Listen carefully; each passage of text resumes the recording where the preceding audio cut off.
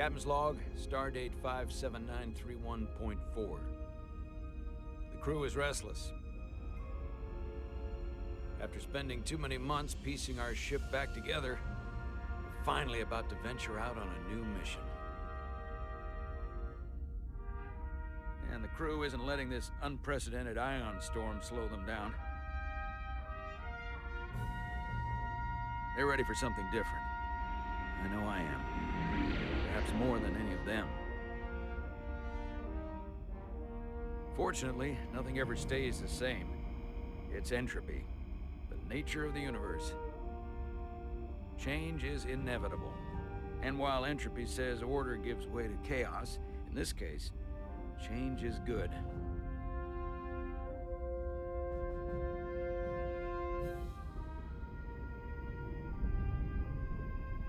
Our new first officer is en route to the Resolute. Jara Rydek. I know she'll bring a welcome dose of new blood to the crew.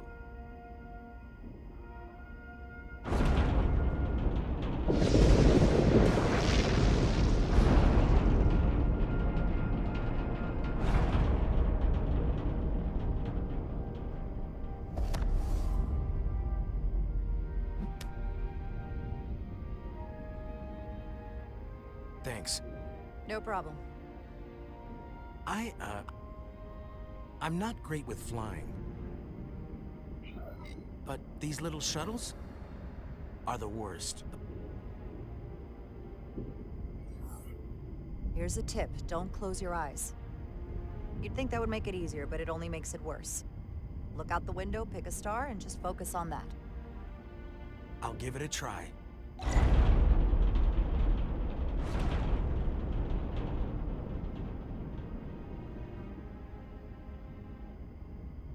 Sorry, I'm a little anxious.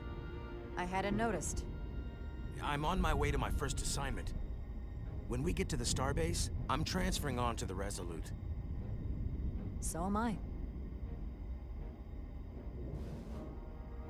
It won't be easy for Jara to step in at the 11th hour like this. But if she's half the officer I knew she could become when she was a cadet at Starfleet Academy, she'll be the XO this ship needs right now.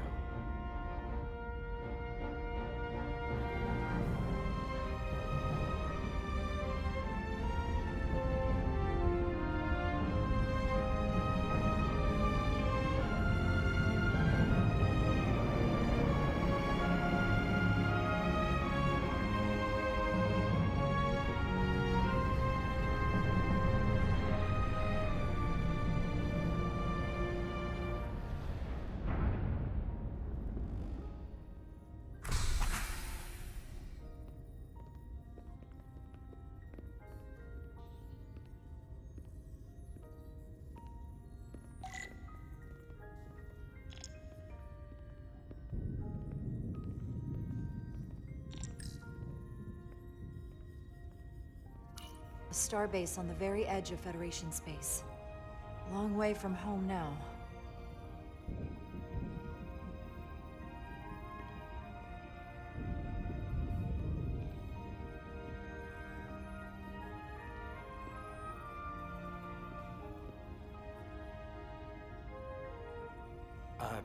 Commander?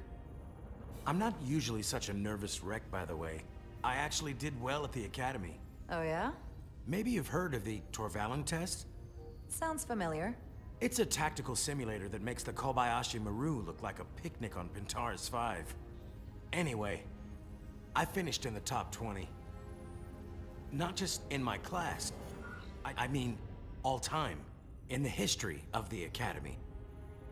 So, there's that. Really? That's quite impressive. Thank you. It was tough. But you know, I set my mind to it and it paid off.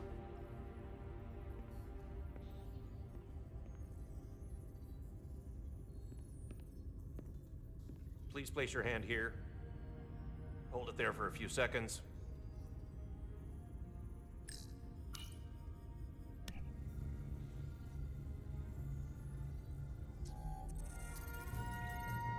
Welcome, Commander Rydek. Wait, you're Jara Rydek? You absolutely crushed the Torvalin test. You finished in what, like the top 3? That would be me. Now I'm really... It's an honor to meet you, Commander. Sorry, I didn't realize before. I just came off the shuttle and was glad to be on solid ground, so to speak. The pleasure's mine, Ensign. Paul Calloway. Good to meet you. I believe Commander Ermot is expecting you. He's in the concourse just ahead. See you on the Resolute.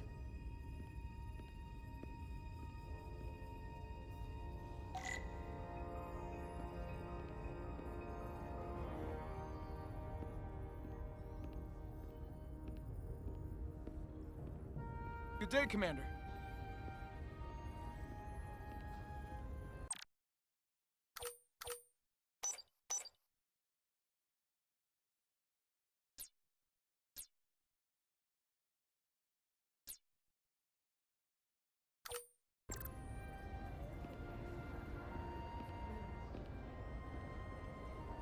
If I remember my briefing, Commander Ermot is a Bolian, so I'm looking for someone with blue skin.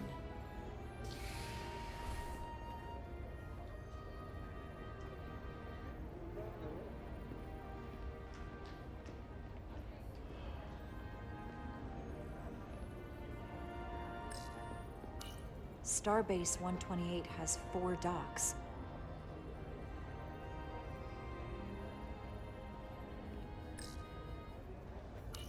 I'll replicate myself a meal once I'm on board.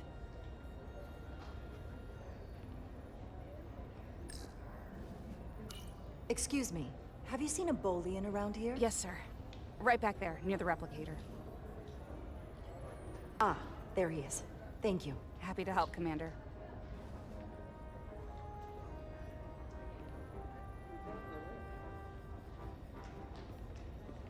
Excuse me.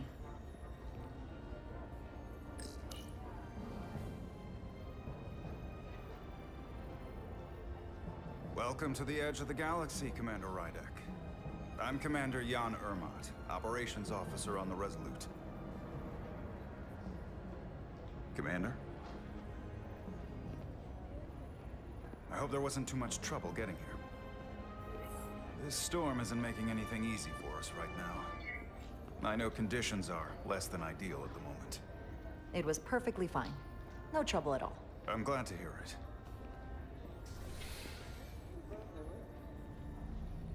We're grateful you were able to come fill our first officer vacancy at such short notice. From everything I've read and everything I've heard, we're lucky you were available to us. Coming from a premier starship and all. To our little research vessel. What exactly have you heard about me? First in your class at the Academy. Received the Starfleet Award of Valor during the Dominion War. Most recently, Tactical Officer and Chief of Security on the USS Endeavor. You've done your homework? Like I said, we're very lucky.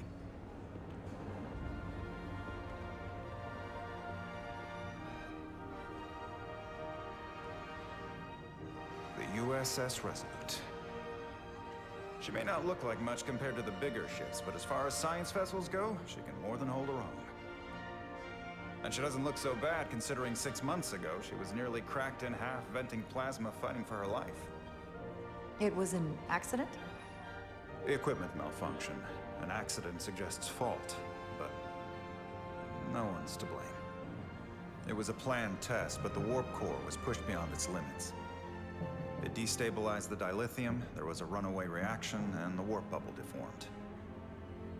We thought we could reach a higher resonant frequency, but it was more than she could handle. Cost us our first officer and 22 of our crew.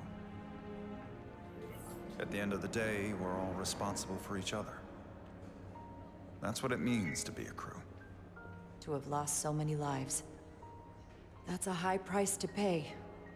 Too high by any estimation. But there's nothing that can be done about it now except get back to work. And make sure it never happens again. Listen. I realize you've known Captain Solano for quite some time. And I'm sure you're ready to bring your best. But I should warn you that when the captain announced you would be the new first officer, there were those who felt it was a mistake, that he should have promoted from within. So you might want to tread lightly at first.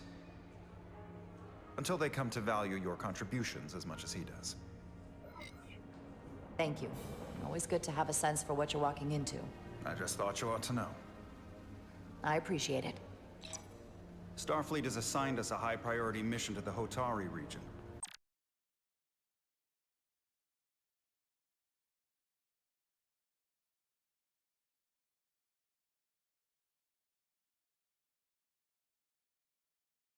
I'll let the captain brief you on board. I know he's eager to see you. Will we be mission ready in time? We have every intention. The crew has been working around the clock to get the ship ready. There's still so much to do.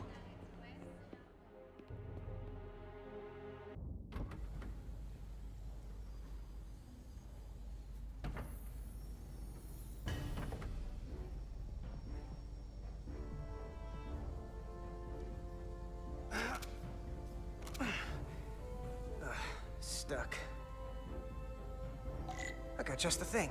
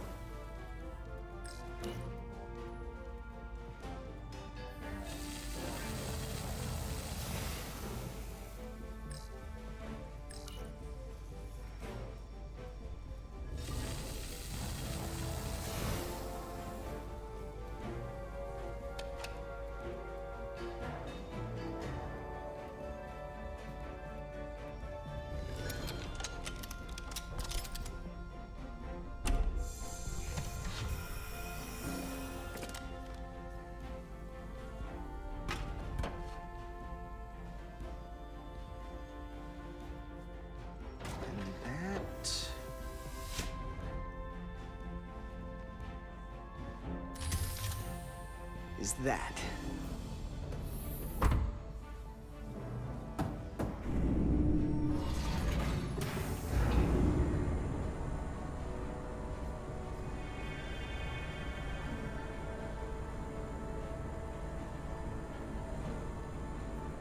I thought that thing was totally fried.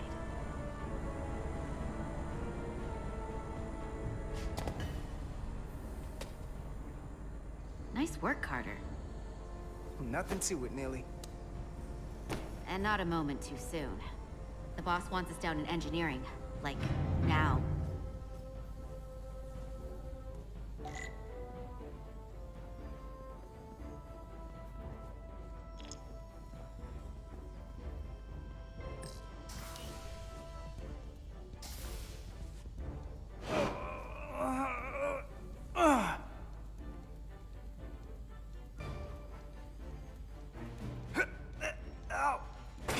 Come on!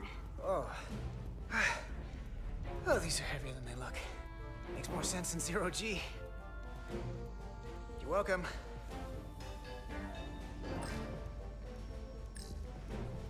So clean I can see myself. And you know Carter what? Diaz! Not half bad.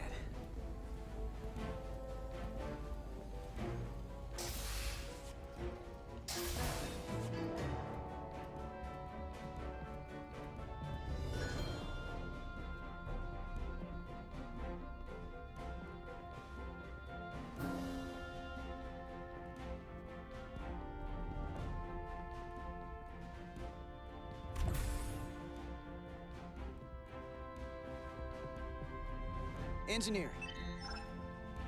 I heard the new XO just arrived. Won't be long before we get underway. I just hope whatever Chovok called us down for, it's something good. I can never tell with him.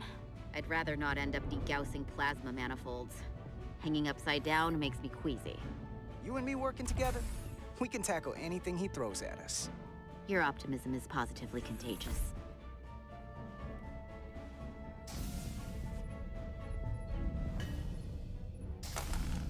like we got here before. Lieutenant Commander Chovak. We were just looking for you, Commander.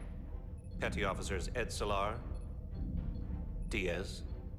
I was beginning to think you would be late. We are all hands on deck right now, which means if you are not at your post at the appointed time, I do not have someone to replace you. A point I have been forced to make to Petty Officer Edsolar on repeated occasions. Apologies for the delay, Commander. I do not want your apologies. Simply see to it that it does not happen again. So, I don't suppose you wanted us down here to check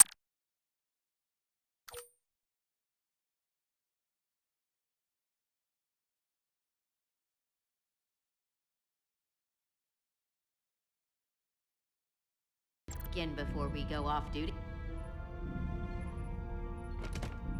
Equip yourselves in EV suits to work on the exterior of the hull. I need you to tune the structural integrity field for optimal performance. The subspace distortions and ionic interference we are experiencing are preventing the proper calibration. But this ship must be ready to depart shortly, despite the storm. The precise nature of these disturbances are not fully understood. But many systems have been affected by the wide band of emissive activity. Whatever it throws at us, we'll be ready. We've got the best chief engineer in the fleet. I am a Vulcan, Mr. Diaz. Flattery is not necessary. All that I require is that you do your job. Right now, that entails critical preparations, because long-range sensors show that these disturbances will be more severe at our destination, the Hotari system. You have your orders. Do not delay. Yes, Roger Commander that. Chovak. All hands on deck. Oh, what's that? All hands on deck. That's what Chovak said. You know what that means? It means this ship isn't ready to go out, and the brass know it. So they're throwing every warm body at it. And they're going to leave on schedule. Consequences be damned. It all comes down to us, Nelly. We're the ones who will get it ready. I know what we can do. But this isn't just any old refit or any old relaunch. Oh, whoa. Excuse me. A lot of new faces coming on board. It's gotta be tough coming as a replacement. That's for sure. They seem all right. Something that happened 6 months ago while they were off on another ship? Well, that's nothing to hold against them. Yeah, you're right. I guess getting a little new blood on board doesn't hurt.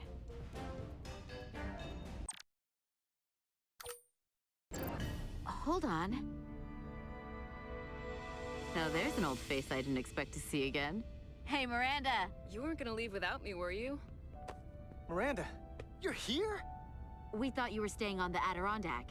Transfer came in at the last minute, so I figured I'd slum it on this bucket of bolts. Looks like you got her back together pretty nicely.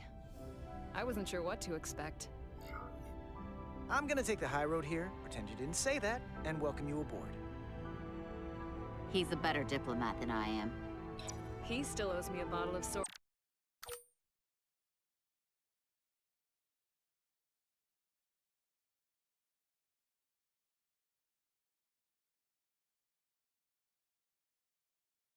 brandy. Don't think I forgot. Oh yeah, it's coming back to me now. Maybe Carter can rustle up that bottle and we can give you a proper welcome. As soon as we wrap up this quick little spacewalk.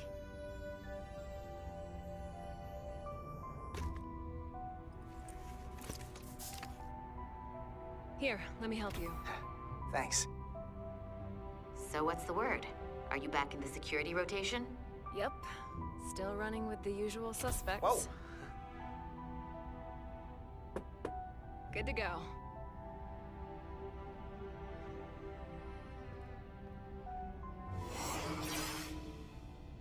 See you on the other side. Activating magnetic souls.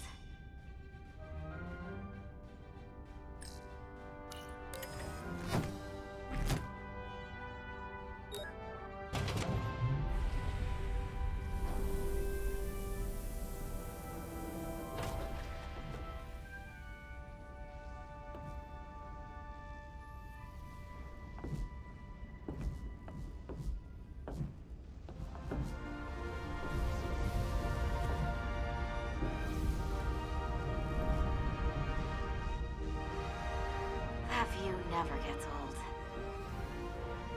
Let's go.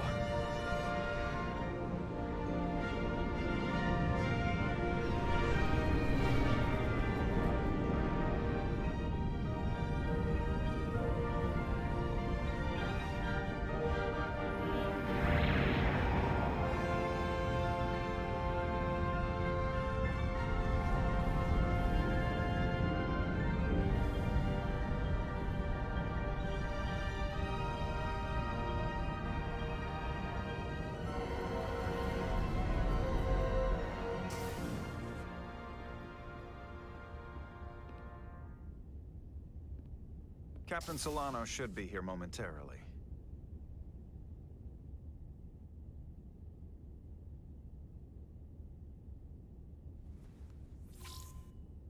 You'll have to forgive me, I don't know much about Kobleods. But my understanding is you need a steady supply of duridium to keep your cell structure stabilized, or bad things start to happen. And we have plenty of duridium in sickbay, so there's no risk of running out. Thank you. Feel free to make yourself at home.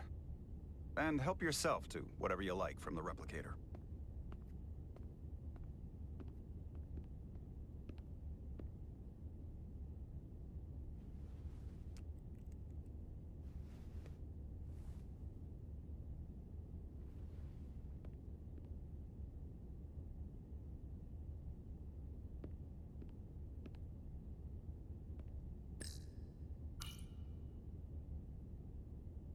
He's still got a thing for trains. The warp engines of their day, apparently.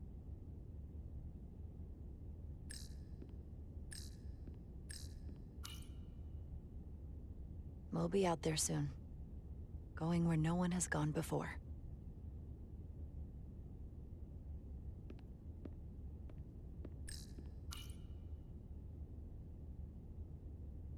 I can't believe he keeps this around. Don't even know where mine is.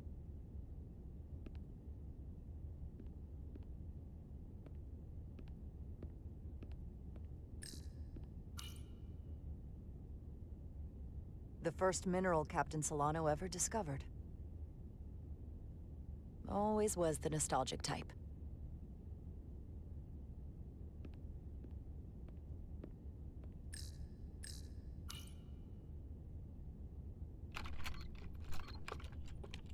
Can't wait to plot a course myself.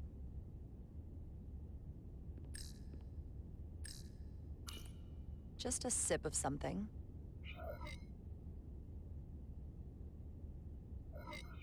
Decisions, decisions. Rack the Geno.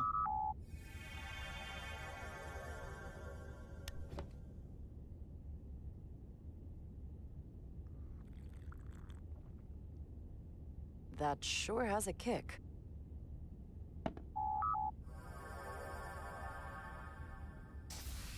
Jara Rydek.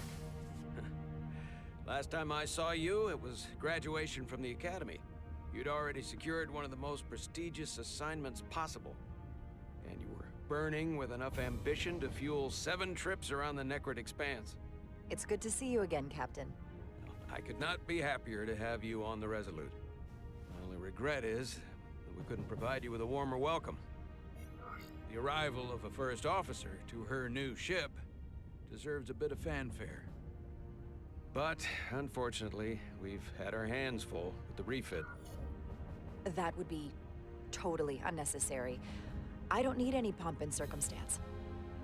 You've been here all of 5 minutes, and already you're trying to make us more efficient. I like it. As I'm sure you've heard, we've had a rough go of it these last 6 months. The ship suffered some damage, but not nearly as much as the crew. I assume you mean the accident. That's right. The tragic accident, really. We were on the verge of a major scientific breakthrough. A quantum leap forward in warp core technology. 10,000 teradynes per second. The ability to travel at a sustained rate of speed longer and faster than we ever dreamed. What would have been the crowning achievement of my career. Right there, within our grasp. until it all went so horribly wrong. We pushed her too hard, and a warp core malfunction overloaded the system, creating a pressure gradient way beyond what the ship can handle. It was heartbreaking. We lost some of our best people. As captain, I have to take full responsibility. It was my decision to make, and I have to live with the consequences. You have to look to the future. You can't dwell on the past, on things you can't change. There's nothing that can be done about it now. In my defense, I will say, I might have avoided the whole ordeal if my senior staff had been willing to trust me. There was a lot of pushback from my former XO, and I think that cost me his confidence. I don't want you to pull any punches. Certainly not on my account.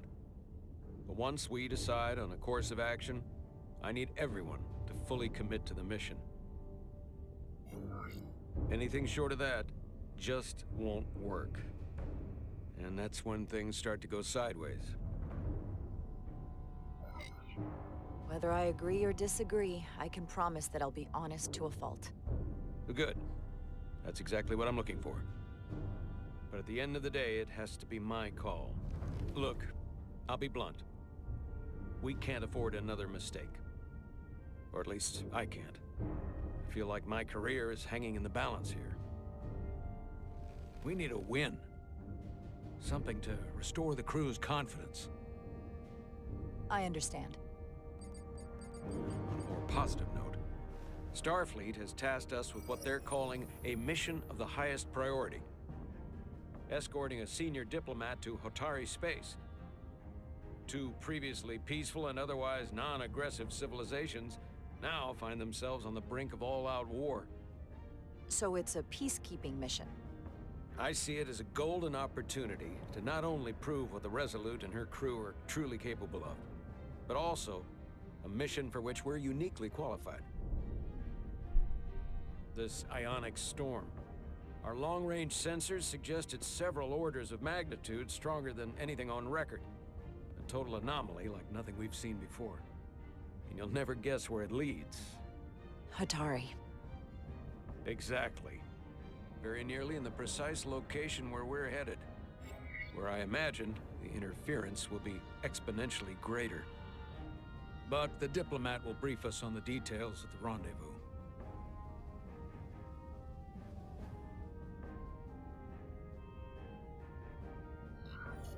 Who is the senior diplomat we're escorting?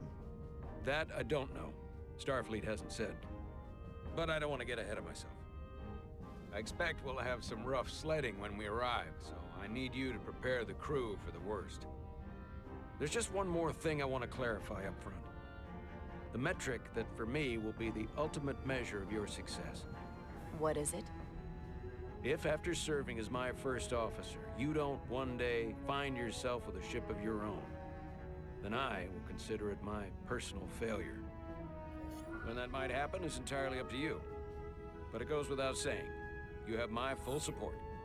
It's been a dream of mine since before I can remember. So I would be honored to become a captain someday. As long as you're willing to do the work, you have my promise. I'll do everything in my power to see that it happens. Thank you. Come, let me introduce you to the crew.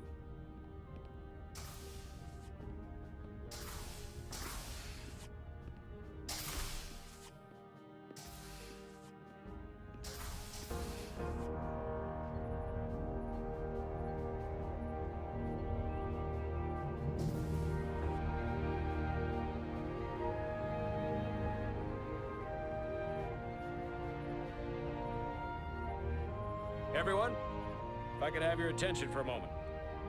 I'd like to introduce Commander Jara Rydek, our new first officer. Some quick introductions. This is Lieutenant Handar, our helmsman, one of the best in the business. One of? Well, what he lacks in humility, he more than makes up for in ability. A pleasure to meet you, Commander. Likewise. Next, we have Commander Westbrook, our Chief Science Officer. I've come to rely on his expert counsel on a regular basis. Pleasure. Commander Rydek, it is such an honor to meet you. This is our tactical officer, Lieutenant Bedrosian, who's been looking forward to meeting you for about as long as I can remember. I've been following your career for quite some time, and I look forward to learning as much as I can from you. If anything, the honor is mine. Well, I have to admit, one of the reasons I've followed your career is because you're part Kobliad, because of what you've overcome. Starfleet stands up for people who can't defend themselves, and you were one of those people once. But since then, you've done so much to protect others who need it. I really admire that. So, you've been something of an inspiration to me. Not that I've done anything close to what you've done. You really do know a thing or two about me. I'm glad I could inspire you, but it's important to chart your own path. Thanks. You can count on it. And then, of course, you've already met Commander Ermont. Please, do everything you can to make Commander Rydek feel at home here. I'll be on the starbase. I have an urgent meeting with the starbase commander to get our authorization to get underway. If they drag their feet any longer, we won't make our rendezvous. The bridge is yours.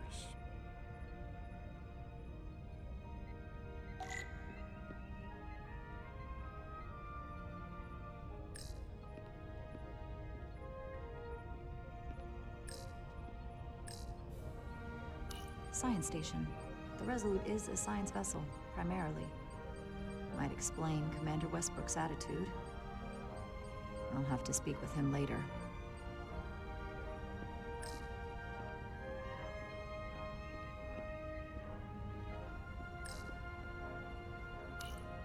The first officer's seat. My seat. Right now, though, I need to fill in for Captain Solano.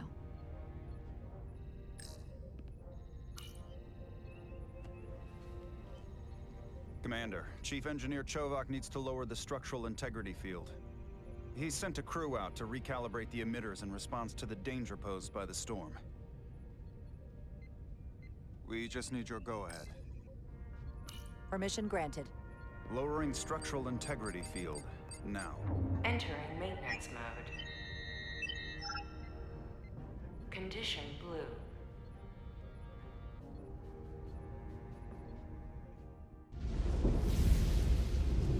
The storm is getting worse.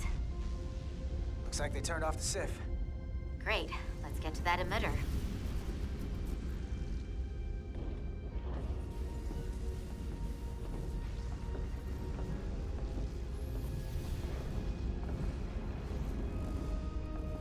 Every time we're out here, I half expect to see her in pieces again. She's still got some scars on her. It adds character. When I joined Starfleet, all I wanted was a ride out of town. But this isn't exactly how I pictured it. On the outside of the ship? No. Sometimes it feels like we're just part of the machinery. Don't you want more than that? I mean, Starfleet is noble and all, but it's still a machine. A massive, massive machine. I am more than that. And so are you. You wanted to get away.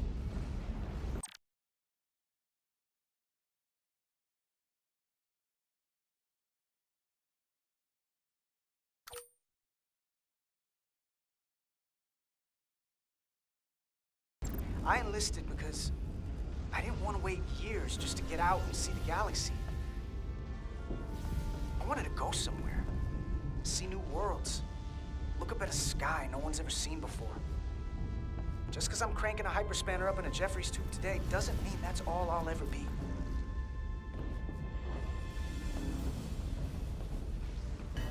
Diaz to Commander Chovak. We are at the SIF emitter. Acknowledged. You may proceed with the recalibration.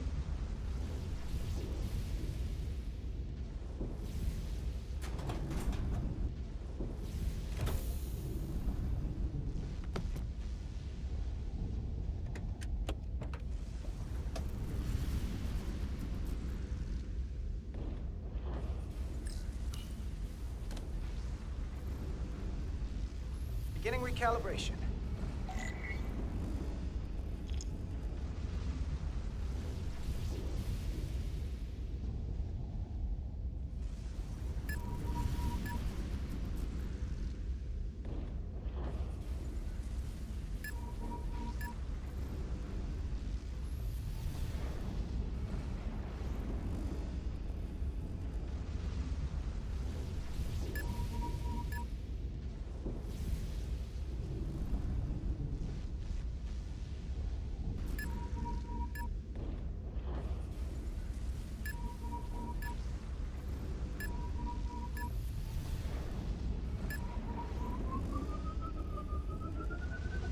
Careful.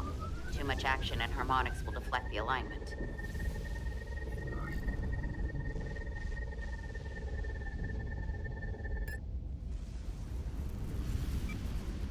Looks good. That wasn't so hard.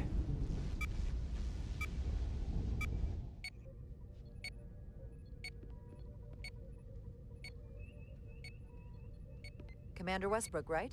Chief Science Officer. You remembered my name and my rank. Impressive. Yes, I'm the Chief Science Officer, and I have the dubious honor of being the most senior officer on this bridge. I know this ship inside and out. Better than just about anyone. What a very impressive list of credentials. This is a research and discovery ship, first and foremost. Now with a former tactical officer as its new first officer. I'm curious, though. A Kobliad, or half in your case, is an odd choice for first officer, given your vulnerable condition and all.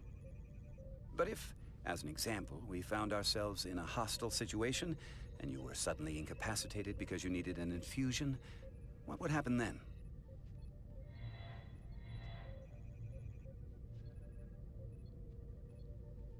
You'd leave Captain Solano without an XO. Granted, that would be a worst-case scenario, but not outside the realm of possibility. That's very kind of you to be concerned about my well-being. But you don't need to trouble yourself on my account. I'll be fine. Well, I wouldn't say I was concerned, just curious, that's all. Listen, can I be blunt, Commander? I see no reason to stop now. Commander Sutherland, your predecessor, was one of the best first officers in all of Starfleet.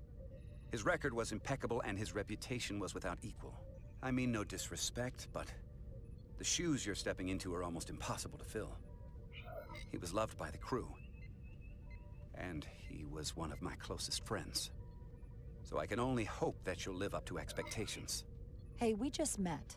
You might like me after you get to know me. They say familiarity breeds contempt, but who knows? Seeing as Captain Solano is on the starbase, let me give you an update on this ion storm we're flying into. It's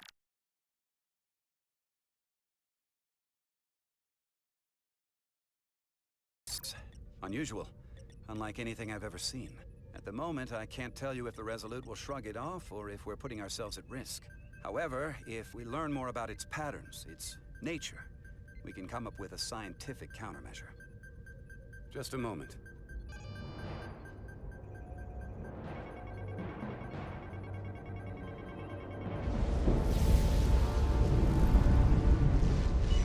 We've got a massive energy wave inbound. On screen.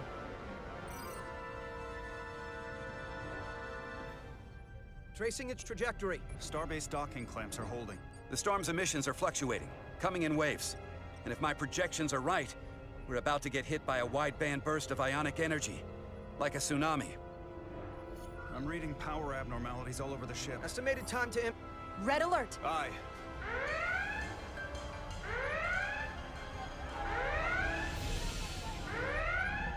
Evacuating main gangway and retracting. Putting sensor visualization on screen. With the structural integrity field shut down, we can't take a direct hit. Time to impact. 1 minute. Shield systems are severely impacted. We have limited protection. I need every available solution. What are our options? We can weaken the impact of the storm with a deflector pulse. There's a better way. I'm sending all auxiliary power to the deflector dish. Send the aux power to the shields. We can't reactivate the entire shield bubble, but it's a directional threat. So we can orient all we have towards the wave. You have to believe me. We only get one shot at this. We can't afford to get it wrong. That's right, which is why we need to send power to our shields. Commander Westbrook, use the deflector dish. Already working on it. Optimal timing displayed. It's going to be tight.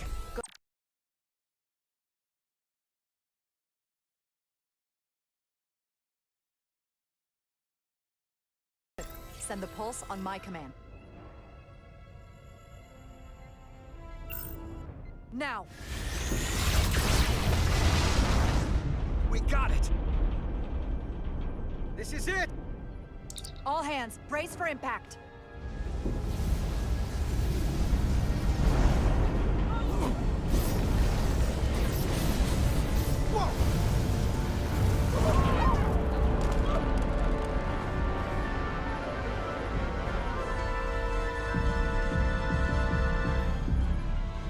What happened?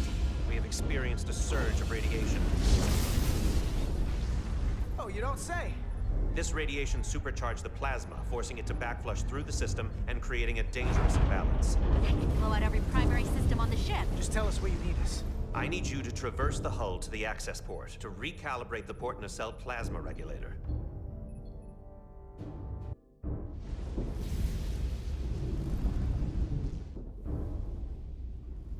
We've reached the first access point. Understood. Do you see the override for the level 1 failsafe circuits?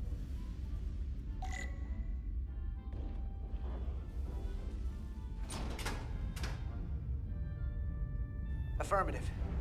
Engage the override. It should allow us to stop the EPS flow to the warp engine without triggering an automatic core shutdown.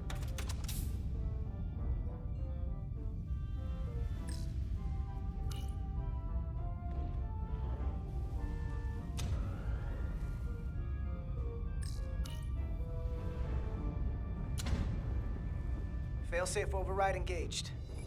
Are you sure? I am registering some crosstalk in the bypass circuit. We need to route the signals so they don't interfere with each other.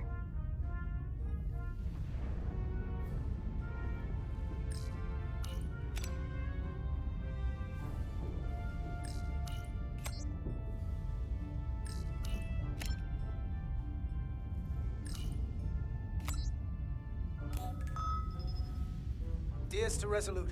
The failsafes are temporarily disabled. Moving on to the EPS regulator. Heads up, Carter. What is that? One of the discharges coalesced. It's coming right toward us. I'm gonna try to disrupt it with my phaser.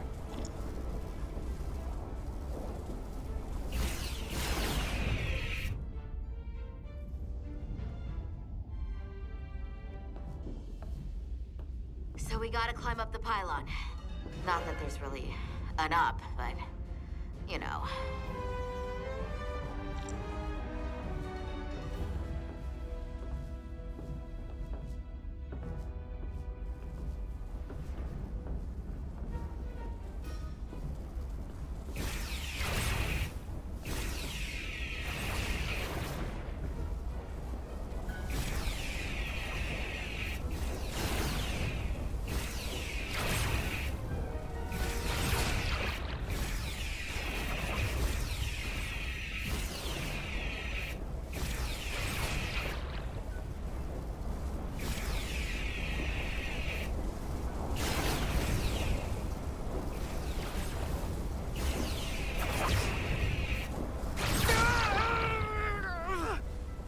Are you alright? Yeah. Suit took most of it. Snuck up on me. That damaged your suit. Energy dampening is down to 60%. We're almost to the regulator.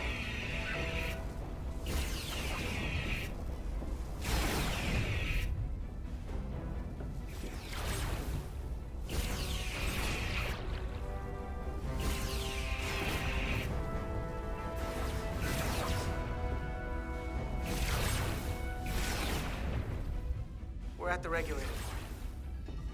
Opening the access panel. I am now halting the EPS flow to the port nacelle. We have little time before it causes an overload in the engine. You must work efficiently.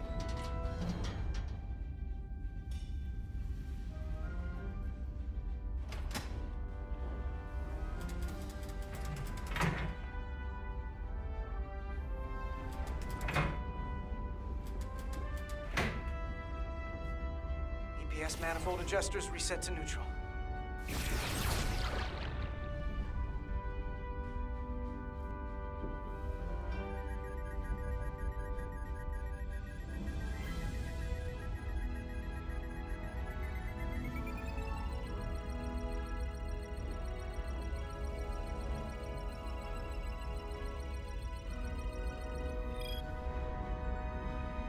EPS lines to the port warp engine are back in balance. Almost done. Once I cycle the manifold nozzles, Chovak can...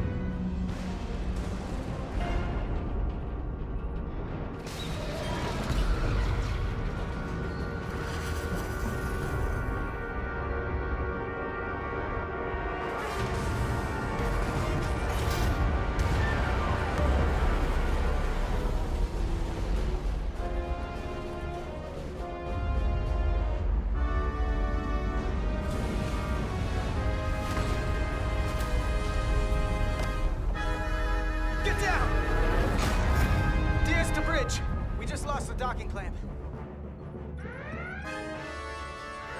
We've got a lot of debris coming down. Hull vibrations, too. We can't finish the EPS regulation in these conditions. Please advise. We have to release the ship from that other docking clamp or the hull will be ripped apart.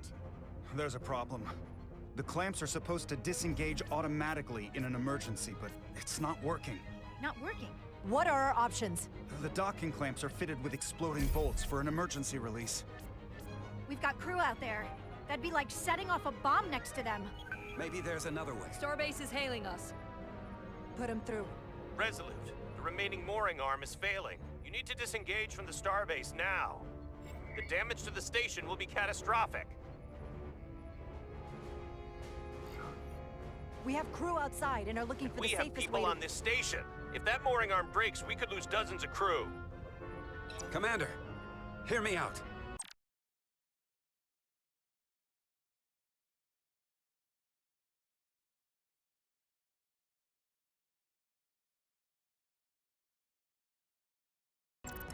Reverse the polarity of the hull, which theoretically will repel the docking clamps. And repel the engineering crew right off the hull into the storm. This is Captain Solano. Put me on screen. Go ahead. Captain, we have a situation. Commander, what are you doing? Blow the bolts on the docking clamp. The captain doesn't know the whole story. I'm giving you an order. Chara? Captain, you brought me here because you trusted me. Can you trust me now? You better be sure you make the right decision.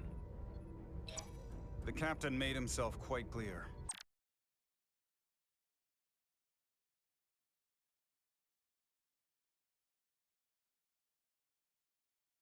They're gonna get hammered with debris out there. Reverse the polarity. There is protocol. And there are lives. Starbase, stand by. We're gonna flip hull polarity to disengage the clamps. Yes, Commander.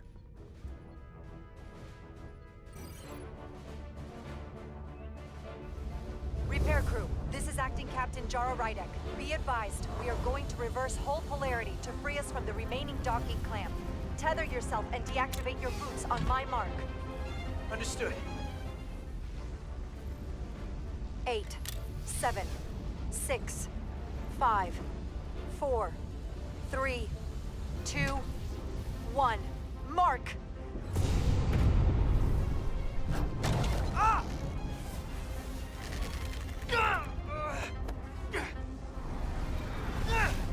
Grab my hand! I got you. Thank you. Plasma imbalance is reaching critical condition. We are moments from primary system failure. I got it.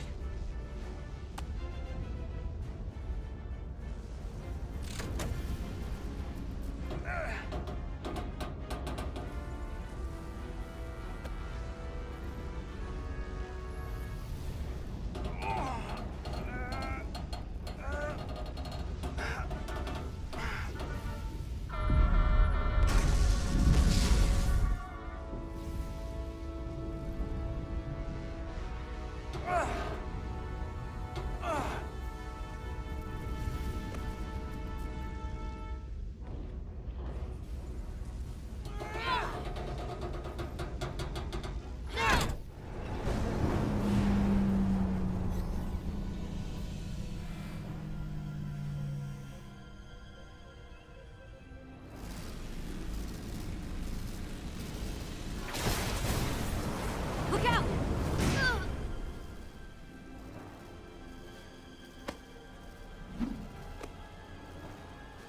I got you. Petty Officer Etzelar's hurt and unconscious. gonna have to tow her back to the airlock. Mr. Diaz, the situation has changed, and you are at risk of triggering a substantial electromagnetic arc if you approach the main hull the way you came. But Commander, the way we came is the nearest airlock. There is an auxiliary hatch near you on the far end of the pylon. You must bring Miss Edselar there to access the interior. Roger that. Going there now.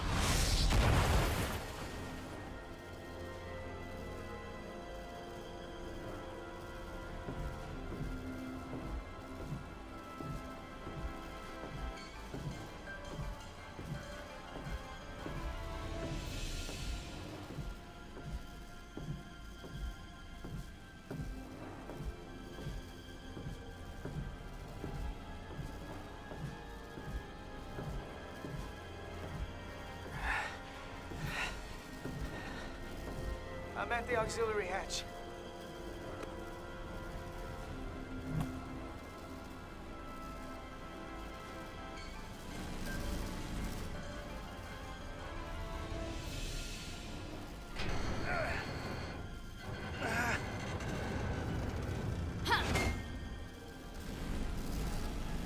You go first. What? Let me save your neck this time. No time to fight me on this. Get in there! Not on your life. Let's not let it come down to that.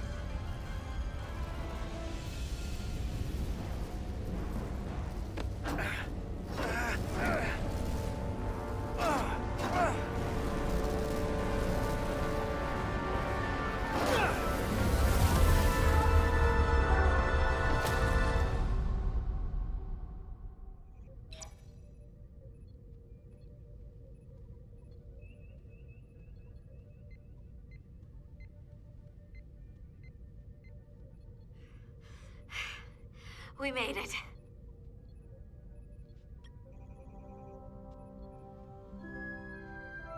They're safe, bringing the SIF fully online. Do it.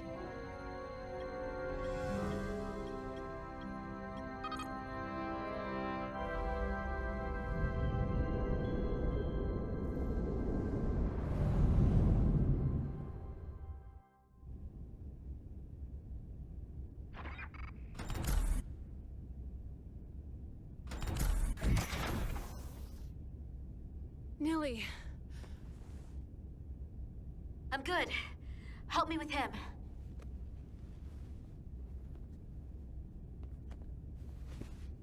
Let's get this off. Medical. Got one wounded at my location. Carter. You don't look so good.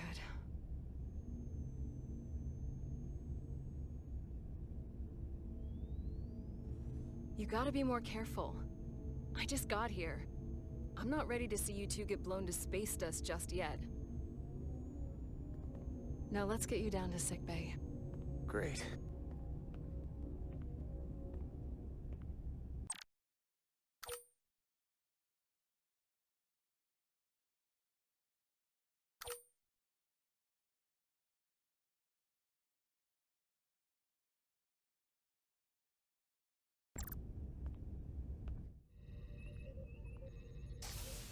Status report. The repair crew made it inside. EPS flow is back to nominal levels. The SIF is back up. How does this affect mission readiness, Mr. Ermont? Releasing the docking clamps using hull polarity minimized damage to the Resolute. We'll have some last-minute repairs to make, but if we reapportion some of the staff, we can make our departure on time. As of now, however, we are successfully moored to the station. Good to hear. Send updates to my ready room.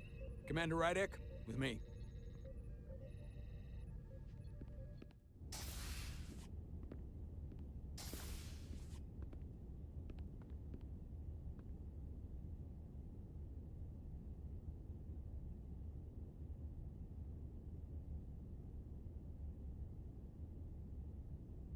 You disobeyed my orders. Well?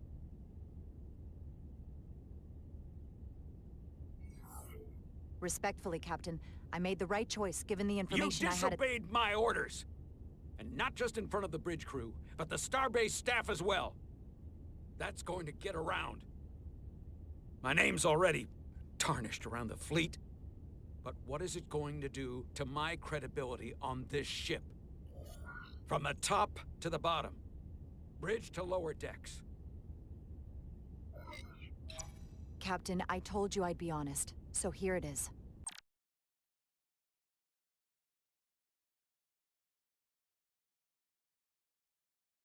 Maybe I shouldn't have disobeyed a direct order, but you were wrong. You weren't on board, and you didn't have all the information. So I made the right decision for the ship.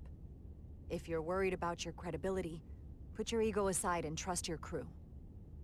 Trust me. You might have won some fans on the bridge with that stunt, but not everyone. Lieutenant Commander Chovak has already bent my ear. I'm sure he doesn't take it personally. He'll get over it in time. Mr. Chovak is more complicated than he would want to admit. I guess we all are. And, if I'm being honest, I'm not sure what I would have done in the moment either. You never really know if you weren't in those shoes. So, let's just boil it down to, you did what you had to. That'll have to be good enough for me. Thank you for understanding, sir. I'm sure no one knows the burden of command as well as you do. I'm sure you will, someday. Despite it all, we got our final Starfleet clearance to depart. So if you'll fetch Mr. Ermot, we'll knock out the final details of any outstanding repairs, and then we'll set out for Hotari. Yes, sir.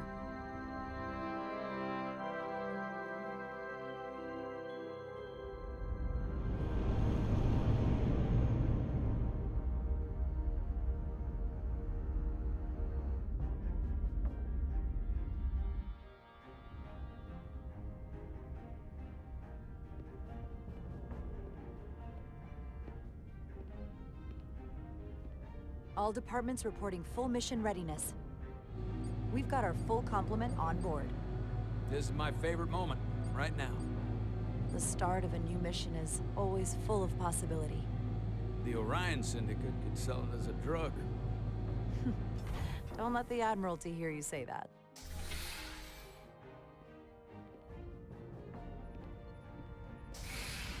Captain on the bridge. Sit. Sit, everyone. You all know, I'm not big on speeches. We're embarking on the first mission since our refit. Let's make it a good one. Disengage docking clamps.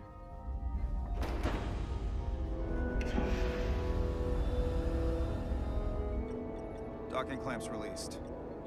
Thrusters ahead, Mr. Handar.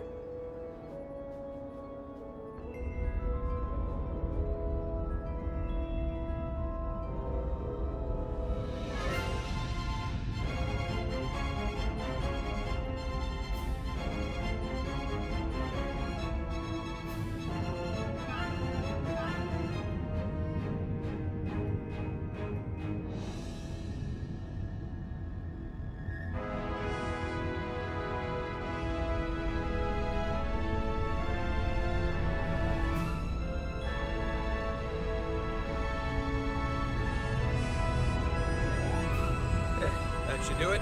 Set a course for the Hotari system. Prepare to go to Warp 8. Aye, Captain. You know what? You take this one. Me?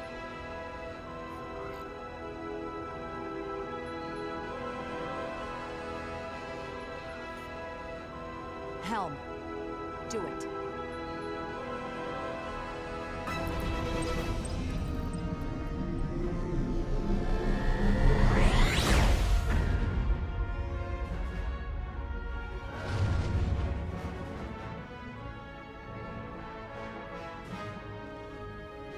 Nicely done.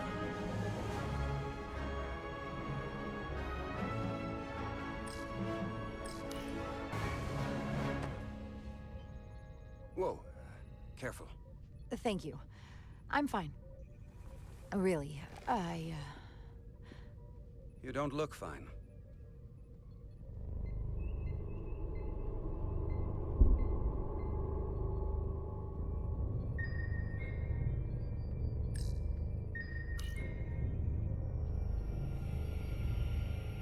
have to get to sickbay. Go.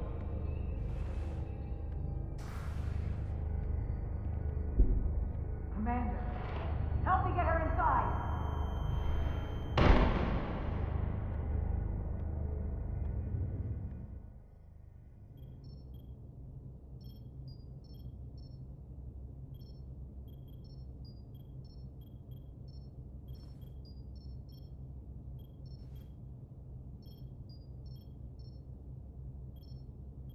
Well, that was quite a scare. A few minutes more and it would have been one of the shortest tenures on record for a first officer. Is that the engineer that was out on the hull? That storm did a real number on him, but he'll live. Just needs rest. You should worry about yourself. Your duridium levels got dangerously low and destabilized your cell structure. This is definitely one of the more memorable first days I can think of. My name is Dr. Aram Duval, Chief Medical Officer. To be honest, I've never met a Kobliad before. You're... rare. I know. I was going to say special. Your people's numbers have dwindled, despite the Federation's efforts to find a more readily available alternative to the duridium you need to survive. Yet you joined Starfleet, and managed to thrive. I imagine the responsibility must be overwhelming. Maybe even a burden at times.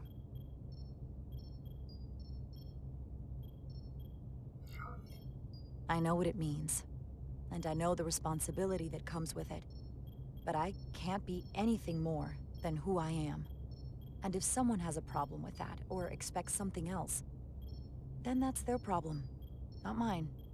That's exactly right. And don't worry, I won't treat you like a science experiment. I just do the science and leave the experiments to Solano.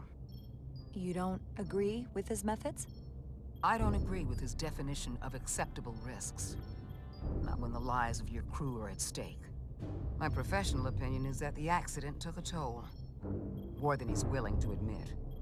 He's overstressed, operating in the pressure cooker of his own mind. Which is never a good headspace when the lives of your crew are at stake. What concerns me is that now he's even further away from the thing he's been chasing his entire career. The breakthrough discovery. The major innovation. Something he can put his name on. But the more the time passes and the further out of reach it gets, the more risk he'll be willing to take. I hear you. But that's my job, isn't it? To make sure that doesn't happen. And we don't lose sight of the bigger picture. Which is exactly why I'm so glad you're here. We need you now more than ever. And I have to give you credit for what happened on the bridge.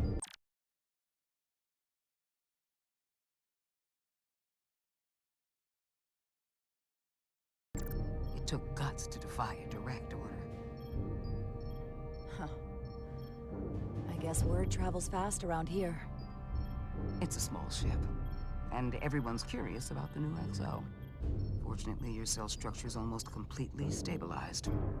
And I'll spare us both the lecture, but I do feel it's my responsibility to remind you, without regular infusions of duridium, you will not live. It's as simple as that. Understood. Then, my work here is done.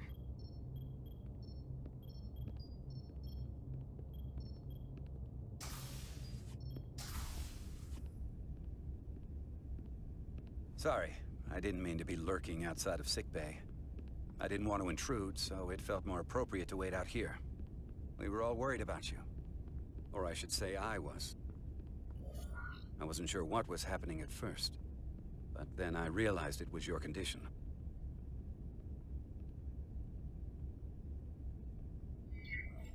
I'm feeling much better. Thank you. It's just part of who I am. Well, being a jerk sometimes is part of who I am. So, I'm sorry for that. You trusted my intuition earlier, with the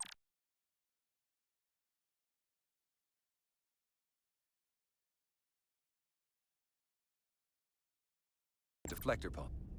I felt I should thank you for that. Well, thank you for coming. Even though you didn't have to. I wanted to. Now, Carter, the emissions that gave you that burn are quite unusual, like everything else that goes with this storm. That's a combination of hyronalin and lectrazine to counter the radiation effects. That should help speed your healing.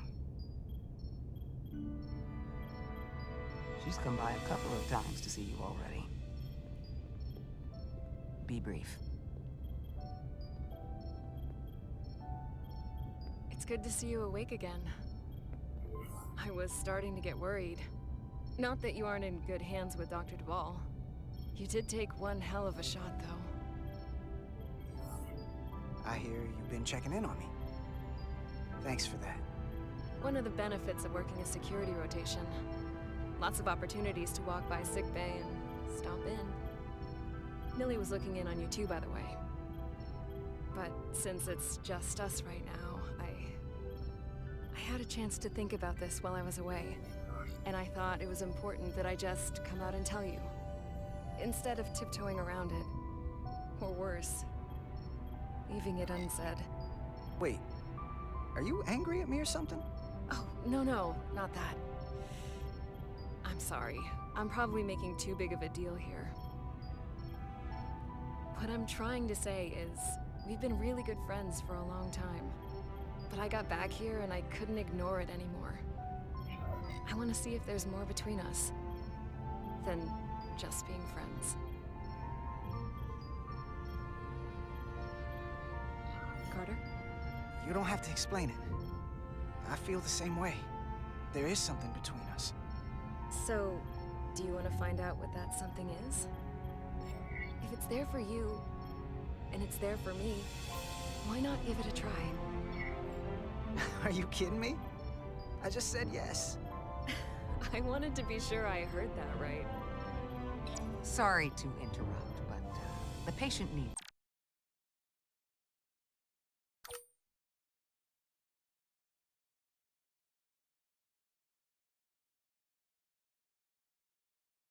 to rest, if he wants to get back to his old self. Of course. I'll see you again soon.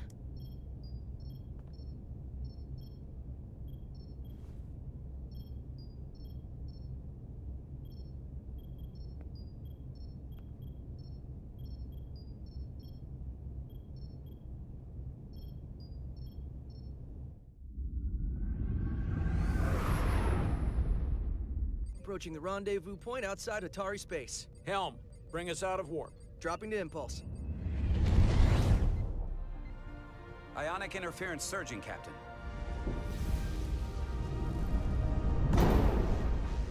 Shield integrity holding. We can take it. We are at the correct coordinates to meet the shuttle. Commander Rydek, find us our diplomat, if you will. Aye, Captain. Let's reduce the noise. Filter out environmental signals. I can manually tune what's left for Federation signal types.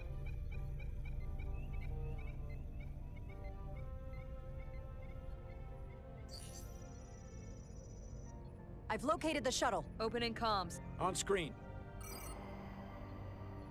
Shuttle to Resolute. Shuttle to Resolute. Debris field. Lost maneuvering. Losing. I can't get it any clearer. We won't get a transporter lock. It's just not happening. Power up the tractor beam. We'll pull them directly into the docking bay.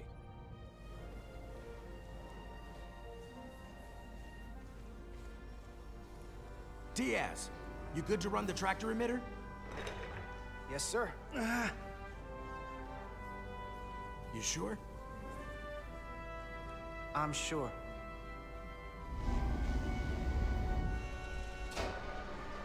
Come on, Diaz.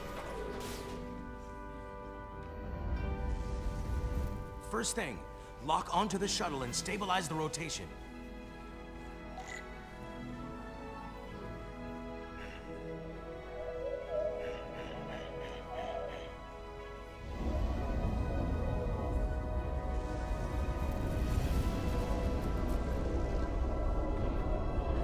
We're pulling in debris. I'm on it.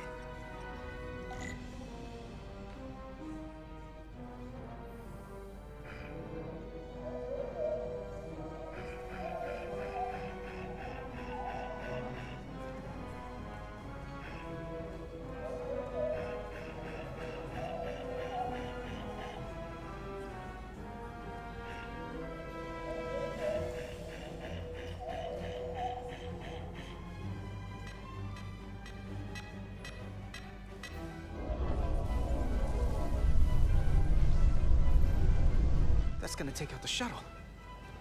Diaz, the bridge. There's a large piece of debris headed for the shuttle. The tractor beam can't handle it. Can our shields take it? I believe so. Commander Ryder, plot an intercept course. On it.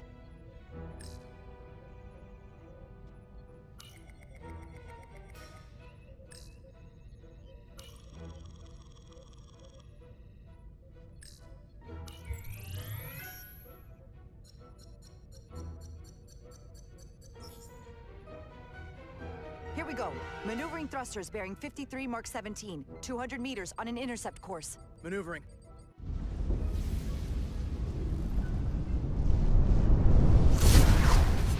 Got it. Whoa! Someone's working hard on the bridge.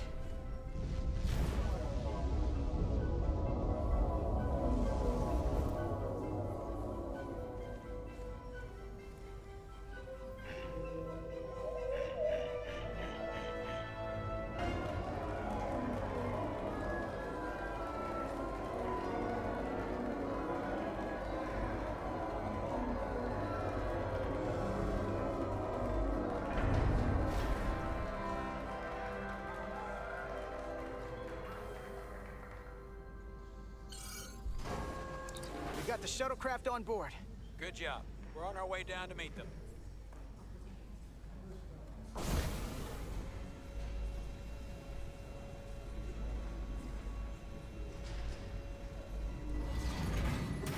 Terra firma, so to speak.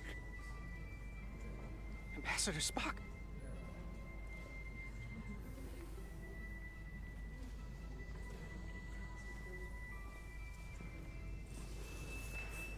The captain will be right down to meet you, sir.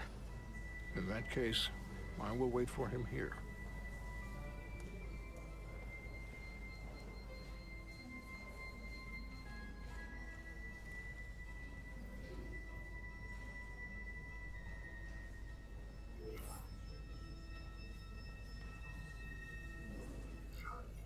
Well, let me be the first to say, welcome to the Resolute, Ambassador. Thank you, Petty Officer...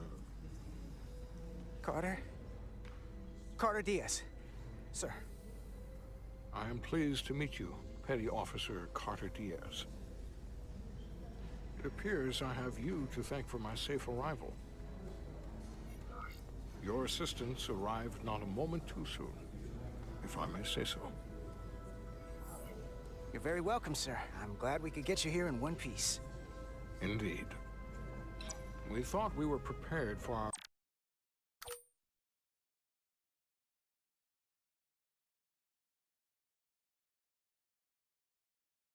arrival in Hotari space, but it is evident my craft was not sufficiently robust for such intense ionic activity.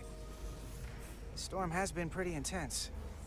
There was an element that was most unusual. Before you came to our aid, our maneuvering thrusters and impulse engines were rendered inoperable. So we attempted a short traversal at warp speed, only to find that we could not achieve warp at all, even though our diagnostics computer showed no faults or anomalies. What do you make of that? When all indications say that warp speed is possible, but in practice, we find it is not. Well, this storm is one of the strangest phenomena we've ever encountered. It's disrupted other systems. Who knows what it might do to a warp drive? Yes, it would seem further investigation is called for. Take readings, run some additional diagnostic checks, and we'll get to the bottom of this. Quite logical, Petty Officer Diaz. Thank you. Ambassador Spock. Excuse me. I'm honored to have you aboard. I'd like to get right to it. We're already behind.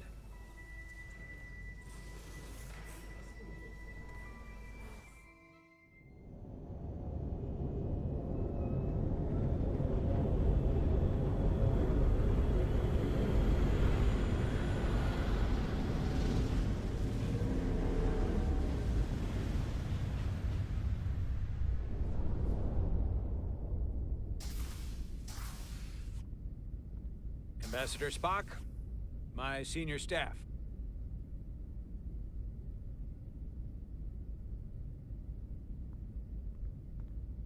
not every day that a captain gets to welcome a Starfleet legend aboard.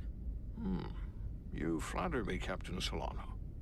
But legend implies the past tense, whereas I am very much focused on our present circumstances. I didn't mean to suggest you were stuck in the past. You're right, Ambassador. Not the most diplomatic choice of words. Your experience comes from the past. But our present situation calls for it. True enough. We were hoping you could fill us in on the details. We got the basics from Starfleet. Two formerly peaceful neighbors are now on the brink of war. Indeed, and the tension between them grows fiercer by the hour.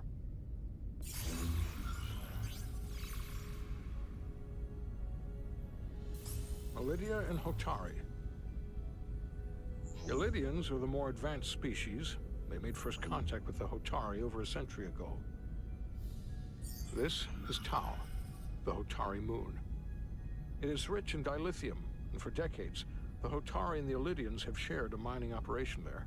The Illydians provide the technological resources, while the Hotari have served as the labor force. The stability of that arrangement was the source of their peace, until recently. The Hotari have suddenly and forcefully seized control of the mining operations and expelled the Illydians from their system. That is the official story, as told by the Hotari when they requested Federation mediation. But the details remain scant. Communications between all parties have been limited by the ionic interference. How is it the Hotari were able to turn the tables and take the mines against superior forces, especially after decades in this arrangement? Unclear. The answer to that question may be the key to a new, lasting peace, and one that I hope we can uncover during these negotiations. But it is unlikely the relatively primitive Hotari forces would stand a chance against the Illydian fleet if this escalates to open war. Left unchecked, this conflict will result in more bloodshed, which is what we are here to prevent. And the dilithium trade hangs in the balance. Clearly, the Hotari have been exploited in this relationship. Maybe we can persuade them peace is the more profitable alternative for everyone. They both profited from the mines. And for the Hotari, something is better than nothing. Peace is our objective, after all. That is correct. If we could convince them, it would restore the peace. But we would need the Hotari to accept a difficult compromise. Made all the more difficult by the emotions flaring on both sides, no doubt. Neither the Illydians or the Hotari are members of the Federation, so we can't make them do anything. There is an additional complicating factor I should mention. In the past, the Federation has relied on the Illydians as a source of dilithium. That certainly changes things. The Federation sources its dilithium from a lot of places. Yeah, and this is one of them. So we've already played a part in this. Unfortunately, that is indeed the case, Commander Rydek. We're morally obligated to make this right. Hold on. Our only obligation is to negotiate the peaceful resolution of this conflict. Given the Federation's involvement in the Illydium dilithium trade, Captain Solano and I must make every effort to appear neutral in these negotiations. What worries me is if this whole thing unravels, and we're at the mercy of the storm at less than full strength. We can't let it come to that. Considering what the Ion Storm has done to our ship, and the Ambassador's shuttle, we have to assume the Illydian fleet has had problems with it as well. This recent surge in the energy disturbance temporarily levels the playing field. Commander Westbrook is correct. The energy anomalies around the Hotari systems have been noted in the past. But they have never been observed on the orders of magnitude we have seen in recent weeks. If it's keeping the two sides talking instead of shooting at each other, that actually helps us negotiate a peace. And we'll take advantage of that as long as it works in our favor. And when it doesn't? All the more reason to learn as much about it as we can while we are here. We do not want to be caught unprepared, should the energy anomaly continue to fluctuate. So I trust we understand our circumstances. We're operating on a strict timetable here, and we're going to be leaving for the negotiations shortly.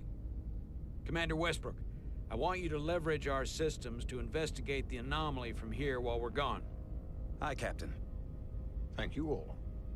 Dismissed. I want to speak to both of you privately.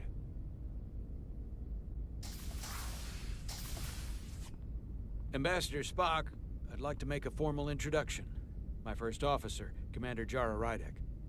Commander, as you are aware, there are limits to what Captain Solano and I can do in our official capacity as representatives of the Federation. But someone in an unofficial capacity, your first officer, for example, would not be bound by those restrictions. Commander Rydek could ingratiate herself to certain parties behind the scenes, where they may be more candid in revealing information that could lead to a resolution. She certainly goes her own way. Maybe that helps in this case. It would be unconventional, but I'm not opposed to it. I'm perfectly happy to work outside the lines. And by extension, you will be doing your duty, Commander. Just not too far outside the lines. Well, I hope Commander Rydek will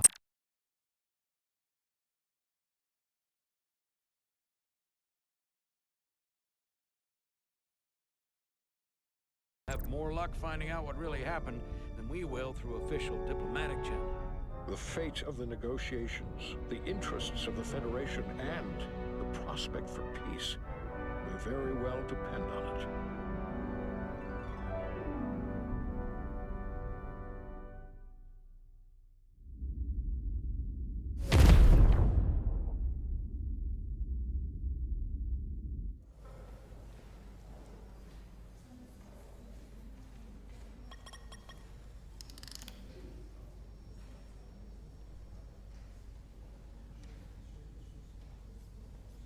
Mr. Diaz, I understand you have already discussed the warp drive failure with Ambassador Spock? I have. It is imperative that the Ambassador's shuttle be flight ready. I need you both to ascertain the root cause of the system failures he encountered. I'm surprised, Commander. I thought you would have wanted to work on Ambassador Spock's shuttle yourself. I respect the Ambassador and his many accomplishments, but I do not derive any satisfaction from interacting with his shuttle as if it were somehow transubstantiated through its association with him. Especially when I have the entirety of this starship to concern myself with. I am not the chief engineer of this shuttlecraft. The Ambassador asked me to take a look, and I'm ready to crack this thing open. Good. You could learn from Mr. Diaz's focus. I'll take notes. Then I will leave you to it. Make note of any abnormalities in your report. Carry on. It seems like he's warming up to us. Yeah. Even Chovok has to look at that face and know you've earned some real respect. And I have to admit that I owe you one. You were right to make me go first. I don't know what I was thinking. You did the smart thing. You've pulled me out of trouble how many times? Call it even. Okay. At the very least, maybe I can track down that bottle of Saurian brandy you're still on the hook for. But first, we have work to do.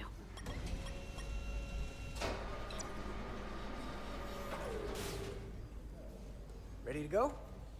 All set. Let's run the diagnostic.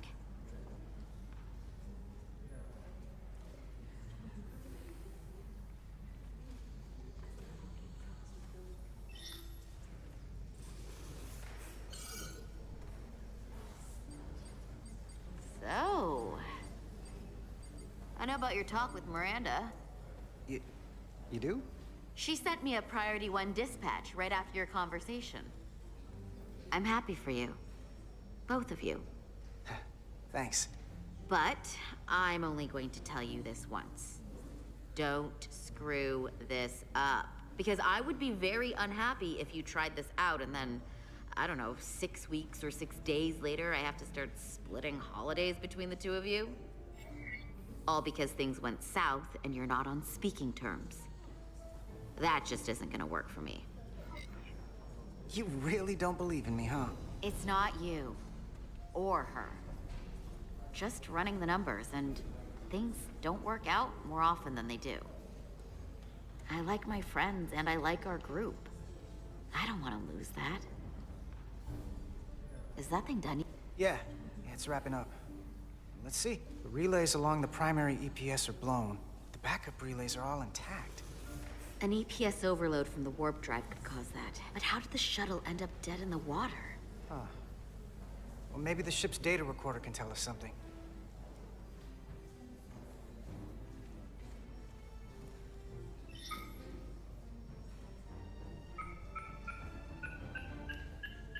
Here. They were only about 8 minutes from their plotted warp point. No faults, just those warnings. What are they?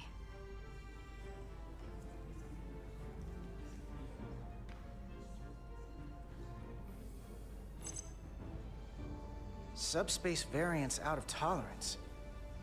What does that mean? It means the main navigation array lost sight of space somehow. Will the array going offline cause that? Yes, but it should have also thrown a fault code.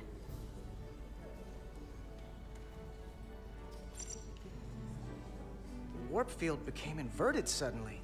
I've seen this happen when the center warp coil cracks. A cracked warp coil throws a fault code. Still, we should take a look.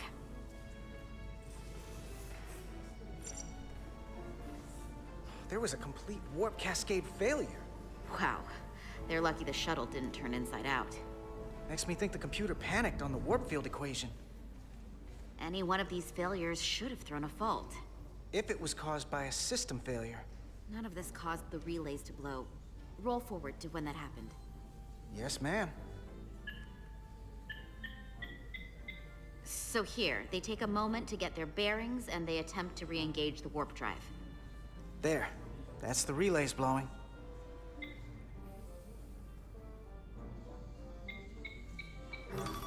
And look, there's another warp system alert. They're all the same. Subspace variance out of tolerance, or warp inversions. Finally, there's a complete warp cascade failure. Then it's one of two things. Either a warp coil is cracked, or the navigation array is offline. That makes sense. Divide and conquer. You want to check the warp coils or the navigation array? I'll check the other. Let's not overcomplicate this. One of these systems is likely broken. I'll check the nacelles for a cracked coil.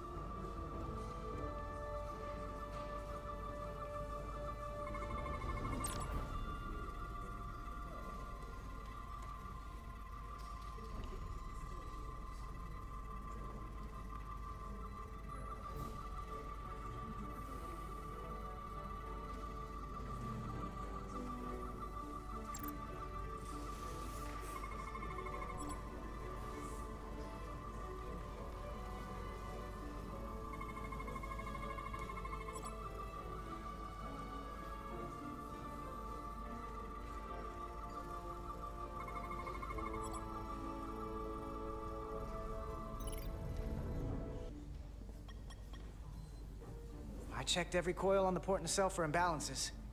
If any coil in either engine were cracked, I would have detected it. So, it must be the navigation array. Except it's not. Checked and double-checked. Well, the readings don't lie. Here comes the security detail for the way team.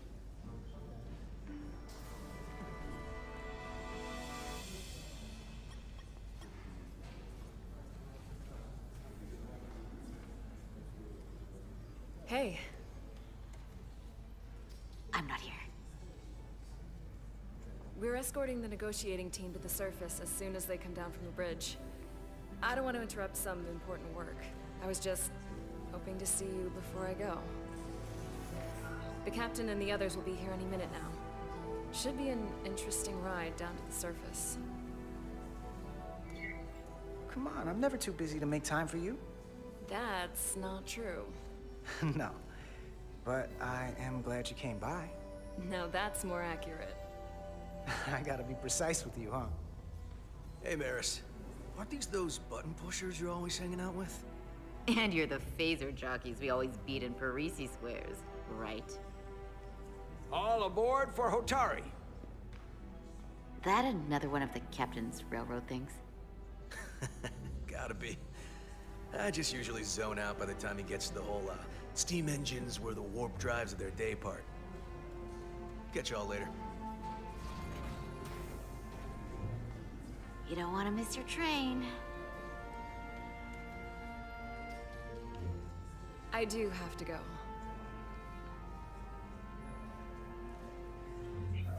Not gonna lie, I'd rather not leave right now. More important things on my mind.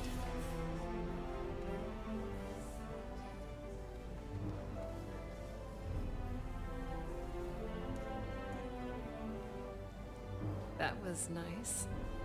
Yeah, it was. Save some of that for when I get back. You've got a deal.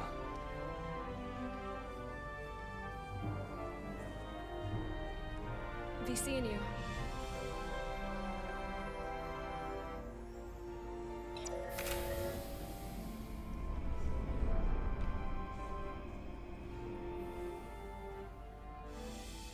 Etzelar de Diaz. If you could float back down to reality, we still have a ways to go. All right, where were we? So, the warp coils in the navigation array are fine, but the nav computer doesn't seem to think so. I'm out of ideas short of field stripping the shuttle from bow to stern. You wanna take this out of the shuttle and throw it on the bench? Oh, real hands-on maintenance. I like it. Okay, the nav computer is patched into the ship. The ship's computer can double-check our work. If the shuttle's nav computer is putting out false data, we'll know it. Let's run through the shuttle's logs again. Running now.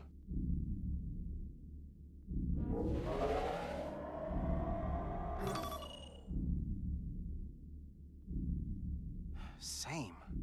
Warp field inversion and a cascade failure. However, the Resolute computer doesn't show the same subspace variance. We're in the same conditions that the shuttle was in when it failed. Why wouldn't the ship's computer get a matching result? What if the subspace variance was a momentary occurrence?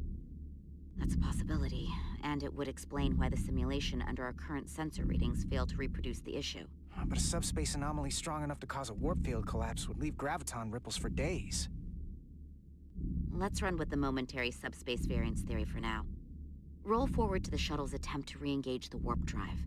We need the conditions of space around the shuttle at the moment of warp failure. Resuming simulation.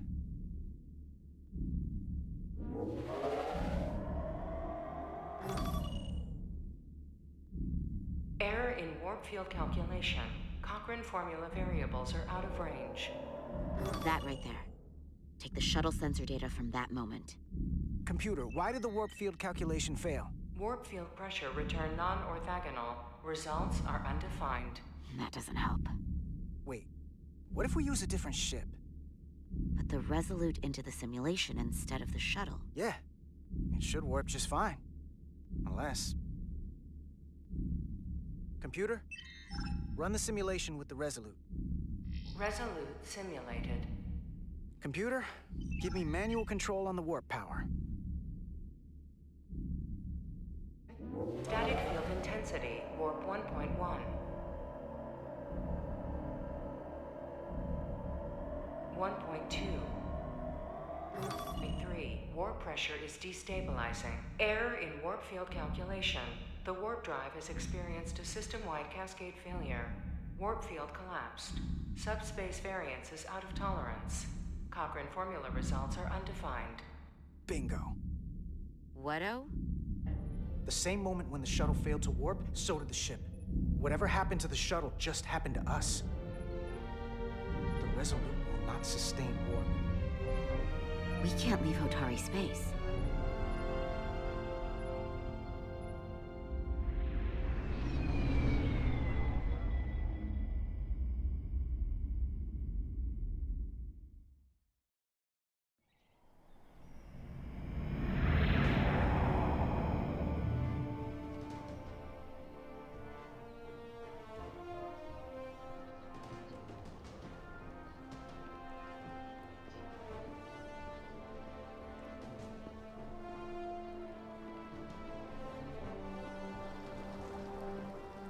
Ambassador Spock, Captain Solano, welcome to Hotari.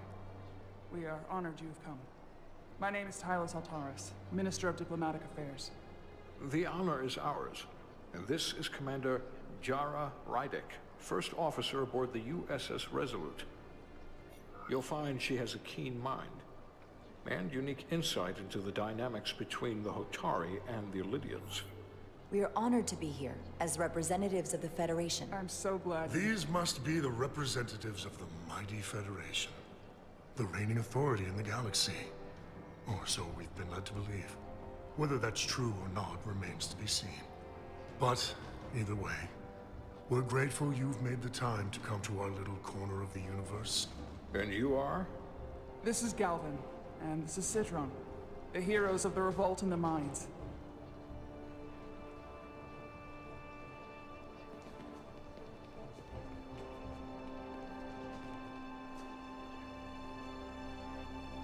Let's hope this is the last time we ever have to come here.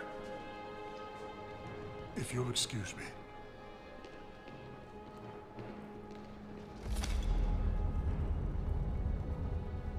I think we're about to begin. Did you hear the arrogance from that guy? I don't know what we're walking into here. But that guy was something. Something about his tone tells me this won't be easy. That was my sense as well. I doubt he speaks for all of Hotari, so I would urge patience until we speak with their queen.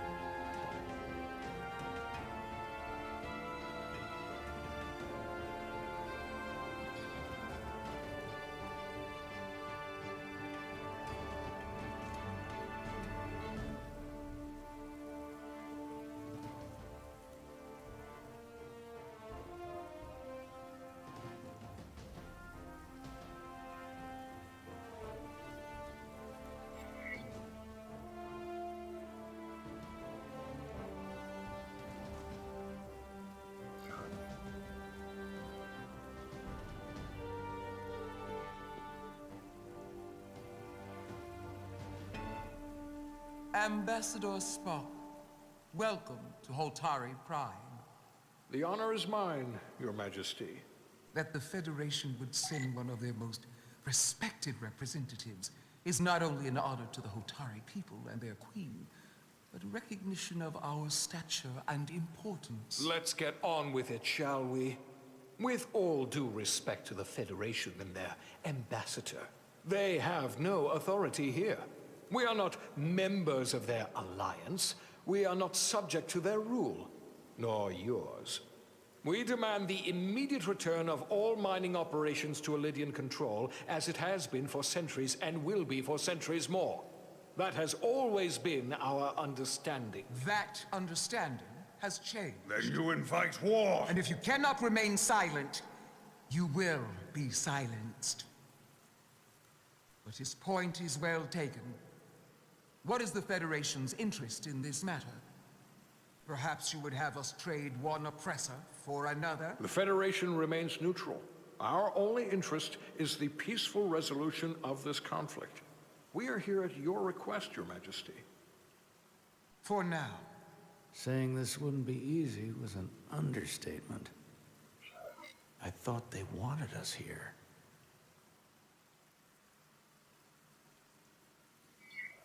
Was there something you wanted to say, Captain? Oh, no. My apologies. And what about the Kobliad? She's not part She can of... speak for herself, can't she? Then let her.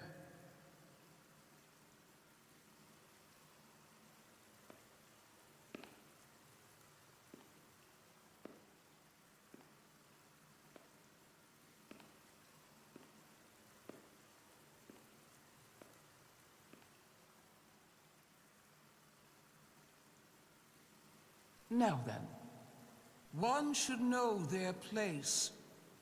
What you might be somewhere else is not what you are here. Which is standing before a queen. And a queen deserves respect. A bow is not too much to ask. Is Hotari Prime, heart of the Hotari system. My name is Commander Jara Rydek, Your Majesty. I prefer to be called by my name, not my species. Then I suppose that makes us even. Commander Rydek. You are Kobliad. Your people suffered brutal treatment at the hands of the Cardassians. Their injustice towards the Kobliad is as unimaginable as it is unforgivable. Not unlike how we have been treated by the Elidians. As much as they'd have you believe they are the victims here, remember it was the Hotari who attacked us. Hundreds of innocent Elidians were slaughtered without mercy in those mines. The blood is on their hands, not ours. Quiet! If after all the Kobliad suffered, you finally had the chance to right that wrong, to get out from under their control, would you take it? Or would you negotiate a peace?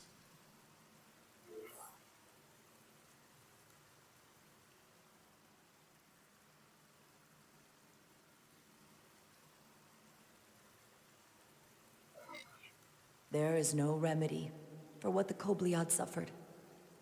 And I fear who we might have become in pursuit of it.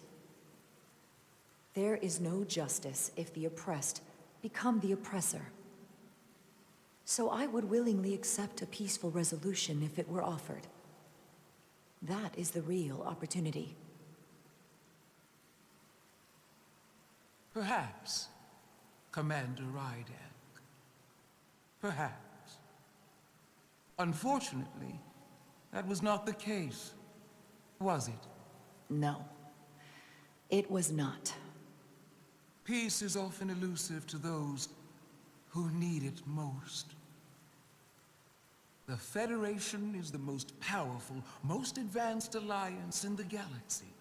It's widely known we have an abundance of dilithium in our mines. And it's in your interest to secure a steady supply. Your Majesty, if I may. Ambassador Spock would have us believe you're here as a neutral party in the interest of peace. So why are you really here? I want the truth, not your Federation rhetoric. As Ambassador Spock has said, we've come seeking a peaceful resolution to this conflict, and have no interest in your dilithium. I'm not nearly as naive as you must think. The Federation has done business with the Elidians for decades, which makes me question your motives. What they haven't said, but cannot deny, is a simple truth. The dilithium trade would not and will no longer exist without Elidian involvement.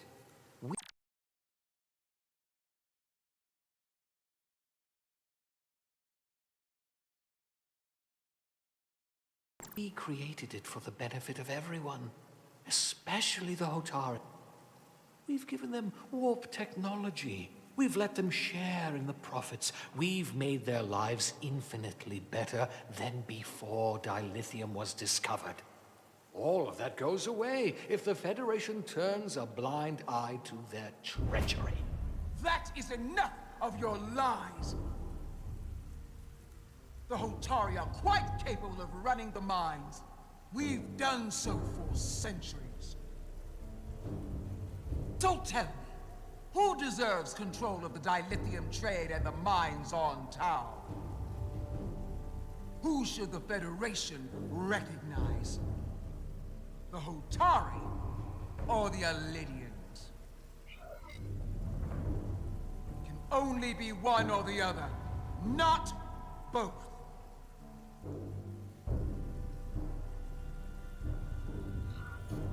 If I have to choose only one, then it would have to be the Hotari. Well said. How could the just and wise Federation make any other choice? This is an outrage. The Federation has lost all credibility. The mines are ours. Lydia will not be deterred. We will take back our mines by any means necessary. Then you will see more blood spilled. I am more than willing to address your concerns, Your Majesty. Yours as well, Representative. But I suggest we could have a more productive conversation with a smaller group. Perhaps only the most essential representatives.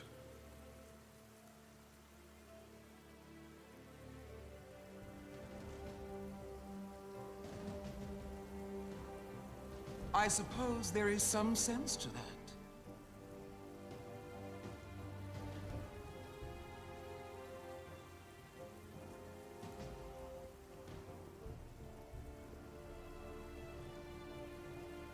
I hope we meet again, Jara Ryder.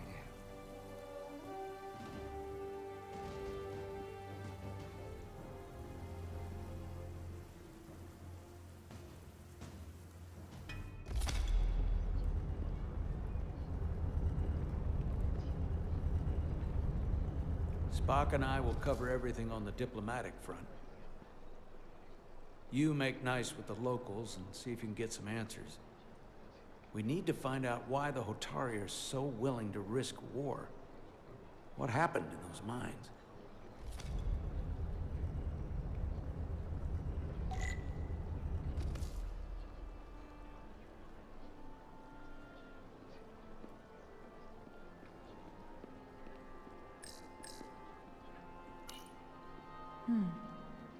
Soothing.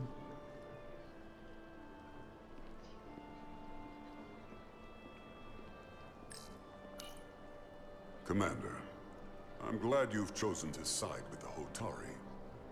I knew the Federation would see through the Elidians' baseless claims and protect the interests of my people. The Hotari have suffered enough at the hands of the Elidians. I couldn't agree more.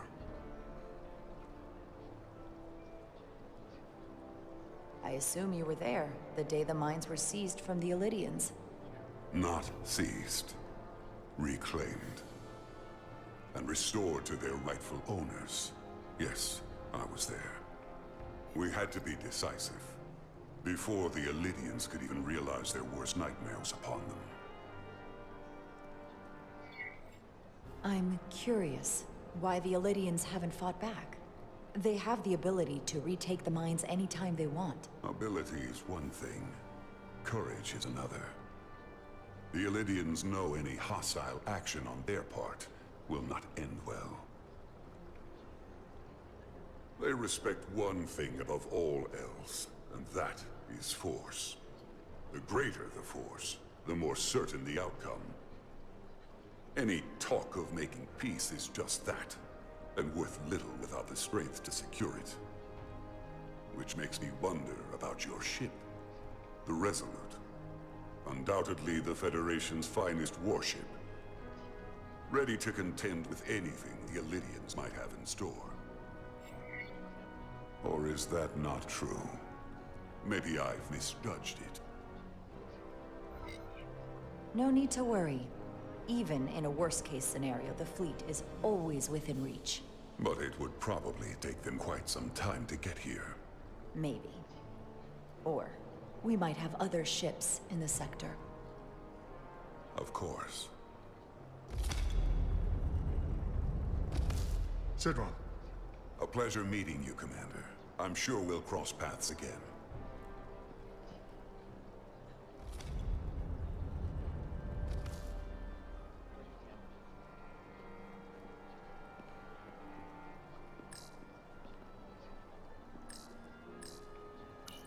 Such rough terrain. No wonder the Hotari are so tough.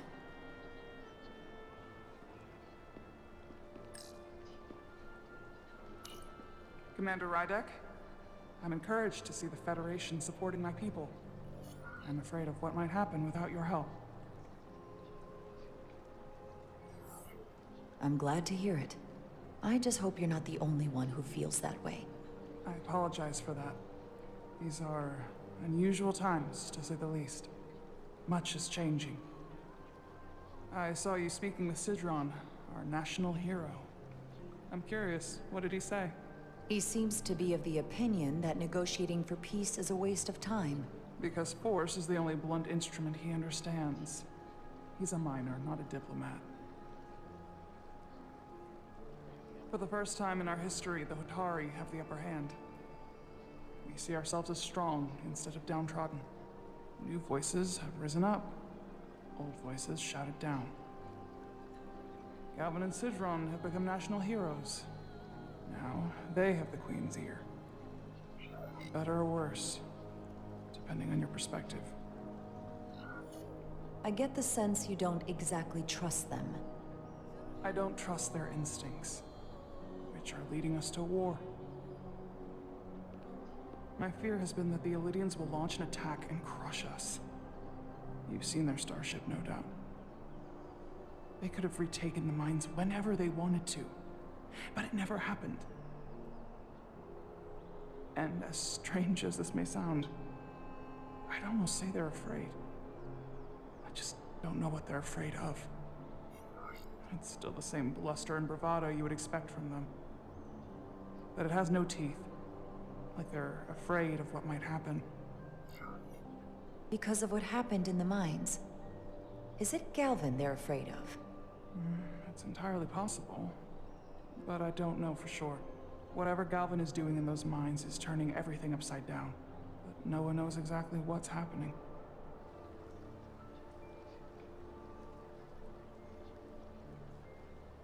Since the day of the revolt, Galvin has seized control of the mines and restricted all access.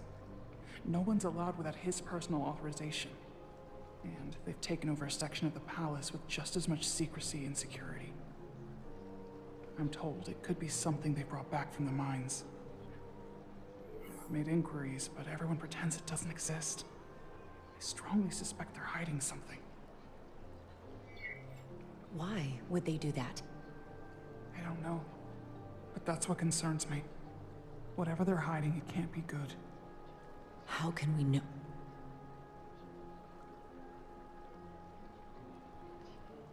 I'd better see what's happening.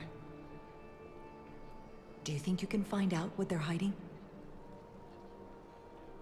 I need to see proof of something before I can make my case to the Federation.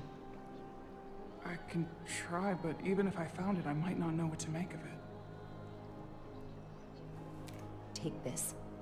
You can use it to capture whatever you find, and then send it to me.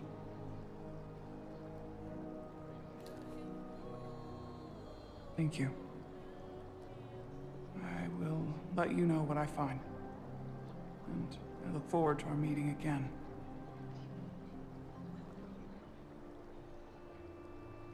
Sorry, I couldn't help but notice you were speaking with the Hotari this whole time.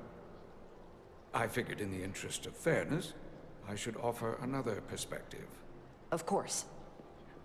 I'm probably not telling you anything you don't already know, but these negotiations rely on the Federation's neutrality, as does any hope you might have for a supply of dilithium in the future. So, why you would choose to side with the Hotari escapes me.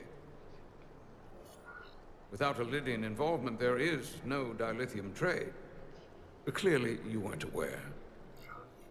We are and will remain completely neutral.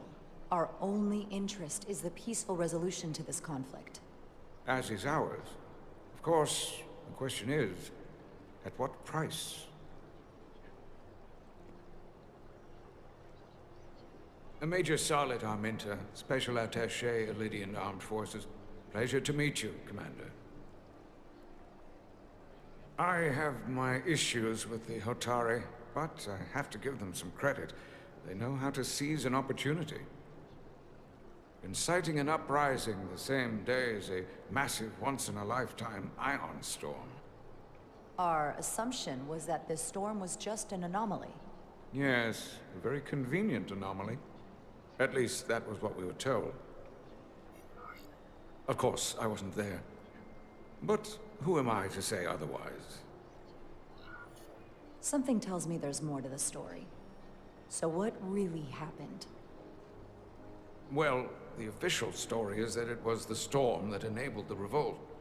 How else do a bunch of unarmed, unorganized miners seize control of an entire moon, much less thousands of mines? But I've talked to people who were there. They tell a different story. They say they're lucky to have escaped with their lives. That it was more than just the storm. That somehow the miners were able to harness the energy from the storm. I know it sounds crazy. I'm not even sure I believe it myself. But that's what they said. You just answered your own question. How do a group of miners do something that in theory can't be done? That's how. Harnessing the storm. But even if it's true, how does that even happen? You tell me.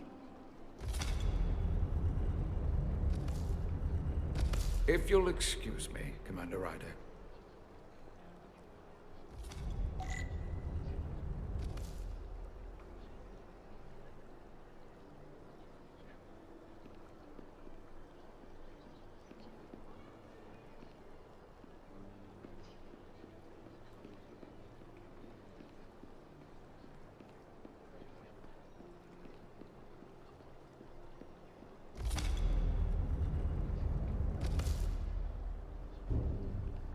Well, that was a disaster. What happened? The Hotari refused to concede anything, so the Elydians stormed out. The Hotari did not invite us here as peacekeepers. I hope your efforts were more fruitful than ours.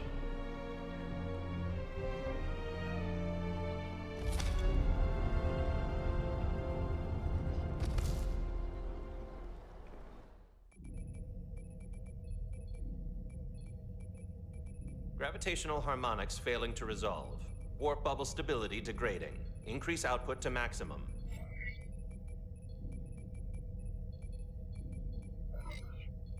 Increasing warp output to maximum. It's happening again.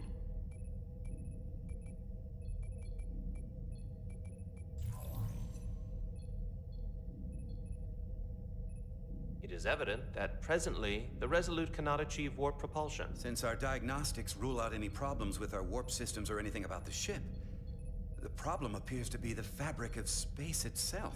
Space itself? You're saying something about this region of space prevents warp travel? Prevents it, or can't sustain it.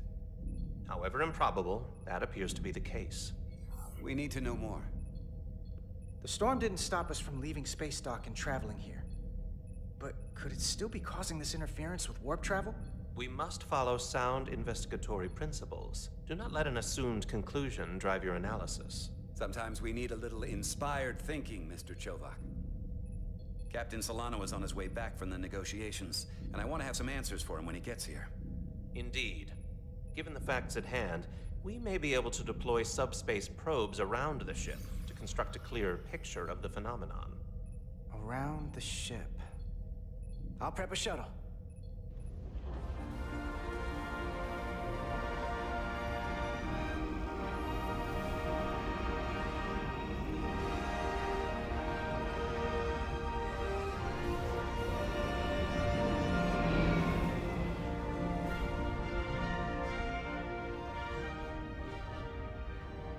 I'm setting up a waypoint at a distance roughly corresponding to the edge of our warp field.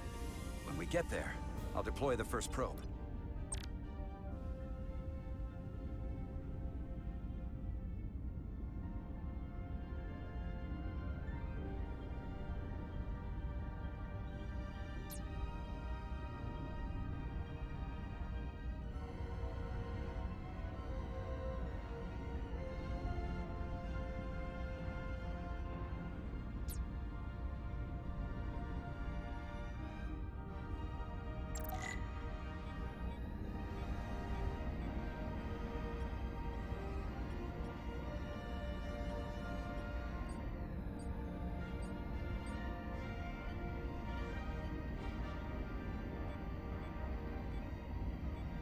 Commander Westbrook, the Resolute systems are calibrated to receive the probe's readings. We are standing by to reproduce the warp field collapse after the first probe is deployed. Thank you, Mr. Chovak. We'll be in position shortly. And, Mr. Diaz, do take care in piloting the shuttlecraft. Now is not the time to indulge in the human penchant for joyriding. Chovak probably isn't such a fun guy to work for, huh?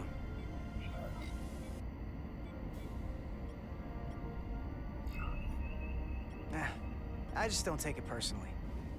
At least I try not to. That's a very mature answer. Shows a positive attitude on your part. Remind me of it when I start complaining to you about the ship's new first officer.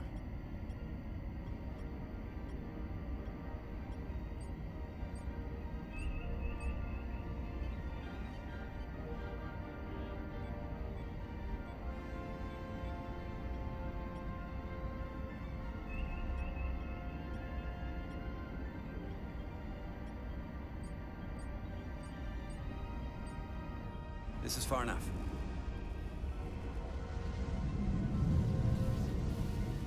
Transporting the first probe into position.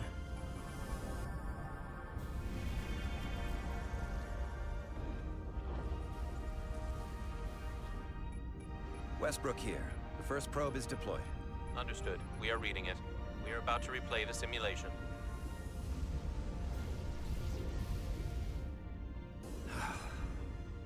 Problem? Don't get me wrong. Things are definitely trending up with Commander Rydek. She's put my ideas into action. And she listened to me when your life was on the line out on the hull. That sounds like a good thing. It is. But I'm still trying to figure out if she's right for the job. She didn't go through what the rest of us did. Still got chosen to be #1. Can't tell if she was actually siding with me, or if we just fell on the same side. Yeah, but she's lucky she didn't go through what we did. You can't hold it against her. Actually, I think I can, even if I shouldn't. Test is running. Warp field collapse in 3, 2, 1, mark.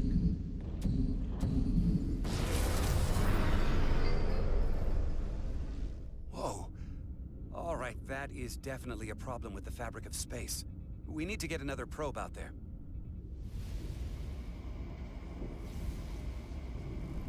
With 2 points of data, the Resolute and the probe, we've managed to get an interference pattern. I'm setting a waypoint to a particularly strong area of interference. We'll deploy the second probe there.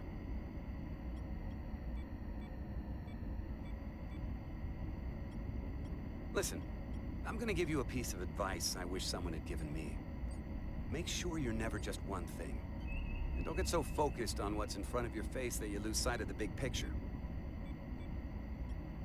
Before Rydek showed up, the captain pulled me into his ready room and told me he didn't think I had the people skills to be first officer. What a load of crap. I mean, if he'd said that about Chovak, sure.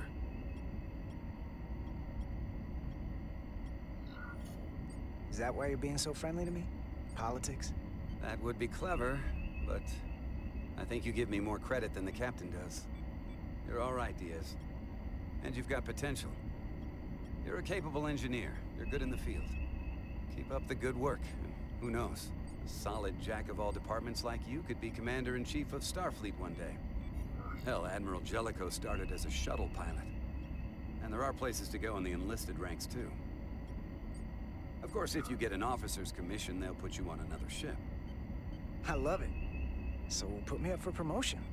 I'm ready for my next challenge. Well, I think you're going to have to prove that to your boss, Chovak, first. He's the one who has to put you up for consideration.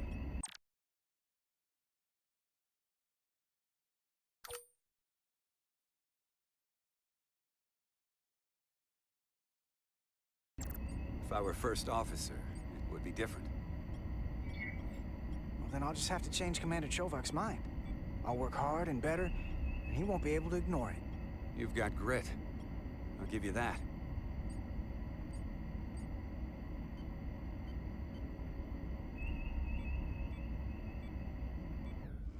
Here. This is close enough. Stop the engines. Deploying the probe. Westbrook to Commander Chovak. We're ready for another sampling of data. Very good. Running the simulation again. Warp field collapse in 3, 2, 1. On. There it is again. I saw it. It seems to be directional. Well, what about the scans? Anything?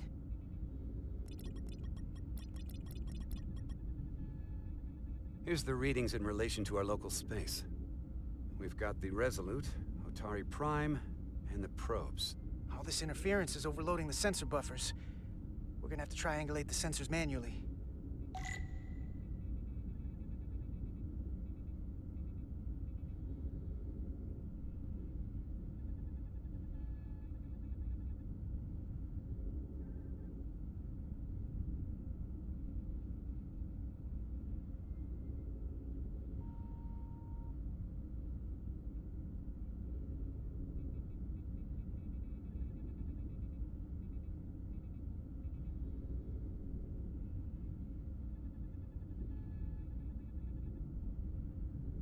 We got something. These markers indicate peaks in the gravimetric interference patterns. Let's see if I can find some more.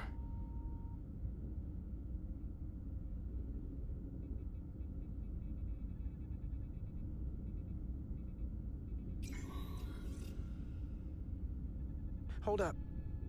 This is coming from the moon. A beam that blocks warp travel. Aimed right at us. Someone is doing this intentionally. I don't know how they're doing it. This is like nothing I've ever seen. Why would they be doing this? We came here to help these people. And now we're getting hit by some warp-killing weapon? Now, look here. It's current readings of the ion storm. These concentrations, they line up with the interference pattern. The storm and this beam, they're coming from the same place. Carter, whatever petty local conflict brought us here, it's just a small part of something much bigger.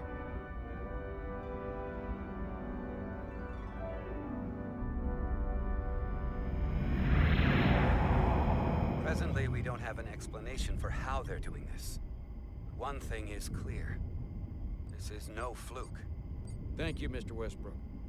I want a full briefing when I'm back on board. Solano out.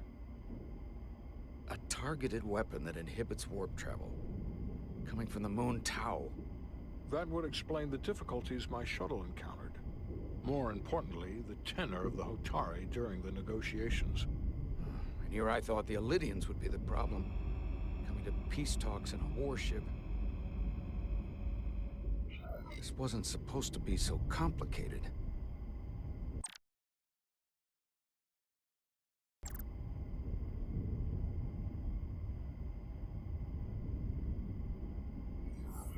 For all their posturing, every indication is that the Elydians are afraid of the Hotari. They didn't bring their warship as a threat. They brought it because they're scared. From everything we witnessed, I would say that is highly likely. But what are they afraid of? Tylus, the Hotari representative, said she thought they found something in the mines. Galvin and Sidron brought it back to the palace, but they're keeping it under tight security. She's going to investigate it. I gave her my tricorder. I expect she'll contact us soon. You found an ally. Why would Tylus help us? Go behind her people's back? It's a fair question, considering. She doesn't like the way Galvin and Sidron have been manipulating the situation. And the Queen. Working with us to go around them isn't the same as betraying her people. That may be true. She's certainly more likely to help than the other Hotari we've met. That raises another question. Specifically, what do the other Hotari have to gain in bringing us here, only to make this hostile maneuver against us? There must be some motivation. Unless they changed their minds between when they asked and when we got here. Given their indifference to the negotiations, and what we now know about this warp-disrupting weapon, it's almost as if they want to start a war. And Sidron was convinced the only thing the Elydians respect is force. I would say he's right about that. But at least they know when to hold back. But that does not explain why they would turn their aggressions against us. I don't think the Elydians know what's really down on that moon either. Major Armintas said the revolt defied explanation. That the Hatari miners somehow harnessed the energy of the storm. Harness the energy of the storm? Doing that is beyond even our capabilities. So is a weapon that disrupts warp travel. There have been civilizations and entities, both past and present, far more technologically advanced than the Federation. The Elydians and Hotari don't fall into that category. But that is all the more reason to investigate further. Commander Rydek, sorry to interrupt. We've received an urgent call from Hatari. The Queen's advisor, Tylus, has asked to speak with you. Put her through.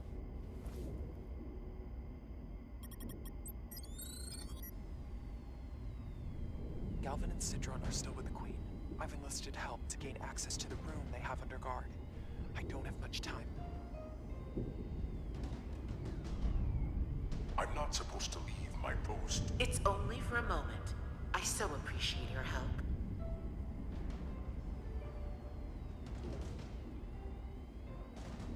I found something. I'm sending you a scan.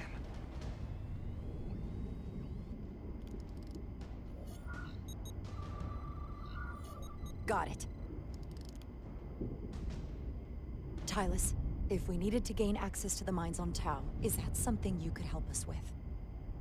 I suppose it wouldn't be easy, but I have to go. Tylus. Can we reconnect? Sorry, Captain. We've lost all contact. We can only hope she escaped without harm. It was hard to tell. We have to help her. Send another shuttle. We're or not maybe... doing anything yet. Not until we know more. Let's see the scan of whatever the hell that was.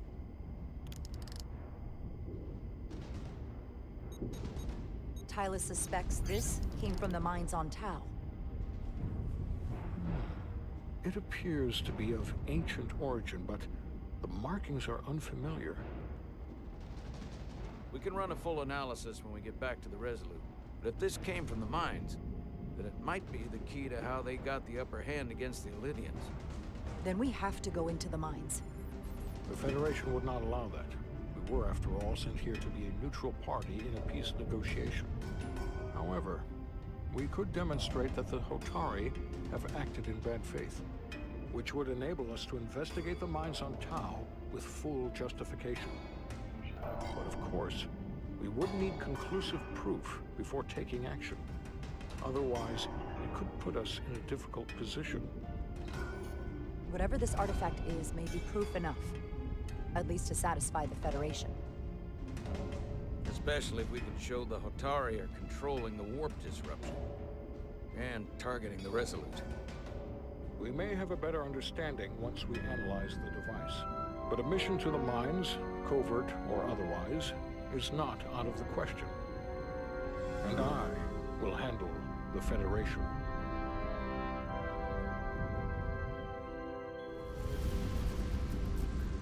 As I was telling Carter, I want all the data I can get on this warp problem. And the negotiating team's shuttle has been recording data all the way back from Hotari. Even better than our probes. So pull the sensor and engine ISOs from the Melville when it sets down. Will do. I'll join you and Chovak down in engineering to run another analysis after the briefing.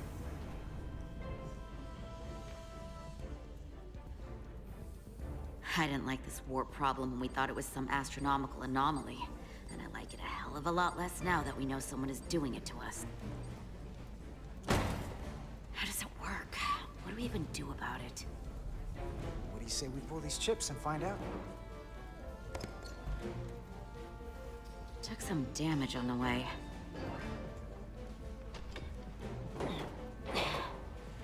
That ionic interference scored the hull plating.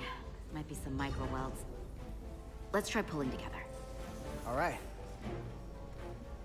3, 2, 1. It won't budge. Gotta be the storm damage. We need to... Welcome back. Any excitement down on the surface? Excitement? No. Nothing like that. Hey, can you hand me the EJ7 interlock? From the toolbox. I don't know what that is. Not much use for one on a security detail, huh? Carter? Yeah, I'll get it.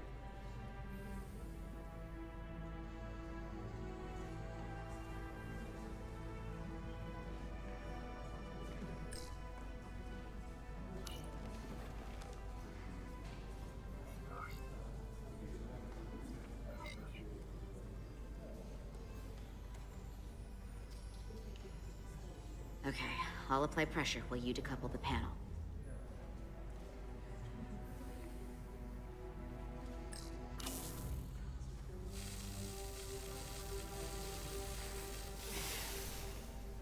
Here, I'll help.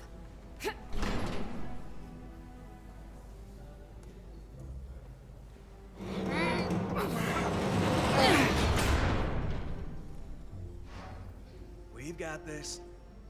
Open up and say ah. Thanks for the hand. We have to get these isolinear chips down to engineering. No problem. You really know everything about these ships, don't you? The tools, the systems. Like a walking Starfleet technical manual. Well, I wouldn't say everything, but I know my stuff. I can see that.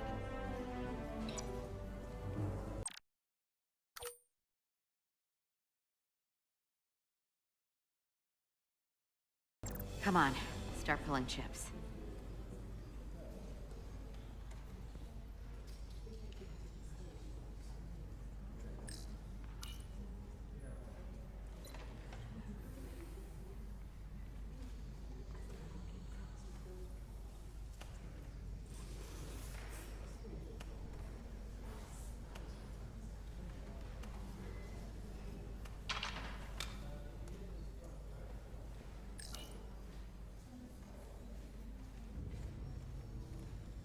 What's this?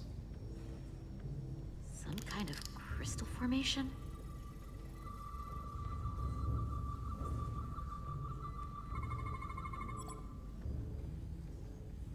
Whoa. This substance is a quantized spin crystallization of hydrogen, carbon, and lithium. It's emitting tetrametric pulses at an interval of 3.8422 seconds. Quantized crystallization isn't natural. I mean, it's only theoretical as a means to engineer matter on a subatomic level. What's it doing in there?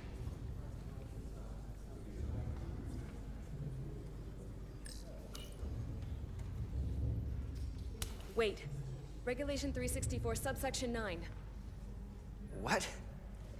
Regulation 364, subsection 9 orders that in the case of an unknown foreign substance infiltrating a sealed system, it will be placed in secure confinement before further examination.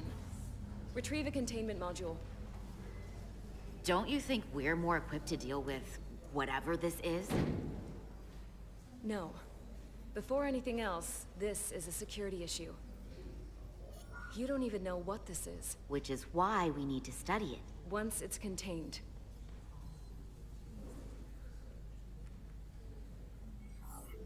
Well, if it's not natural, then someone might have put it there. It could be a tracking device, some kind of sabotage, or even a bomb. Which is why we need to get it to the containment lab. Come on. I can't make an exception. Not even for you. I'm still going to report these crystals to Commander Westbrook when we send the shuttle data. And I will inform my superiors. I'm taking this just as seriously as you are. But I overheard talk about the warp disruption on the shuttle. Now these crystals? Maybe this situation is more than we can handle with just a science vessel. We could trigger a distress call, get Starfleet to send more ships. Or I could send a message to my old CO on the Adirondack. Get some combat-tested vessels. We shouldn't do this alone. That wouldn't be a bad idea. If you think you could do it without getting in trouble. I'll find a way. Be very careful.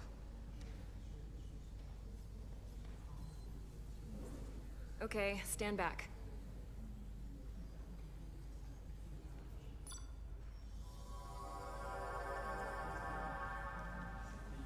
Get this to the containment lab. We'll get it set up for you. I'll let you know when it's safely confined. Oh, we'll be there. Last thing you want is to study this down in main engineering and have it explode next to the warp core.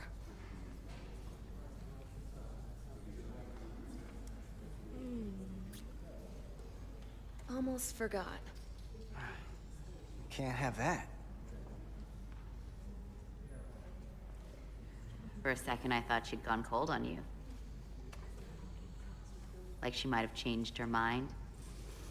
But I guess this whole situation has her spooked. Maybe she knows more than us?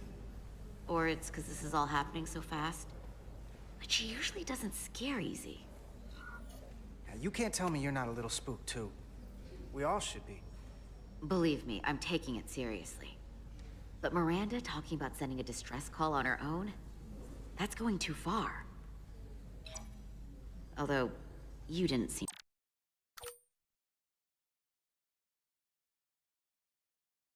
to think so. She was probably just thinking out loud. I'm sure she'll come to her senses. This mission has enough complications stacking up. Now, we'll get through it. You, me, and Miranda, too.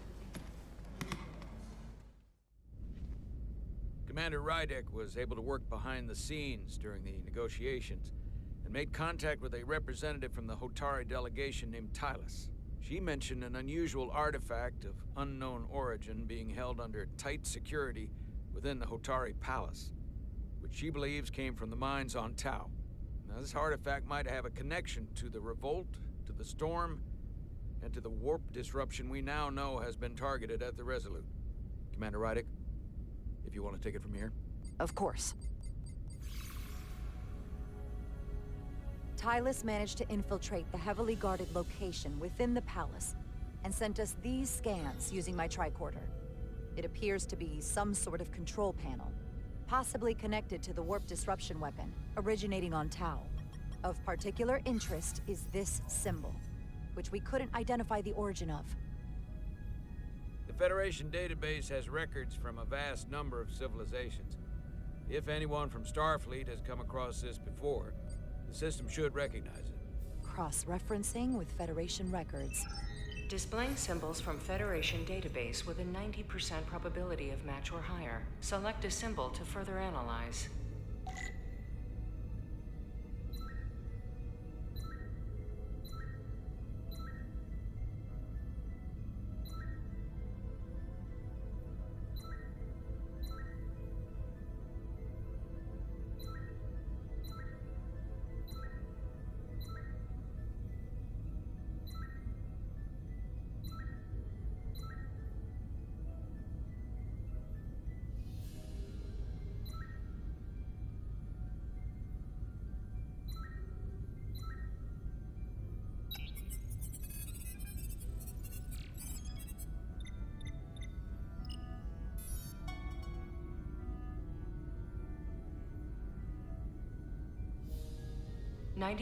.2% match. Got it.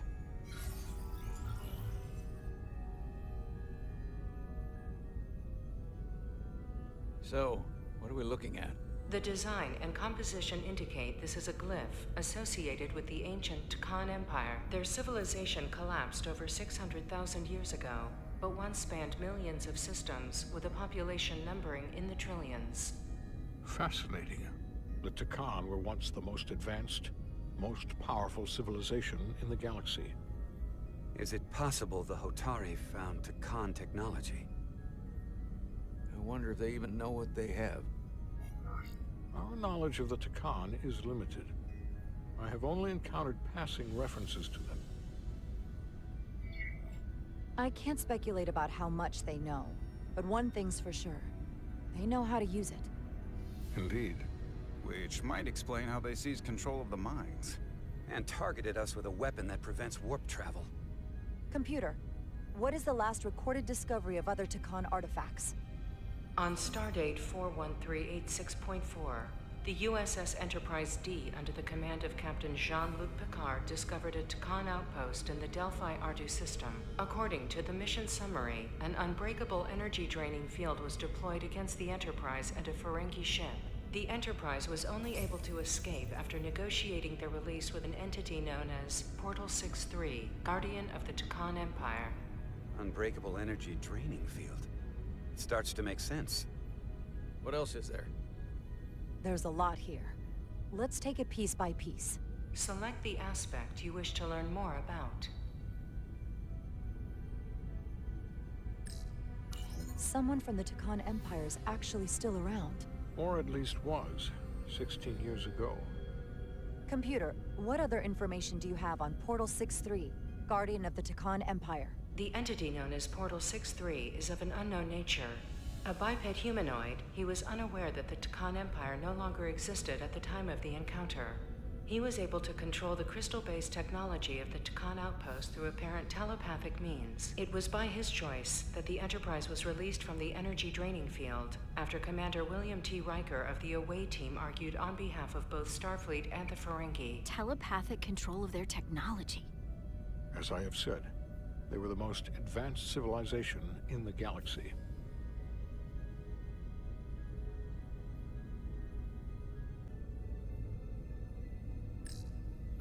What sort of planet is Delphi Ardu 4? Delphi Ardu 4 is an M-class planet, a barren rocky world with little to no vegetation and frequent ion storms.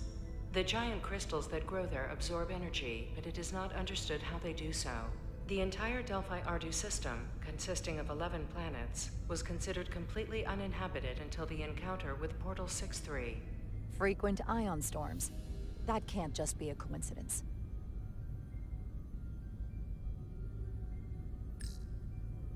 The technology to capture and hold the Federation flagship would have to be unbelievably powerful.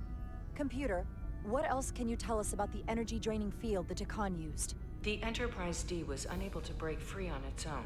The precise nature of the technology was never fully understood. Only that the crystalline technology used was beyond the comprehension of then-current Starfleet science. The engineering team found a quantized spin crystal formation in the shuttle you took to Hotari. They registered tetrametric radiation coming from it. We have Takan technology on board right now? We might. I'll run a full analysis in the containment lab.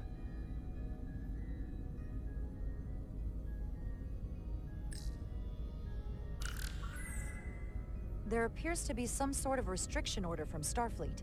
Computer, explain this restriction. A Starfleet directive similar to General Order 7 forbids entering the Delphi Ardu system or attempting to make contact with Portal 6-3.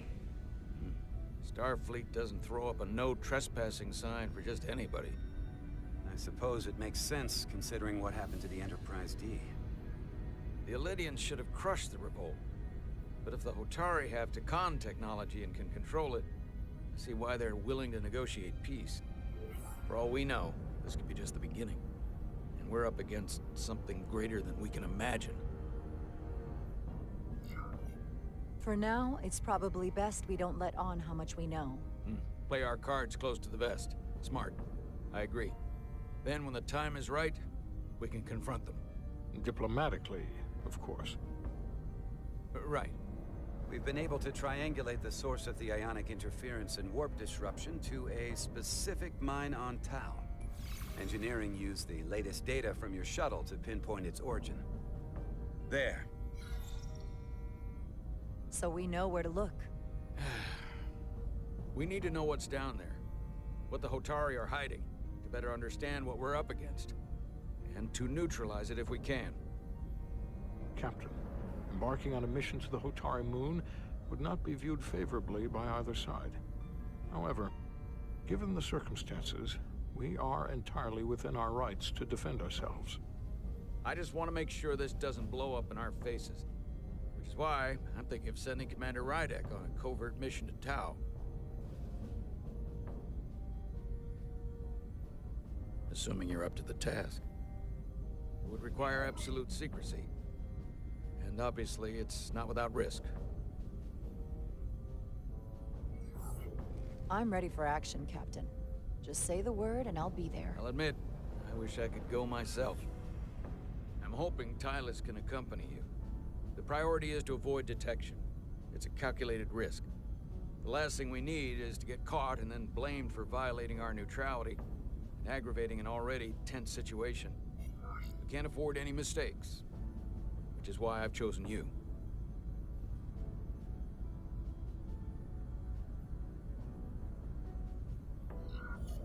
Tylus will be essential to my success. Not only her knowledge of the mines, but her ability to gain access, particularly now that we know which mine we need to get into. Make sure she understands the need to keep this covert. She's not going to want her people to know about this. Get in touch with Tylus and make the necessary arrangements as discreetly as possible.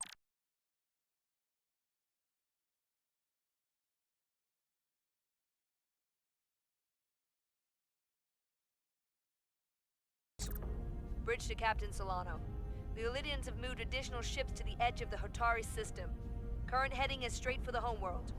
Understood. It would seem we no longer have the luxury of waiting.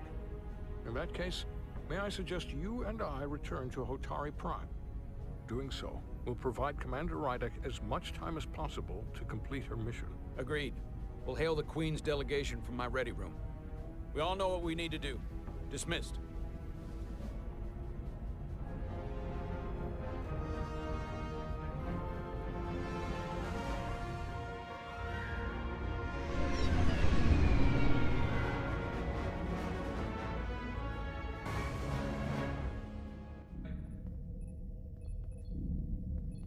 Petty Officers Diaz and Edsolar, where is the crystal formation that you found in the shuttle? I have tasked Ensign Calloway with performing a full analysis of the tetrametric pulses. Security brought it to the containment lab. I was just there. They don't know anything about it. Security never checked it in. Miranda never got there? She's the one that had the crystal formation? Yeah, her and the rest of the security detail from the negotiations. Diaz, Tamaris.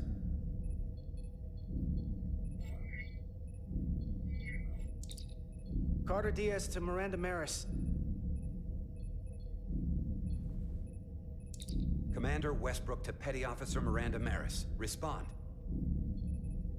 Something's not right. She's still on the ship. She has to be. Computer, locate Petty Officer Miranda Maris. Petty Officer Miranda Maris is in the isolinear storage array on Deck 5. I'll go find her. Good. I am sure Mr. Diaz can attend to this on his own.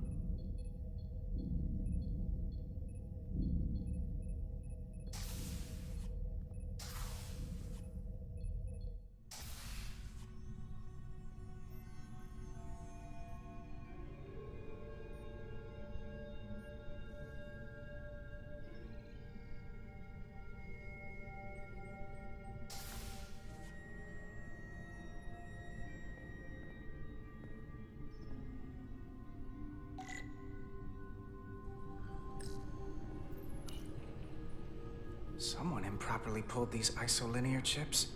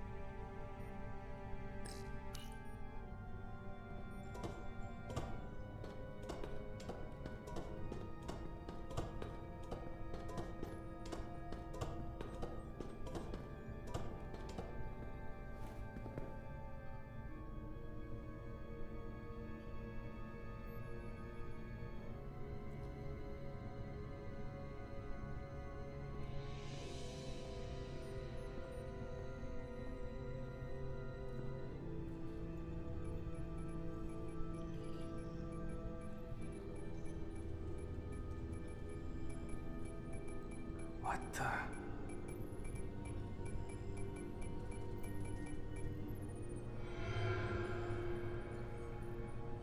Oh, it's just you. I'm busy right now. Why don't you come back later?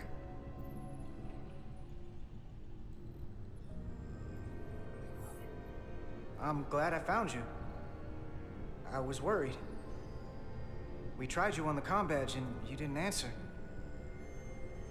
Oh, I guess I was just caught up in my work.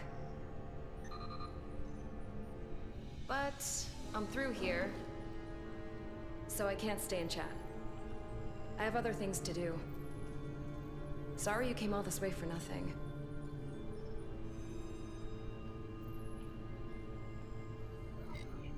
Was someone else messing around in here?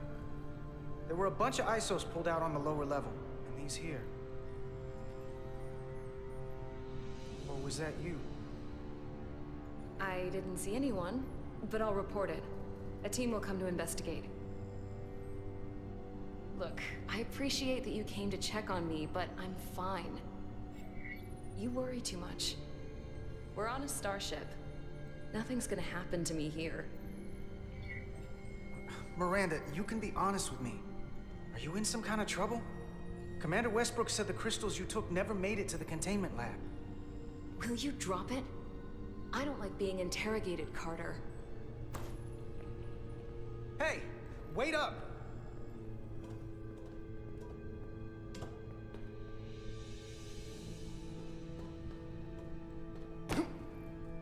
I'm getting some very mixed signals from you right now.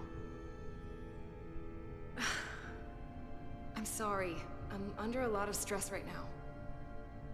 Just tell Chovak or whoever I don't know where the crystals are, and let me go about my business. I know we have some things to figure out. I don't have time to stand around and debate with you. Not right now. I don't know what it is, but you're hiding something. What's in that storage drive? It's secure data. It doesn't concern you. Miranda, hold on! No. Get out of my way.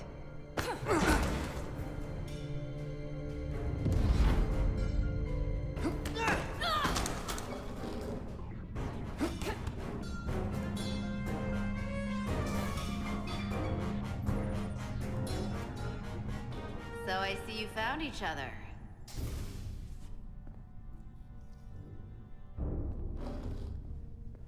You were taking so long, the commander sent us to see what the problem was. Diaz, you were sent here with specific orders, and fighting your crewmate wasn't one of them. What the hell is going on here?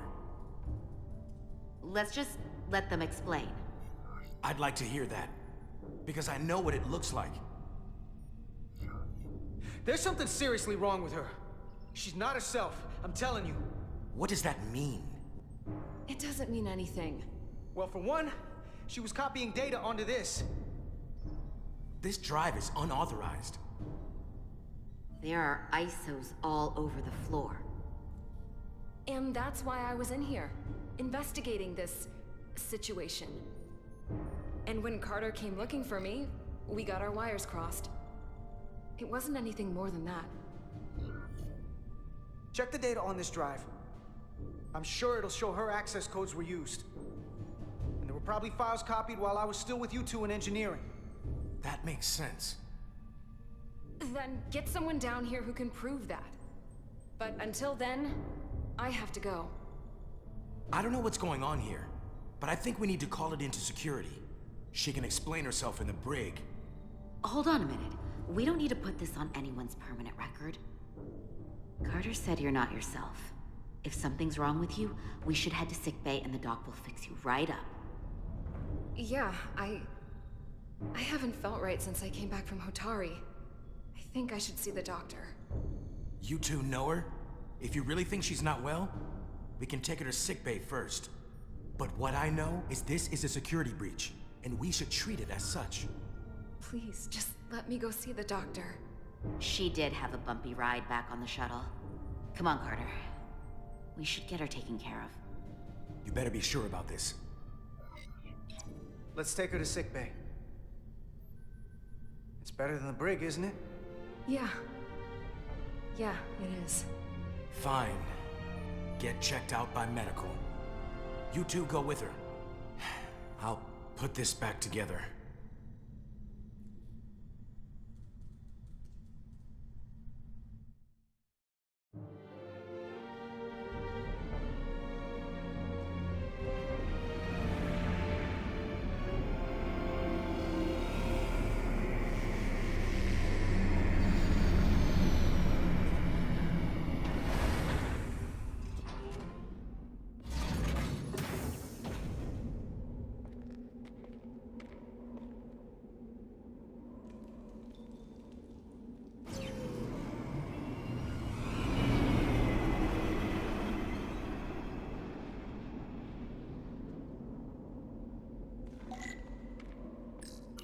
Foliage on Tau resembles underwater plant life on Earth.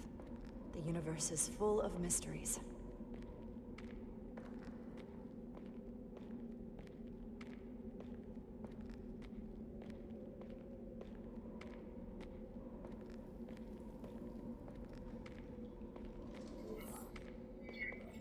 Rydick here. This is Zermatt. Any trouble getting to the surface? I'm really starting to miss transporters. As long as this storm is around, you'd better learn to like shuttles. But if you can find the cause of the interference, we might be able to get back to transporting. As if I needed another incentive. We both know that there's a lot more than that riding on this. Fair enough. You'll need to get in and out of the mine undetected, so I hope Minister Tylus can help in that regard. So do I. And to keep this covert, we'll refrain from contact unless absolutely necessary. Understood. Rydick out.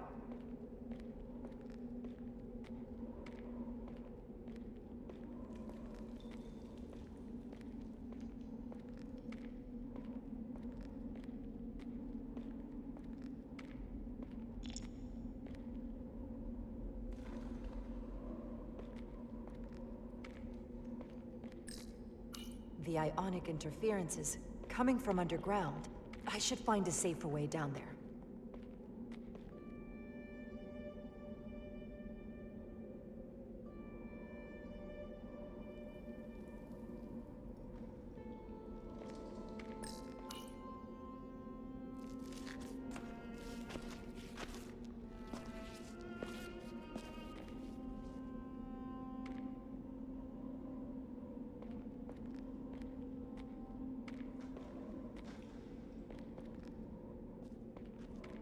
I saw your shuttle take off. Hopefully no one else did. It's good to see you. Even under these unfortunate circumstances. When you called to give us a scan, it sounded like they caught you. I was worried you'd been hurt. It was nothing I couldn't handle. Lead the way. I'll fill you in on what we've learned about the situation. Follow me.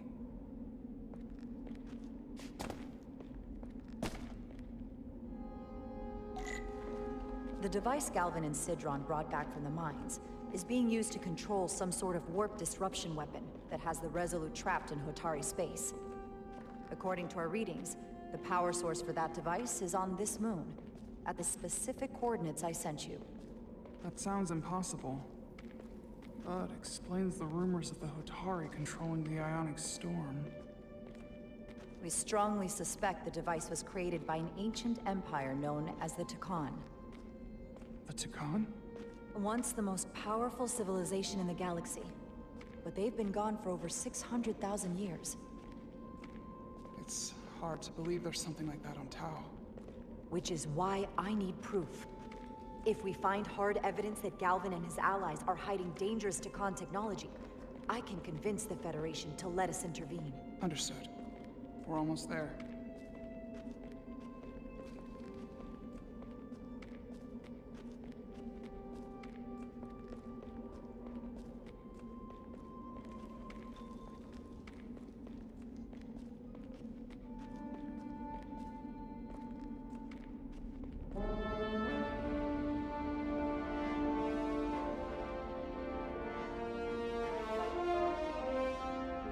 That's the mine?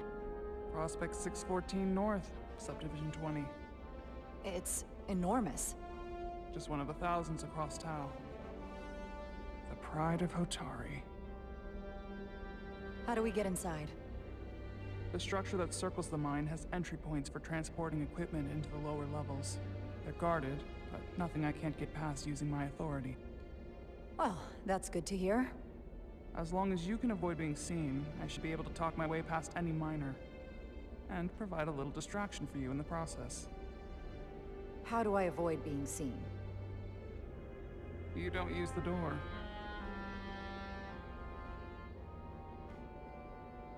How dare you! Don't you know who I am? I am Tylus Altaris, Minister of Diplomatic Affairs. That's not... The Queen would be furious to hear you tried to deny me entry. the Queen. But I just... You just what? Just now realize the trouble you've made for yourself? And who exactly do you think you're going to report this to? Because I'll be reporting it as well, to someone much further up the ladder. You have no authority here. Do you understand who pays your wage? I can inform the Queen directly of this insolence. There's no You'll need regret for... everything you've said here today. You should have opened the doors the second that way. Before you. That's not the protocol. I didn't know Each you were... second you delay my entry will be recorded, processed, and permanently marked on your record. I can't believe this. Does your brain function? Do you speak our tongue? Let's get a look inside you. How could a fellow Hotari not understand this? You're digging your own grave. I've reached the end of my patience. Escort me to the maintenance bay. I told you I can't just... Now! But fine. A wise choice. Lead the way, and be quick.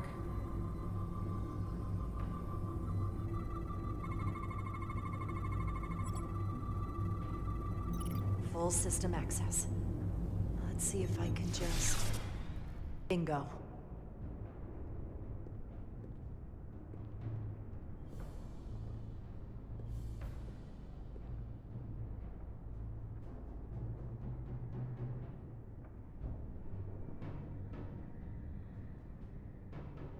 Better hurry. Not sure how long she can keep him busy.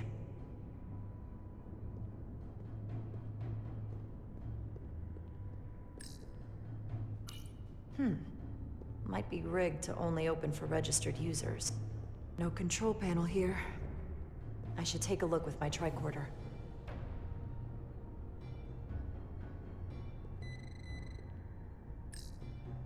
Might control the exit door. Need to see inside it.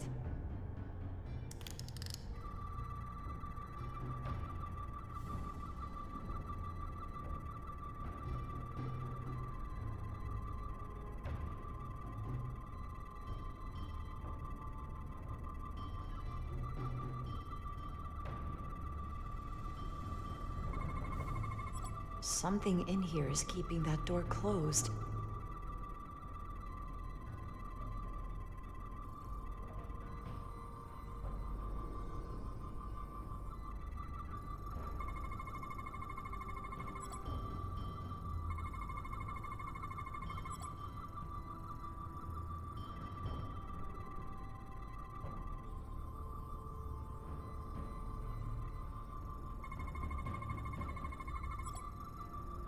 Got it. Should remove the security check on the door.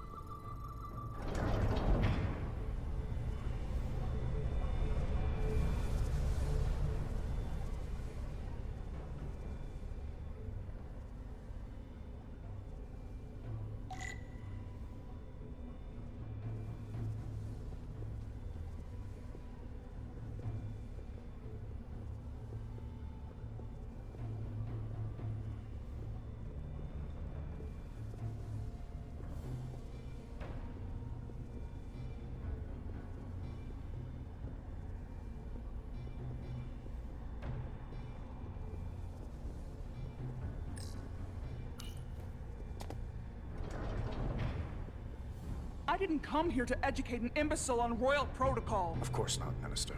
So I will be about my business here, and you will take yourself out of my sight.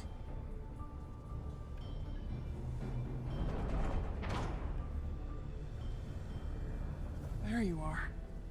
You really let that guy have it. It worked, didn't it? I'm used to having to throw my weight around. Hard to get anyone to listen to you otherwise. I'm impressed. I didn't know you had it in you. There's a lot you don't know about me. Underestimate me at your peril. The catwalks were booby-trapped. Galvin and Sidron have gone to great lengths to keep out the uninvited. Well, we're inside. Where do you want to start? The ionic interference is coming from below us. We need to go deeper. That lift goes down, at least to the changeover station. But we can't use it without DNA authorization from one of the guards. I have an idea, but we need a few samples of DNA from the miners who work here. Samples? Fingerprints, sweat, blood. Which will trick the machine and get us control of the lift. That's the theory. Let's test it.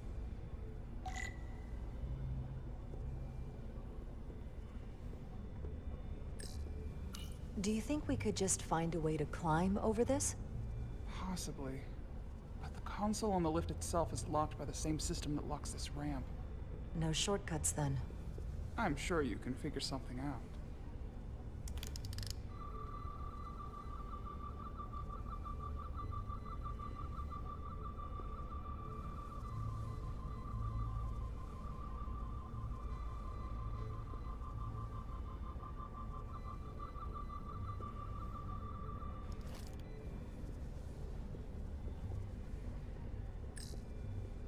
What's in all these containers?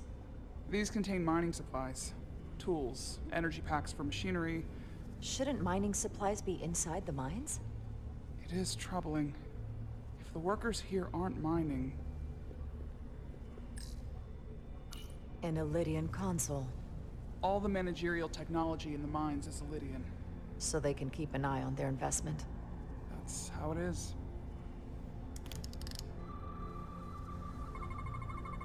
There's DNA on this console, but it's only partial. I can't use this. Maybe because we're outside. The weather out here could dilute any DNA samples. What about inside that structure? That's where the workers spend most of their time. Good idea.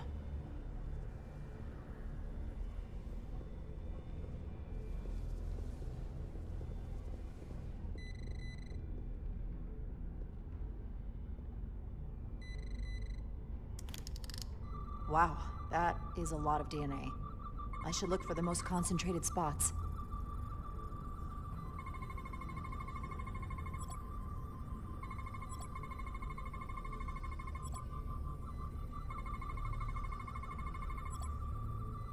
That's a stable DNA sample.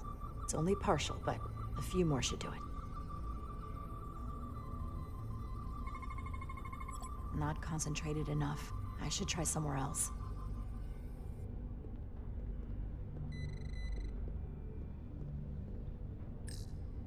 Almost looks like coffee. Almost. I'll have some Ractagino when I get back to the ship.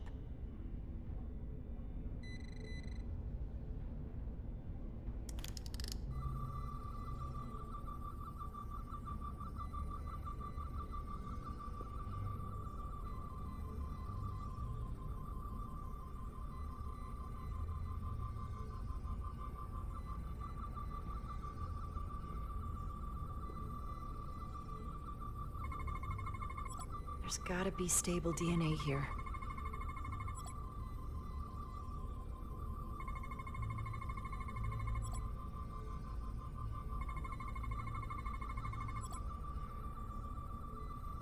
Good. That's another I can use. Just need one more sample.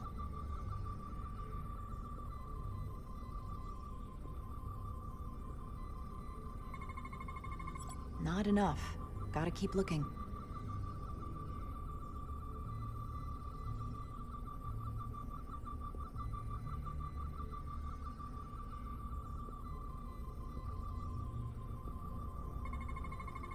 I can use this.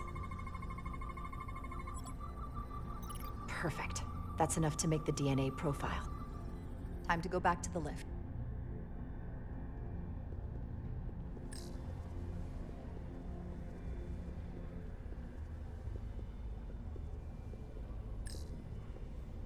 This facility doesn't seem well maintained.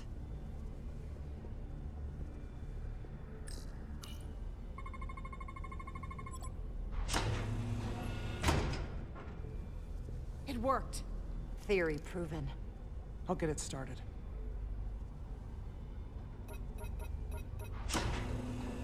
Ready?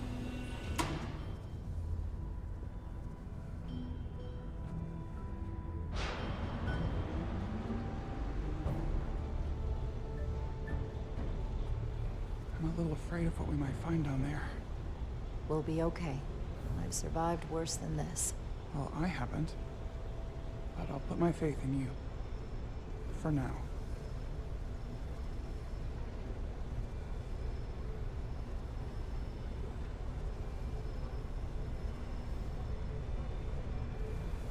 Jara. No, stay back. There's a guard at the station. You'll have to hide.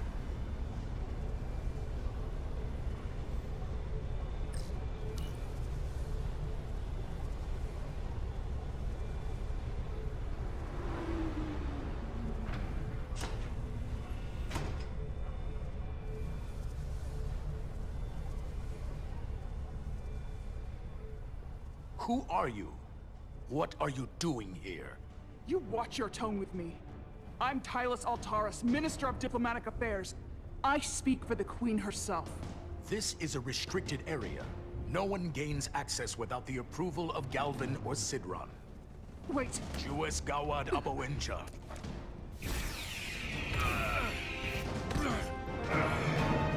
Are you all right? I don't know. Are you injured?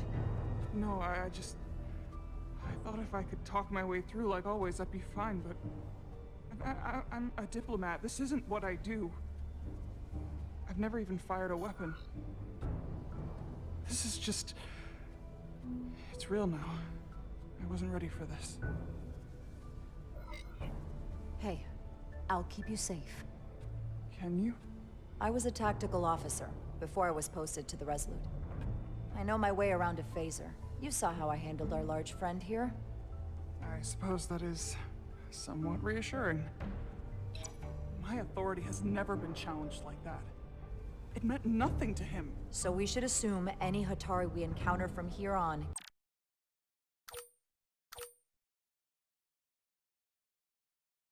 can't be reasoned with. Agreed. The only loyalty they have down here is to Galvin and Sidron. Can you switch over the lift? The guard should have a scan card that will allow us to operate the switch.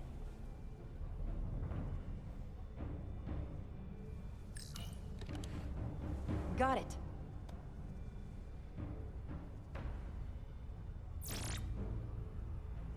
He's not dead, is he? He's still one of my people, and I didn't come here to take Otari lives. My phaser's set to stun.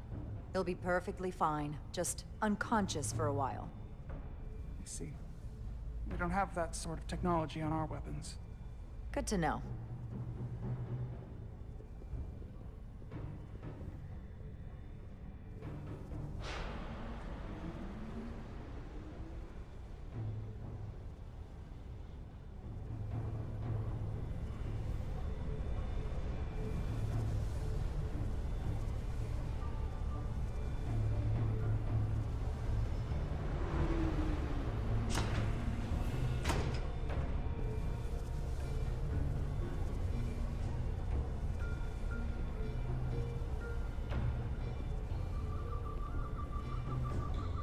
The energy readings are emanating from this tunnel.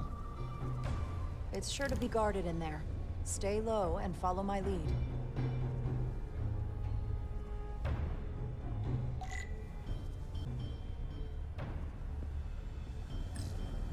Is that all dilithium? Not all of it. We excavate large chunks of rock that contain varying amounts of dilithium ore. It's sorted and processed at the collector ship above.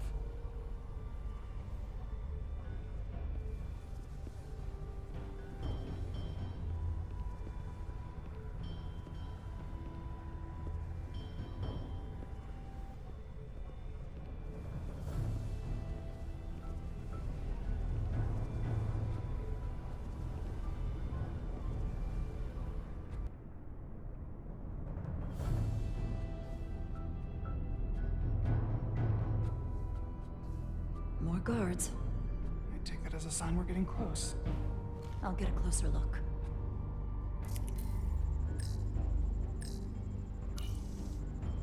Looks like they've improvised a barrier.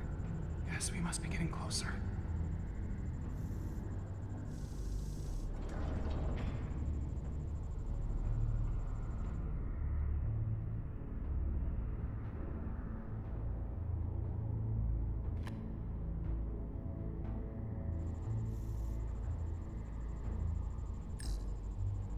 We need that particular card, don't we? I'm afraid so.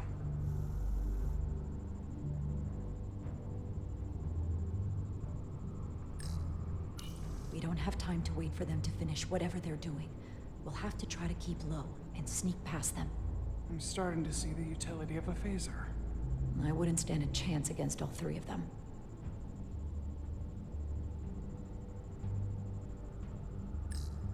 Can you open that door? Not without that scan card. I don't like our options here. I have to get us that card so we can open the door. How? If they detect you, Galvin and Sidron's followers are clearly willing to kill to protect whatever is in this mine. Hey, I'm trained for this. I'll be fine. What should I do? Avoid being seen. Stick to the edge of the room and meet me at the door.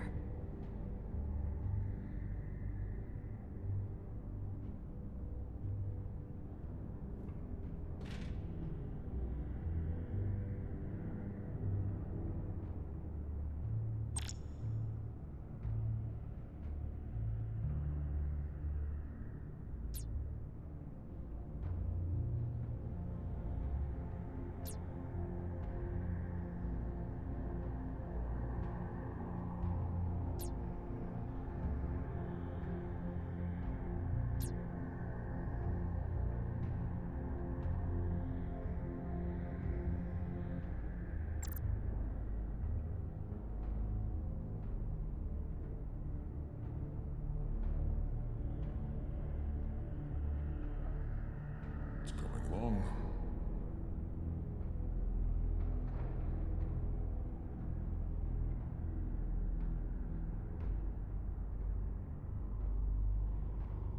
I wish the Lydians won't try something else. They saw our power, our resolve.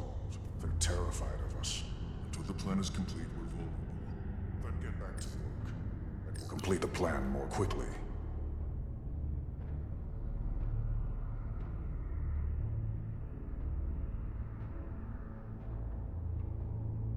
Processing.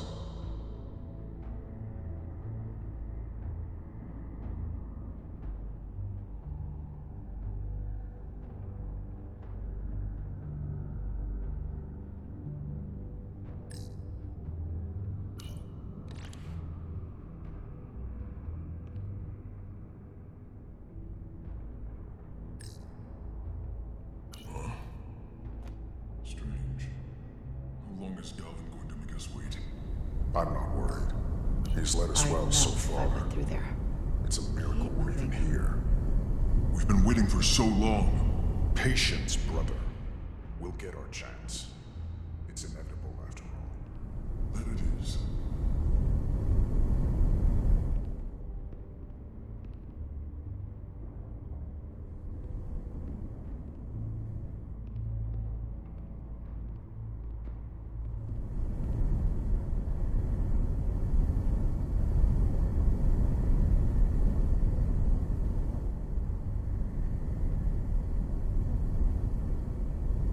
Anyone who prevents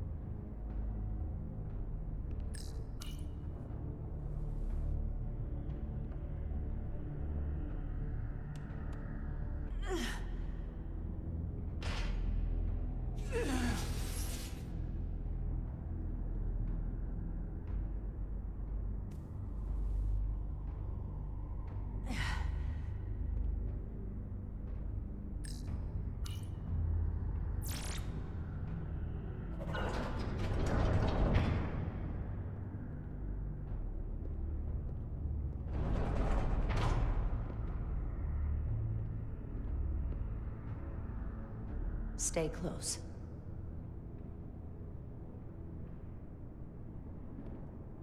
Stop! What? Motion sensors.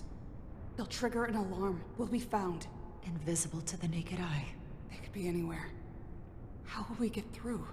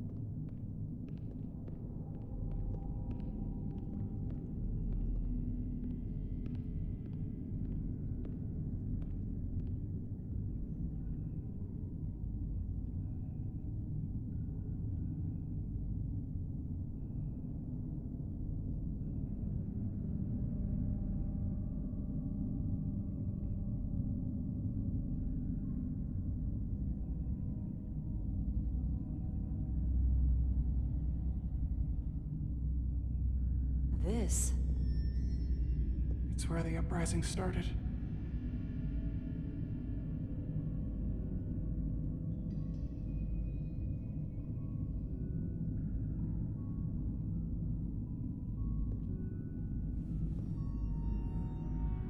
Otari, don't do this. We defend ourselves, but we don't kill on this scale, this level of savagery. There's no such thing as a bloodless rebellion. I don't know if we should keep going. So much death. I don't want to end up like them. We'll make sure they didn't die for nothing. What we learn here could save the rest of your people. Okay. Okay. Whatever happened here, it made the Illydians abandon the mines. Let's find out what they're so scared of. Otari and Illydian. Both sides took a beating.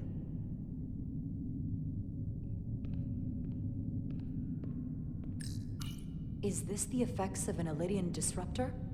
Yes. Disruptors are cruel weapons. From the blast marks, it looks like the Illydians had far greater firepower.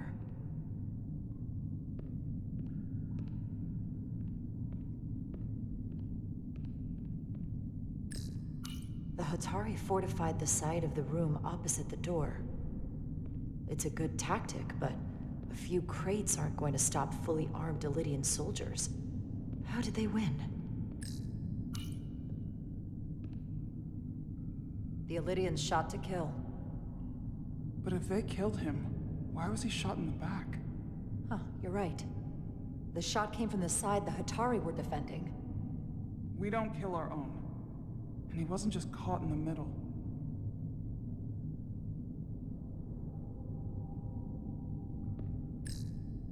Killed by the same crystallization as the Illydian. Whose side was the killer on?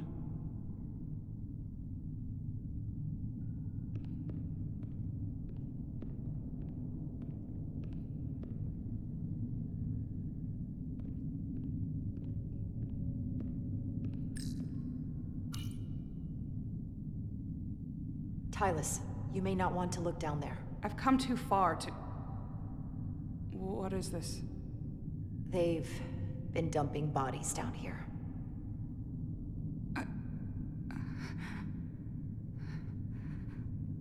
Unforgivable. Galvin and Citron will be made to answer for this.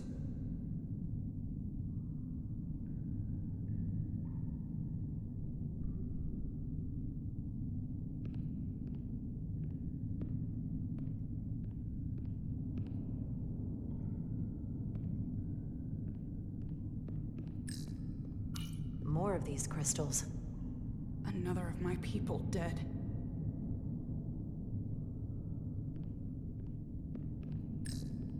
Tylus, what is this machine? It's for tunnel boring. The cone on the front is covered in disruptors that allow it to melt through the solid rock. They don't seem to have finished the tunnel. Why stop here, I wonder?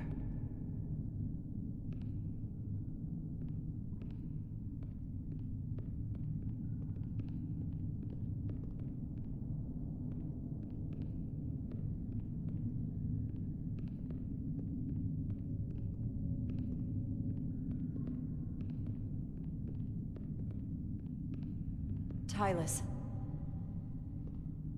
What? What kind of weapon did this? This is like nothing I've ever seen or heard of. My people don't have a weapon that does this. What else can you tell me?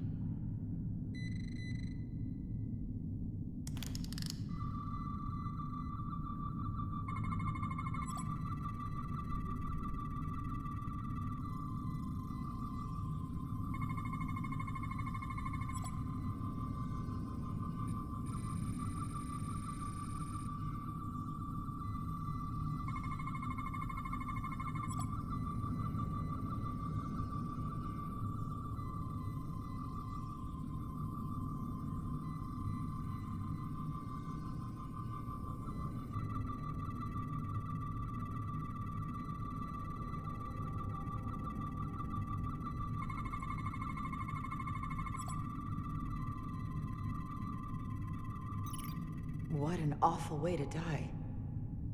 This must be why the Illidians are so afraid. Technology that surpasses their own, in the hands of the Hotari that they've lorded over for centuries. Where did this weapon come from? Well, the crystals are giving off tetrametric pulses.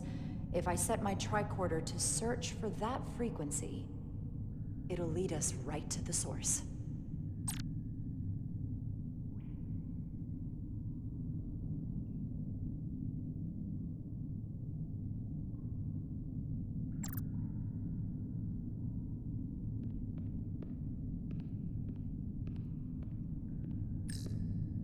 This makeshift barrier forced the Illidians to enter from the service corridor, creating a choke point. Quite the advanced tactic for a species that's never waged war.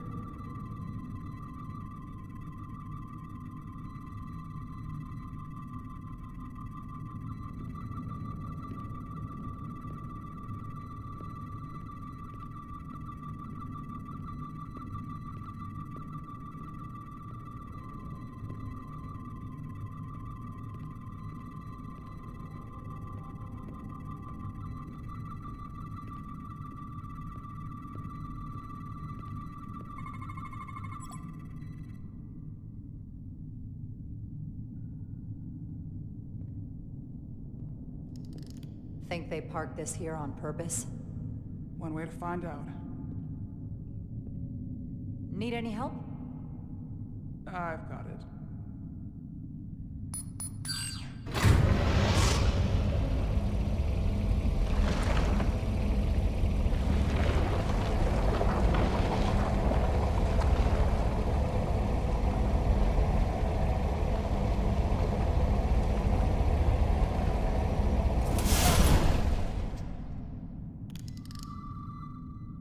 This concentration of tetrametric radiation has never been recorded.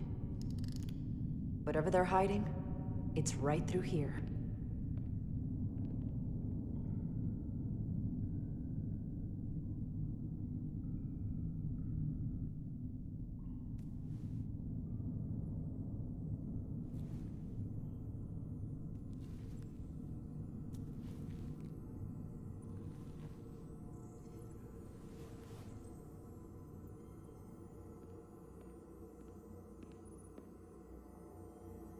This feels strange.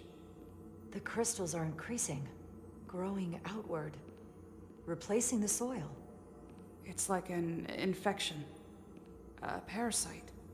Growing inside Tau.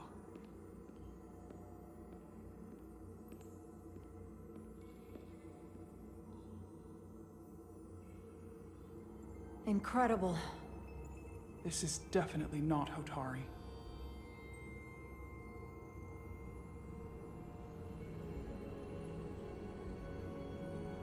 It's the remnants of the Tucan Empire.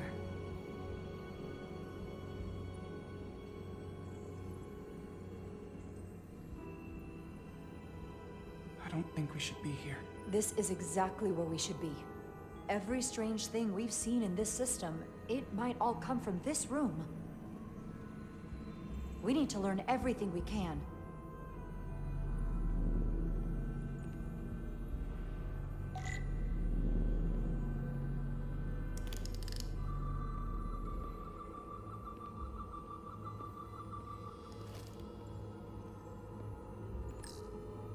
Somewhat resembles a transporter pad.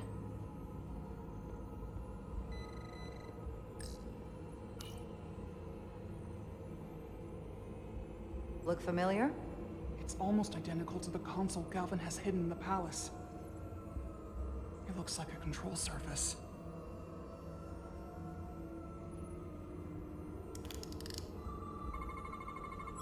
What are we looking at? It's made of the same crystalline material as the rest of this place, but I can't tell much else. Might be some kind of sleep mode. I can't analyze this further unless it starts working normally. Maybe we can turn it on from somewhere else.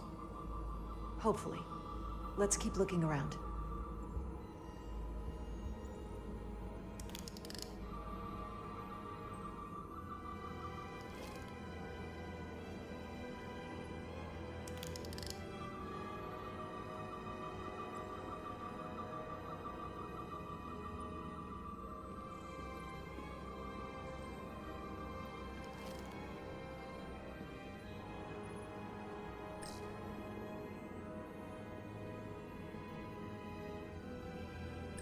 How are you holding up?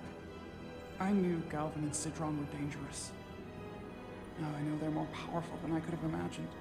But the worst of it is knowing they got there by turning our people against their own.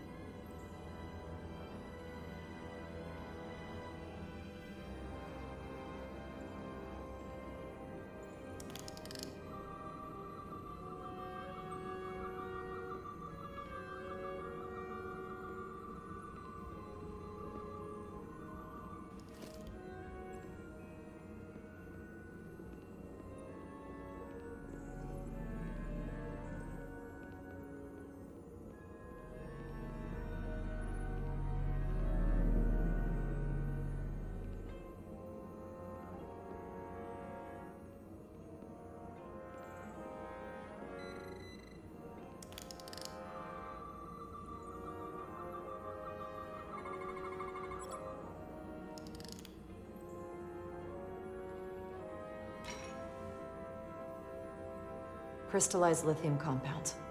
Its internal structure is extremely ordered. In fact, the states of these crystals on a subatomic level suggests a storage device of some kind. Energy levels are both stable and ordered, like information. Some of them appear to be depleted. What kind of information would you deplete?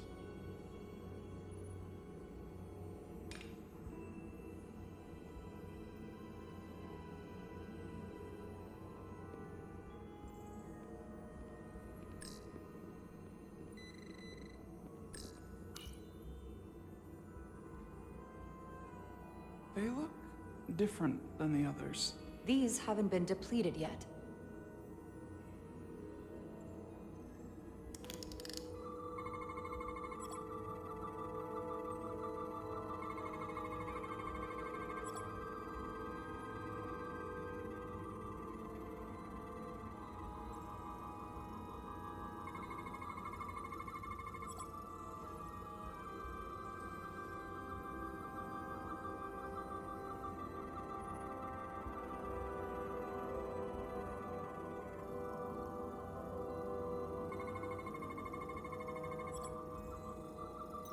This suggests there's some type of complex life form contained within each crystal.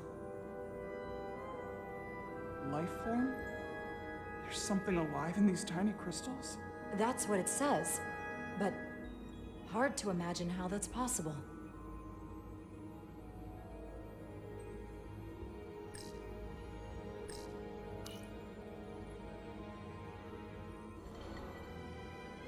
Our science division will have a field day with this. We need to study it on the ship.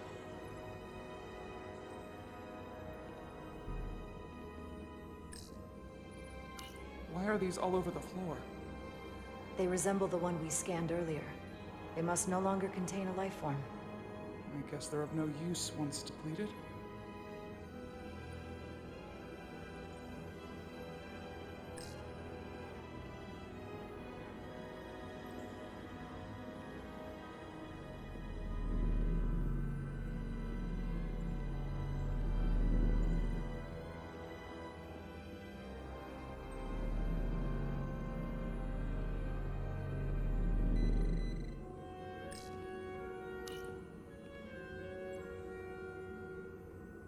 Looks like some sort of replicator.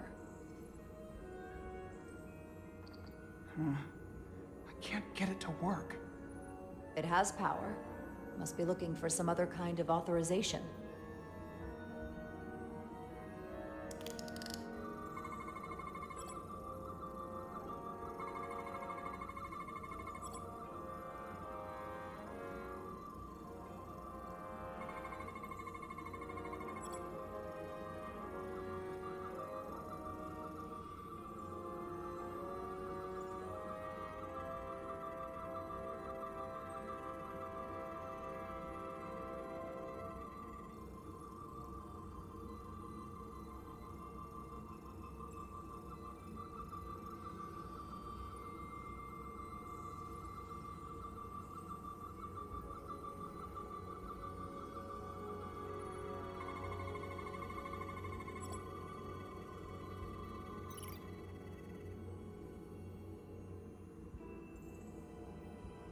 What is it?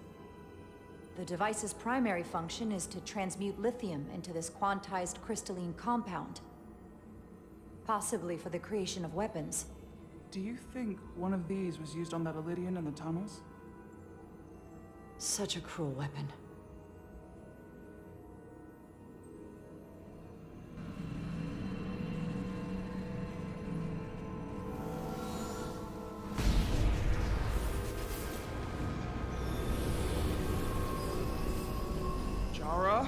I see it. What's happening? Someone turned it on. There's no one here. Then maybe the device I saw in the palace can send a signal? If that's the case, we may not be alone for long. Let's hurry.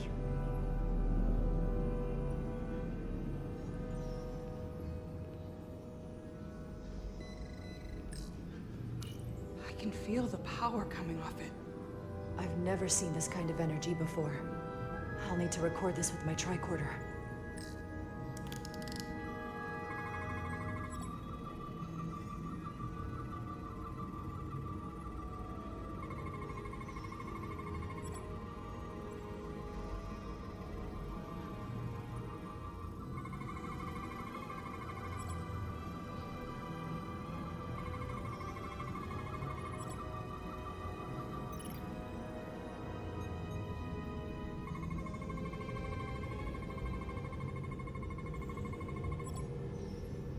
This can't be right.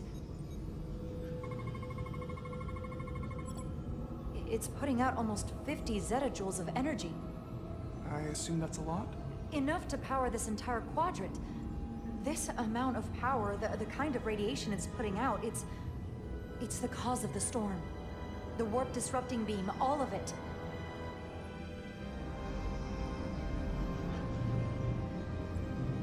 What do we do now? We get back to the Resolute. They have to know about this. Come on, let's...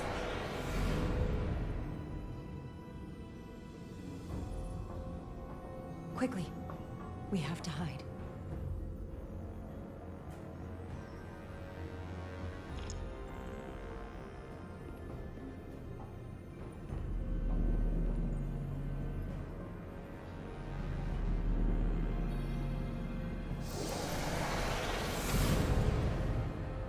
This is outrageous! I demand you let me go! No need to complain.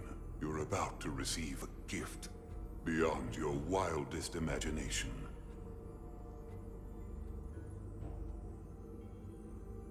If anything, I'd consider it an honor.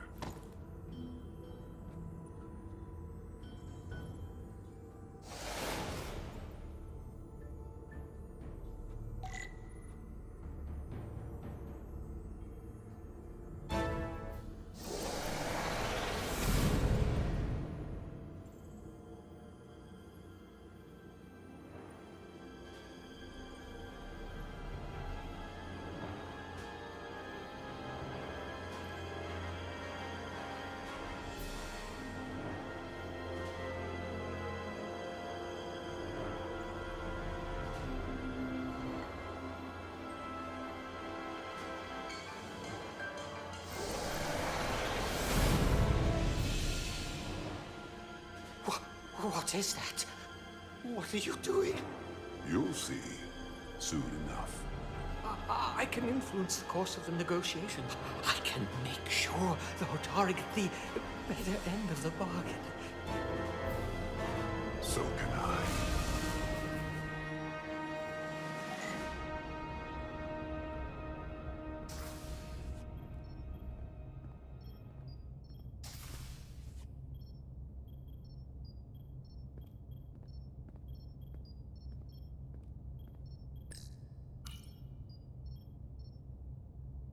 She'll get better. She has to.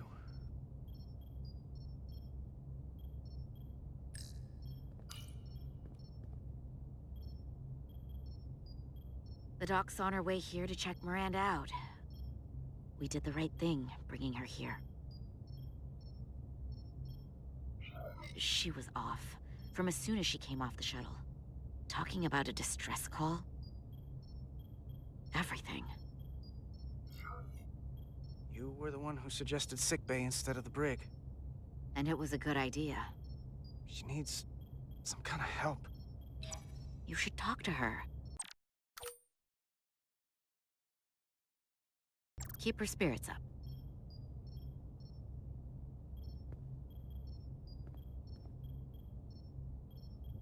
And to think, yesterday I couldn't wait to get back on the Resolute. To get back to see you. You can't imagine how stupid I feel right now. I can't even believe it myself. I wonder what they're up to on the Adirondack right now. You're not stupid. Not by a long shot. We'll figure out what's happening. And we'll get you fixed up. I'd like to believe that. I'm scared, Carter. I don't want to find out that there's something really wrong with me. Something they can't fix, or even explain. I'm really scared. Look, ignorance is never the answer. We need to go after this as aggressively as a breach in the warp core. It doesn't mean I'm gonna like what they find out.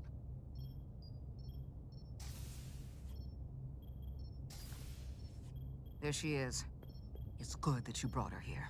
Petty Officer Maris and the rest of the security away team skipped the bioscan when they came back from Otari. And they've been impossible to track down since. We don't know what kind of pathogens they might have picked up. Is that going Sit still. This will just take a moment. You're looking at me like I'm some kind of science experiment. Or a monster. It's kind of freaking me out. This is for your own good. Trust me. That's easy for you to say.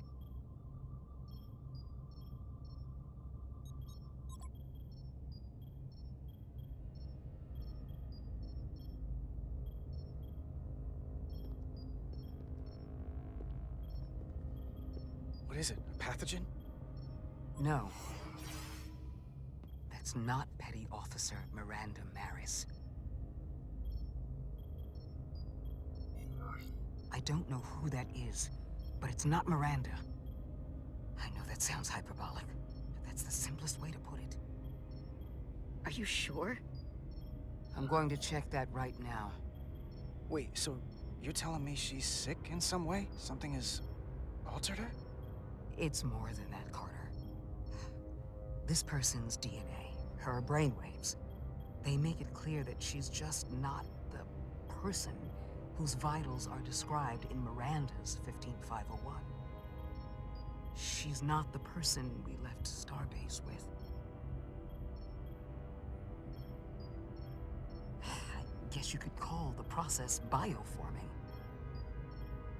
This body is Miranda's, but her DNA is changing into something else.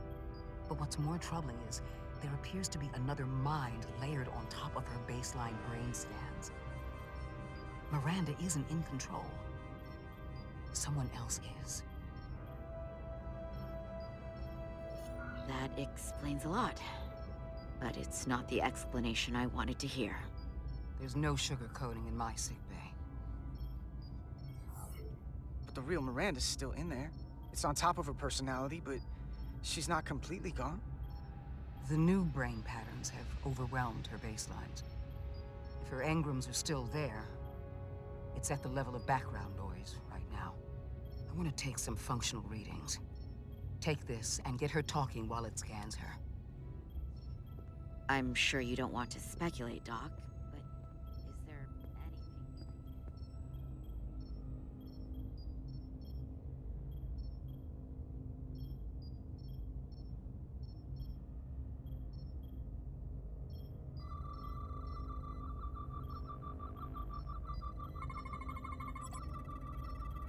I don't want to be incinerated as biohazard.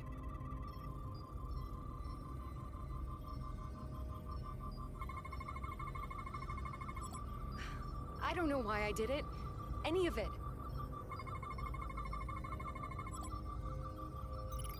But it's like there's a voice in my head. It was telling me to go download the data. It told me not to let you stop me. And there was nothing I could do to say no. But I didn't want to. I swear. It's okay, Miranda. I know it wasn't you. Thank you. It's hard to keep straight what is and what isn't.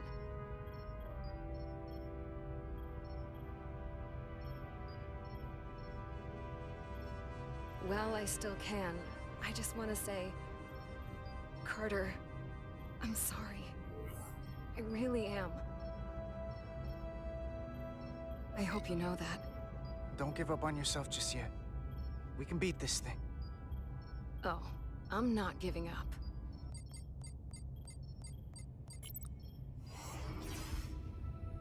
What the? Back off! Computer, erect a force field between biobeds 2 and 3. Computer, lower force field! You do not have authorization. I just want to live. I have a right to exist. Give Miranda back! 1 sec. Go! I'm right behind you.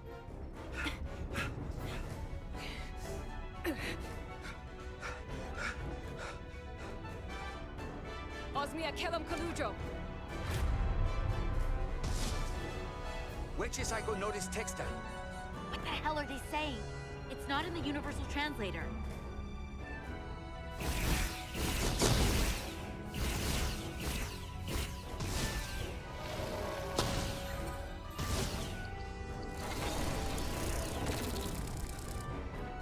Is that some kind of transporter pad?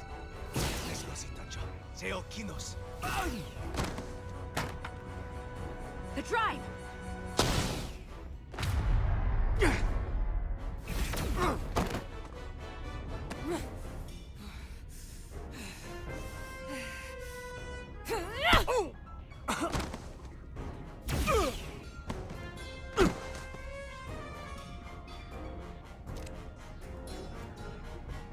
Who the hell are you? We are Scions of the Flame. They can't get away with that. You have to shoot Miranda.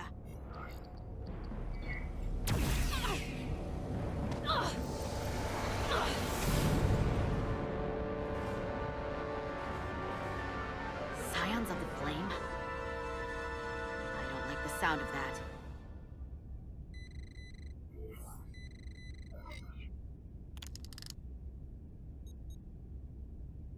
You're never gonna believe this.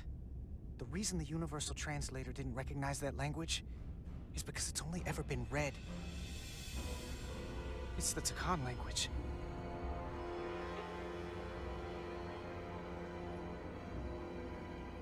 Get your filthy Hotari hands off me! We'll burn your planet to the ground, animals! Wait, no!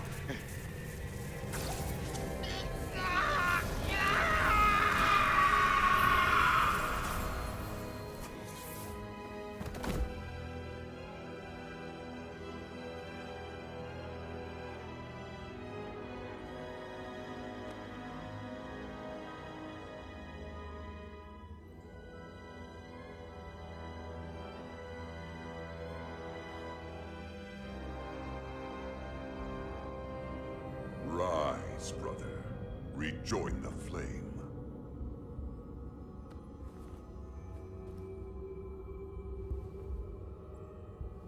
This can only mean our time has come. I'm only sorry I couldn't find a more suitable host for you. All in good time. This is only the beginning. They're working together? An Elidian and a Hotari? They did something to him.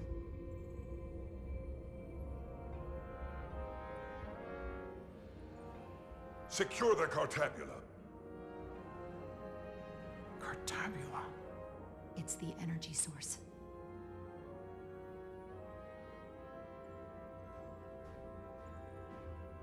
Spread out. Search the vault. Go back through the mine. Cut off their escape. Find them! Time to go.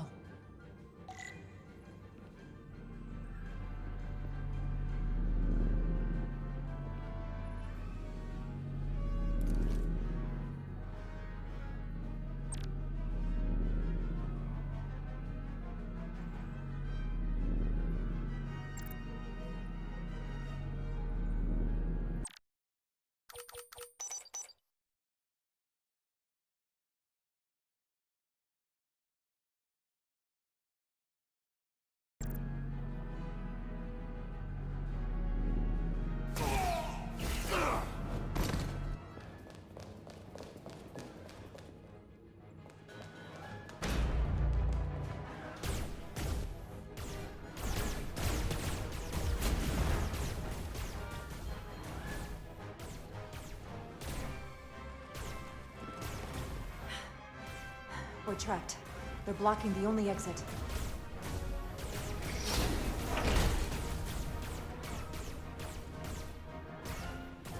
Maybe not. Can you buy me some time? For what? This vehicle looks a lot tougher than that barrier.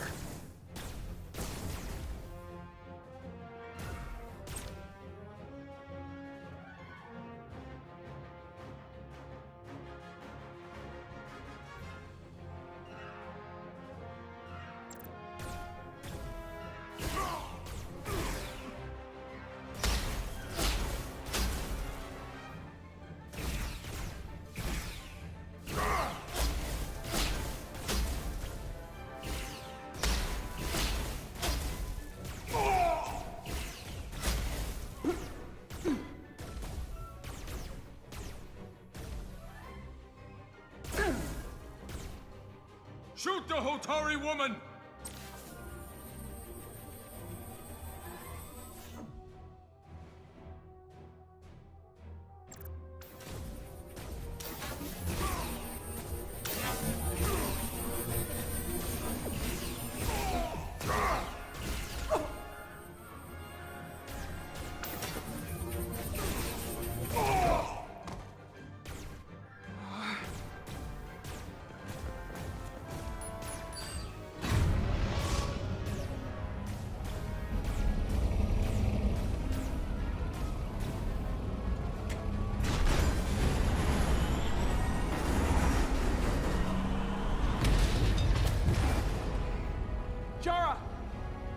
Get on.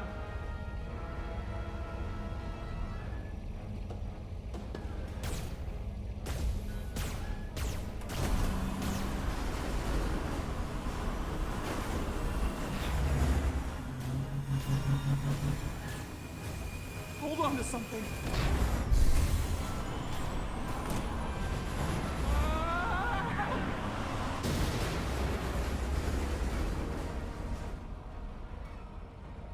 Oh no. Don't stop. I'll handle them.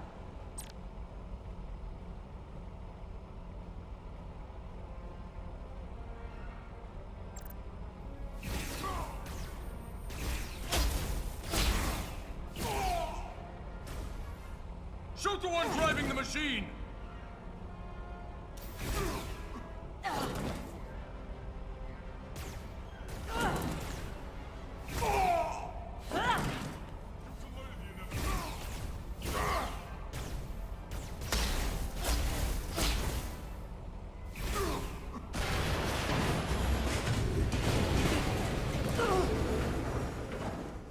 Tyler! We're surrounded. I'll get it working. I just need some time.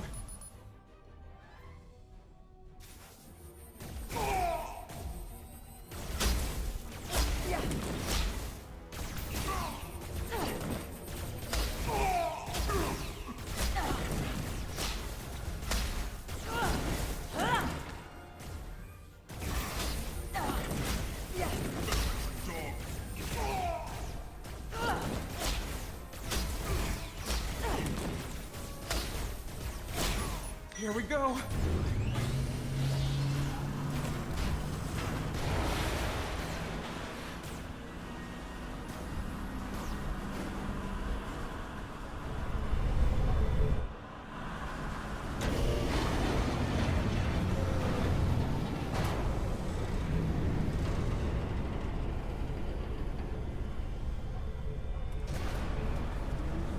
The lift. We're trapped. Resolute, 2 to beam up immediately. Resolute, come in. Jara!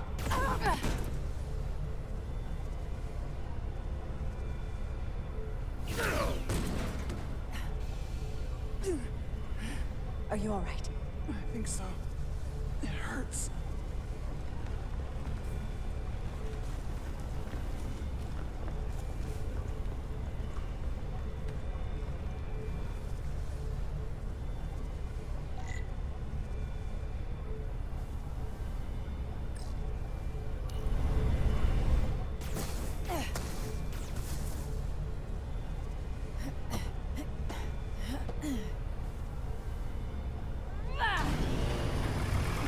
What are you doing? Hold on to me.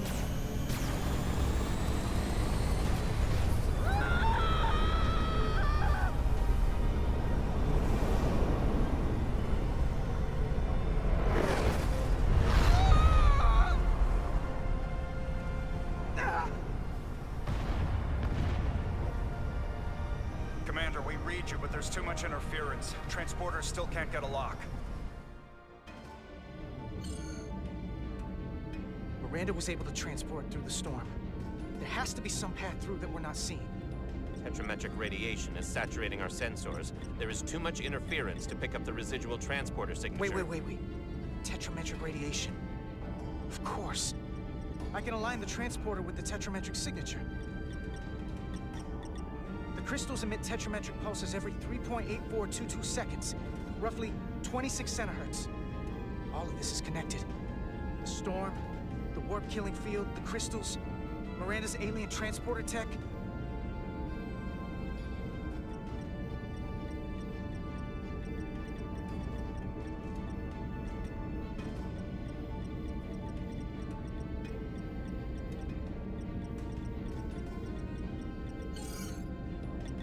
Okay, I've got the transporter in calibration. There are a lot of biosigns in that mine, all stacked on top of each other. I need something to identify the commander signal. Something loud, energetic. Understood. Commander Rydek, we have penetrated the storm's interference, but we are unable to pinpoint your signature. We need you to generate a high-energy event to help us... High energy event. Got it. Tylus, are you still with me? I am. Good. I'm going to shoot my phaser at some dilithium to cause a piezoelectric rupture. What? Why? Signal flare.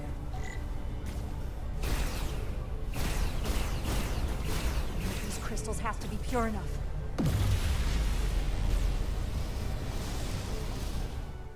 Whoa! Dilithium explosion. Is that energetic enough? More than enough. I can lock onto their biosigns now.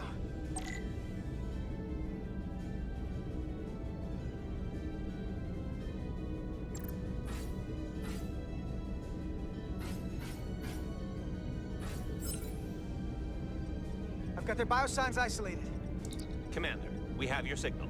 I'm gonna tunnel a path through the ionic interference.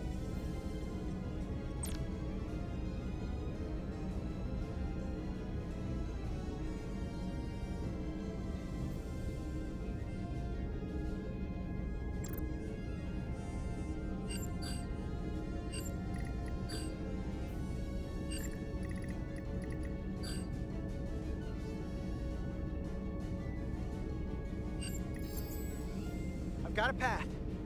Just gotta calibrate the signal.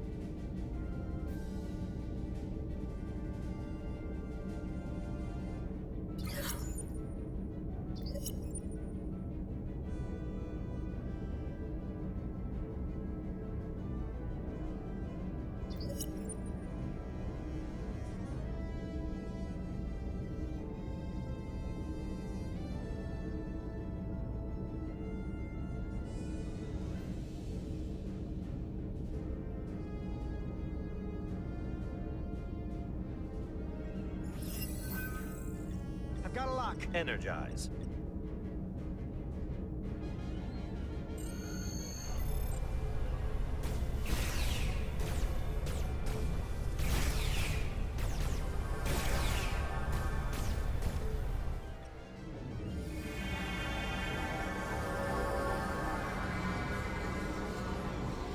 Petty Officer Diaz. We're losing her. The pattern is degrading. Can you hold the signal? I'm trying.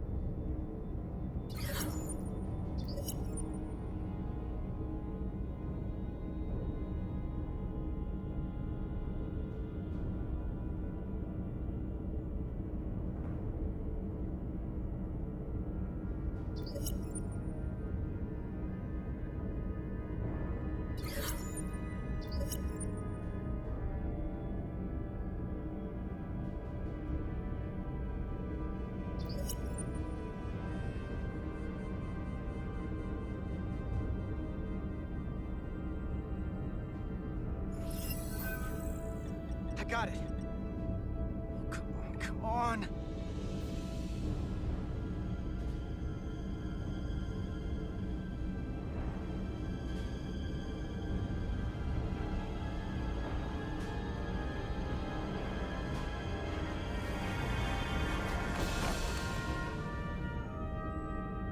Yes!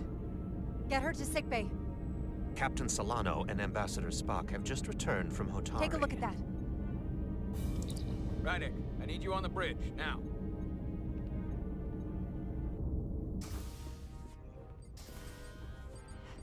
I'm here.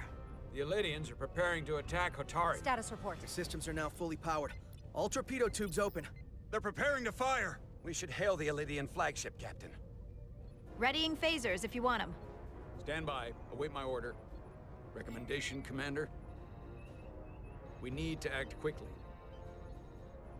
Before this spirals out of control. We don't have to fire, but we can lock phasers on the flagship's weapons array. Give them something to think about. As Commander Rydek said. Locking on phasers.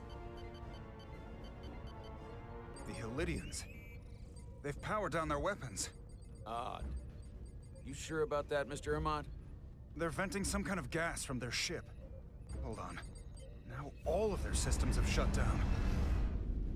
That's unexpected.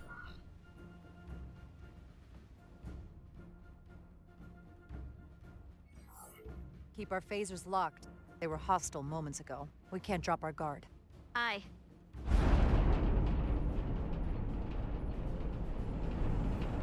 What's happening? There's an energy dampening field coming from Tau. Take us out of range. Aye, Captain.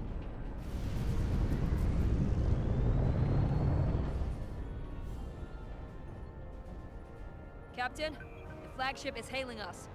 On screen. Zeldi to the Starship Resolute. Our main power cores are completely disabled. The more power we give, the more it takes. Running off batteries. Life support systems have failed. Unable to ventilate. Contaminated atmosphere. Admiral, you are about to launch an attack on a defenseless planet. Kobliat, you sided with the Hotari in the negotiation, but that does not matter now. My crew is going to die. Please, I beg of you. You must render assistance. System failures are compounding around my ship. We'll help you. Yes, we will. Thank you.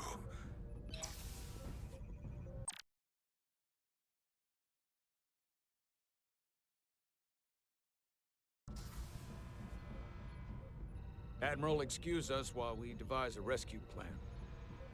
By my estimate, the crew only have 23 minutes before their atmospheric mix becomes lethal. While we may not be able to transport the Illidians directly, if we were to transport them from their ship to a nearby shuttlecraft, it should be possible to amplify the transporter signal there and reroute it to the Resolute. The Ambassador's plan is incomplete. An away team will have to beam aboard the Zeldi and set up pattern enhancers for a stable enough signal out of the dampening field. Thank you for identifying my deficiency, Commander Chovak. Jara, I need a senior officer in command of this.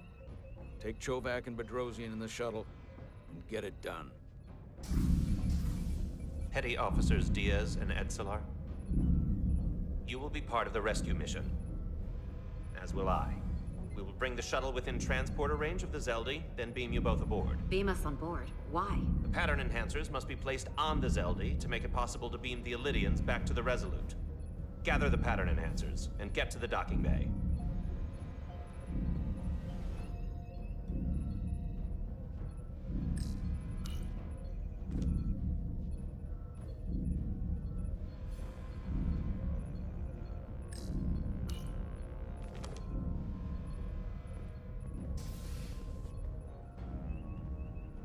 We're going on the wrong mission. What's that? We're going to rescue the Illidians, the people that oppressed the Hotari, when we should be going to rescue Miranda. This thing that's happened to Miranda is like the Trill's symbiosis joining, only worse. And I've seen too many people I care about wiped away by some greater entity to stand by while the same thing happens to her. I wanted no part of it then, and I won't stand for it now. Their bodies stolen and used like puppets.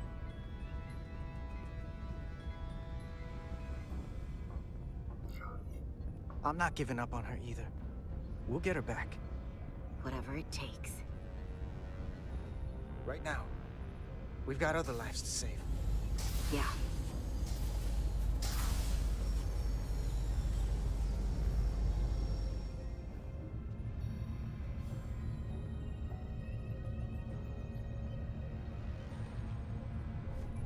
The The away team is ready.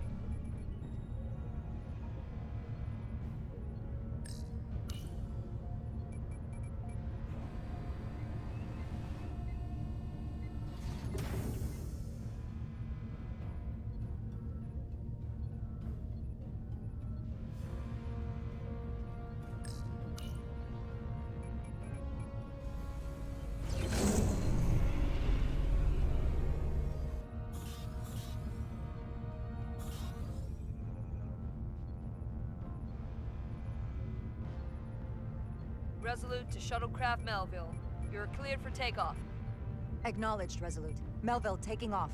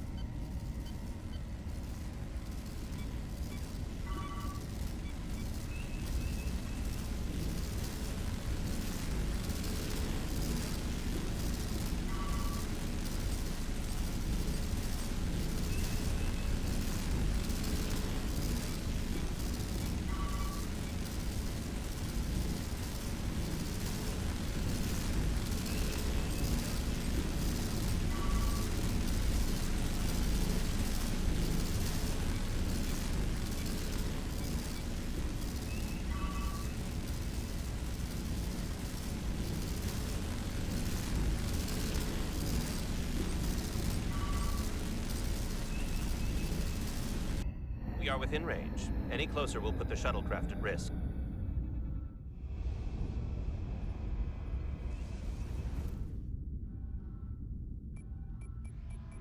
Preparing to transport the away team. Energizing.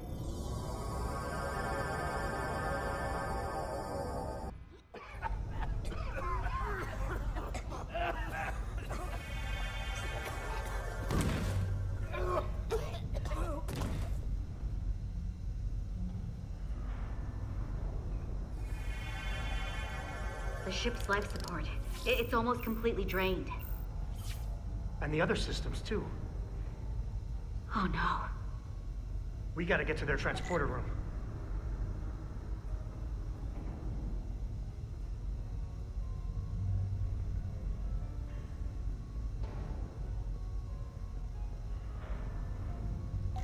These must close in case of emergency. They don't have enough power left to function. Carter, give them a charge with your phaser. Should make them open.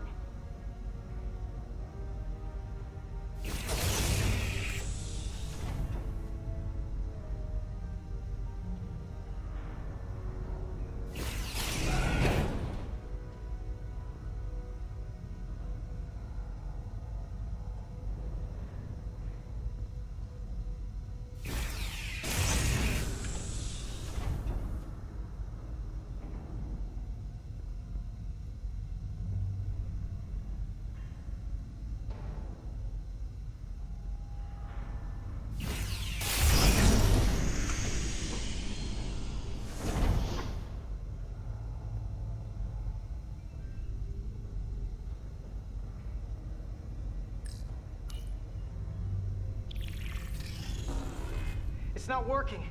No power's running through any of this. We gotta get him open manually. I am the ranking officer here. State your intentions. We are under siege. Explain yourselves. What does it look like? We're here to rescue you. And yet, you cannot even open a door. Whoa there. I am still able to stand. What are you trying to do? We gotta get into your transporter room. Then we can get your people off the ship.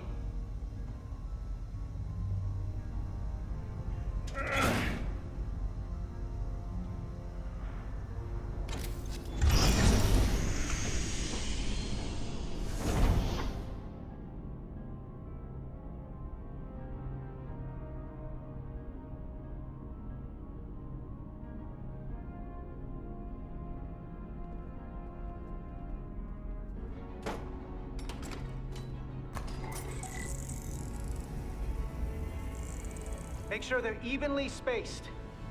We need to manually adjust beam trajectory so they connect. I got this one. You get the others.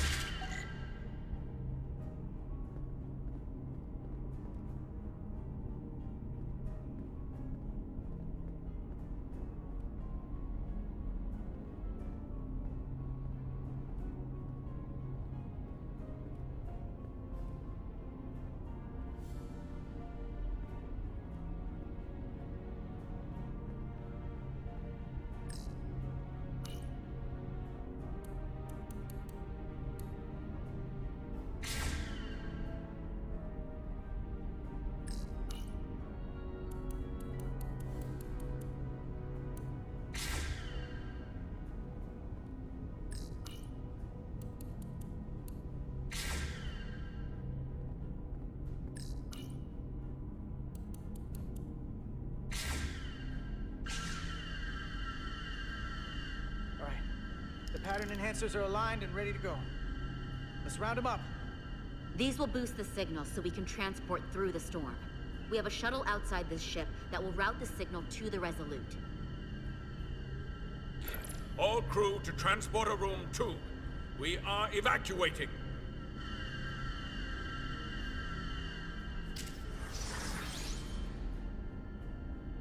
We're live.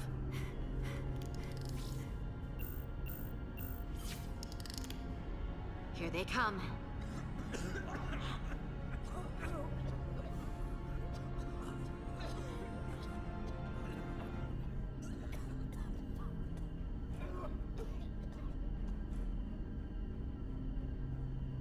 Okay, coordinates. Beam status. Energizing controls. Please step on the platform so we can evacuate you, Admiral. The crew goes first, Arminta. Sir. I mean it. You! Get on the platform already! Okay, the interface is in Elydian, but the layout is the same as the Starfleet transporter. I just gotta do what I did before. Select the people to transport.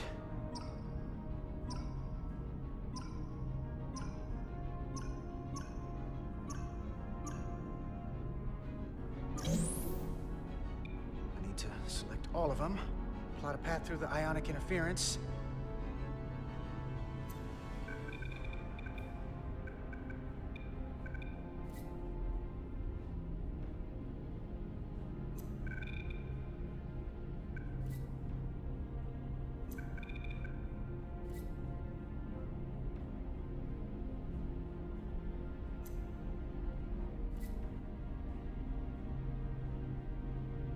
If the path goes through too much interference, it won't work.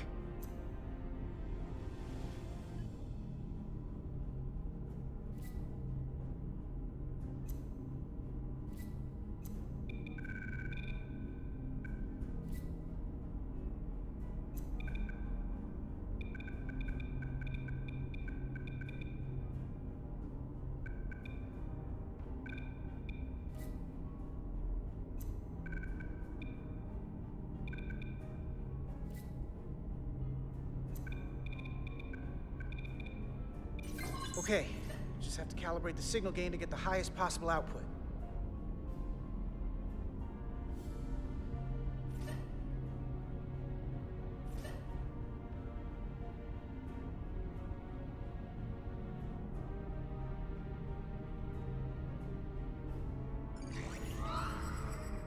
Even at this range, the interference is too much.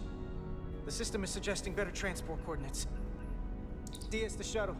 You're sitting right in the thick of it. I'm sending you specific coordinates for a clear signal path.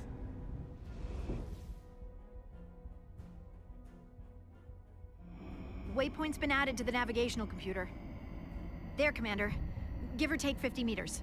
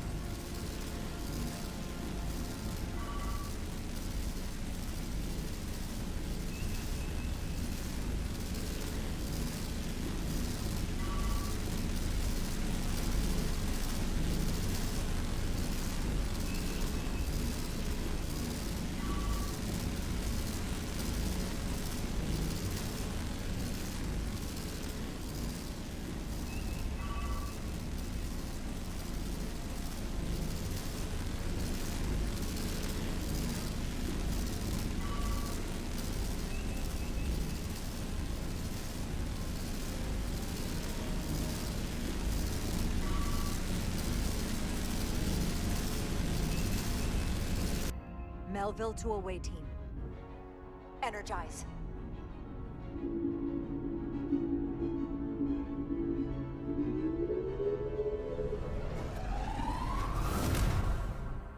I have the first group of Illydians in the pattern buffer. Redirecting and transmitting to the Resolute now.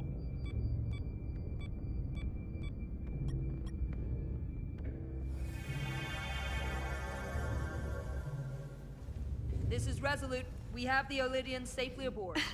We did it! I was so worried this wouldn't work. We got this. Good work. Keep it up. Yes, Commander. This is Commander Rydick.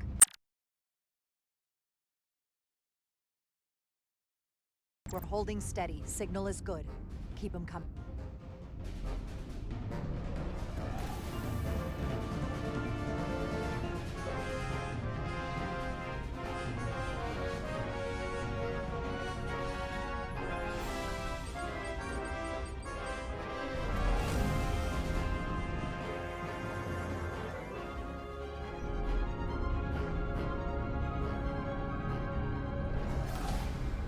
Admiral, you're next.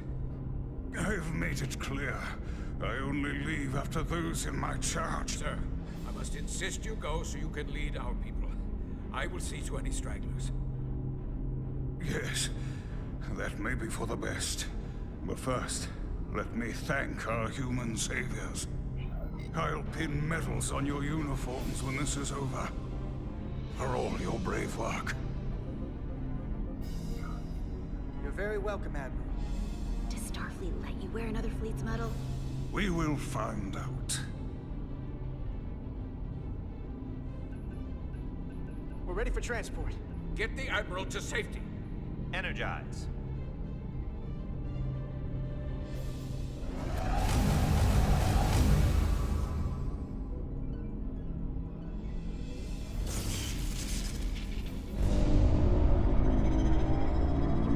Massive power surge! Sending available power to the annular confinement beam.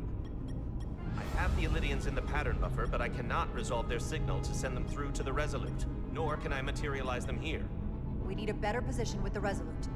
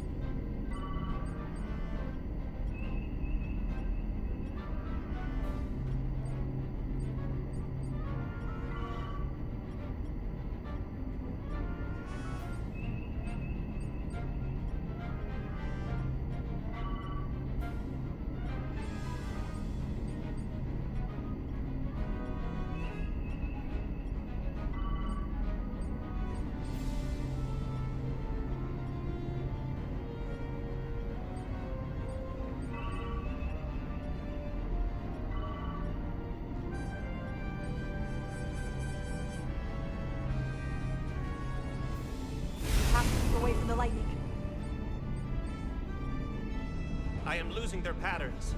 I need more power, but internal relays are not functioning. I'll do it manually. Do it! I am trying. I will lose the transport if I do not have more time. Signal is resolving. Please!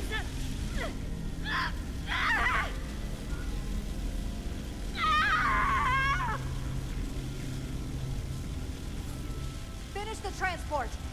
I have them. Transport complete.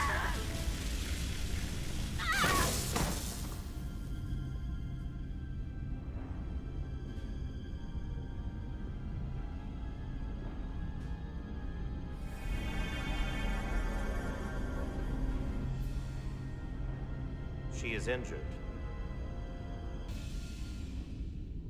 Lieutenant Bedrosian has been injured, but the last transport was successful. Oh, thanks, B.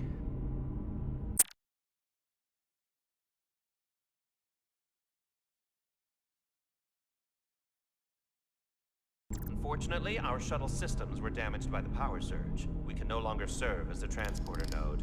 Carter, these readings are off the charts. The source of the storm is on this ship. That must have been the power surge when it came on board. You're right. The Takan energy source. They call it the Cartabula. It's here. Is that? The intruders are preparing to bring the Zeldi to war. And we're about to be stuck on it. There is an old Lydian saying about leaping off the hot skillet and falling to the flame below. Yeah, we got that one too. We don't know where this ship is going, but we are not lost. We can still do something. We can still fight. We'll stop them from getting the Cartabula wherever they're taking it. I like this plan, and I shall fight with you. That's all well and good, but if we're not getting off this ship, we're really backed into a corner here. We can't get off this ship. But maybe I could target somewhere on the ship. We are reading the warp engines powering up. Yeah, we picked up on that. We do not have a way to evacuate you from the Zeldi. The shuttlecraft is too heavily damaged. That's all right, Commander. We have a plan of our own. We're gonna stay on this ship. That is very bold of you, Mr. Diaz. Live long and prosper.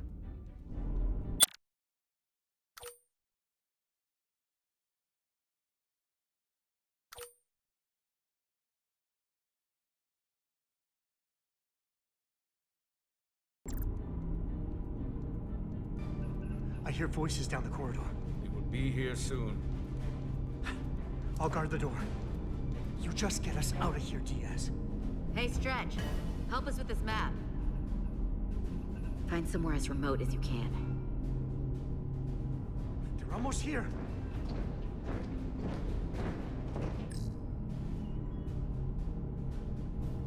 Mess hall. Too exposed. Bridge? The first place intruders would fortify. There. The aft cargo bay. That is acceptable. Sounds good to me. Whatever you're doing, do it now!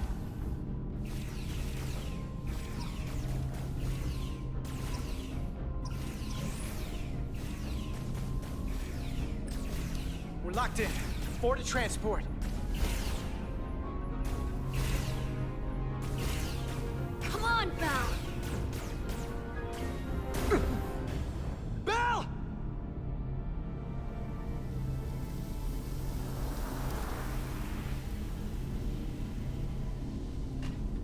It's too late for him. Carter! 3 to transport.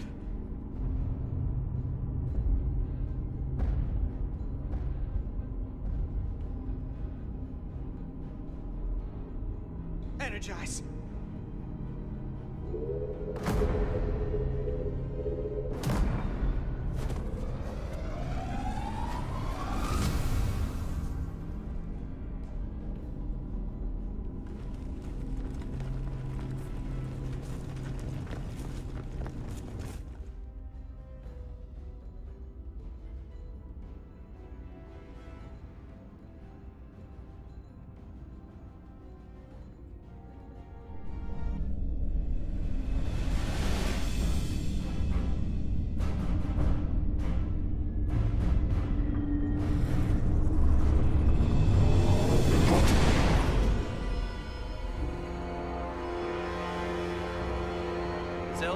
not appear to have left any warp signature at all. I cannot track its trajectory. Our duty often calls for sacrifice. She knows it, and our people on the Zeldy know it. Contact the Resolute, Mr. Chovak. Have them bring us back. And tell them we'll need medical waiting for Lieutenant Bedrosian. Yes, Commander.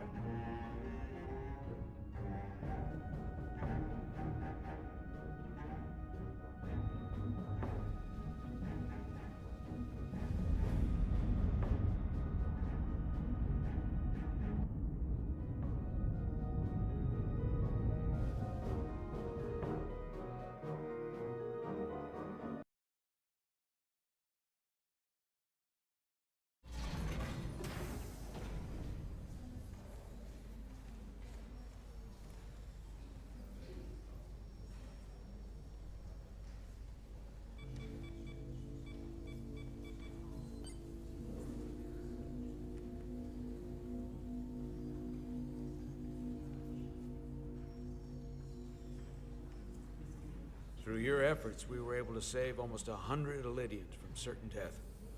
As for Lieutenant Bedrosian, well, Duval will do her best, but the prognosis isn't very encouraging. Lieutenant Bedrosian went above and beyond her duty. She deserves a commendation. I'll see what I can do. Commander Rydek, I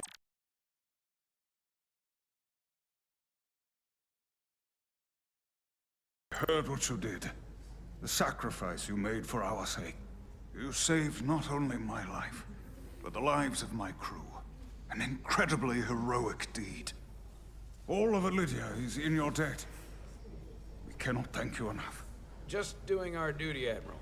I'm sure you understand. If you'll excuse us. Of course. How are we getting our away team back? Ambassador Spock and the rest of the senior staff are waiting for us in the briefing room to discuss just that. I wanted a chance for you and I to speak first, given the circumstances. While protocol might suggest we alert Starfleet about our situation, missing crew, the data breach, possible threat from the Hatari, or Takan, I think we're better off keeping this to ourselves, under our control. You know what's at stake for me here, and what is at stake for you, too.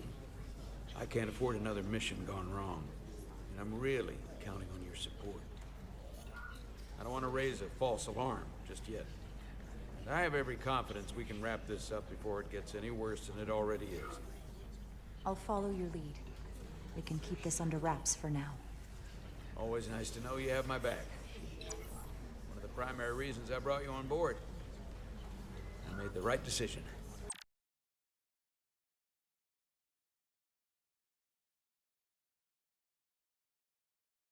And in turn, I hope you'll have my back as well. Of course. Loyalty like yours doesn't go unnoticed. Or unrewarded. We're ready in the briefing room, Captain. On our way. Is there any update on our efforts to trace the Zeldy's warp signature? Unfortunately, no. Somehow they were able to mask the signature and block our ability to track their trajectory. I'm also concerned about what went with them.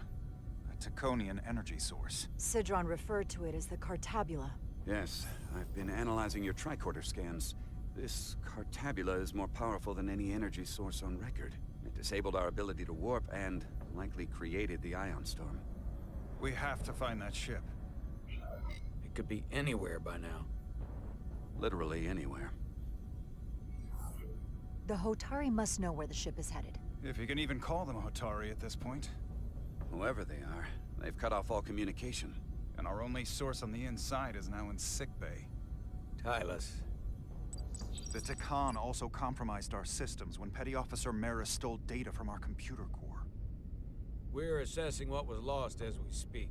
It's just too soon to say exactly what they had access to. Starfleet needs to know about this. We're not contacting Starfleet until we fully understand the situation. There are too many unknowns. They stole our data. That's reason enough to warn Starfleet. But the captain does have a point. It might be better to wait until we know more. I would have to agree with the captain. There's no point causing undue panic based purely on speculation. We need to know more before we go off half-cocked sounding the alarm. I want to speak with the Hotari and get to the bottom of this before we get Starfleet involved. I expect we'll meet resistance. The Hotari think we violated our neutrality by entering their minds. Assuming the negotiations are off, we no longer have an official role here. We still have a responsibility to the Hotari and the Illidians. The Takan are a threat to both their civilizations. No. They're a threat to us all. The device Commander Rydek found in the Taconian Vault is an advanced delivery mechanism for a complex biogenetic transformation process. Meaning what, exactly? Not only are they bioforming innocent hosts, transforming them into Takan, they're taking the DNA and engrammatic data of a specific Taconian and displacing that of its host. It's a hostile takeover on a cellular level, bringing individual Takan back to life, one by one.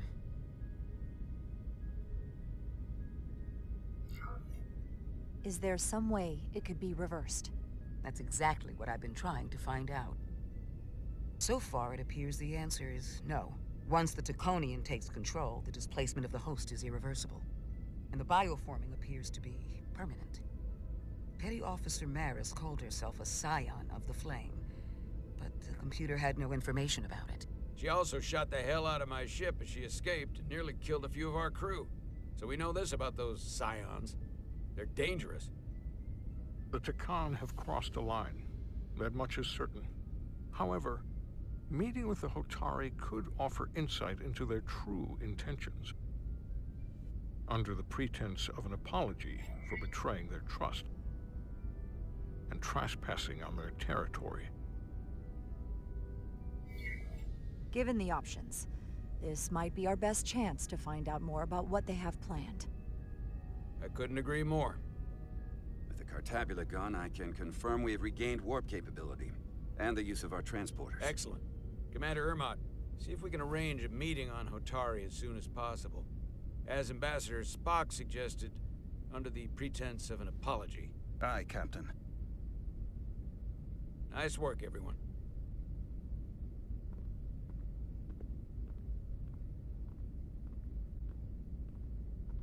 You're long overdue for a Deridium infusion.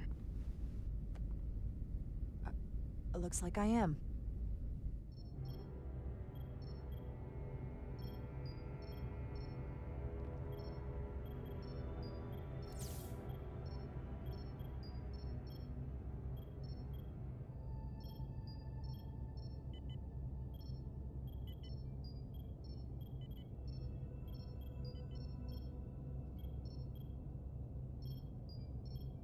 I'll give you two a moment, but she needs her rest. I understand.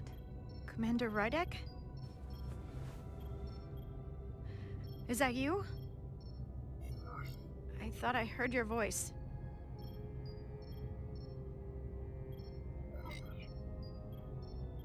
I just want you to know how sorry I am that this happened.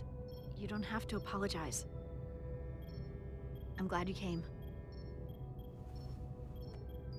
Before you say anything, I just want you to know I don't blame you for what happened.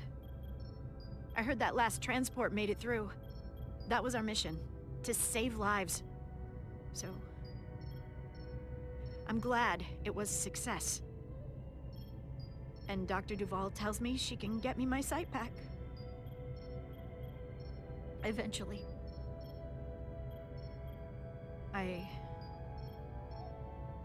I just hope this isn't the end of my career. Can't be much of a tactical officer if you can't see what's coming. But this is all I've ever wanted to do. The latest advancements in vision enhancement are truly remarkable. I wouldn't be surprised if you came back better than you ever were. I just want to be able to see again. That's all I'm asking. All right, you two. Lieutenant Bedrosian needs her rest, and you have an infusion waiting for you. I will check in on you soon. I promise.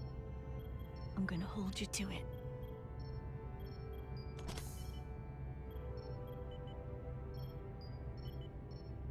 Aside from almost running out of Duridium, you're in good health. Nice to get some positive news for a change.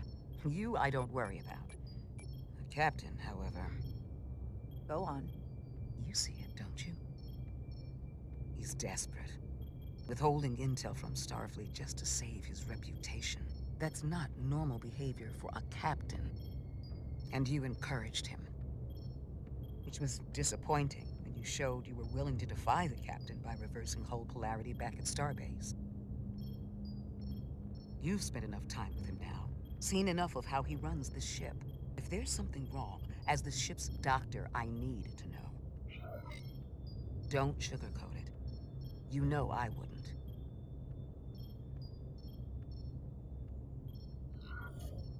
To be honest, I'm worried about him.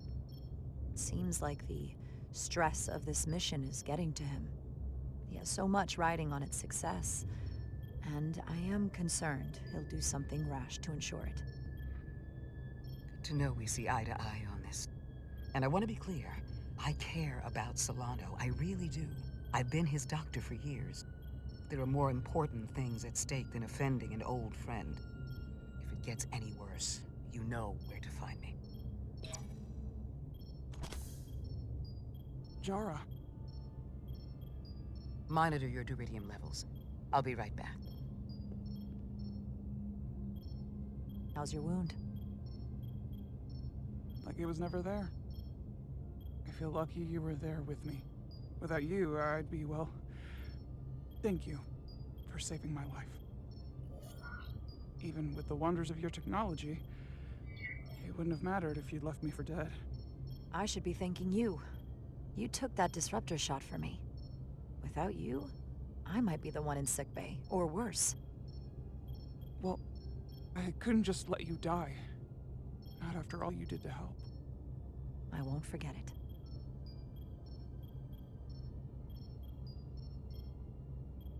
We saw the truth down in those mines.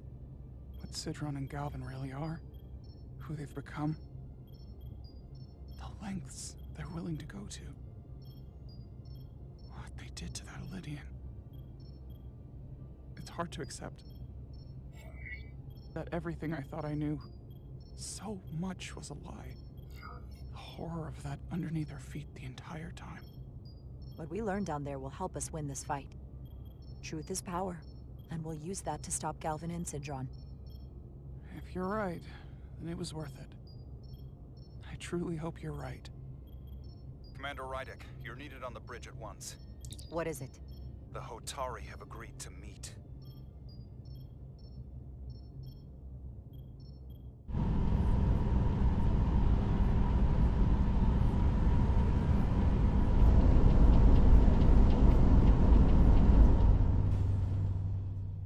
They haven't found us yet.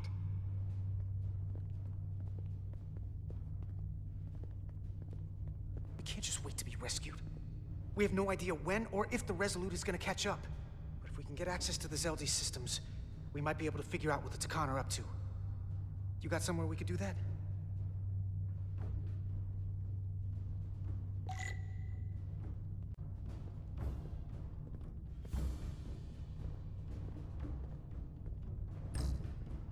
For how uptight the Elydians are, that cargo bay is kind of a mess. Come on, Carter. We need to stick with the tall guy.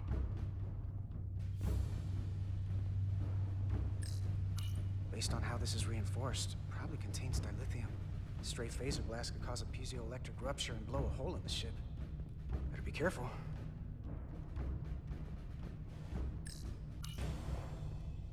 Up there? All right. Etzelar, let's do this. The internal sensors. The what? When they scan the ship for life signs, they'll know right where we are. There must be devices that perform the scan. Right there. And there. There's several of them around the room. Got it. We'll disable them. How? They're too high to reach, even for me. Not too high for our phasers. Low power, Nelly. Let's not set off any fire alarms. I got the ones over here.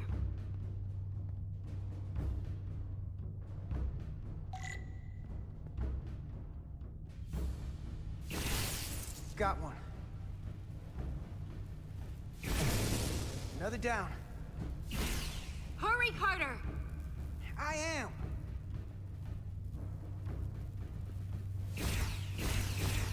Only one left.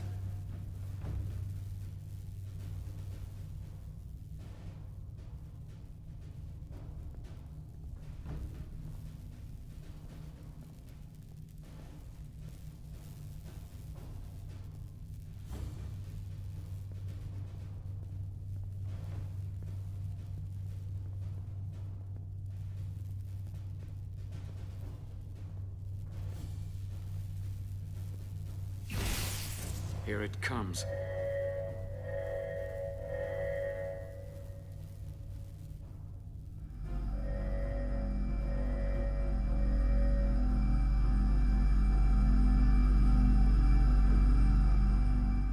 It worked. They won't be able to detect us. That buys us some time. Now that the Zeldi has its power again, I might be able to access some of the ship's systems from here. I'll take care not to give away our position. The Takan might not even know we're still on board this ship. Miranda only saw us transport away. She probably thinks we're back on the Resolute. Miranda. Don't give up on her yet, Carter. She had you in her sights, and she didn't shoot. That means the real Miranda is still in there. The Takan don't have her. Not completely, at least. She must still feel something. She disintegrated crewman Bell. If Miranda's personality still exists, she can't help us. We don't know how this works, and I'm not giving up on her. I know she played us. You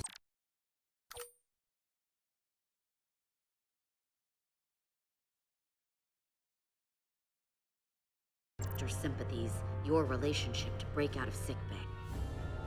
But maybe there's a way to turn her back and Miranda could help us stop the Takan. Here, on the ship. Just because the Trill joining is permanent doesn't mean the Takan bioforming has to be. I've heard enough of your prattling on about your friend. You have to think like a soldier. She's our enemy now. She'll be dealt with like the rest of the Takan. My friend Miranda is not responsible for what she's doing. The Takan have taken control of her mind. We certainly can't kill her for it. Speak for yourself. If anyone threatens the Empire, they are the enemy. It's just one life, and it's already been lost. You don't get to talk about Miranda. You don't get to ignore the truth. We don't like this any more than you do. The Takan are a threat to all of us. They turned our crewmates too. You really think they're gonna stop there? No. And yet we still risked our lives to come help you, and not everyone made it. I'll grant that you showed your grit and effectiveness. More than I can say about accessing ship systems. They block out helm control, propulsion. They're closing down systems faster than I can check them. They're always changing these interfaces. I can hardly keep up. Let us help. Fine.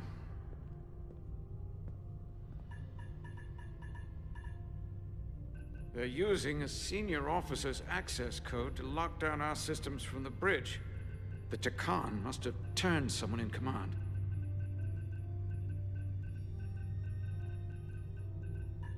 Here's something. I can see the course they have plotted in. The Lydian fleet has explored a lot of systems, but it's all in the opposite direction of where we're going. The Zeldi, that's where we are. That's not exactly news. Long way from Hotari space. I hope the Resolute is all right back there.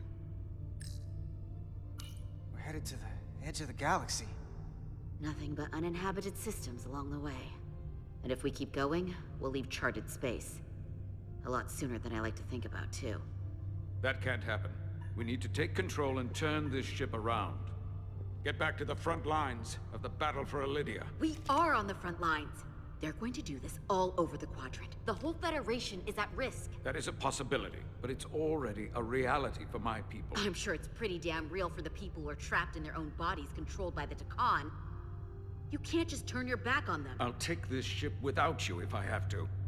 And I'll bring it back to Lydia, or I'll destroy it. I won't let it stay in the hands of the enemy. You want to get back to Lydia? You want your vengeance? You'll get it. I have every intention. So help us stop this ship. For Lydia. And for everyone. Very well.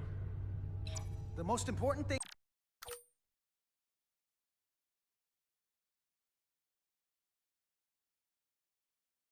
is that we get control of this ship. So that we don't end up so far away that the Resolute can't ever catch up to us. And if we control the Zeldi, that also means they can't use that Cartabula thing. I'm not sure we can do much more from here. What's this? It's a data stream. It looks to be a two-way communication. Let me see if I could put it through a demultiplexing processor. Can you get that clearer? I'm trying.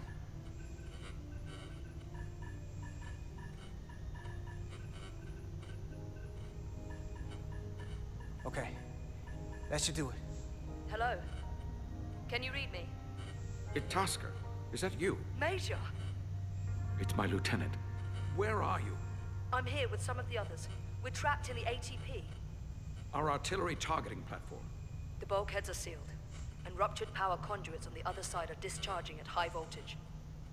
Major, we've seen Sidron and the other Hatari, and if we can get free, I think we'll be able to overpower them and take back the ship. Itasca, are you still there? Itasca, are you still there? You shouldn't trust anyone else you meet. The Hatari have been transforming people on the ship. We've seen it happen. Bioforming. It's only a matter of time before any remaining crew are turned against us. You have to come and help us. I gotta ask, are you sure that's really your comrade? It's Itasca. You're going to have to trust me. I know Lieutenant Itasca well. That's her.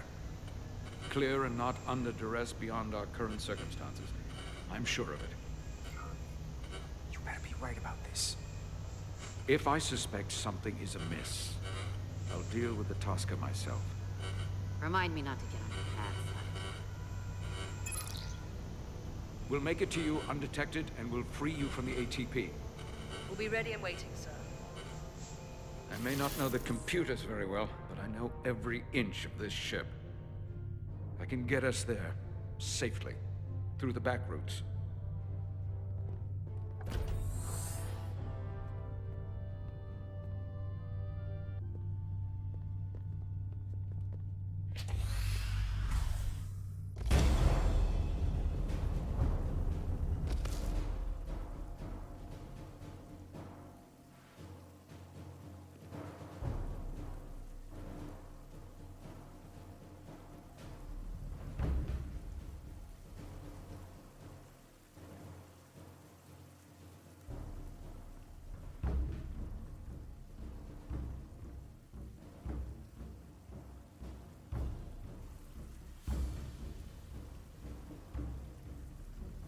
You may approach.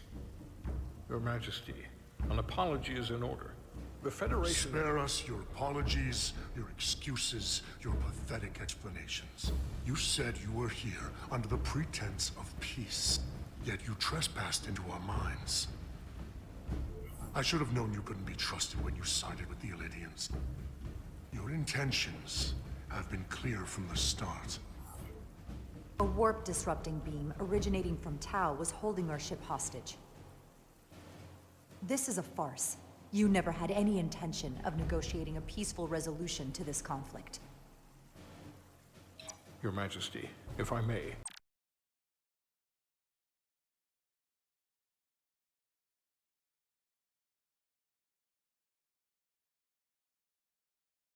Your actions nearly caused a war.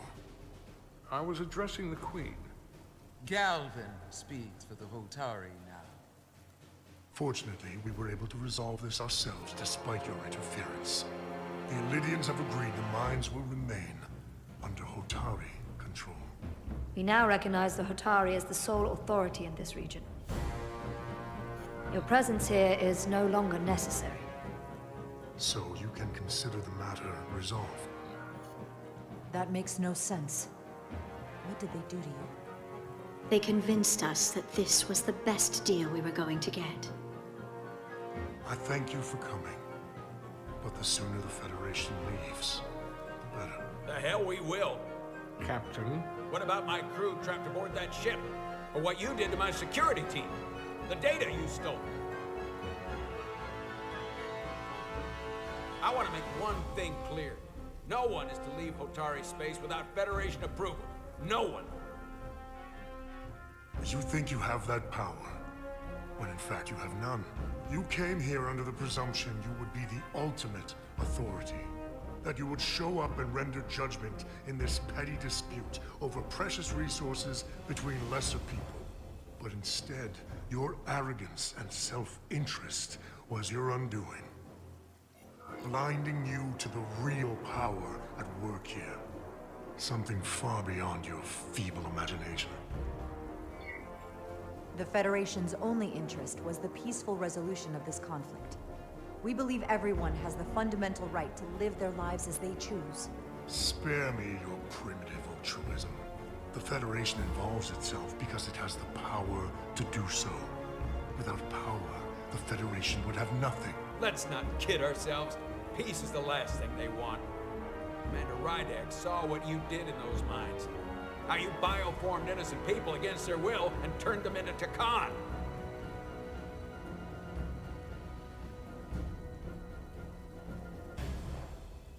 Takan. A word I haven't heard in a very long time. At the height of our power, the Takan Empire spanned hundreds of thousands of light years and trillions of Taconians. An empire that encompassed what is now considered Federation territory. What's yours was once ours, so it feels only right that we reclaim what was lost. Everything you hold dear will be gone. The first of many painful losses to come.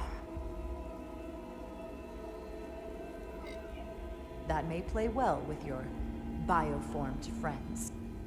But your empty threats don't scare us. Just a friendly word of caution.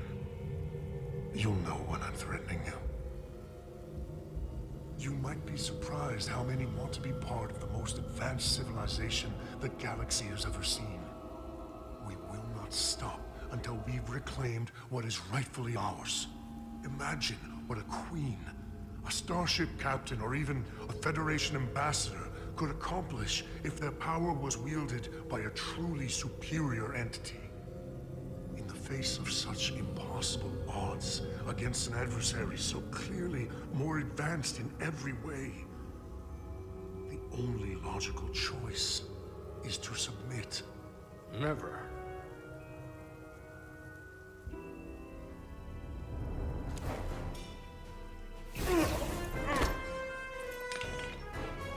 Seize them. Get us out of here, now!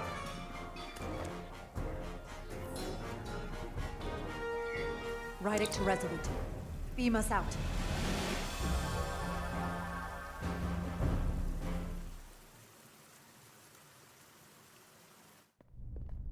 You ever done something like this before?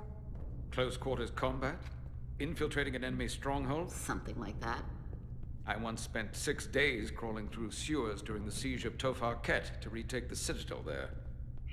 That's just one of many campaigns I've served in. My dress uniform is well decorated. I'm glad we're here with you. We need your kind of experience. I should say you do. And I'll be glad to have Lieutenant Itasca with us. She fought shoulder to shoulder with me in that siege. So you're pretty close, huh? She's like a daughter to me. She's saved my life more than once. She's more than just a comrade in arms.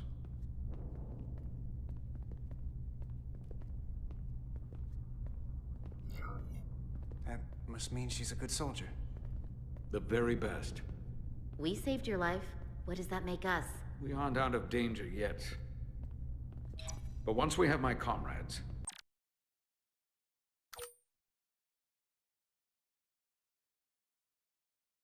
proper soldiers, we'll be able to retake the bridge. Then, our fleets will catch up to us. The ATP is just down that corridor.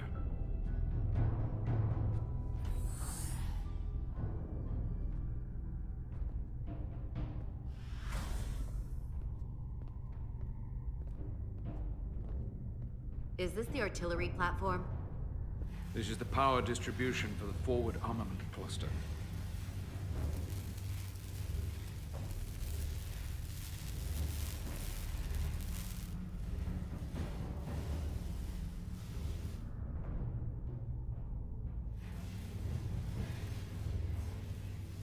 There was combat here. Disruptor burns on the walls. Signs of a grenade detonation.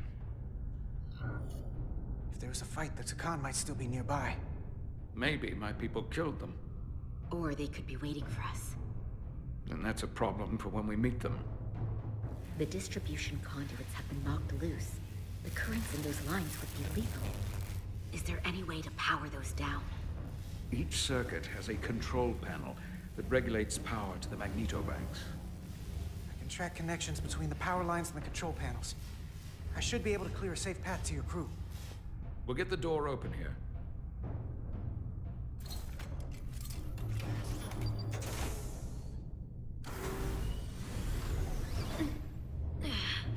It's heavy.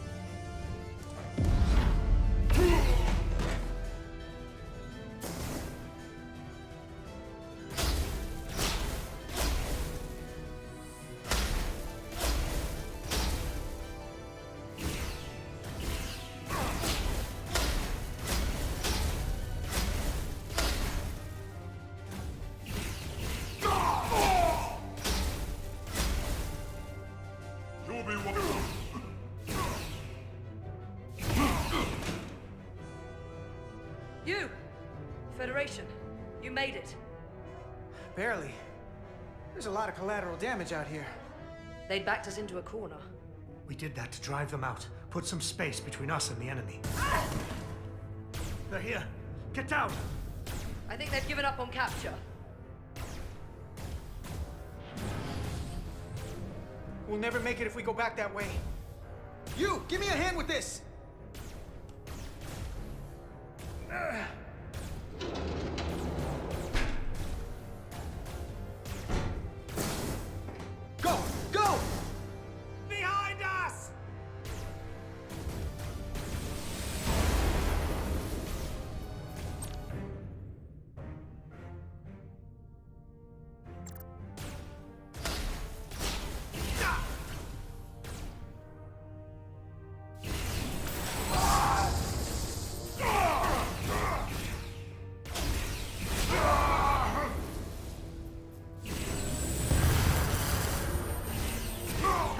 Federation, you take the lead. We'll keep them busy.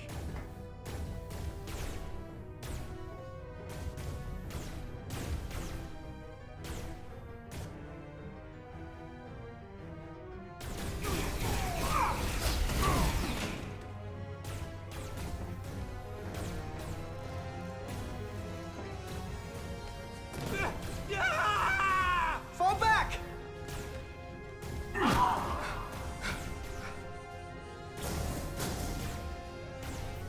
Hold them back! We can't let them reach the stairs!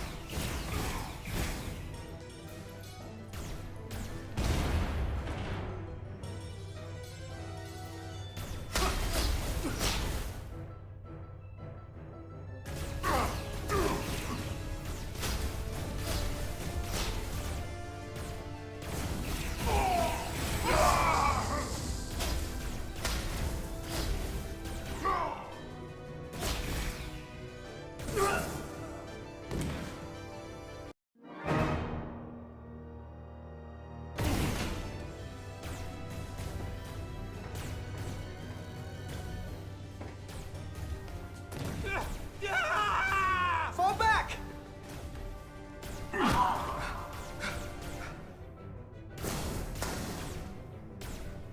Hold them back! We can't let them reach the stairs!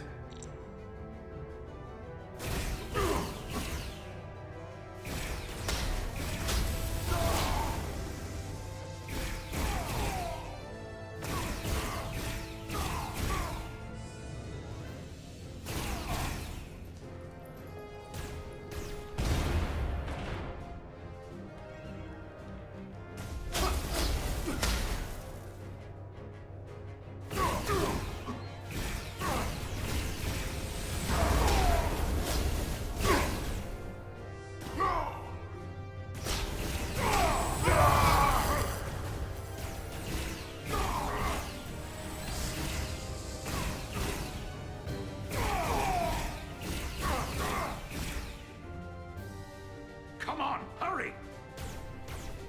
No!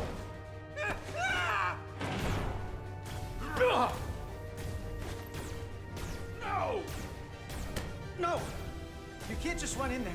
Must live to fight.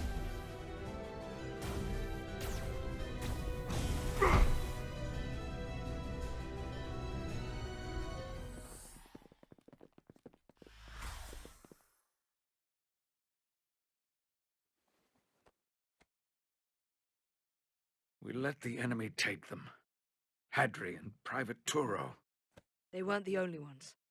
But if we hadn't, it would have been all of us. I'll have to live with that, and I'll answer for it when I die. It's not the Illydian way to leave one of our own behind. It's a sin to do so. We're not gonna die. Not if I have anything to say about it. It's more important that we win. When we were in there, trapped, we agreed that we had to live to fight. Hadri agreed. We said, if one of us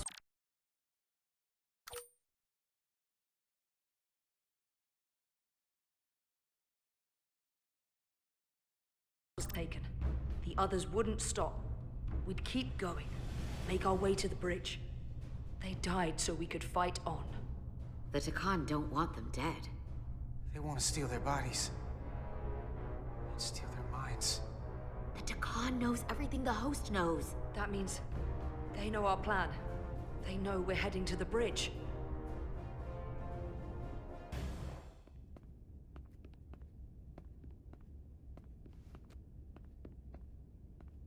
Tylus, you should be in sickbay. I'll finish this. I couldn't just lie there knowing the entire fate of Hotari hangs in the balance. How did it go? You look exhausted. It went about as well as could be expected. under the circumstances. Oh, that's a relief, because I was fearing the worst. I heard a rumor that they'd made a deal, that the Elydians agreed to peace.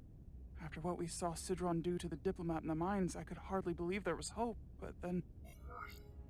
Is that true?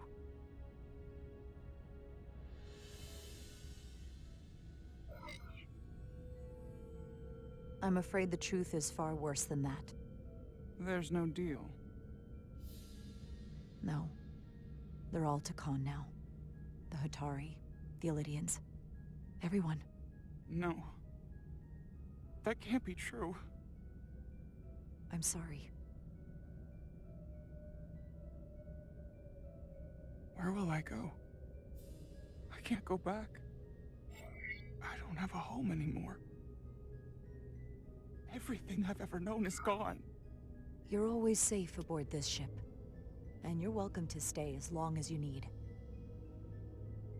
Thank you. The Federation stands with the Hatari.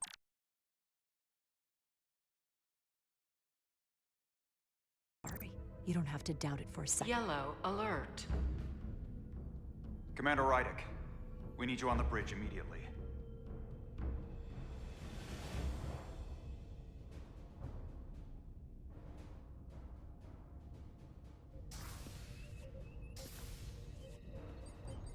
Commander. Good to have you back. You didn't opt for the ocular implants. Maybe someday. The visor was the best the doc could do on short notice. We've got an Elydian ship, the Veskar, rapidly bearing down on our position. Or what was the Veskar. Now I'm not so sure. Bring it up on the view screen. 600 kilometers in closing. Still coming straight for us.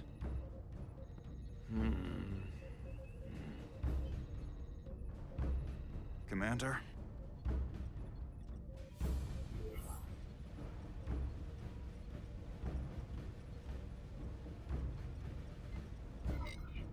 Have you tried hailing them? Try it. Hailing the Elydian ship now. No response. 400 kilometers in closing. Shields up. Ready phasers. Shields up. Phasers ready. It's incoming. Lock phasers and open fire. Heavy damage. But deflectors still at full power? That bypassed our shields entirely. That's impossible. God damn it, return fire. Everything we've got. Rydick, modulate the shield frequencies. See if you can get us any cover. Commander, I've got this. Just keep firing.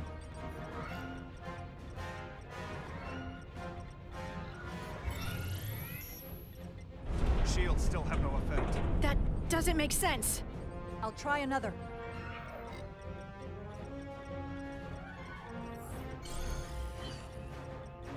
There! We've got incoming! How do they keep matching our shield frequency? They couldn't. Unless... They've compromised our shield algorithms. They can bypass our shields at will. What? Captain! He's out cold.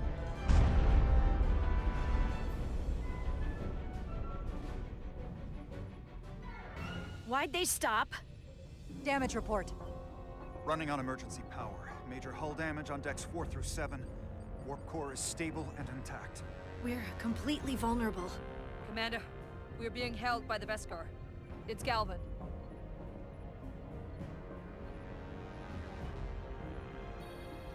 On screen.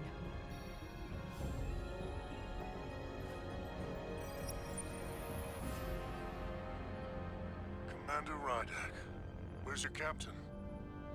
Not dead, I hope. At least, not yet.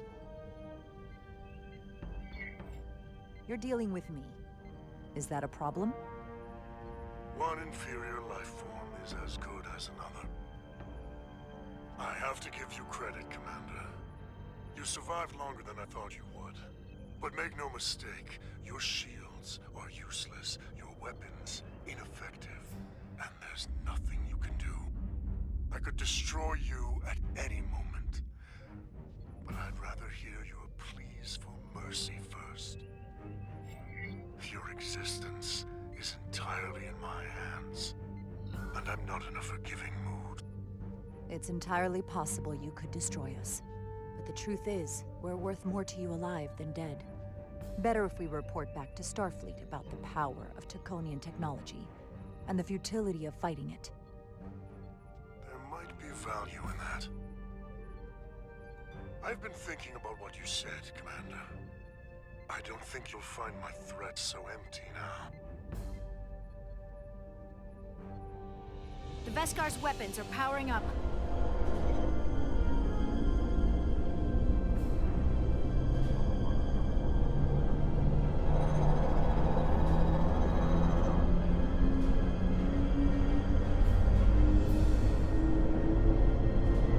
But I don't have to needlessly slaughter you.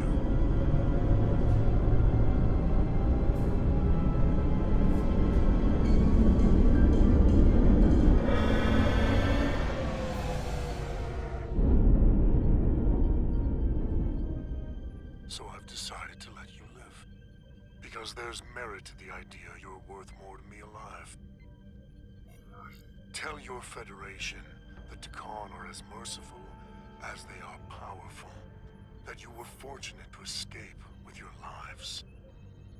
This isn't over. I assure you, we've only just begun.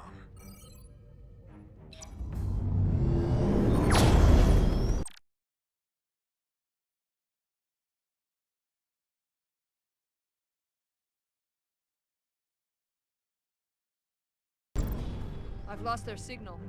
Can you track their warp signature? Nothing. It's untraceable, just like before. Notify Ambassador Spock. I want everyone in the briefing room to discuss our options. What's the status of the repairs? Hull breach should be patched up in a matter of hours. Impulse power is at 67%. Should be fully restored soon. Still no luck tracking Galvin's warp signature. They've all but disappeared. Keep trying. Finding that son of a bitch is the best shot we've got. Commander Rydick, you had the Khan after the ship was attacked. What is your assessment, given our current situation and the losses we have suffered? It would appear we are severely outmatched. In that case, we might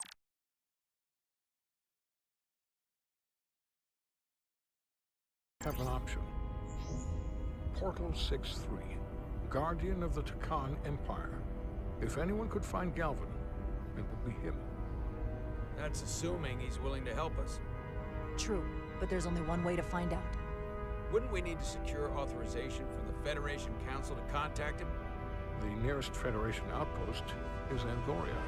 I can travel there by shuttle and inform them personally of the threat from the Takan. Meanwhile, the Resolute can travel to the Delphi Ardu system in search of Portal 6-3. I still have my doubts. I do not. Captain William T. Riker has first-hand experience with the area and with Portal 6-3. His guidance will prove invaluable and should alleviate your concerns. Delphi Ardu 4 is a restricted zone for good reason. For all we know, we could be walking into a trap. Not to mention the high likelihood Portal 6-3's allegiance will be with the Takan. It's just too much of a risk. A waste of time. Time we can't afford to lose. What do we do instead? Let them get away? We have no other leads. Well, Every second we don't act, Galvin and our chances of stopping the Takan get farther and farther away. I am inclined to agree with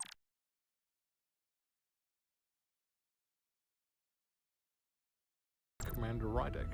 Her logic is sound.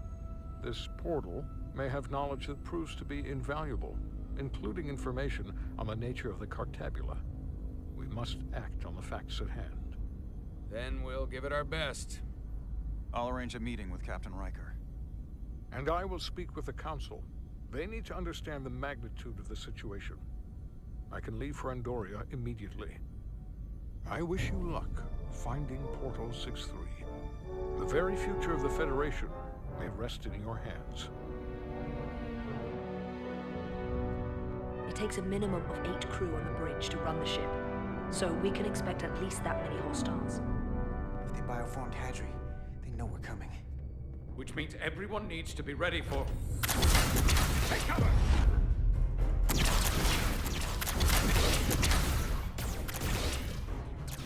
Now what? We need that door sealed. We can handle that. Where do you need us? There's an access panel there. We should be able to patch into the local systems. We'll be shot getting there. I'll cover you. On my signal. Now!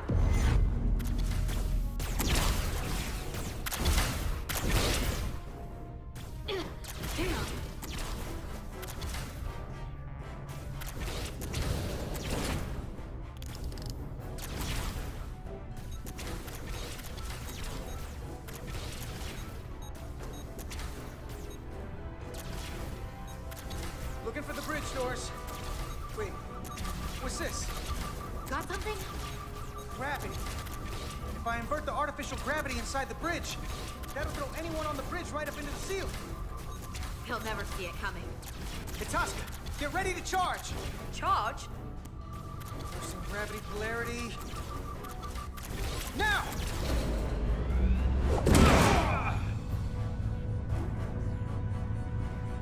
Amazing. Close in! How do we get them down?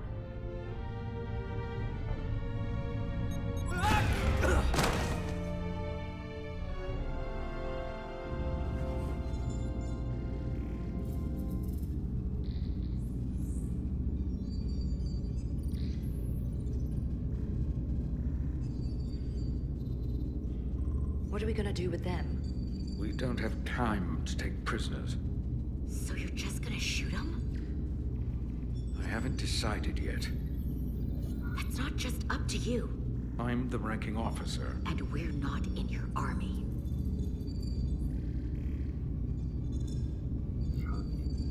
These prisoners can be useful to us. But if you kill them, we'll never know. I can live with that. Well, I can't. You're an engineer, not a soldier. This is clearly my territory. You think you have enemy combatants here? This is a hostage situation. Each one of them has an innocent life inside. I'll keep watch on them. As will I. We can't let our guard down around the enemy. Petty Officer Diaz and I will figure out how to stop the ship. Let's hurry. The rest of the Takan could show up any minute. Crystals. They're all over this place.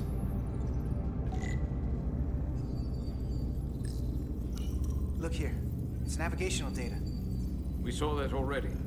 Headed to the edge of the galaxy. It's only a display. We couldn't use it to change course or alter speed.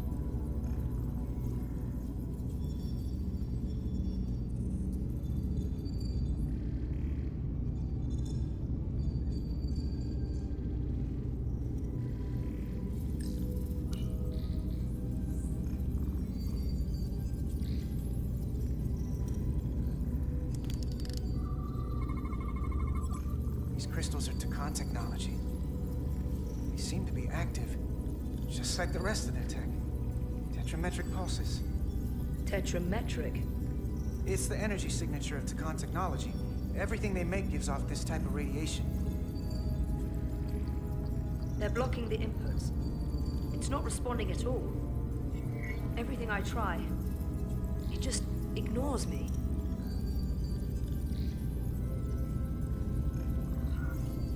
If we're careful, maybe we can blast the crystals off with our phasers.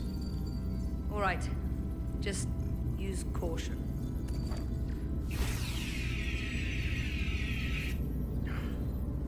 Not a scratch. There are other consoles to try.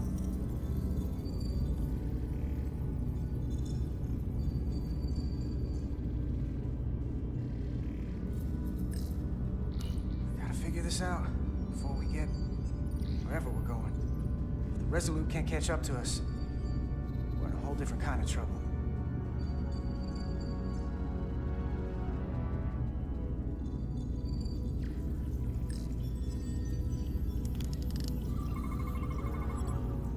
It's the Takan language. From what I can tell, the ship's systems are actively responding to input. Which is the opposite of how most bridges work. They usually send commands, not receive them. It's from an intrusive program. This control station won't do us any good either. What have they done to this bridge? Consoles running themselves, some clogged up with crystals that are sending off tetrametric pulses. But none of this is sending signals outward. It's receiving. They're flying the ship from somewhere else. That should be impossible. But it explains why there's less than a full bridge crew. If they aren't flying the ship from the bridge, where are they controlling it from?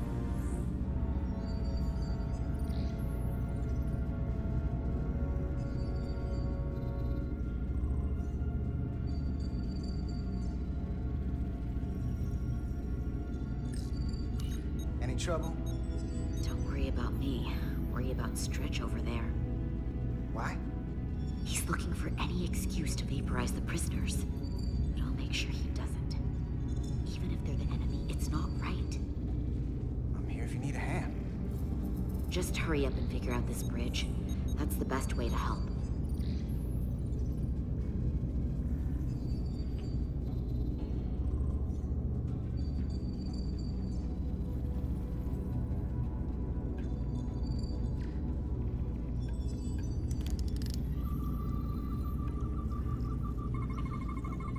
Engine's a red line, running at full power. But this main drive manifold is spiking way over nominal levels. Very dangerous.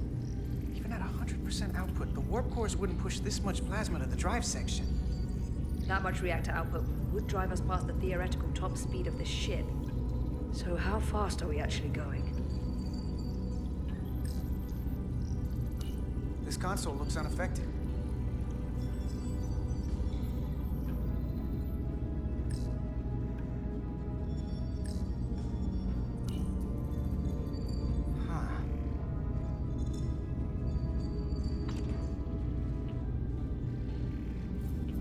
Careful where you point that thing. It's not active. I can't see any way this would work as a weapon. It's dead. Out of ammo? Not sure.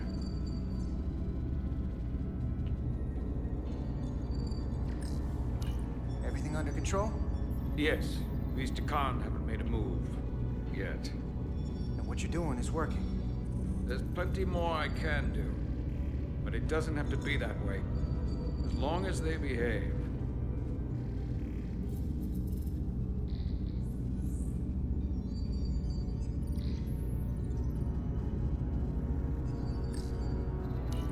Where's the captain?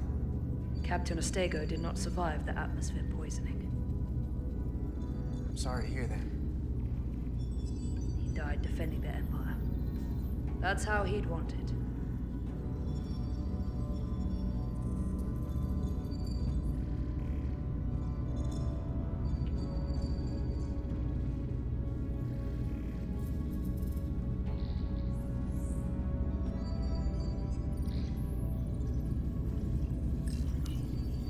Two interfaces on top of each other. This is not Lydian programming.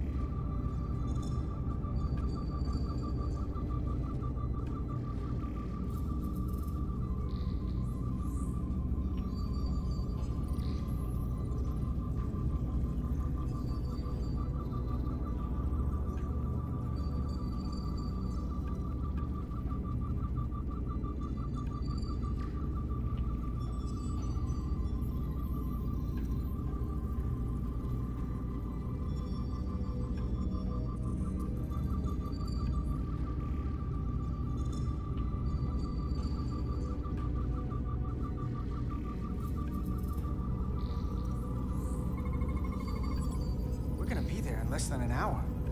We can't let that happen. Hold on, it would take days to go this distance with our fastest ship. We're traveling at a warp factor many times greater than this ship should even be capable of. Even with the engines pushed as hard as they are, they wouldn't produce this speed. Whether it's these crystals, or the power from the Cartabula, the Takan have found a way to increase the engine output and top speed. We have to find a way to hit the brakes before we outrun anyone who could help us. We stop it, so they can't get this ship where they're going, and enact the next phase of their plan. That is, if they don't destroy us all first. I would have thought this ship would disintegrate going this speed. But somehow, that hasn't happened yet. So what is their endgame? They've transformed individuals, they've transformed this ship, in a way. How far will they go? As far as we let them. Their technology certainly doesn't seem to have limits. I hate to think what the Cartabula could do if it was plugged into something it was meant to power. That's everything. We got some answers. I don't like what they tell us, though. If we can learn nothing else, then what's left is to make these Takan talk. And if they don't, we'll dispose of them. Hey, that's not how we do this. That is enough from you.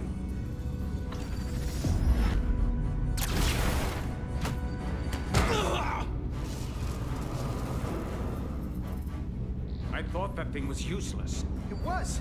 No power. Until he touched it. The weapons must be biocoded. Our technology will only work for one of our kind. I can assure you, this weapon works just fine for me. Slow down, Arminta. You can't control this ship with a disruptor. But I can use it to control you. Ah!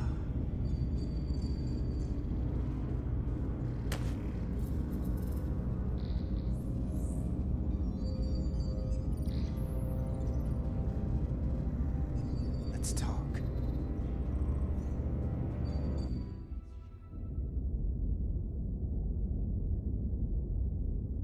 The Titan's communications officer says Captain Riker will be ready in just a moment. You need to see this. The report on the data breach. Damn. It's worse than I'd hoped. They didn't just compromise our shields. They stole the shield algorithms for all of Starfleet as well. Meaning every ship is potentially vulnerable to attack, making this so much worse than it already was. Given the potential consequences, we should notify Starfleet as soon as possible. I don't disagree, but I'll reach out to Ambassador Spock about it. I don't want to cause a panic, and I doubt he does either. I have Captain Riker for you. Let's not mention any of this shield business to Riker just yet. Put him through. Captain Riker, this is my first officer, Commander Jara Rydek. My pleasure. Sir. I wish we were all meeting under better circumstances. So do I, although you and I have actually met before. We have? I was a young lieutenant on the Potemkin. You were first officer on the Tuckerman.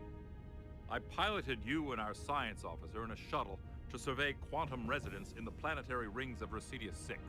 Ah, yes. Now I remember. You know, he gave me some good advice that day about a very difficult job. Yours. Well, I'm not one to turn down some words of wisdom, sir. And let me ask, as first officer on a starship, where does your responsibility lie, first and foremost?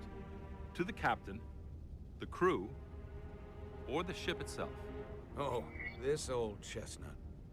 I am curious to hear what she says, though. Ultimately, my responsibility is to the crew at large. The needs of the many. You have been hanging around Ambassador Spock. But the truth is, it's a trick question.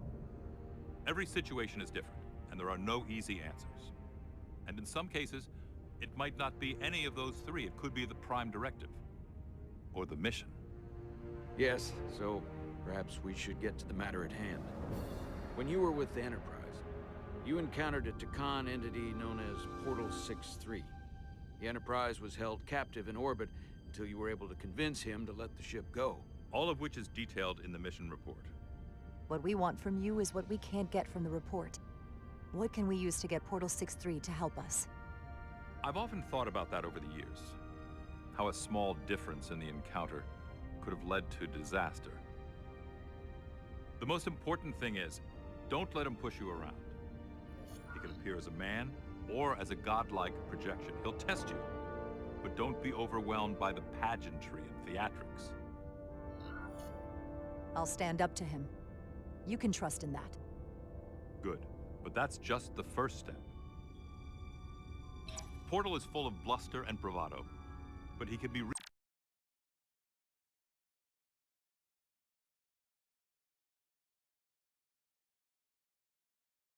reasoned with.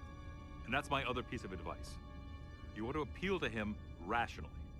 You don't want him thinking you're acting out of fear.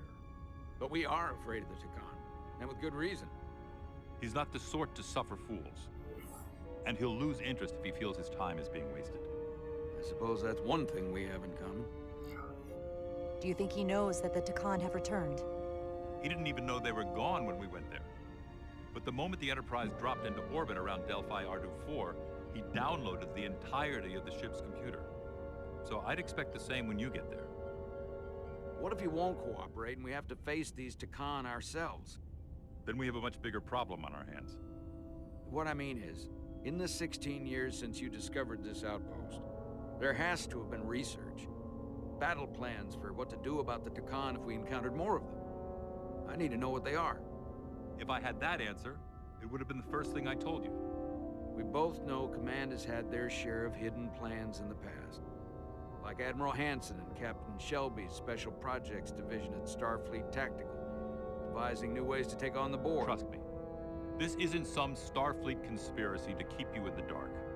But if you two don't think you're equipped to make contact, you need to tell me now. Because there is no silver bullet here. Now's not the time to hesitate. I need to know you're up to this. You're not the only one who's met the Takan anymore. We've faced them in combat. We're not just the right ones for the job. We're the only ones. All right. Asked and answered. There was a special task force that considered the Takan, and I was part of it. But because there were no other signs of the Empire, we determined the best course of action was to create a restricted zone around the Delphi Ardu system. I have my concerns, but I'll clear the way with the brass for your travel into the restricted space. Just remember what I've told you. And it wouldn't hurt to read some Sun Tzu en route. Or Marcus Aurelius. Anything else? Machiavelli? Thank you for your support, Captain Riker. I wish I could be there myself. But my first officer would probably see to it that I stay on the bridge while they get all the excitement on the away mission. The burdens of command. Rest assured, the Federation is taking this threat very seriously. You won't be alone out there for too long. Thank you, Captain Riker. One more thing. Ambassador Spock said that Takan stole some data from your central computer. What's that all about? We're still assessing the extent of the breach. Nothing to report as of right now. That's it? Ambassador Spock suggested it was something more serious, which is why I'm asking.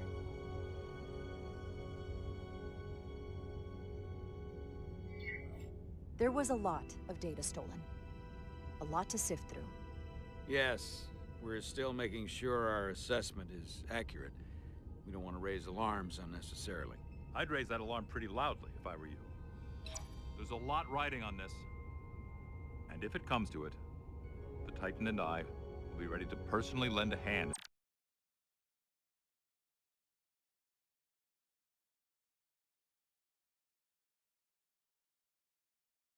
Let's fight. Let's hope it doesn't get that far. Riker out. Thank you for not getting too specific with Riker about the data breach. Better we handle this ourselves, without all of Starfleet hearing about it. What I don't understand is why you'd keep it from him. If you're going to tell Ambassador Spock, what's the difference? This information will send a shockwave through the entire fleet. I'm sure Spock will agree. It should be compartmentalized on a strictly need-to-know basis. I have more research to do. So do you. I'm sure the ship's computer has Sun Tzu in its library. Dismissed.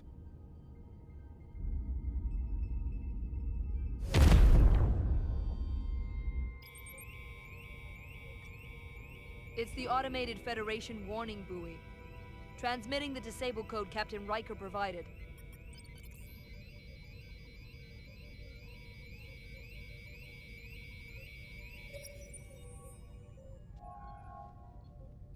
That was unpleasant. Commander Ermont, what are the conditions of our systems? All internal systems operational. Commander Westbrook, what are your scans of the planet?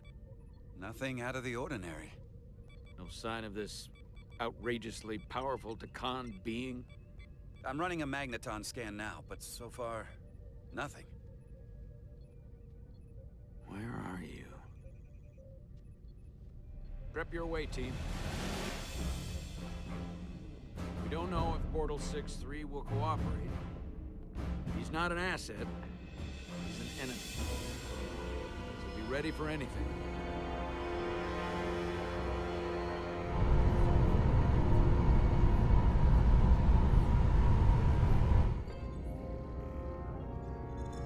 Prove you're worth keeping alive for a little while longer. I cannot stop this ship any more than you could stop the tides. Not good enough. The impotent threats of a lower life form do not sway me. I will not bend to you. I was born 600,000 years ago. But a new age dawns today. Are you the scion of the flame? My name is Zan Utlosa. I was born in the final days of the Age of Makto. We are all scions of the flame. Every one of us who have traveled across the bridge of time to be here for the Great Awakening. We have all sworn ourselves to the cause. Eventually, one of you will break. You don't understand how overmatched you truly are. This craft was nothing before we imbued it with the speed required by our mission. And the Cartabula produces enough energy to drive an entire fleet of ships like this one. But when we wake the Aphelion, we won't need a fleet. The Aphelion? Only then will you understand the might of the Takan Empire. Reborn in this time. And when you wake the Aphelion, what are you going to do with it? Anything we want. Come on! This goes from bad to worse unless you do what they say.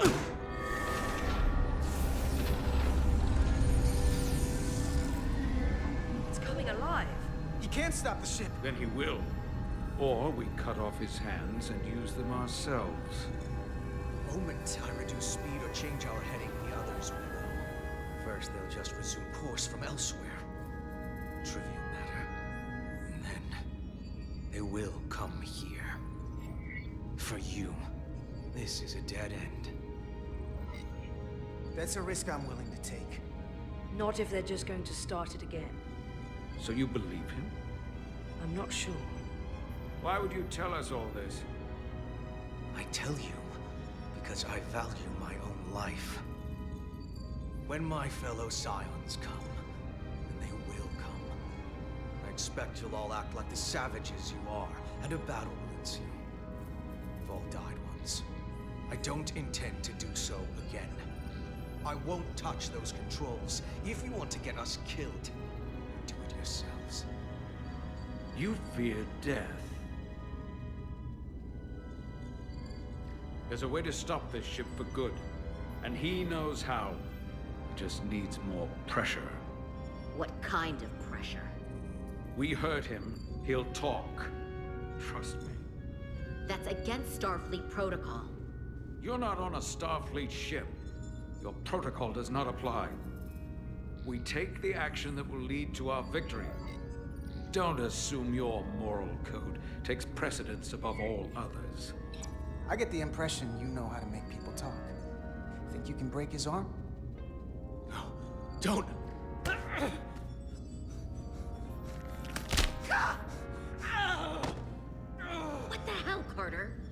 We don't torture people. Did you forget what uniform you're wearing? What it stands for? This isn't like you. He'll live. Isn't that what you want? Don't you twist my words like that. I have only just begun. Stop, please! Wait! The warp cores. Our technology is amplifying the ship's output, and it still relies on the warp cores to provide plasma to the engines. Disable those, and the ship grinds to a halt. Sabotage. This display is for all life forms on the ship. This is where the infiltrators are, the central artery of ship systems, sensors, propulsion, weapons. And this is engineering. It's deserted. If I can get us there, can you cripple my ship? Not something I'd normally ask, but I'm coming around to it. You just worry about getting us there. I'll handle the rest. This plan of yours has one problem. It strands us. Left out of the fight when there is a war going on. Our fight is here, now. This is how we do the most good. For the Empire. For the Empire. So, Carter, you didn't beam out after all. I thought you'd escaped when we boarded. I had almost hoped you'd made it off. And Nilly's there with you too, right? It's good you two are together. I know you're here, Carter. Your technology is so simple to us. You're not a fighter. I know it. You know it. That's why you're hiding. Somewhere on this ship. But the Takan Empire has so much to offer you. Think of all the knowledge lost for 500,000 years that you'd have access to. I know you want more from life, and I want to show you what you could be a part of. Not just the wonders you've already seen from us. In our time, we had the power to move stars. Carter, you have a thirst for discovery. And a part of you would remain to experience the things I can show you. But if you try to fight it, you're only gonna make things worse.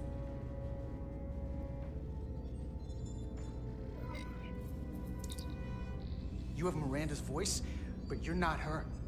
And you don't know me. Of course I do. I remember... well, I remember everything. I remember us. So I'll just explain the reality of what you're up against.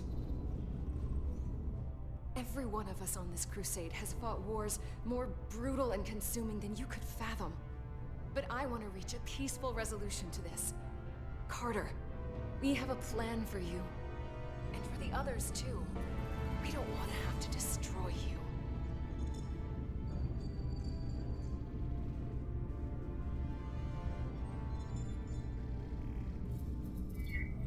You think there's some sort of compromise to be had here? After all you've done? The only end of this is when you surrender. After all we've done? You can't think we'd give up now. We can continue this conversation in person. I'll see you on the bridge very soon. Our comm badges. She's tracking our location with them. If we have to use force to free our fellow Scions, there will be casualties. We can't stay here. And we need to disable the transmitters. Where'd you go? You don't want to talk to me? She's trying to keep you talking. I mean, I get it. But I'm trying to help you.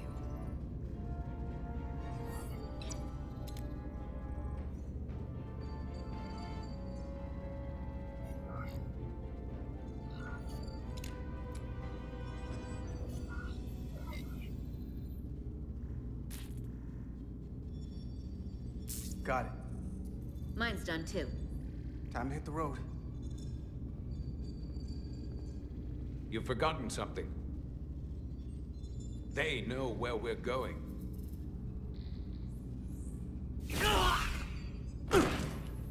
Set to stun. You're not going to shoot a guy who's unconscious, are you? You keep getting in my way. You already broke his arm. What more do you want to do? I want to eliminate loose ends. And I did that for you.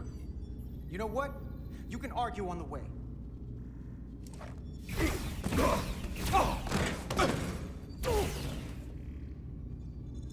Let's move it.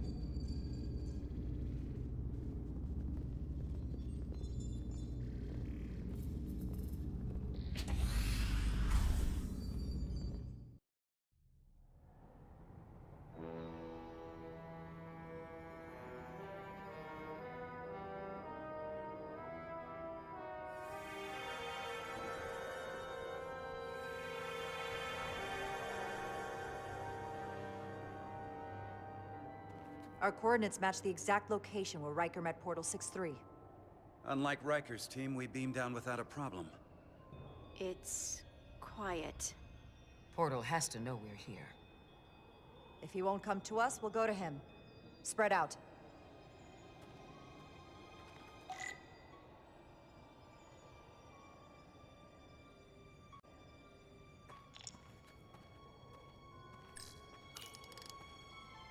Already gave it a scan. Dead. Whole planet feels like it's been turned to stone. Doctor? Commander, keeping an eye on those Duridium levels? Good. Last thing we need are your cells destabilizing on a hostile alien planet.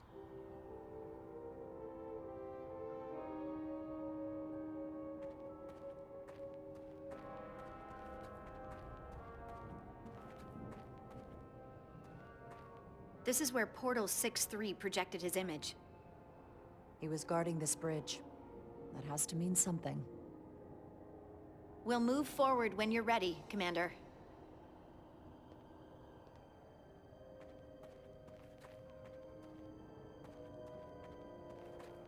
Follow me.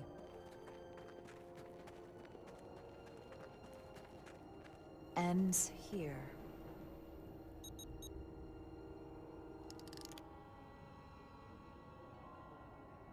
Is it me, or did that path just disappear?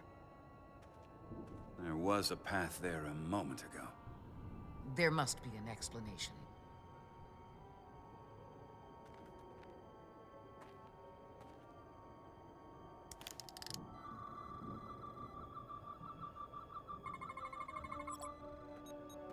Tetrametric pulses. Same energy as the other Takan technology. Most of the crystals appear dormant. What's different about this one? Readings indicate there's a cavity in the rock right behind it. We could try melting a hole through the wall with our phasers. Worth a try.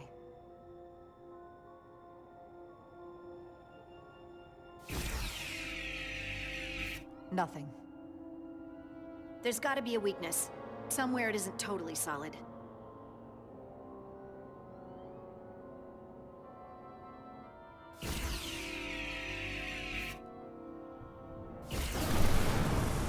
Whoa!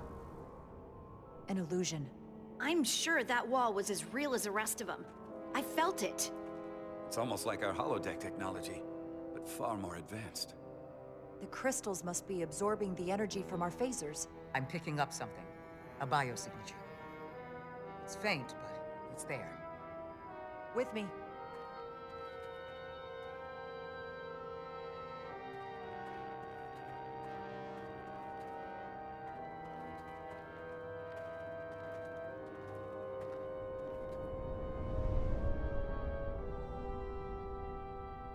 Another dead end. Or another illusion. Crewman LaRue, if you would.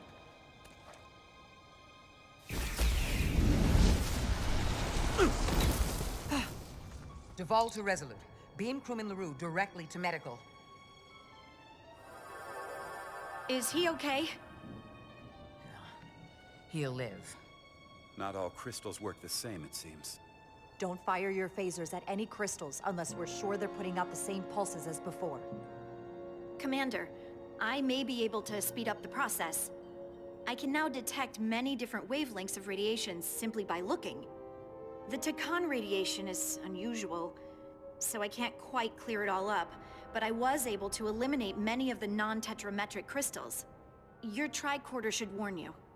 That's an enormous help. Thank you, Lieutenant. It's my honor.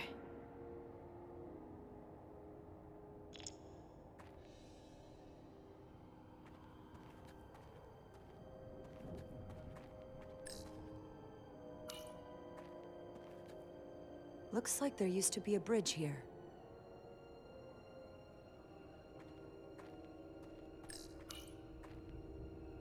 Aside from the breathable atmosphere, this is a remarkably inhospitable planet. Traces indicate there was once living flora, but it's been dead so long it's practically turned to stone. From what Portal told Riker, it was an outpost to defend the far edge of the Takan Empire. Well, it's not that now. Now, it's a grave.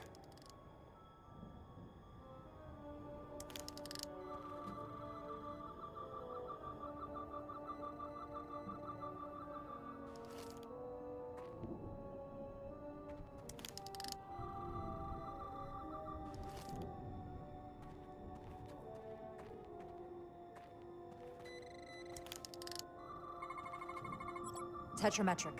Good sign.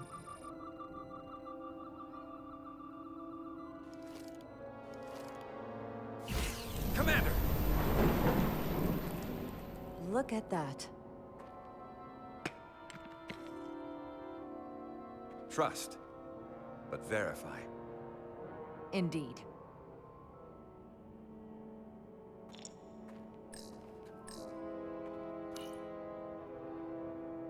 We don't have any data about what's below the surface on Delphi Ardu 4. And I don't feel a particularly strong urge to find out. Then that makes two of us.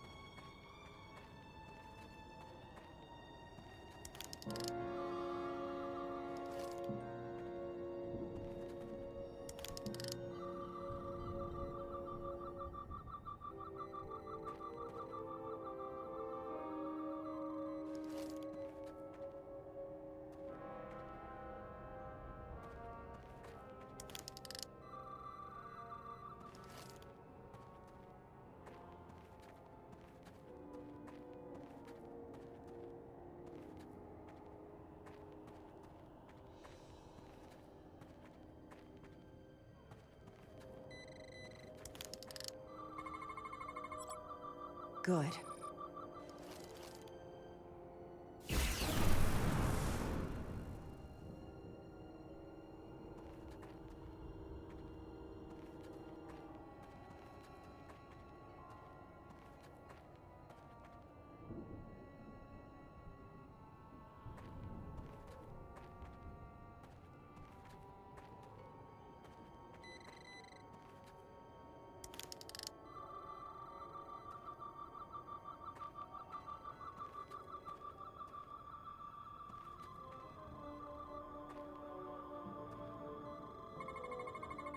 Tetrametric.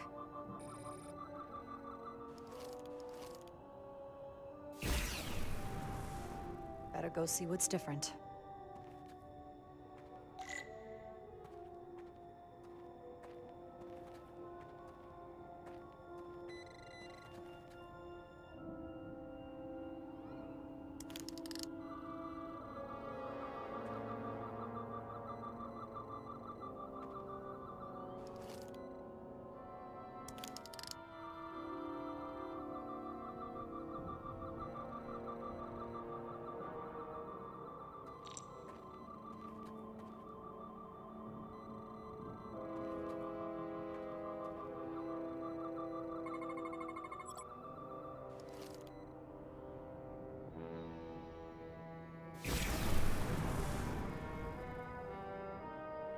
The way's clear.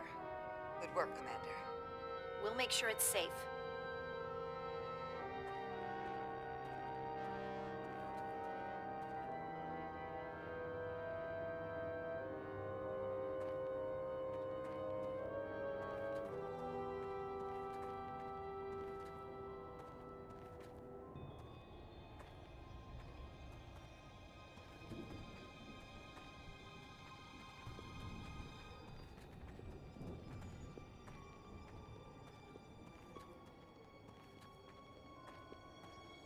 Incredible. The plants here are actually alive. Is this the biosignature you detected, Doctor? No. Not a match.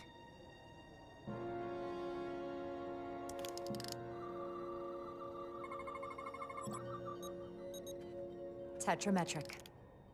Then it's creating an illusion as well. Based on the data we have so far. Only one thing left to do. Doctor, be ready to beam us out if it turns out we're wrong.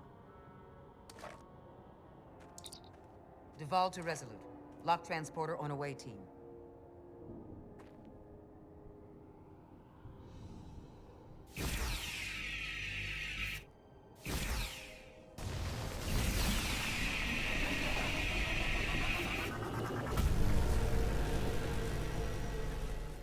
Amazing.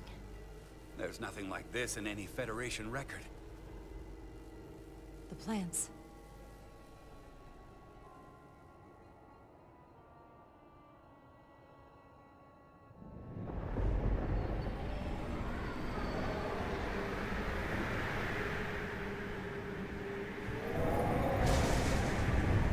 Barbarians. It's him. How dare you disturb me? I'd hoped you had enough sense to leave of your own accord, but here you stand. Fools. In another time, I would have destroyed you and your ship simply for setting foot in this place. Fortunately for you, that time has passed. Portal 6-3, Guardian of the Takan Empire. We've come a long way to meet you. Guardian. I am guardian of nothing. The Takan no longer exist. Don't care to be reminded. If this is why you've come, then you should leave. Now. I'm surprised you don't know. With your powers, can't you learn anything? I can. But you should mind your words. The Resolute's database is being accessed. The Takan have returned? After so long, how could they? Explain. Now.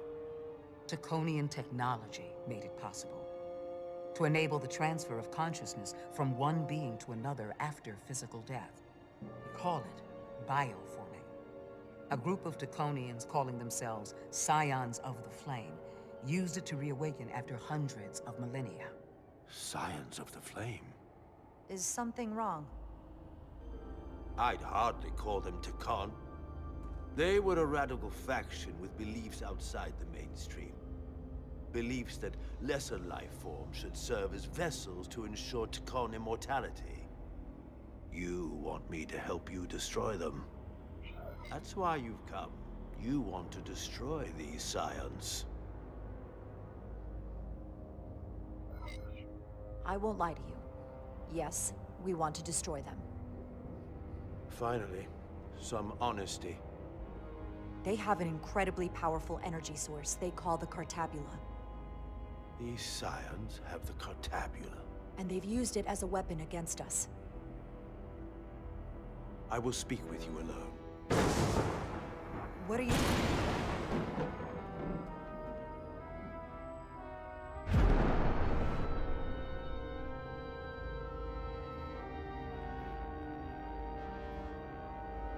Where are we? Where's my team? They're safe where we left them. That the Scions have stolen the Cartabula is deeply concerning. And to be honest, I'd rather speak with you alone, John of Rydick.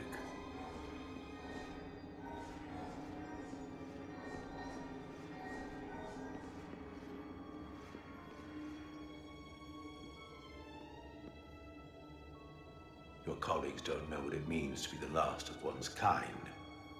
You and I are remnants of fallen civilizations. The Kobliad, the Takan. One dying, one dead. Our species could not be more different, but we both know the meaning of loss.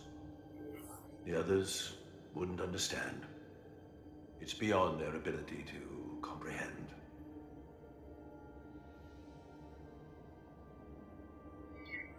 I see you're hurting, and I understand your pain. But pain shouldn't stop us from moving forward. You do not understand me, nor the pain I feel for the loss of our once glorious empire.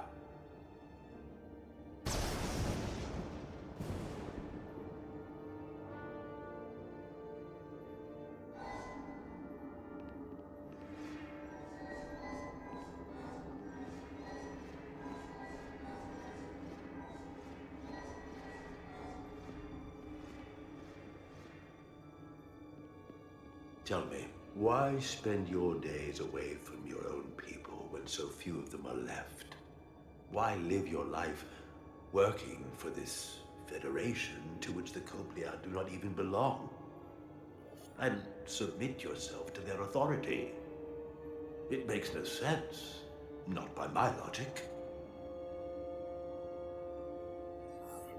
The Federation isn't an authority to be obeyed. At its heart, it's a set of principles meant to ensure the survival and safety of all species, regardless of their origin. You told Riker you'd wait until you were needed. You're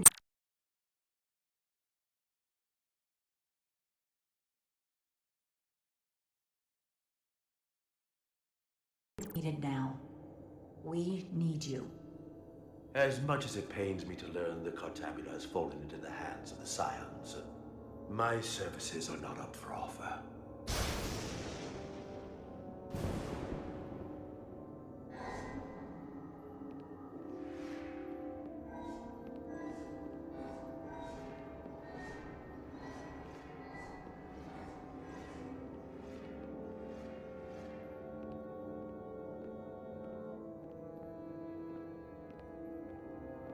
To be chosen as a portal was to give one's entire self to the cause of protecting the Takon Empire. I left behind everything I know, and now you want me to turn against my own people. The betrayal of my oath, and everything I vowed to protect. These aren't the Takon you knew. They're a facsimile. They're imposters. And they tarnish the Takon name. We faced these questions in my time as well. What you call bioforming, we thought of as a marginal science.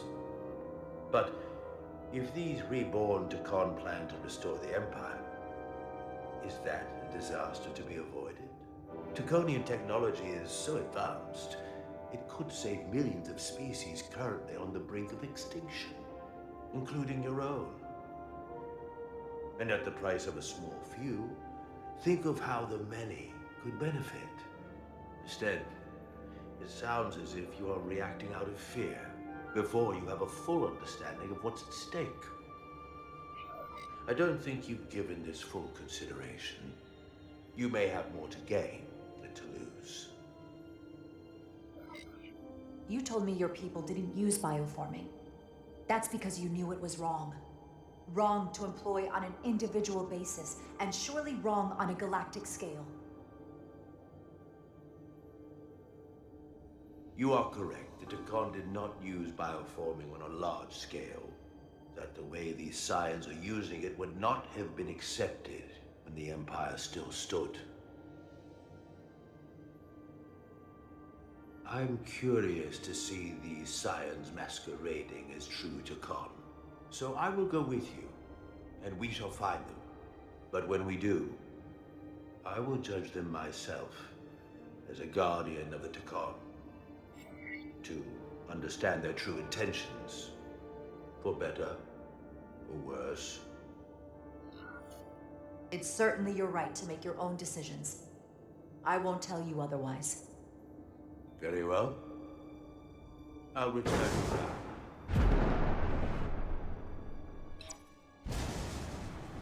Commander! Hold your fire. I'm all right. He's coming with us. We assumed the worst. She's perfectly fine. Now then, shall we? All right. We can beam up your...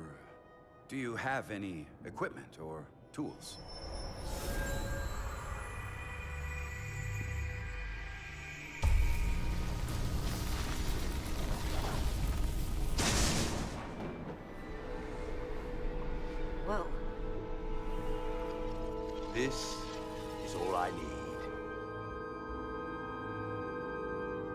Away team +1. Ready to beam up.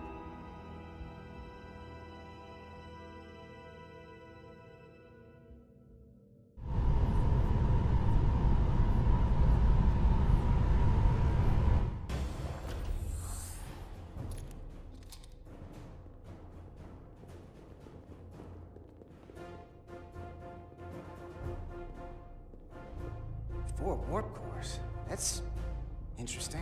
Redundancy. If one goes down in battle, we can still operate. Makes this more difficult, though. This ship can maintain warp with half the cores offline. We'll need to disable 3 of them. Where are the engine schematics? Power flow routing charts. We're soldiers, not engineers. I thought you would know what to do. We understand how to operate it under normal conditions. We'll do our part, you do yours. Anything that comes through that door, stop it. That I can do. You at least know where we should start? This way.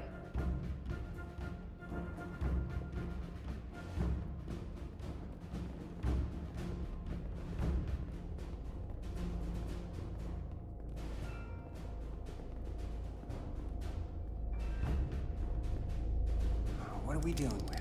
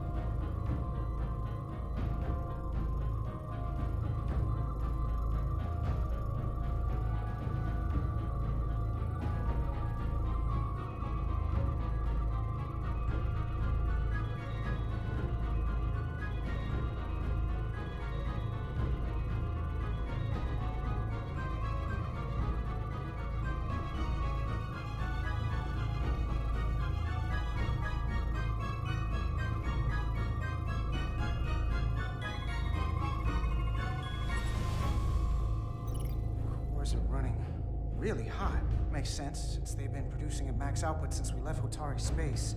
No ship can run for very long like that. Not before a catastrophic failure hits. It's right on the edge. We just need to figure out a way to give it a push. Bet that console down there could tell us a few things.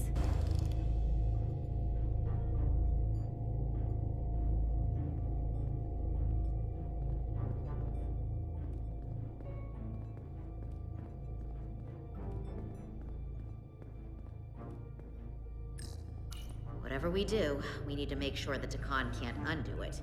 So we need a way to permanently disable the reactors that won't destroy the ship and kill us all in the process. You thinking what I'm thinking?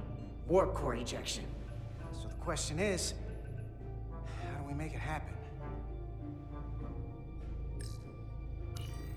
The reactor coolant system is operating at emergency containment levels. It's just barely keeping the temperature in check. Maybe we can use that.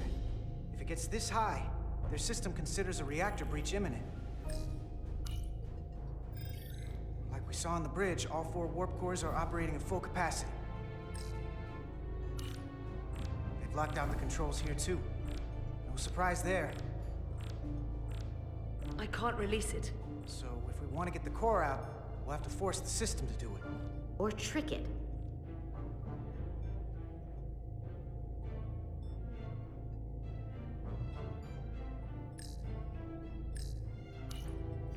The safety protocols don't look much different from the Resolute.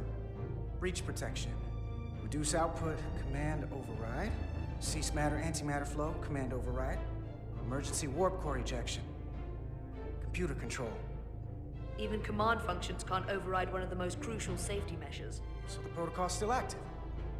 That's good.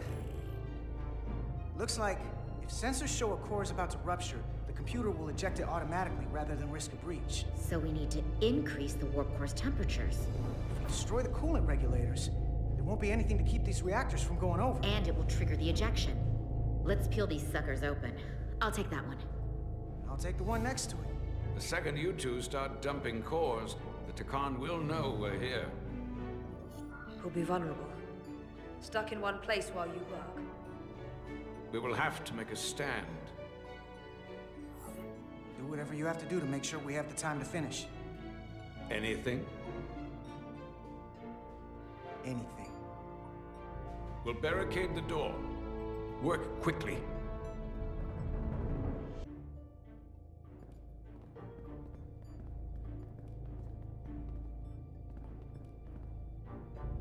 We might not have our tools, but our phasers can do this in a pinch.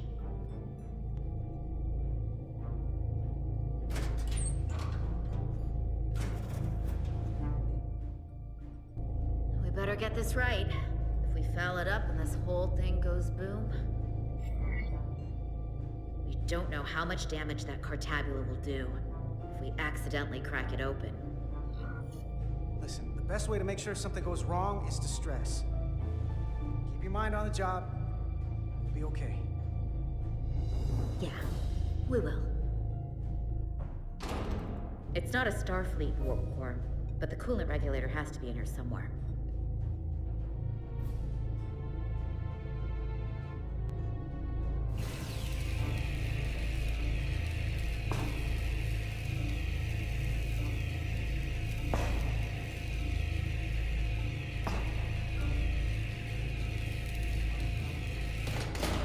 There you are. Time to heat things up.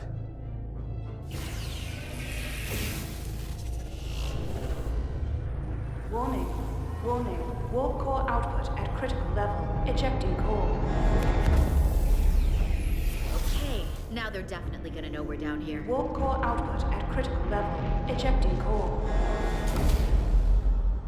Just one more to go. They're here! They're cutting through the door. We don't have much time.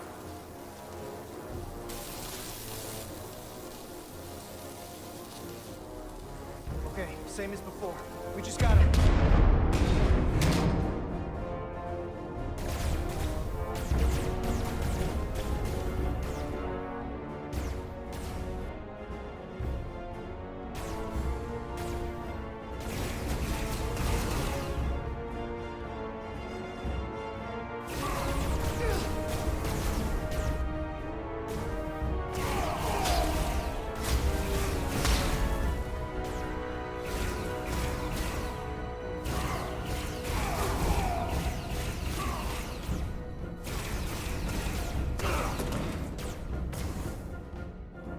Go!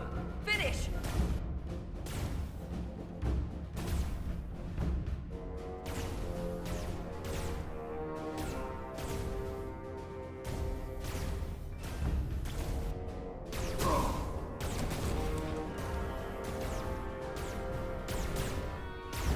Hey! Would you mind not shooting at the matter-antimatter reactor? I'll cover you. What? No! Get the work done. We're all dead.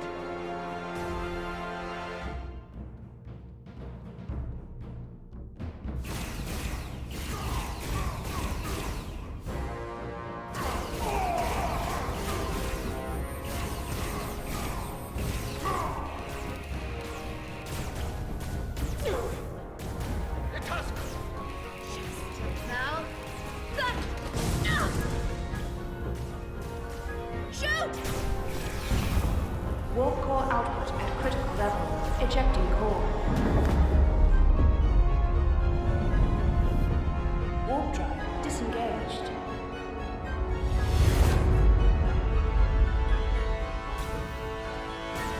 Did it.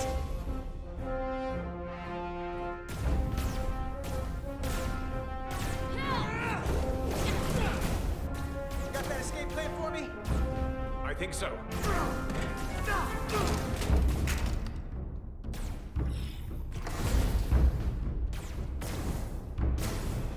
Itasca, can you climb?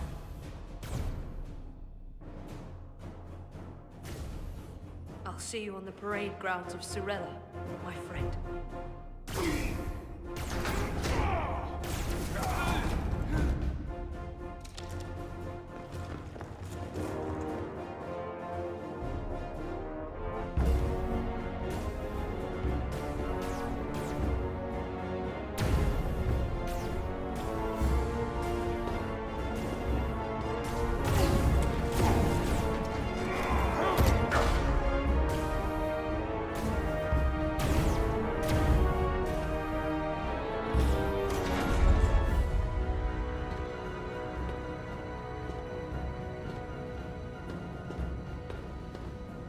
want me?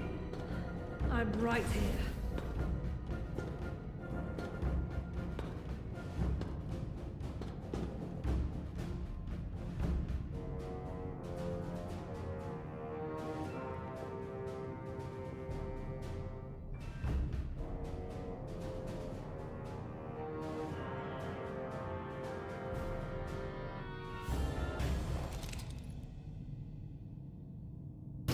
Not you too.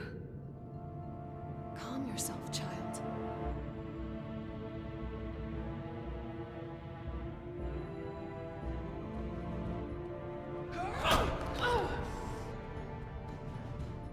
It will all be better soon.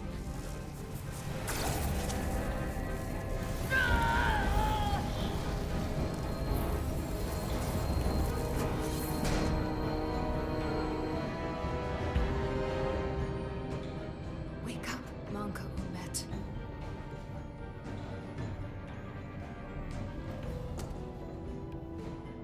Return to us.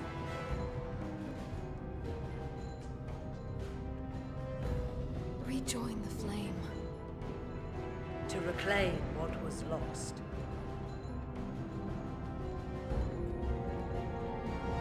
We don't need to watch this. I do. I want to remember every moment when I make them pay.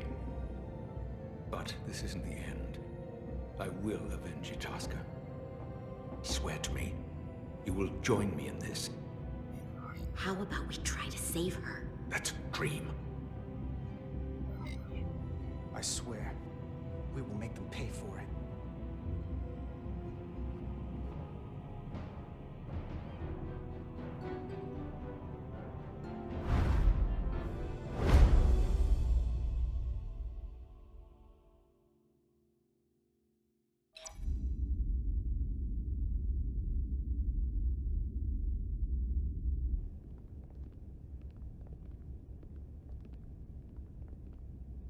There's so much I want to ask you. There's so little I can tell you. I'm a portal, not a scientist, but I'll certainly do my best. I can only assume this is one of your older starships. One would think, given the importance of your mission, they might send a ship of a more recent vintage. But, apparently not. The Resolute is primarily a research vessel, if that's what you mean. Not a warship. Although she has been known to hold her own in a fight. Against what?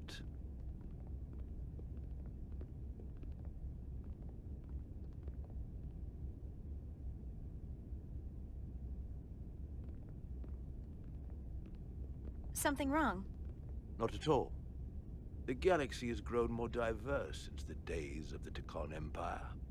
Because you conquered everyone who didn't look like you. To the contrary. Most lesser civilizations willingly join the Empire to enjoy the benefits of an advanced way of life. But that expansion came with its own set of problems, so I admire your ability to diversify without creating conflict. That was always our challenge. And perhaps, ultimately, our downfall. The Federation prides itself on its inclusiveness. I'd say it's one of our greatest strengths. As the Vulcans say, infinite diversity in infinite combinations. Interesting. I'd be curious to meet one of these Vulcans. If this is the best you have, then so be it. To locate this scion, Galvan, I'll need full access to your ship's systems. Full access? Huh. You must be out of your mind. No, I'm right here, completely in my mind. Given this is merely a research ship, I won't be able to find him without it.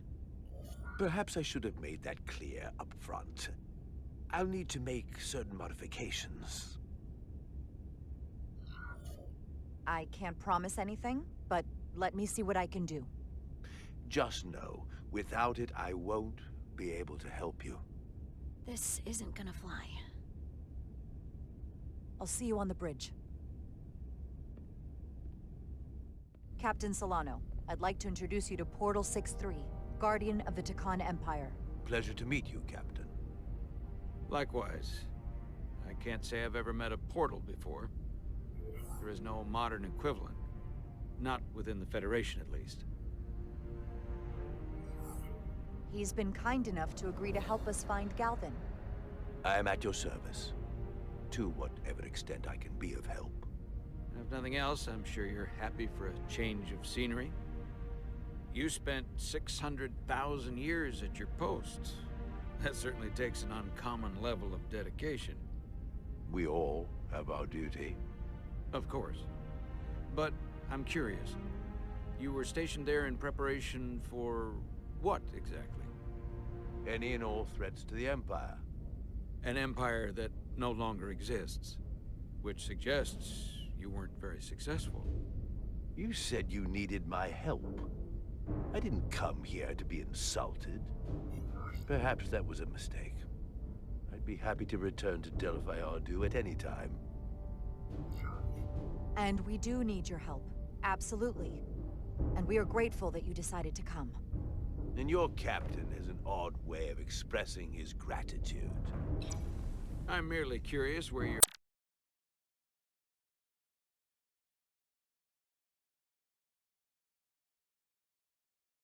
allegiances might lie. And clearly it's with the Takan. Yes, Captain. You have found me out and exposed my true loyalties. To the Takan, not to the Scions of the Flame, who do nothing more than tarnish us in name and reputation and don't deserve to be called Takan. That's why I'm here. And if you'd be so kind as to give me access to your ship's systems, we can get on with it. And you can stop wasting my time. Access to our systems? That's completely out of the question. Tell me that's not what you promised. We're vulnerable enough as it is. And now we're supposed to give him access to everything? Ridiculous. Captain, I know it's a risk.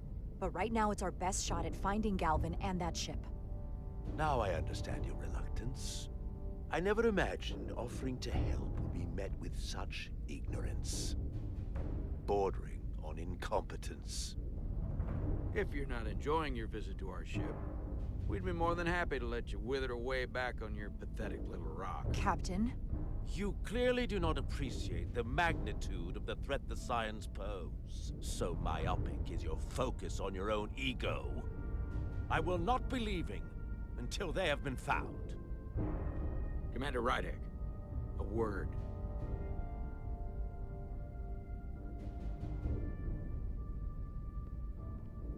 And to think, I waited 600,000 years for this. You realize that's supposed to be in an incredibly difficult position. I was against seeking him out from the start. But now, to give him access to our systems? It's insane. And you somehow expect me to believe his allegiance is with us? You heard what he said in there. There's no way we can trust him.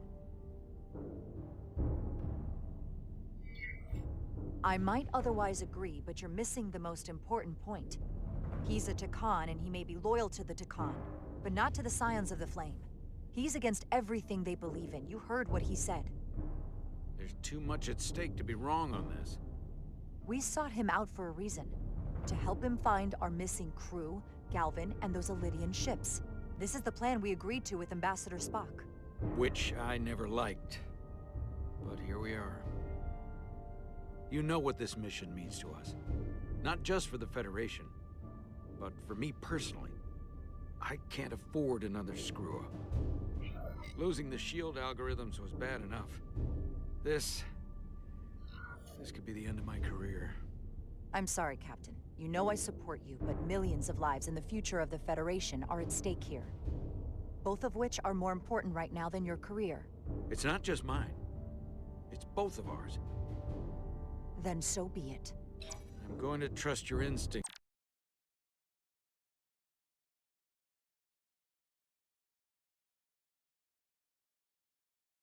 On this one. I just hope you're right. For both of our sakes. Let me know if you find anything. We're good. You may begin. I will, of course, have to make a few modifications. What kind of modifications? To find Taconian technology requires Taconian technology. If this Scion Galvan modified his ships, then I must do likewise to yours.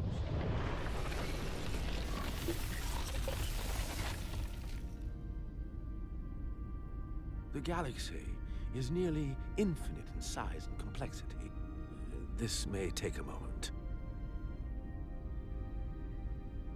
How long will I it found take? something.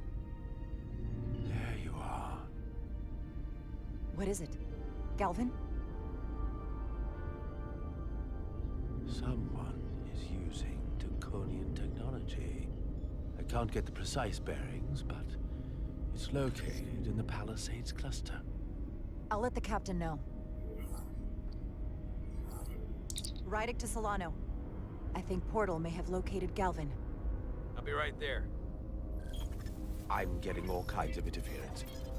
Almost impossible to lock on the energy signature. Where's he hiding? In the Palisades cluster. Interesting. Can you lock in on the location? Not until you get me closer. Lieutenant Handar, set a course for the Palisades cluster. Aye, Captain. Well, I suppose I owe you an apology. You were right after all. That's what I get for questioning the advice of my first officer. You always have my back. They say the true measure of a leader is being able to admit your mistakes. So thank you. Next time I'll do a better job of listening. Nice work. Let me know if you find anything more. Will do. What's wrong? I didn't want to say anything until I was certain. But the reason for the interference is simple. There's a Taconian device on this ship being used to block the signal. Whoever planted it was exceptionally clever. They knew how and where to hide it. But they have underestimated my abilities. Engineering. Take care of the Taconian device, and I can find Galvan for you. It's designed to interfere with all transmissions, or at least delay and confuse the effort to find Galvan's ship. Hold on. My understanding is that Takan technology requires a Takan to operate. Is there another Takan on this ship? The Scions could have someone on the ship, doing everything they can to stop us from finding Galvan. Don't worry, I'll get this fixed. We're going to find that ship.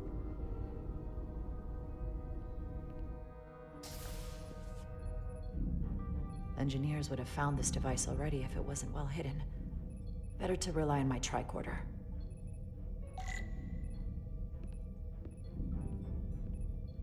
There's a lot of noise in here. I should scan the device putting out the most radiation to filter it out.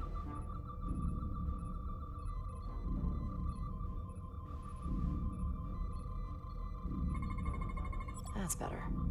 Most other radiation sources in here are well contained. There's definitely tetrametric radiation nearby. But even with the gain boosted, it's getting drowned out by other sources of radiation in here.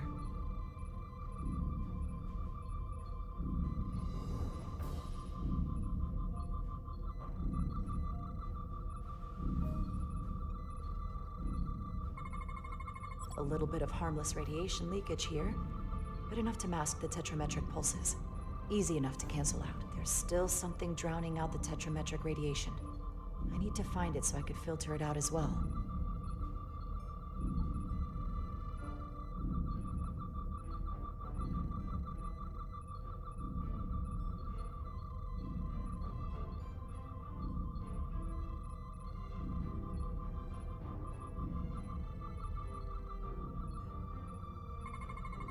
Jeffrey's tubes thump harmonics from all over the ship.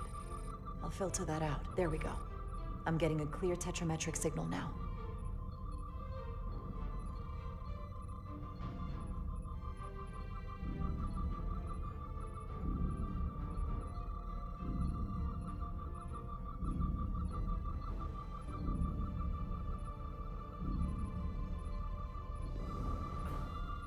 Found it.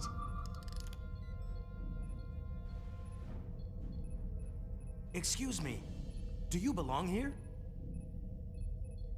Commander Rydek. I'm sorry. I didn't know it was you. Paul. Calloway, right? Yes. You know, it means a lot that you remembered. What, are you doing back here? I don't mean to pry, but first officers don't usually go digging around engineering compartments. Sorry, it's not something I can go into. Right, of course. Forget I asked. There is one thing you can help with. Have you seen anyone else in here recently that might seem out of the ordinary? Maybe someone who doesn't work in engineering. Not that I can think of, but I can ask around. I'm here almost all the time, but maybe someone else noticed something?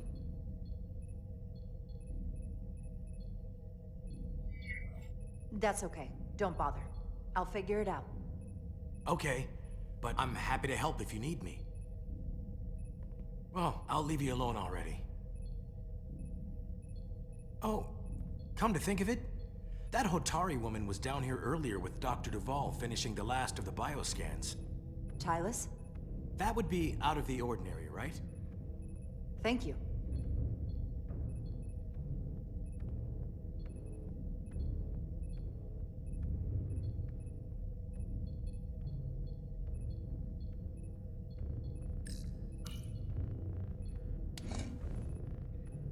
Maybe Tylus saw something.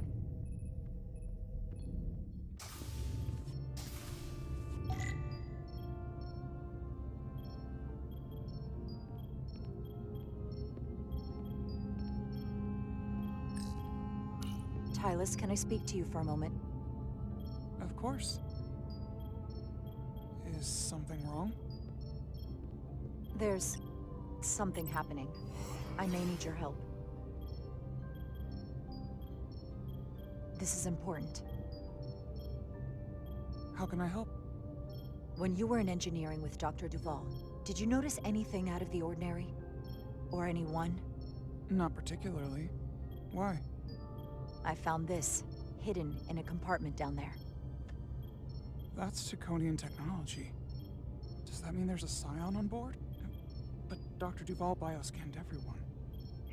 Every deck, every crew member. I've seen the logs. She couldn't have been more thorough. We have to trace every contact, starting with engineering, which is where the device was planted. At least that narrows the list. But we still have to go back quite a while. Whatever it takes. It could be anyone. That includes both of us. You want me to get scanned? Better to know for sure, right? I'll admit, I was around the Scions as much as anybody. I would feel more comfortable if you did. I understand.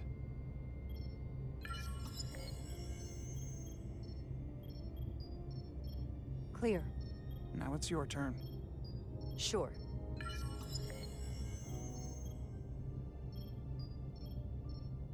Clear. Don't sound so surprised. You spend plenty of time with the Scions as well. You never know. Let's get to it. The search starts in engineering. Whoever planted the device most likely did it within the last few hours. So I'll start by running a scan, tracking everyone who came through engineering over the last day, in reverse order. This could take forever to sort through the number of people that were in engineering.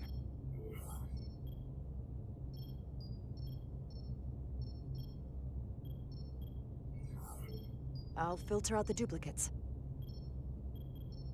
That helps.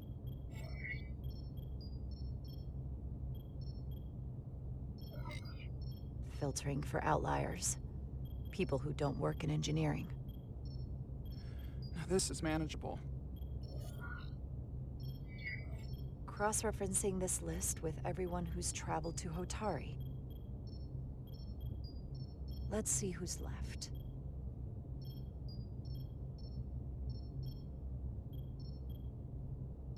No, this can't be right. What?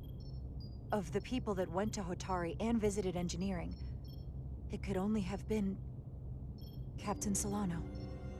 According to this, he was here while you went down to Delphi Ardu 4. Which would have been the perfect opportunity. and no one would question him. He's the captain. As much as I hate to admit it, assuming it's true, it does explain why he was so opposed to getting help from Portal. And he made several trips to Hotari, so they had plenty of opportunity to target him. What happened when Dr. Duval bioscanned Captain Solano? That's just it. She never did. How is that possible? Something more urgent would always come up. There was nothing she could do. But performing a bioscan is the only way to be absolutely sure. That's not going to be easy. First thing I need to do is get this device to Portal. Be careful. And good luck. I'll need it. I've found the device.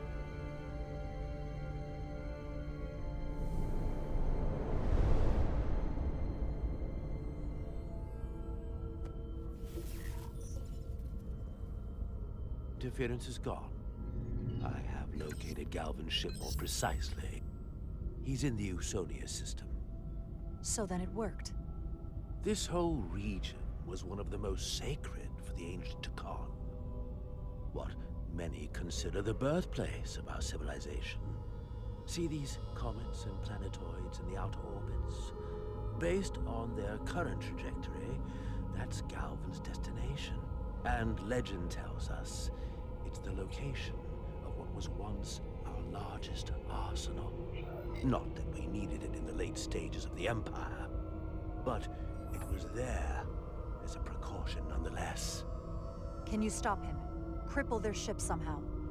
I'm afraid they are too far away for my powers to reach them. We need to be much closer. And even then, they may have defenses against what I am able to do. If Galvin and the other Scions secure the arsenal, they will become extremely dangerous. My people had such power at the height of the Empire. The Takan were as gods, keeping absolute control over countless worlds. I must speak with them directly. However, the presence of this device is worrying. It's highly likely it was placed here by a Scion, hidden among your crew. And it is unlikely this interference device was the Scion Saboteur's only trap. If we reach Galvin and the Saboteur cripples your ship, we will be at their mercy. Even my powers will not be able to protect us. Do you know who it is? They may well do more damage if left alone. Time is not on your side. I'm fairly convinced they bioformed Captain Solano. I knew there was a reason I didn't like him. That explains it. Bioforming was so rare at the time of the Empire that I am not able to detect if it has taken place. Proof of your claim is something you will have to produce yourself. Then we have to bioscan him. I'll talk to Dr. Duval. That's quite the claim. You told me you were worried about him, but I never imagined this was what was wrong. I wouldn't be asking you if there was any other possibility. That would explain why Solano has been too busy for a bioscan lately. As the ship's doctor, you have the authority to declare him unfit to serve. If you're right, this is the worst-case scenario. Challenging your own captain is a tall order. Are you sure you're prepared for this? If you fail, that's it. The end of your career. Maybe your life.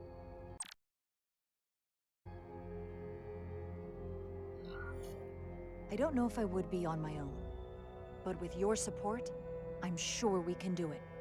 That smooth talking may come in handy. I'm in. But we can't pull this off with just the two of us. I technically have the authority to make Solano undergo a scan, but in reality, he can and will refuse to do it. We need at least another member of the senior staff to support your claim, or this could all blow up in our faces. You better think long and hard about who you can trust.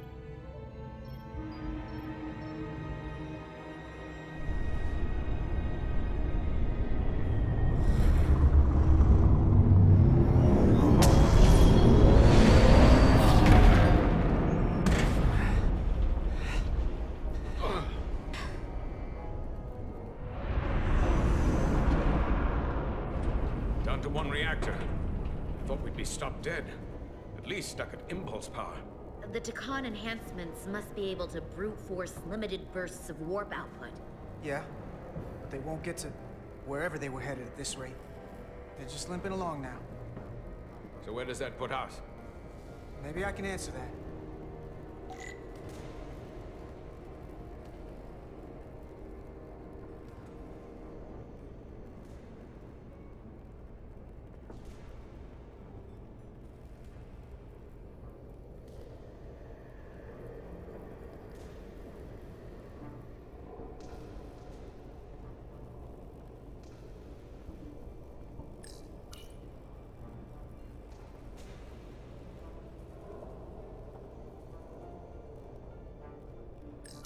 I got the ship's heading. They've changed course. Drastically. Looks like they're headed here. Usonia system. They might stop there. Can we use the Zeldi's comms to signal your fleet? Comm systems are locked. Grab hold! Oh!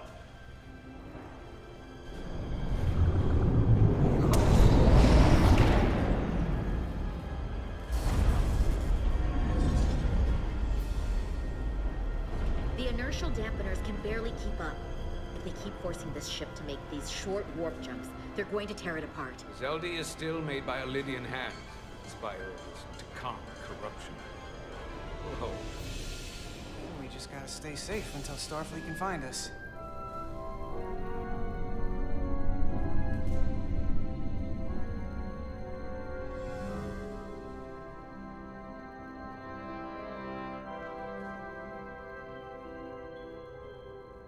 Your people. Is there somewhere you go when you die? Life after death? No. On my homeworld, some people think they can cheat death in a way by joining with the Trill symbiont. But that's not a life to me. What about you? Is there another plane of existence for you? With every passing battle, as I get older, We only get one life to live. I'm not counting on anything coming after I close my eyes for the last time. then you may never understand this, but please try. My people have a special journey. When Lydians die, we rejoin our comrades, family, and ancestors. On the parade grounds of Cirella? That is just one part of it, but yes. Death is not the end for us. So, even if some part of Itasca remains, by letting the Takan use her body, at best we are delaying the inevitable next step for her. At worst, we are leaving her as a prisoner in her own mind. You want to save the transformed. So do I. Now that I've seen it happen, does it make me a hypocrite to say he has a point? What if we can't get them back? We can't leave them like that, right? I think Itasca would want to be released. To think of what she could be going through right now. I know it's awful to think about, but if they're still alive, we can still try to help them. We lose that option once they're dead. I had a sister, a twin. It's very rare among the Trill.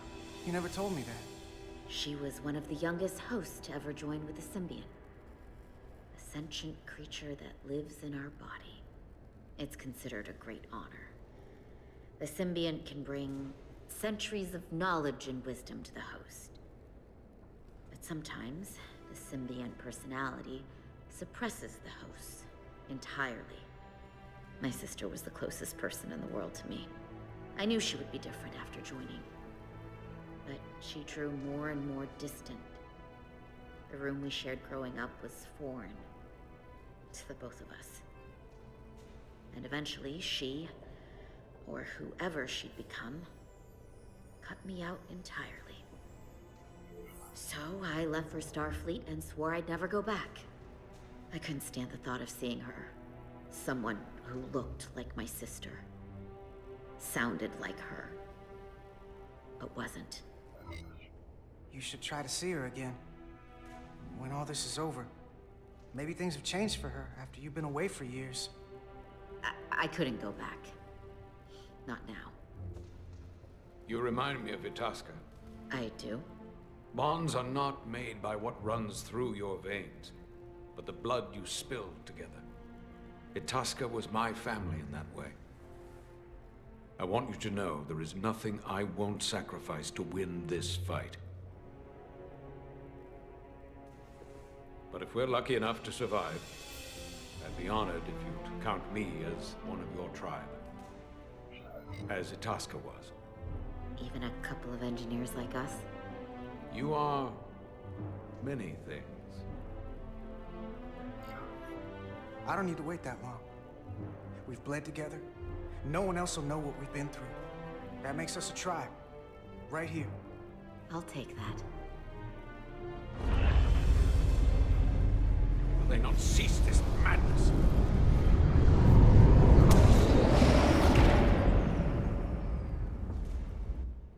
What is this place?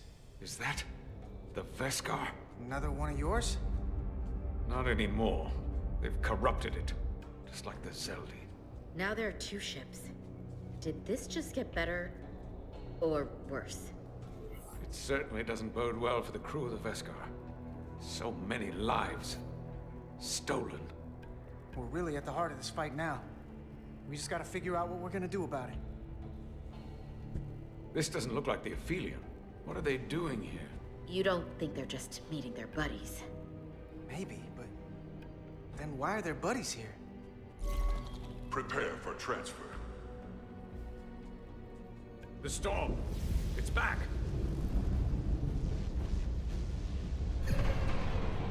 What happened? Hold on. Scanning. Astrometric radiation is dropping. The Zeldi's dropped to minimal power levels. It's running off just the one warp core now. That means... They've sent the Cartabula to that other ship.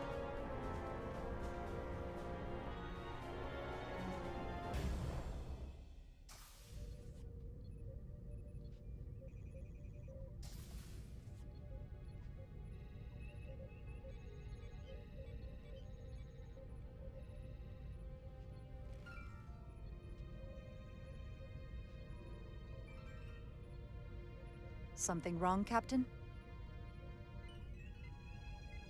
No, nothing's wrong.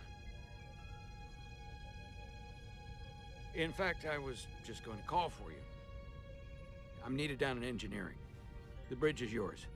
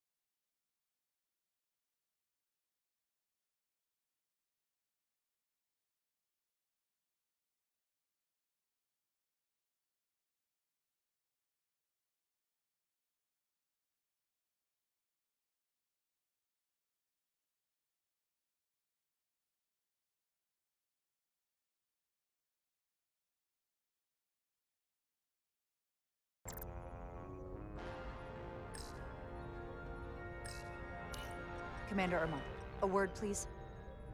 Of course, Commander.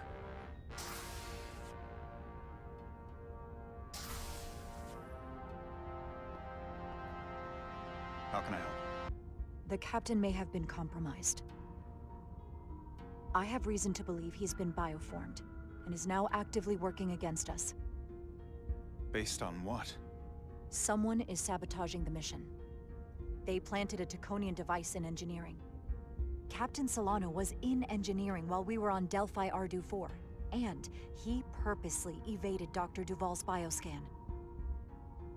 I know you're intensely loyal to Captain Solano, and have protected his interests from the start.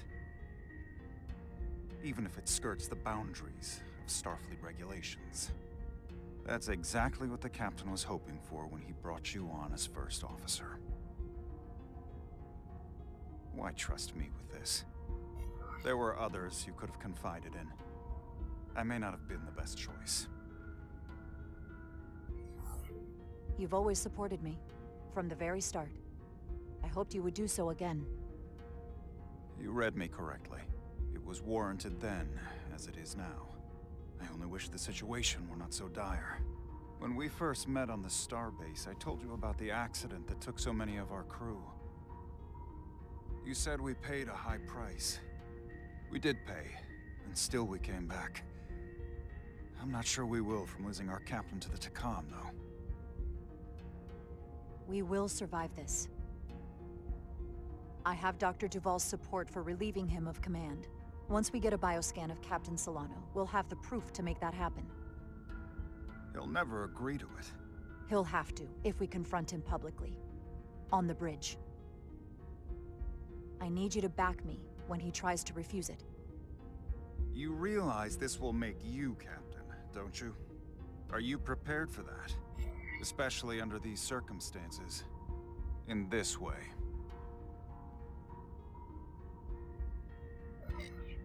As first officer, it is my duty and responsibility to protect the interests of the ship and its crew when the captain has been compromised. Well said, Commander. You have my support. When do we act? Now. Dr. Duval is already on the bridge. She'll ask Solano to undergo a bioscan. Then we confront him when he refuses. Into battle we go.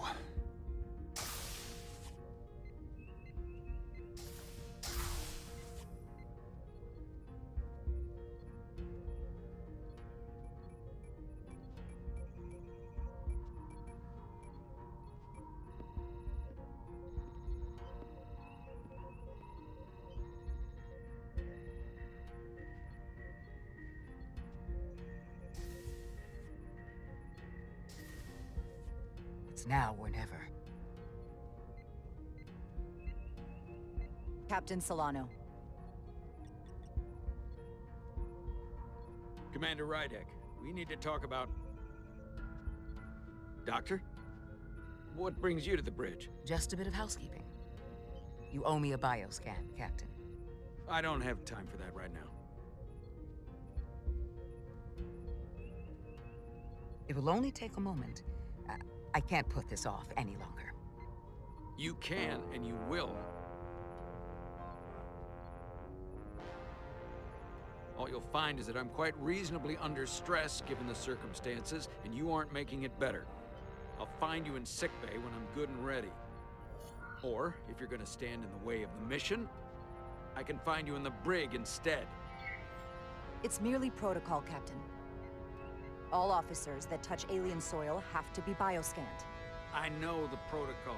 It's not more important than chasing down these Taconian marauders. Commander Rydek is right, Captain. The safety of the ship is of paramount importance. What is this? We need you to comply with the scan, Captain. That's enough. Drop this. All of you. I'm giving you a direct order, Commander Rydek. Stand down and go back to your post. Now. Do not make me tell you again. I've been a starship captain since before you were in the academy. I won't stand for this. This is for your own good, Captain.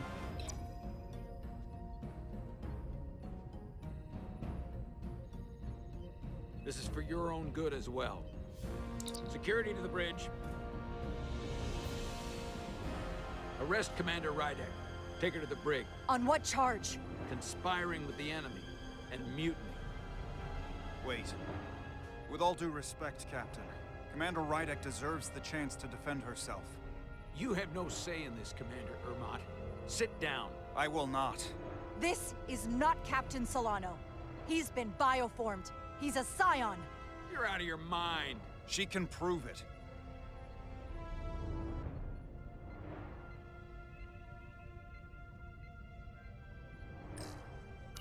He sabotaged our efforts to track Galvin with this.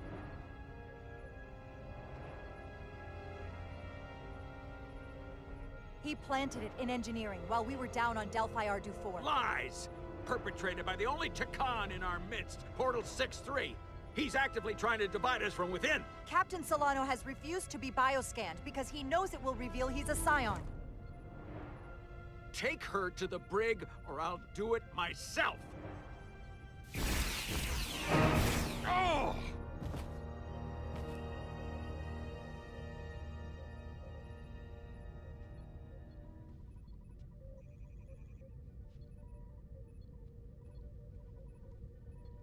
Wait! Stand down! That's an order! This is outrageous. What is happening? Someone needs to make sense of this right now. Or we're going to run out of places to stash prisoners. I can prove I'm right if you just give me a chance. If I'm wrong, then I will face the consequences. I can't believe this is happening. I'm going to settle this once and for all.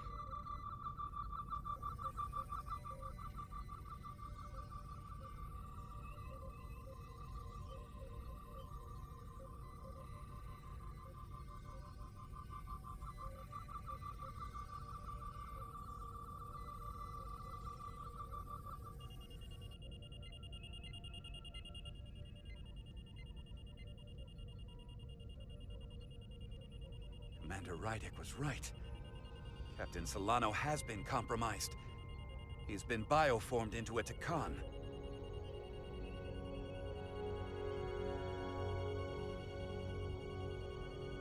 As the Chief Medical Officer of the USS Resolute, I am relieving Captain Zachary Solano of command. Take him to the brig.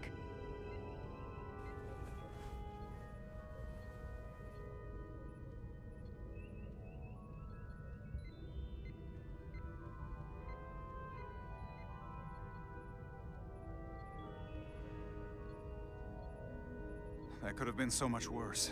I hope you're all right. I'm fine. Are you okay? It hardly seems real. All I can think right now is that I will miss the captain. I've known him for so long. To lose him like this, it's...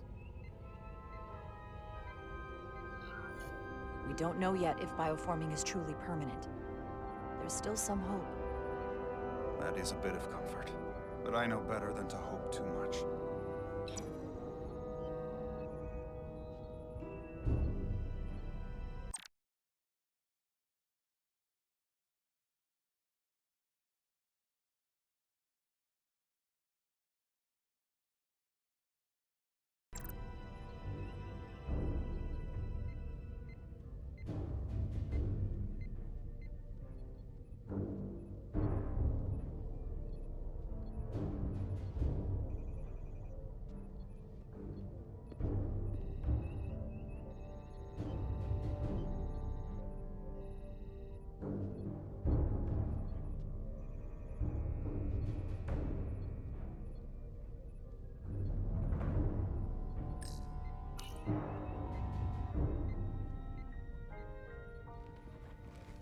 Set course for the Usonia system.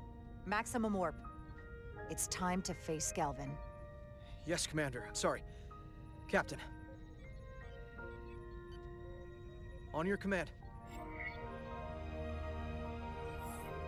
Do it.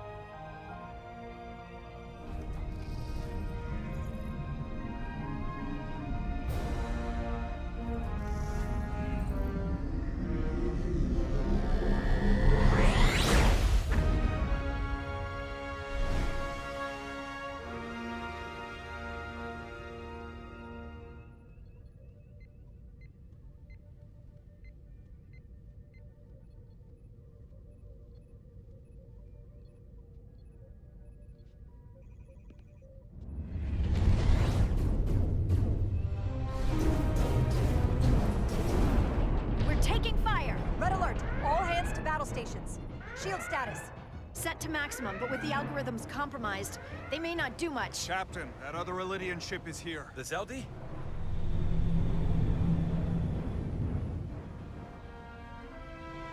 We're outnumbered.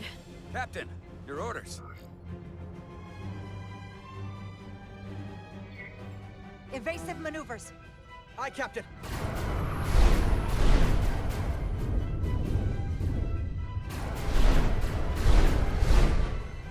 The vessel. Veskar's warp engines are powering up.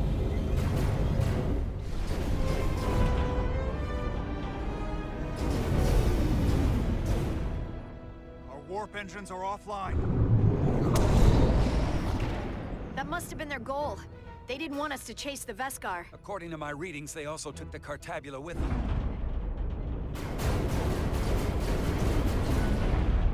They're not breaking off. We have to destroy the Zeldi before it destroys us. Diaz and Edsolar still over there? They'll need to evacuate. Come on. I almost have it. They gotta know we're here. Hurry! You got it? Got it. Diaz to Resolute. We read you, Diaz. This is Ermot. It's good to hear your voice. Is Edsolar? Is she with you? Everyone wants to know. Yeah, we're both here. We're both okay. Very good, Petty Officer. Can you get us out of here? I can't transport you out while the Zeldi's shields are up. Our phaser fire won't even get through. Is there another way off that ship? We'll find a way. Whatever you do, you'll have to be quick about it, because we can't give you much more time. We can't evade the Zeldi forever. Understood. Diaz out. We're gonna have to get out of here the old-fashioned way. The Lydian ships have no escape pods. We can leave out that cargo bay we transported to before. But then there's the vacuum of space to contend with. Those freight containers. Maybe we could use those to make an escape pod? Is that even possible? We're gonna make it possible. Unless you have a better idea. Let's go. I've polarized the hull plating. That should allow us to take a few more hits. Enemy phaser impact dissipated. Heading, Captain? Attack pattern Delta. Target ventral power couplings. Aye, Captain.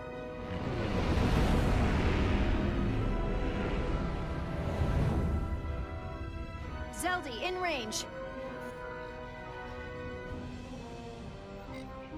Fire!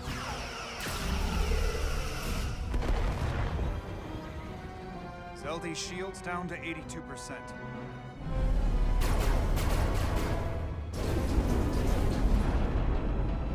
We're doing damage, but they're hitting us right back. We'll run out of hull before we penetrate their shields. Perhaps I can be of assistance. I can modify your impulse engines to amplify their meager output and avoid more of their attacks. But I will need full access to your propulsion systems. That goes against dozens of Starfleet regulations. Not a security risk if the alternative is destruction. To me, it's simple. You can take this beat and hope you can weather it. Or will you put your trust in me? I've left everything behind for you. The least you can do is put your faith in me. Commander Ermot, give portal access to the propulsion systems. You're going to have the ship in your hands. Don't let me down. This will take a moment.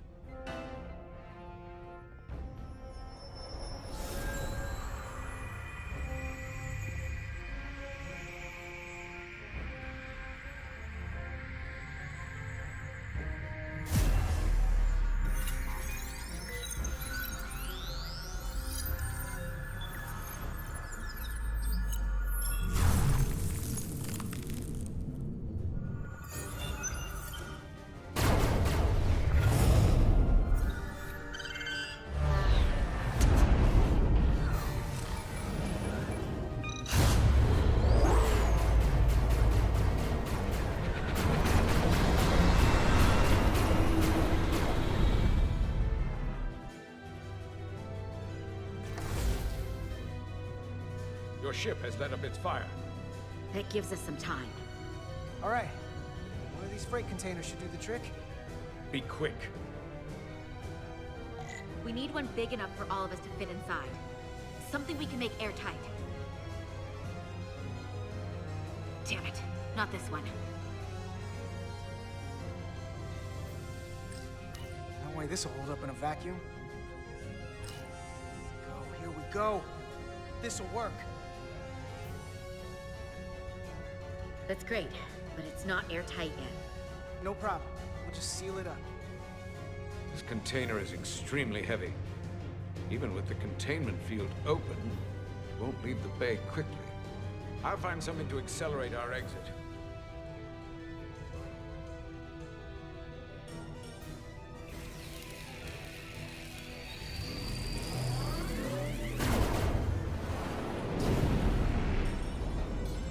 Glancing blow. Very little damage. I cannot keep this up for long. Their phaser banks are recharging. Now's our window. We have to strike back. I agree. Their next barrage could be our last. Better make this count. Target their weapon systems. Take the teeth out of their bite. That could make them run. Just like the Veskar, we'd lose Diaz and Etzelar again. Hit their engines. We've already lost the Veskar. We need to protect ourselves first. Target their propulsion systems. I don't want them going anywhere. Targeting their engines.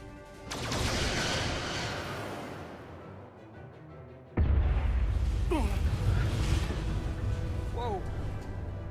We gotta move it now. These will give us the push we need. Those are explosives. We'll ride the blast right out of here. All set.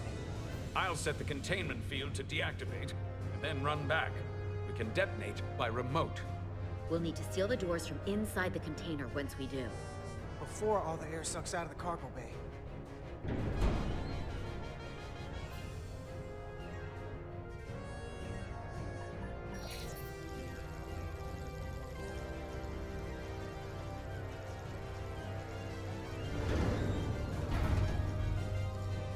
Just a few more moments. Hurry! What are they doing in there?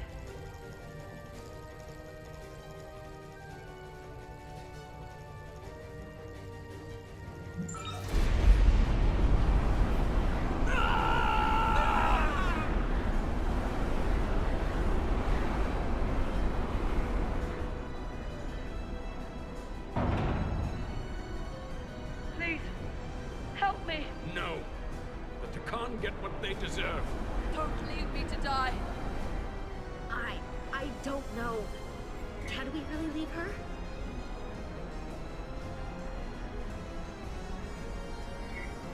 We can't. We don't have the time. We have to seal ourselves in. This ship can't fly.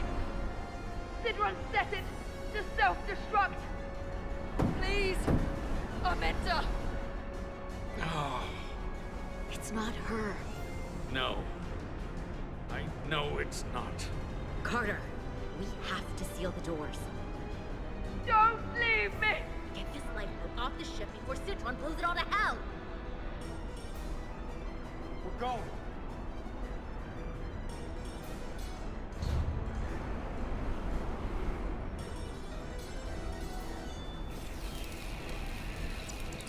Etzelar to Resolute.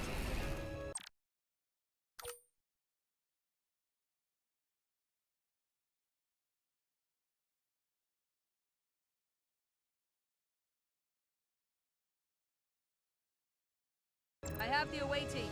Go ahead. We're about to exit. We see the cargo bay containment field is deactivated. Get that tractor beam ready. And you should know, the Zeldy is set to self-destruct.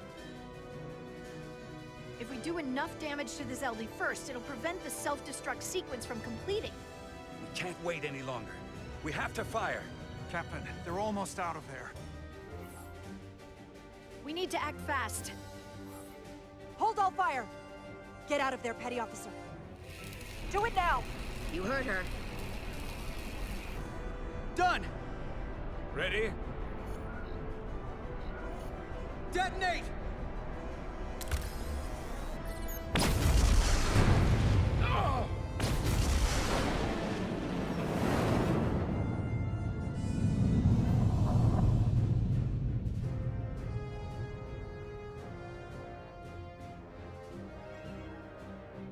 We're out. I have them on sensors. Tractor beam activating. Locked on and ready to fire. Fire!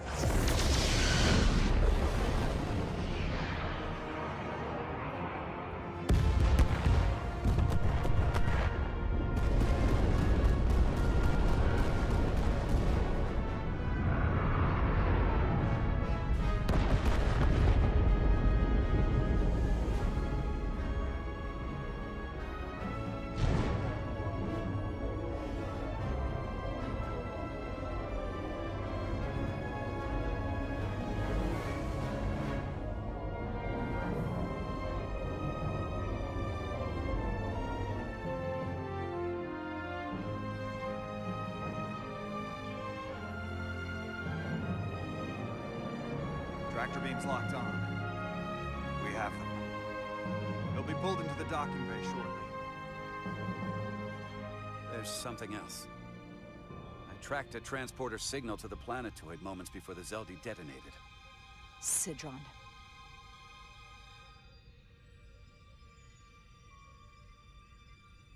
There's a Takan structure there. It's the reason they were here. It's the reason we are here. Now.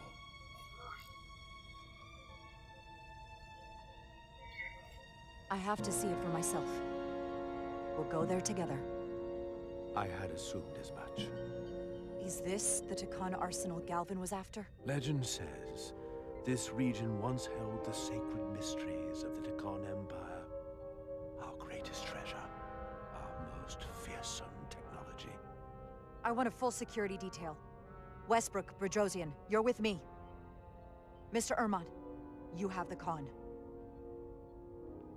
Wait. You're not the first officer anymore. The captain is supposed to stay with the ship. I'm surprised Lieutenant Bedrosian didn't raise that first. I thought Captain Rydek knew what she was doing.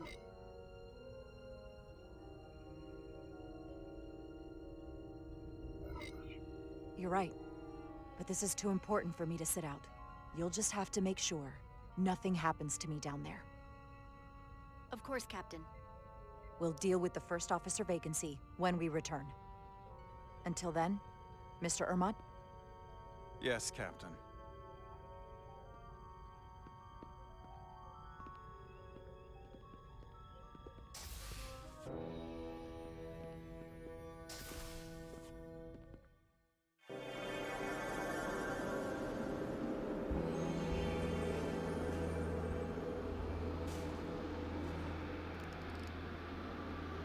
Any sign of Sidron? Not that I can see.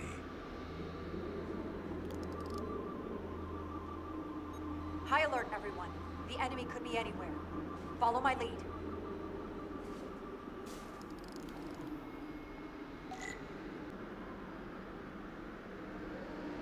Let's make this a short mission, all right?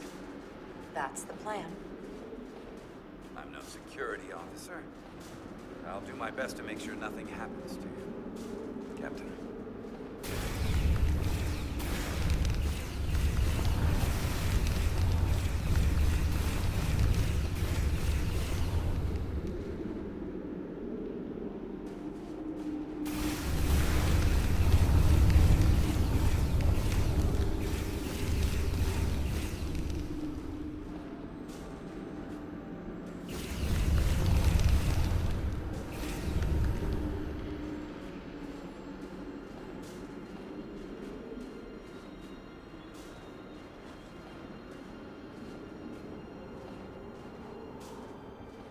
Is this another Takan vault?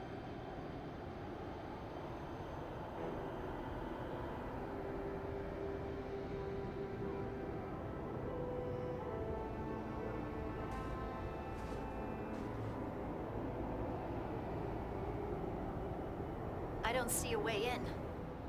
Vault in the mines was already open. There must be some way to activate it.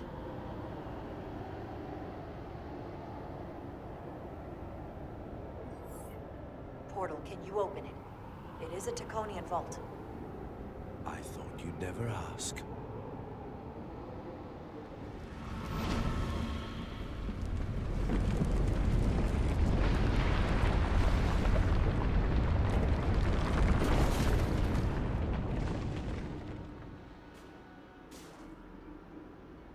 You're welcome. Better to keep it simple. Sometimes the answer is staring you right in the face. Nicely done.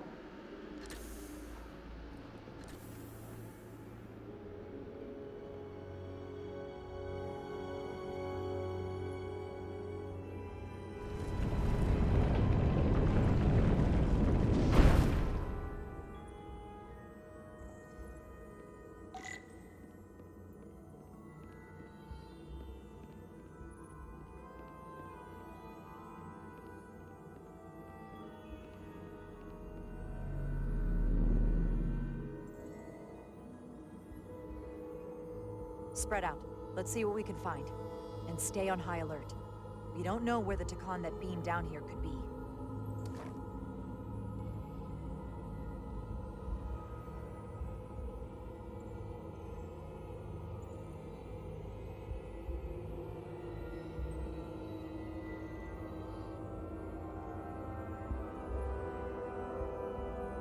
You will need my help, Commander. How so? Traversal here is trivial for a Takan, but only a Takan. When you come across a device you cannot use, merely call my name. Will do. Thank you.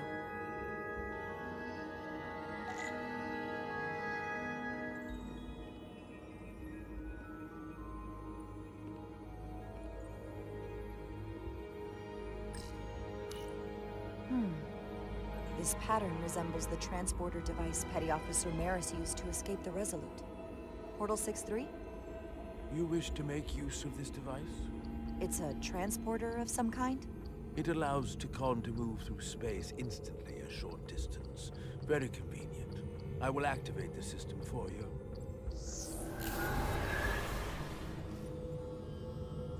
Where does it go? I'm not sure. The markings here must be from after my time. Well, only one way to find out.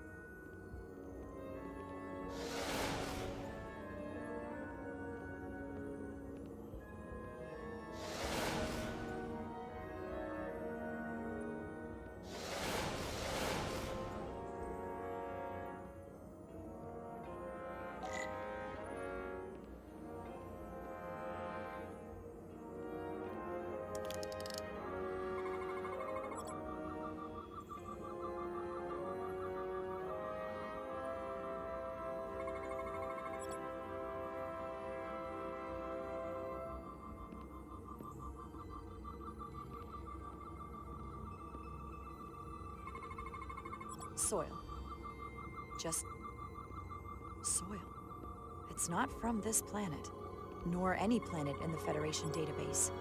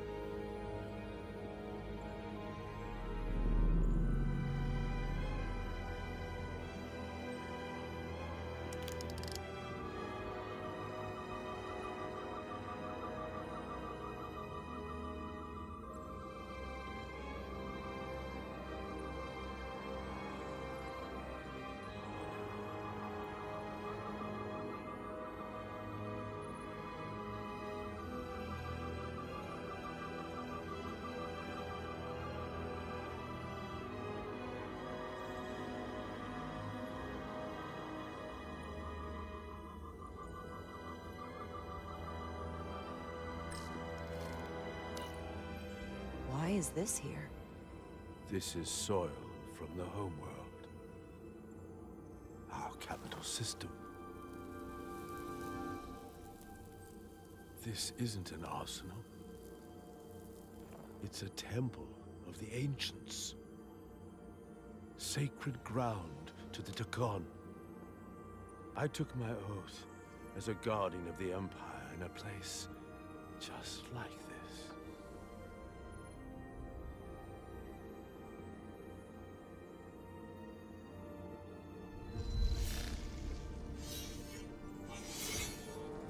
You cannot imagine the look of pride in my parents' eyes as they said goodbye. Forever.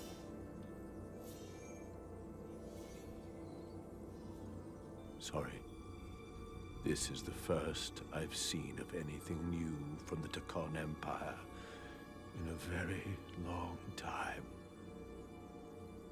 I'm sure you're familiar with the feeling, that sense of loss. I thought I was ready for it, but it cuts to the core of your being, even with your defenses up. I'm so sorry to put you through this. I know it must be difficult. Don't apologize. I'm glad I came. This means a great deal to me. Can you use this to find out more about what Galvin is after?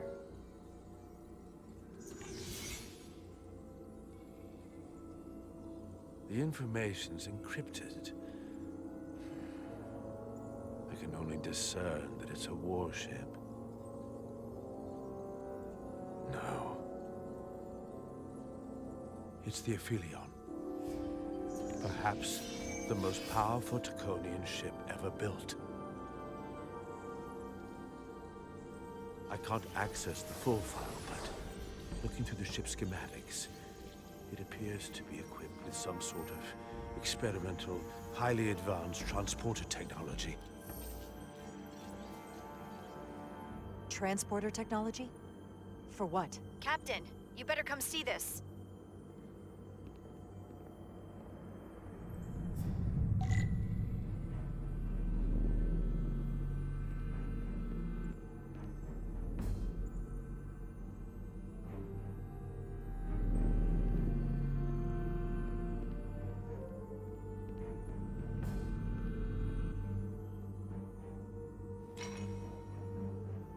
There are more up ahead. From the looks of it, I'd say someone left in a hurry. Probably right around the time we showed up.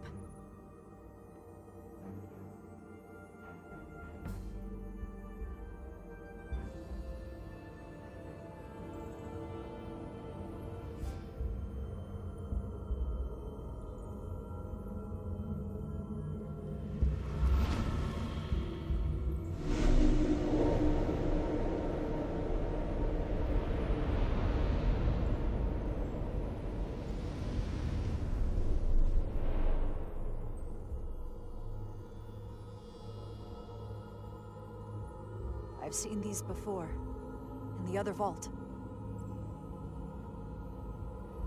And if all of those are the same as this, then there must be... Hundreds of millions, if not billions. All that remains of the Takon civilization. A distinct person, encapsulated in crystalline form. Preserved for all eternity. I doubt Galvin would willingly leave these behind. So odds are, he'll be back. Unless this is why he sent Sidron here. What you have to understand is, these life forms were preserved for the benefit of the Takon civilization. As a means of safeguarding the health and well-being of any Takon, should they fall prey to illness or injury.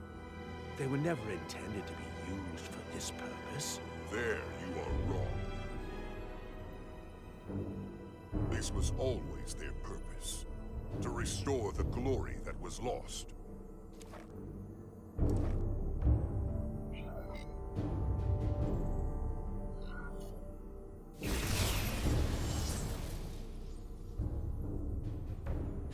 Please. Congratulations on your first victory in battle, Captain Rydek. You killed a great many of my compatriots, some that I've known for millennia.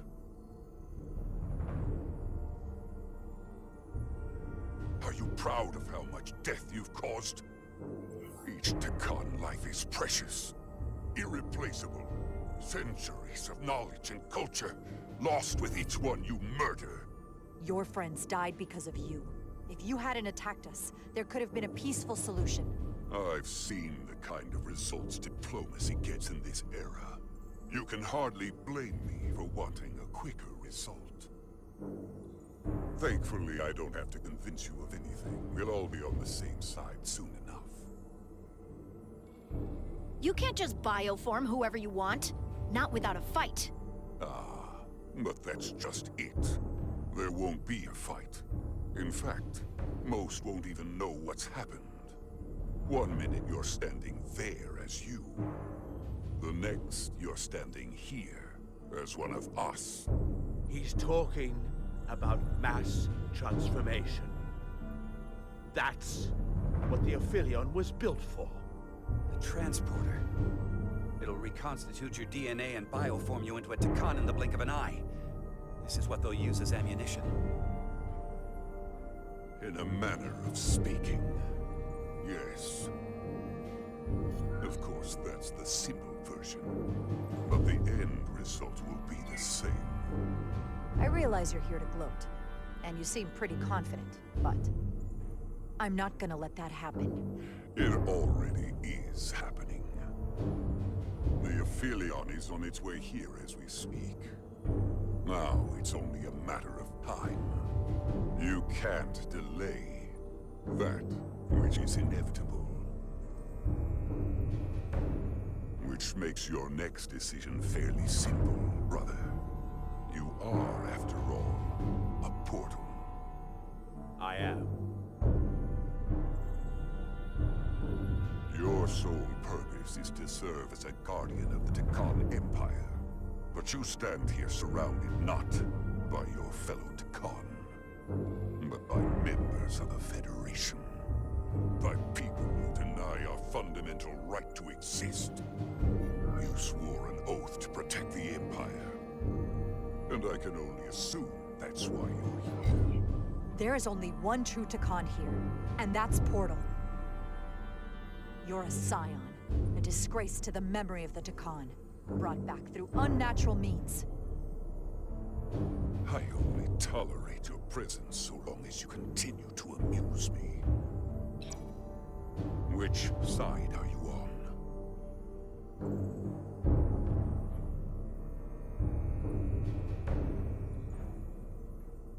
Captain Rydek, long-range sensors suggest a massive spacecraft approaching in the distance. The time has come. I hope we speak again, brother. Estimated time to contact, 6 minutes and counting. We can't stay here. We have to get back to the ship. And we have to preserve these souls. We must take them back to your ship. Those crystals are ammunition to be used against us. We have to destroy them. Bombard the site from orbit. I'll decide, once we're safely aboard the Resolute. For to transport.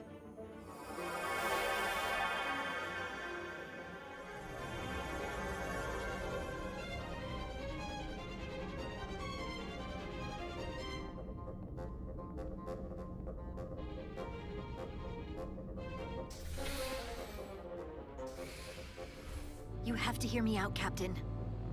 I lost my eyes because of you. And still, I've always stood by you. But if you bring those things on board, I'll have no choice but to resign.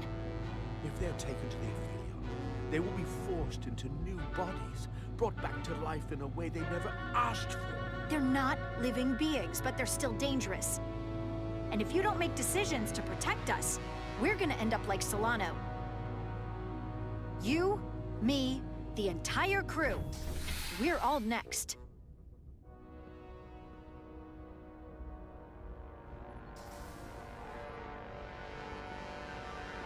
2 minutes and counting. It's headed straight toward the vault. The Aphelion is coming into view now, Captain. On screen.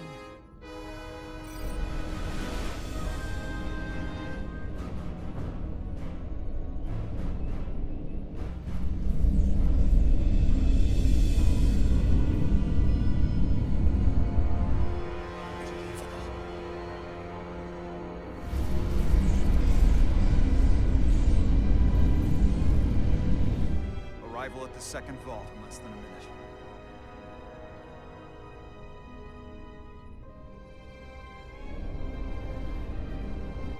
I would remind you, those life forms are Takon.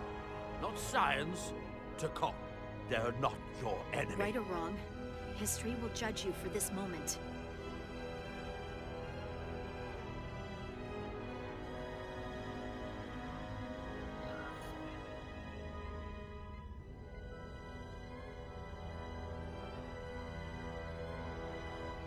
Destroy the vault.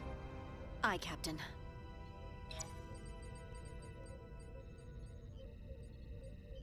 Firing photon torpedoes.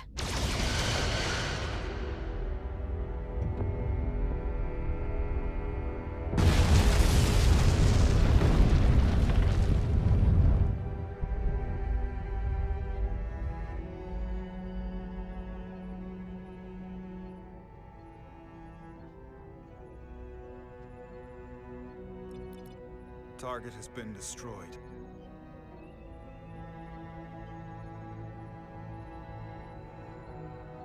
I am alone. Again. As I was for all those years. I'm sorry. Sorry, are you? Meaningless. Words do not unwind the clock.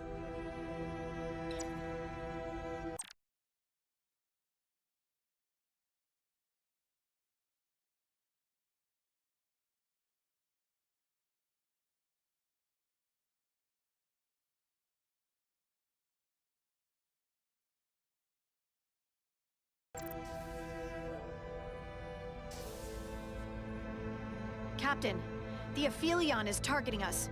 Approaching rapidly. They hit us with that bioforming ray, and it's over. Maximum warp. Get us out of here. Where, Captain? Anywhere but here. Now!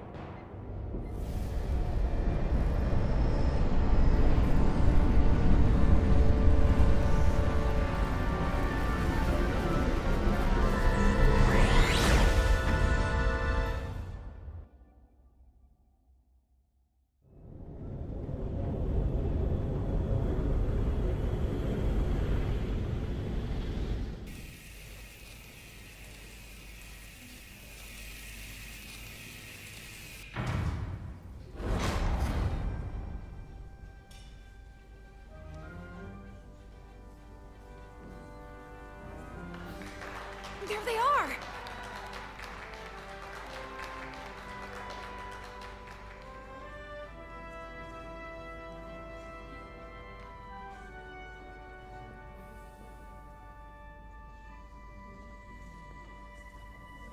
You did what had to be done with the Tasker. You said you'd avenge her, and you did. The Tasker can rest now. Even if I wavered in the moment. It wasn't a question of time.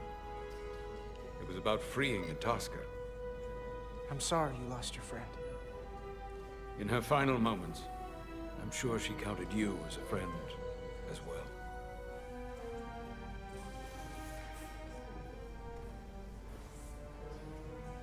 No surprises here. But your shoulder's separated. If you come with me to sickbay, we can get you fixed up in no time. Thank you. I'll find you afterwards. You two, check in at your stations. This thing isn't over yet.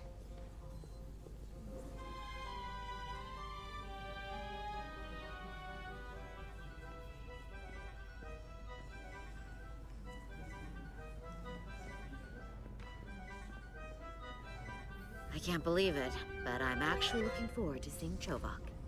Not that I'd expect this kind of welcome from him, but I can just imagine the look on his face. You know what? I want to see him too. It'll be nice to get one piece of normalcy. I'm sure we can count on him for that.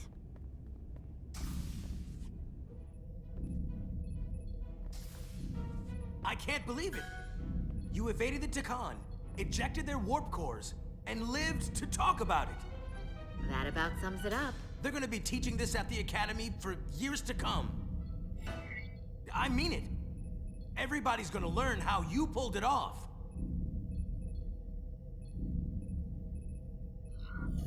Well, what we did, you can't just teach that. Maybe not, but I'm sure they'll try. I heard about Belle. Is Miranda? As far as we know, she's still out there. Well, I know Captain Rydek will do her best to get her back. Hold on. Rydek? What about Captain Solano? He was turned into a Takan. Rydek had to take over.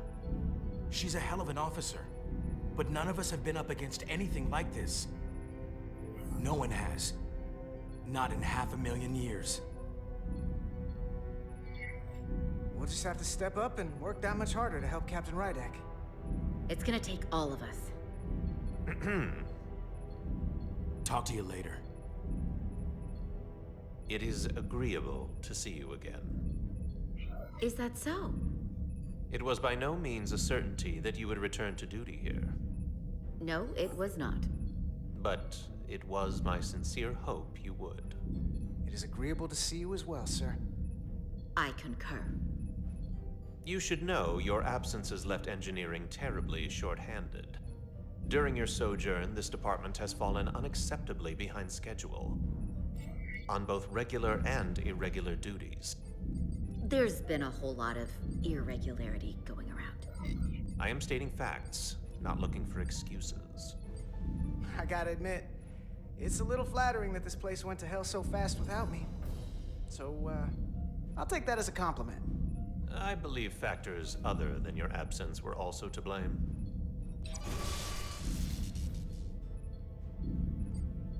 Normally, I would assign you to one of the many pressing repair tasks. But, given your experience on board the Zelda, I have suggested you join the senior staff briefing as we determine our next course of action. You can commence your maintenance shift afterwards.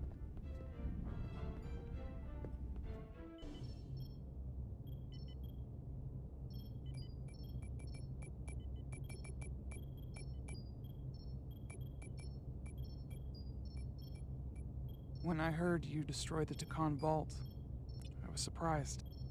By my order? By myself? Surprised that I was glad to hear it. The Hotari do not wage war or kill our enemies if we can avoid it. But hearing that the Takan, who have decimated my people, took such a loss... Is it wrong that it feels like justice? We've lost so much to the Takan. Things we can never get back. We sometimes have to take lives in the line of duty, but we can never take pleasure in it. A necessary evil? One of many. It's coming along nicely.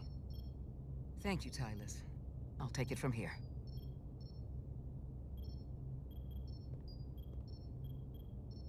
We're almost done. I have to brief Ambassador Spock in a few minutes.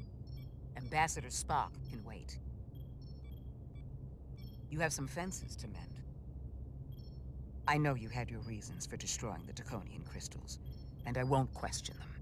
Hopefully this galvanizes the bridge crew behind your leadership. But I expect there will be fallout with Portal. Assuming he's still with us, I sincerely doubt he's indifferent to what happened.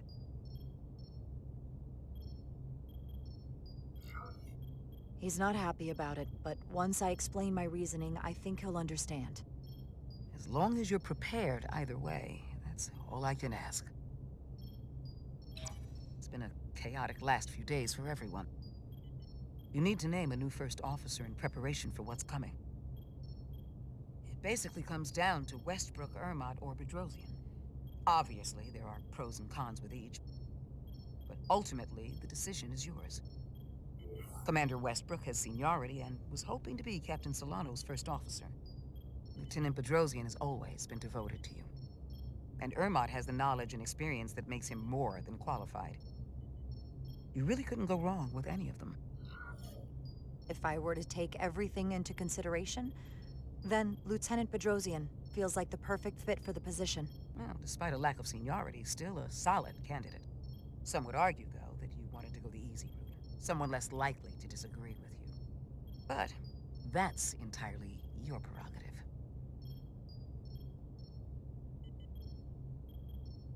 You're as good as new. Thank you, Dr. Duvall. Always nice to have a captive audience. You really shouldn't keep Ambassador Spock waiting. We'll have Ambassador Spock via subspace shortly. Thank you, Mr. Ermot. Petty Officers Diaz and Edsolar have first-hand experience with our adversaries. I thought it advantageous for them to join this briefing.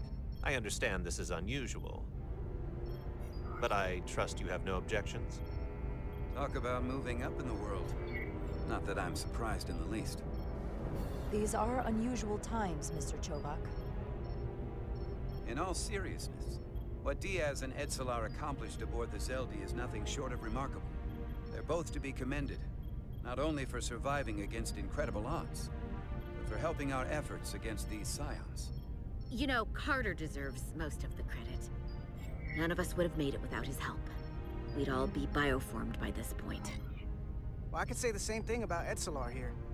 She deserves as much of the credit as I do. It's like a mutual admiration society.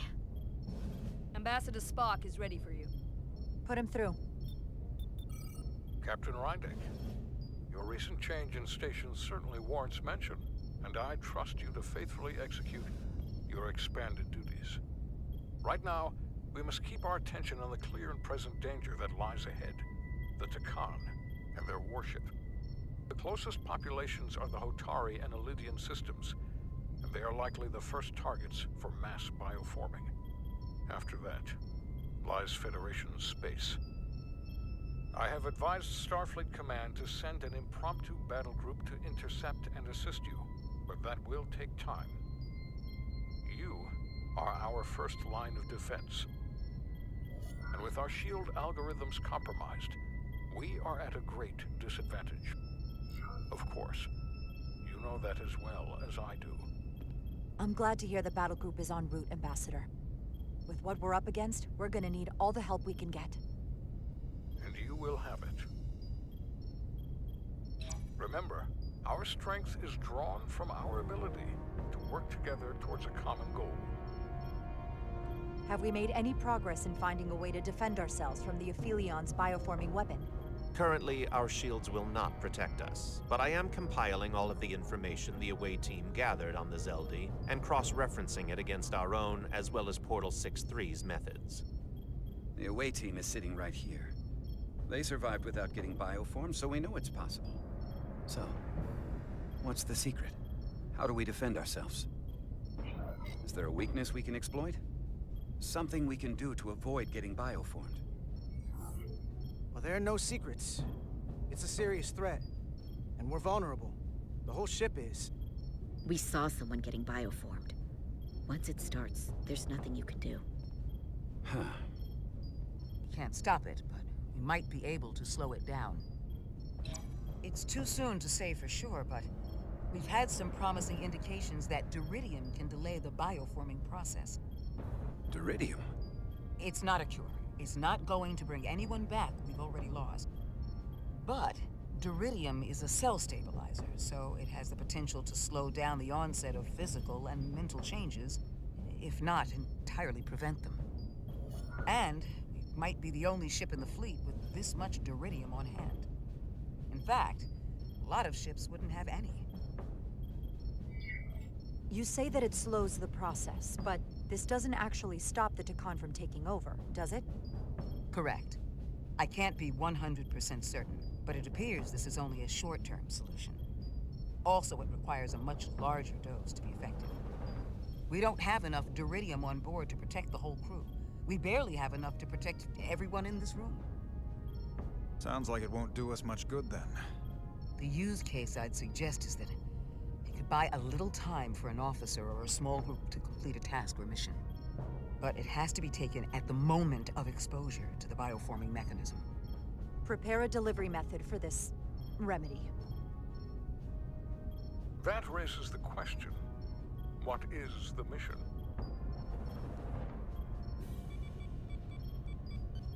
The Zeldy's shields were stronger than anticipated. If the Aphelion has even more effective protection, we'll have difficulty breaking through. We may not be able to block the Aphelion's attack either. But if they do strike, we know their weapon uses transporter technology. We might be able to backtrack their signal path. Like we did to evacuate Captain Rydek from Tau. Exactly. We could send an away team onto the Aphelion. And destroy it from the inside. Modify photon torpedoes to use as explosives. So it's like jujitsu. We use their attack and turn it against them. That's the idea. We'll keep thinking on it.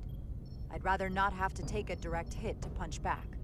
There might be some other way we can turn their strength into a weakness. I'll have security personnel prep a boarding party, should the opportunity arise. Petty Officers Edsalar and Diaz are the logical choices to lead any away mission to the Aphelion. They have already crippled one enemy ship. If anyone can do so again, it is them. This isn't a rescue. It's a tactical incursion. Do you really have some special insights, as Commander Chovak suggests?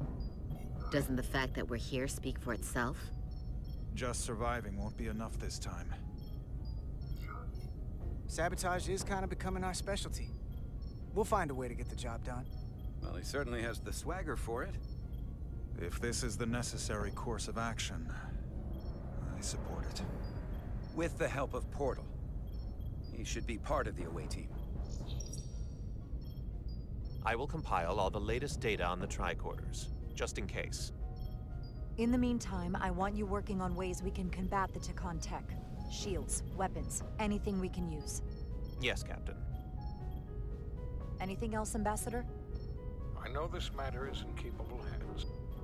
Hold the line as best you can. Help is on the way. Thank you.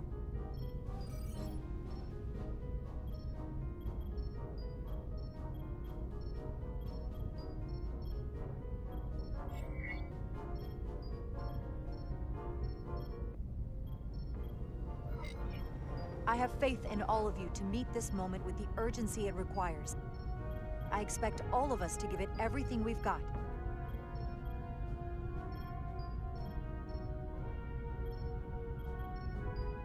Thank you, Petty Officers Diaz and Edsalar. You're dismissed. While we have a quorum of senior staff, there is a procedural element we need to take care of. The Resolute command codes must be transferred to Captain Rydek for control of the ship.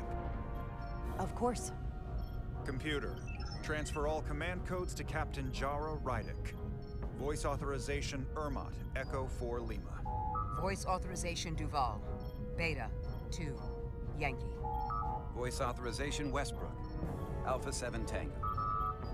Awaiting your authorization, Captain.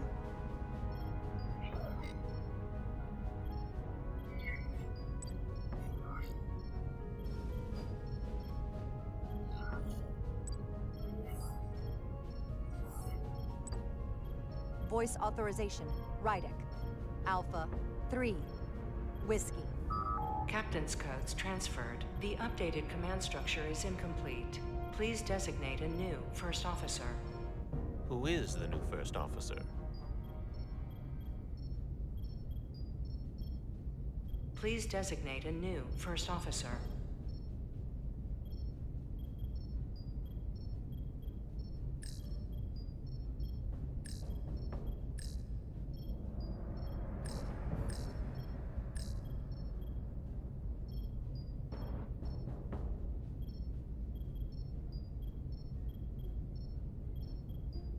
Please designate a new first officer.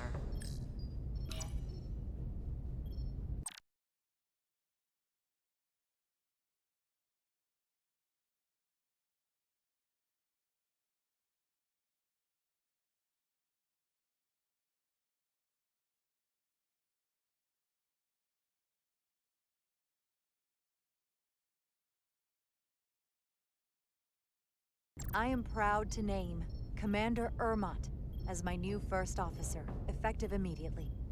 Congratulations. Thank you, Captain. I promise I won't let you down. Computer, Commander Ermot is the new first officer of the USS Resolute. Awaiting voice authorization. Voice authorization Ermot, Echo 4 Lima. Authorization is now complete. Now, if you'll excuse me, there's work to be done. Nicely done. I think that went well. Captain Rydek! Excuse me for a minute. This is just unbelievable, unacceptable, inexplicable. To be the most senior officer on the bridge, and to be passed over again? It was bad enough when you went to Ermot with the information about Captain Solano being compromised. But this? I've never felt more humiliated. Listen, I know you're disappointed. I would be too in your position.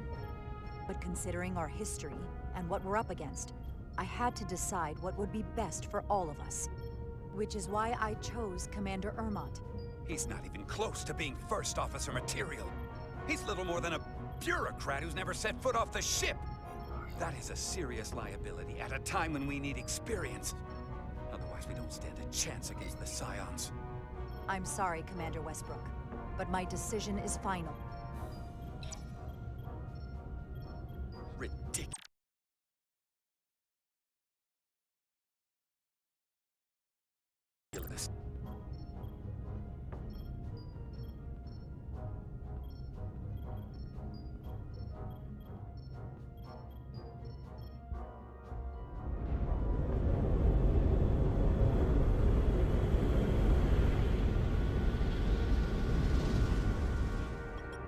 I don't understand. Giving everything she's got, but it doesn't make a difference. Something is actively slowing us down. Keep trying. What's the situation in engineering? I can't raise them. Internal comms are down. It's the ionic interference. It's spiking again. If we reinitialize the central communications trunk, it should compensate. I know the process, Captain. With your permission, I'll go handle it. Of course.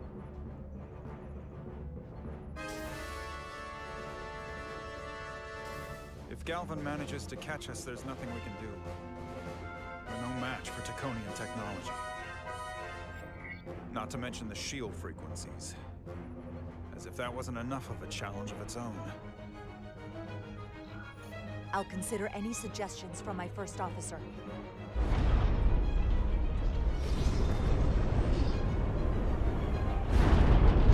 We're being pulled out of warp!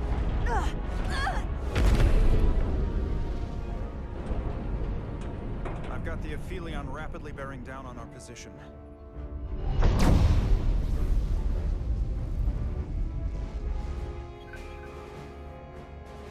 We're being hailed by the Aphelion. Galvin demands to be heard. On screen.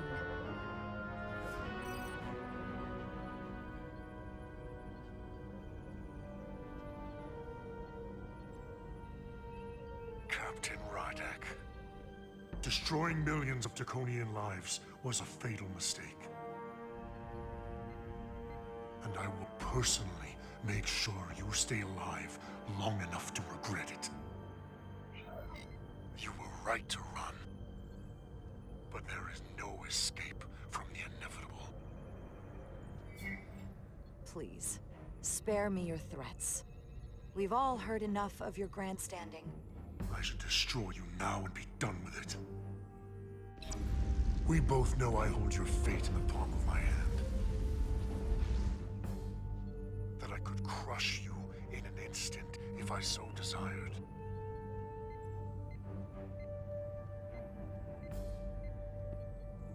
And as much as I'd like to, you have another purpose to serve. As one of us.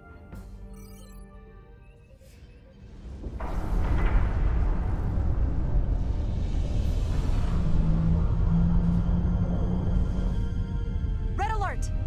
Pandar, get us out of here!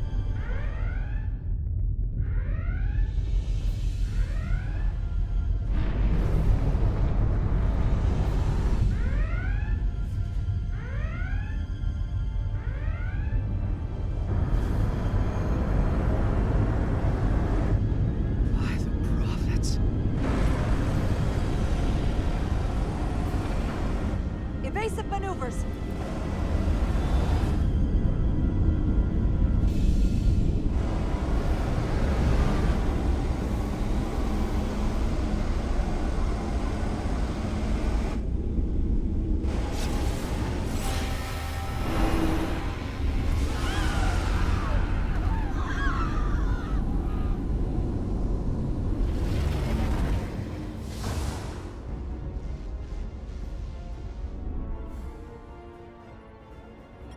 They've hit us, decks 8 through 10.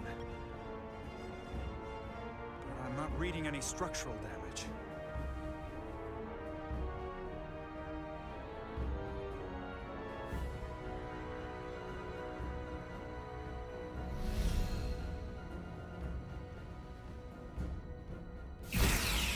They were targeting the crew, not the ship. Captain, we have to respond with force. Return fire. Don't let them attack without a counter. Fire photon torpedoes! Target the source of the beam!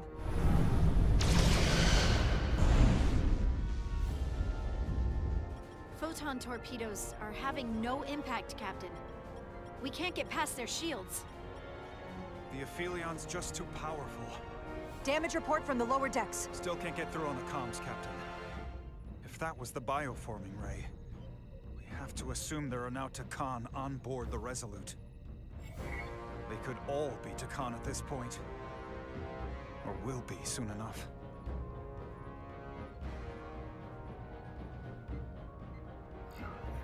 Get an urgent message to Starfleet Command. Tell them we've been hit by the Aphilion's bioforming ray.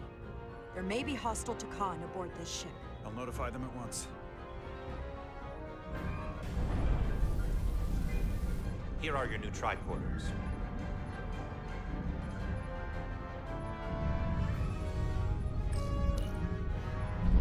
Now go. Get to the transporter room.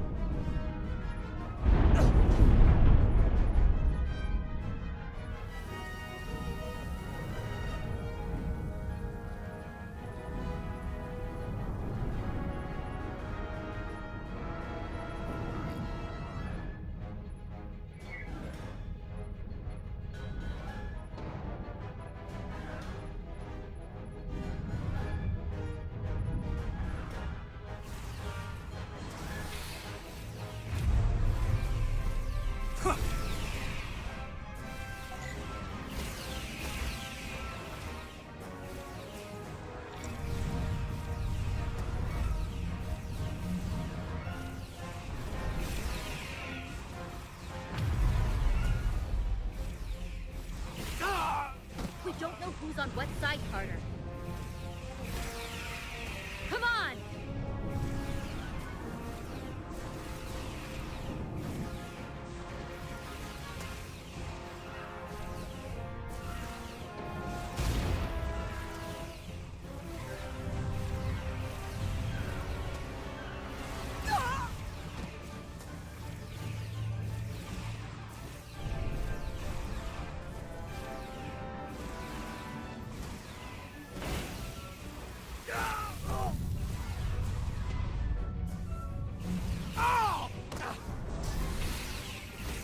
Transporter room 1.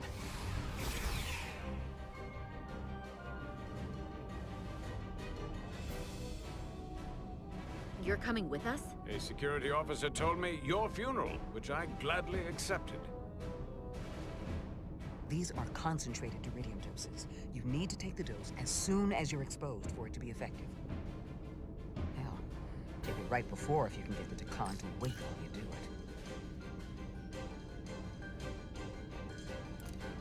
I'm having trouble locking onto the transporter path through the interference. I've done this before. I have to align the transporter with the tetrametric signature. We need to tunnel through the shields.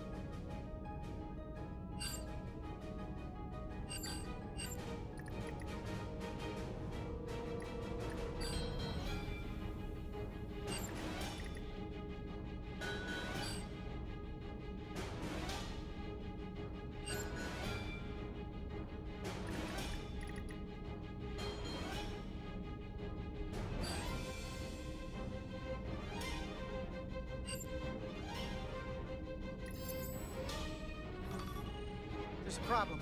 We don't have enough power to make the jump. I might be able to divert power from... Stand aside. The signal is now resolved. I couldn't let you fumble about any longer. Time is running short. Thanks for that. No need. We must be on our way. I am Portal 6-3, Guardian of the Decon Empire. Nice to meet you, Portal. We're right behind you. Do us proud over there. Ready to transport. On your order. Energize.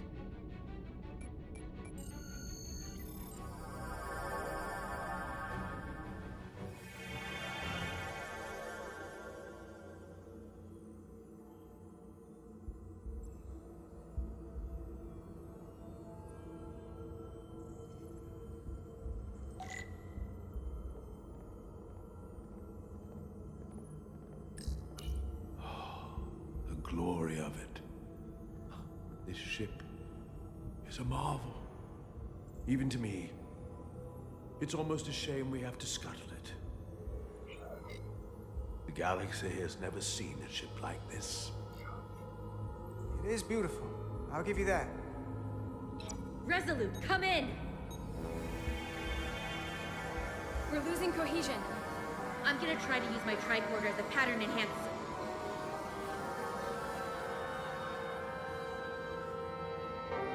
The signal's gone. Are they there? Did you get them? They didn't make it. We don't have time to mourn.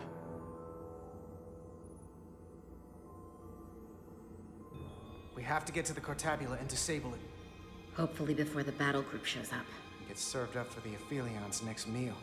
I am saturated in Taconian power readings. I can't feel the source just yet.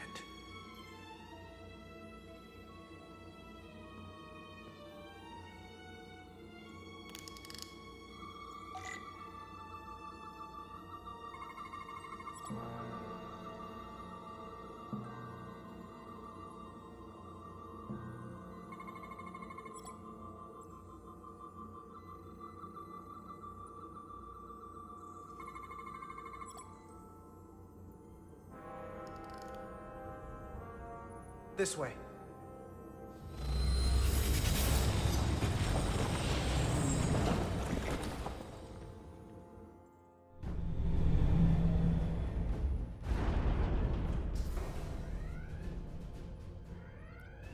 Nothing.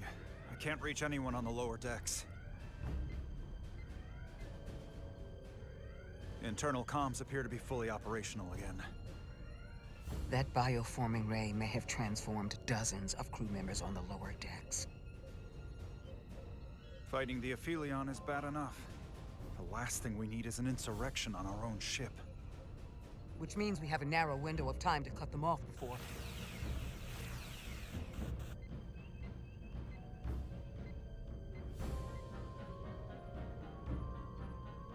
Captain!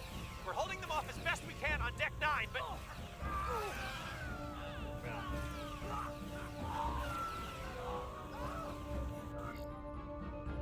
If they spread throughout the decks, we'll never know who to trust. It'll be a civil war aboard our own ship. I need actionable information. How many have been affected? Can this be contained? Send a team to investigate and assess the situation, and have them report back immediately. With all due respect, Captain, we don't have time for that. They could be spreading throughout the ship as we speak. I'll send a team at once.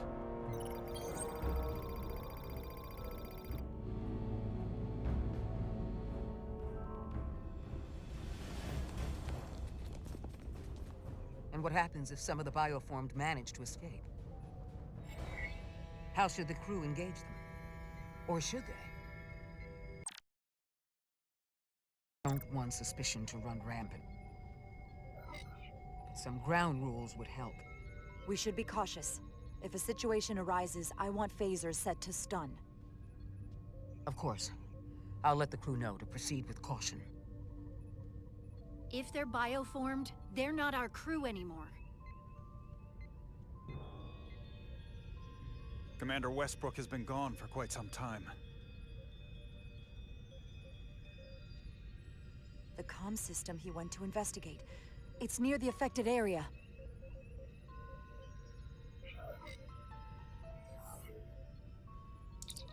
Commander Westbrook? Commander Westbrook, are you there? Computer shutdown initiated.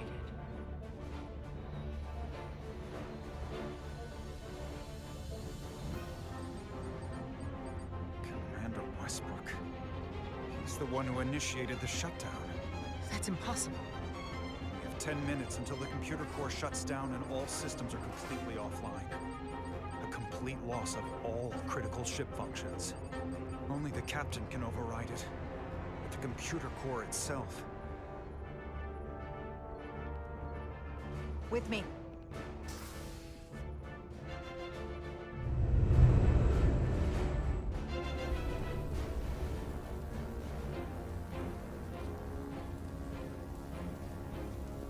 We went down to investigate the lower decks, as you said. But some of them had already escaped. They attacked us immediately.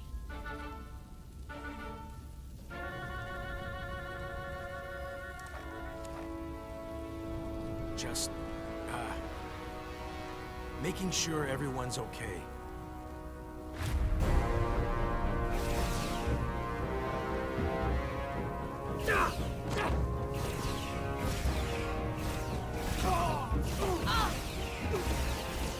You have to get to the computer core! Go!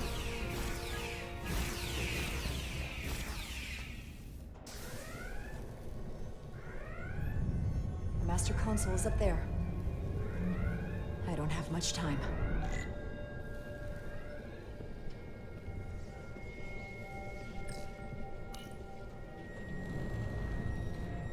Captain, are you in here? Are you all right? Ermont asked me to come find you. I came the minute I heard you might be in danger. I'll get this door open. I think I remember the code. Hope you haven't been hurt, Captain. It's not safe here. Chaos in the halls. Tell me, where were you when the bioforming ray hit the ship? I was in the turbo lift. Now just stay still.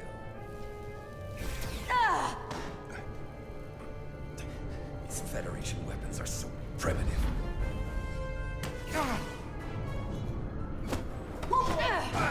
Computer termination sequence in progress. Damn it!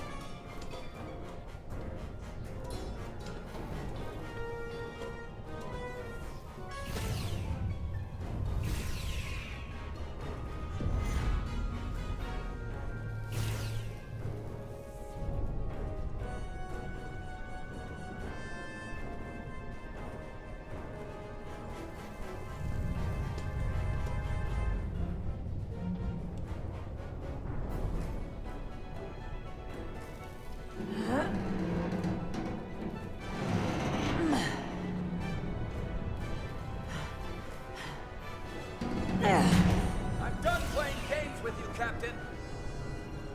You're only delaying the inevitable.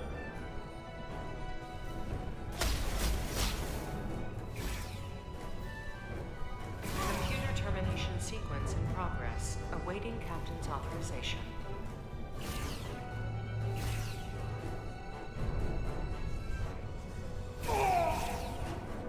Cancel computer shutdown!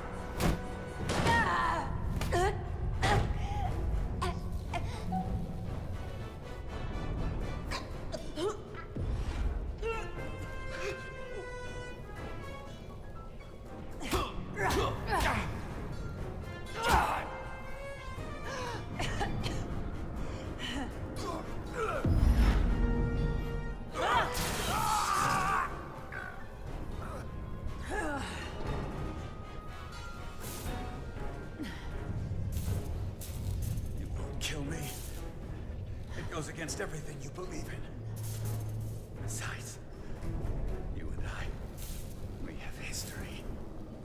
Westbrook and I have history. You're not him. Okay. Okay.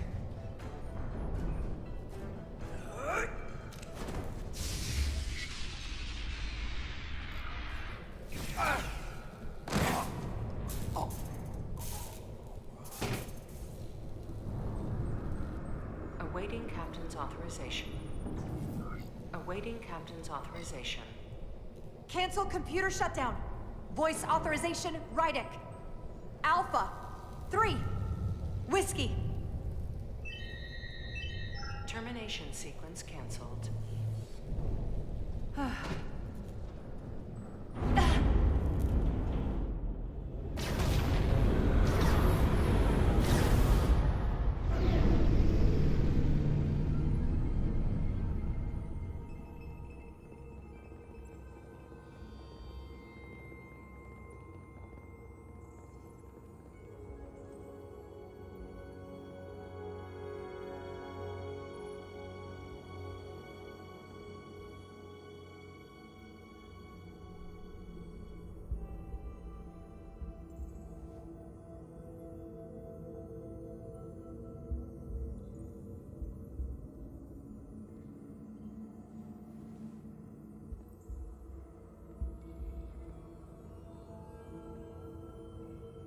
These are the arteries of power coming from the Cartabula at the heart of the Aphelion. Look there. I cannot move as freely inside this ship. Those emitters are why. If they were deactivated, I could travel past this chamber without setting foot in it. Only Takan can use Takan technology. How do I turn them off? Place these on the emitters. It will suppress their effect. The guards none the wiser. Got it. I'm coming too. If we both get caught, it's over. If it's just me, you can try again after I fail. Well then, don't screw it up.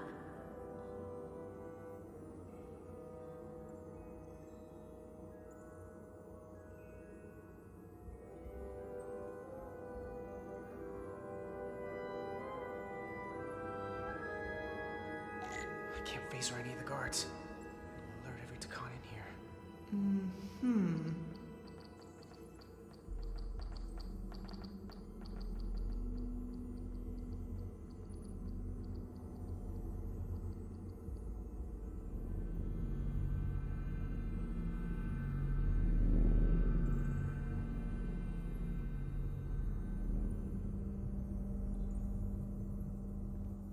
Those guards can see the whole room from there.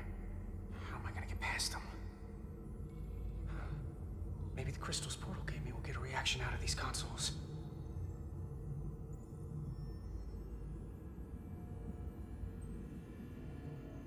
It worked! Better move.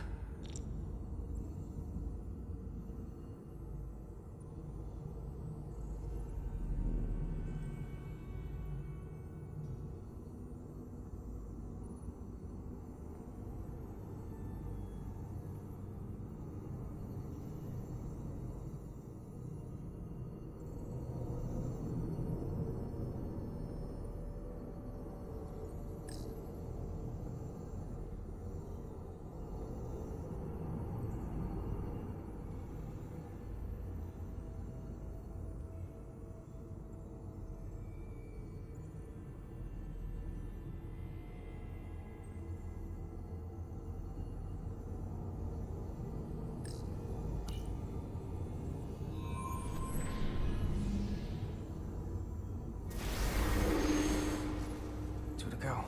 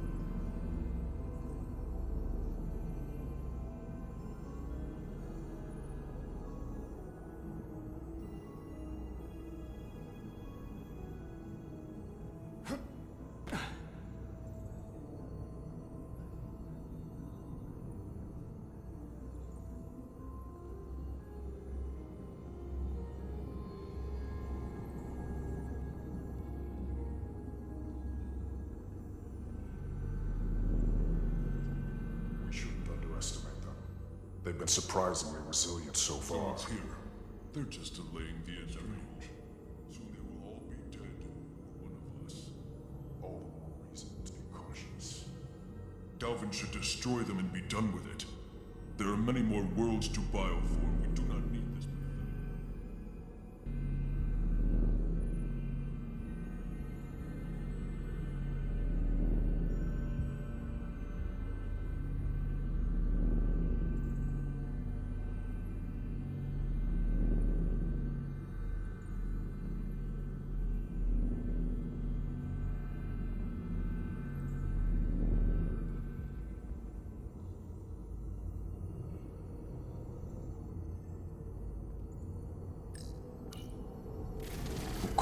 This.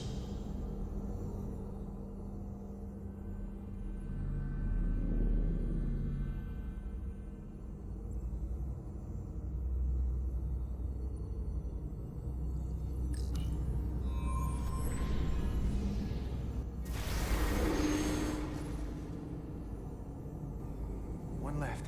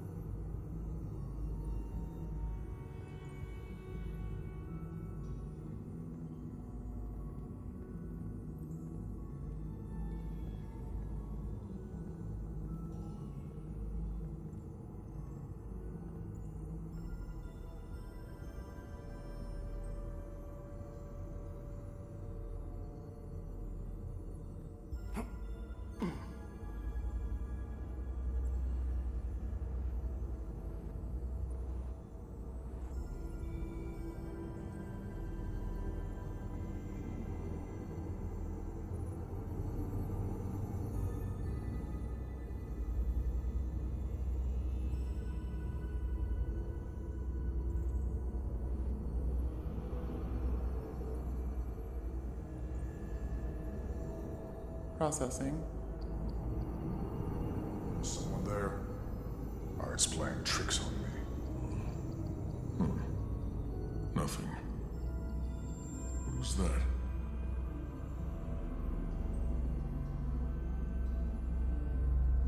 Must be seeing things.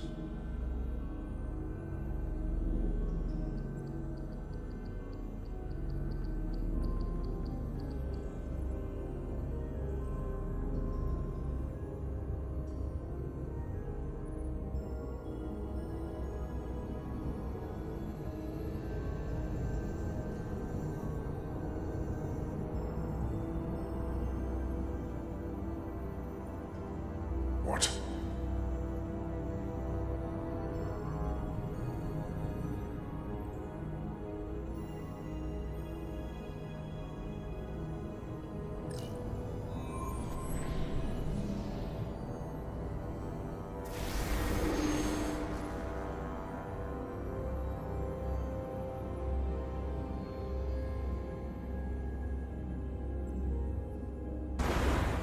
Well done.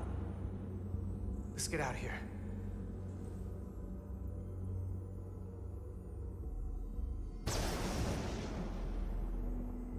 More emitters. Guess we can't teleport the rest of the way.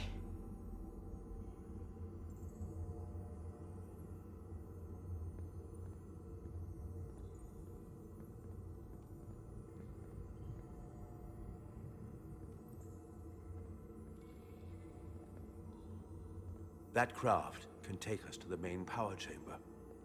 No way we can make that jump. When I was younger, maybe.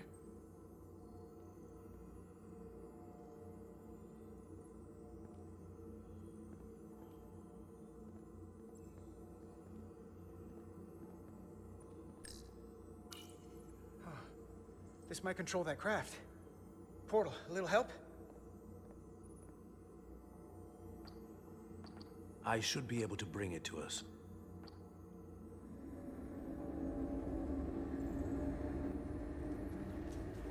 There!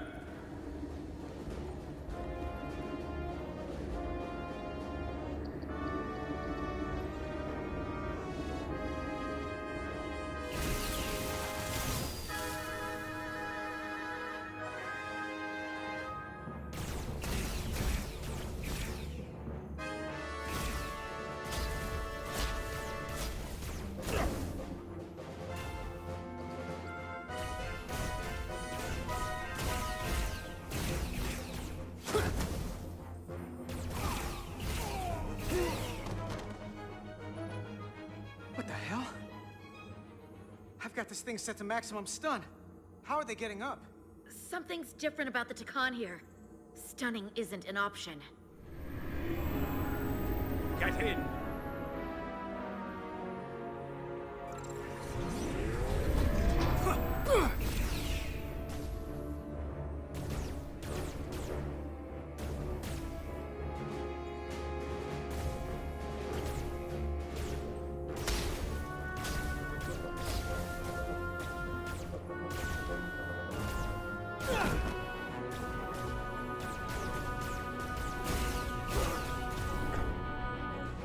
This would go faster if you could distract them.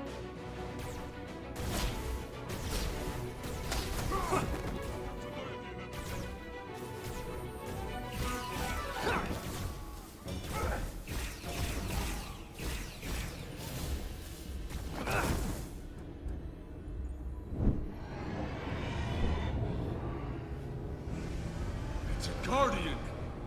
He's with them!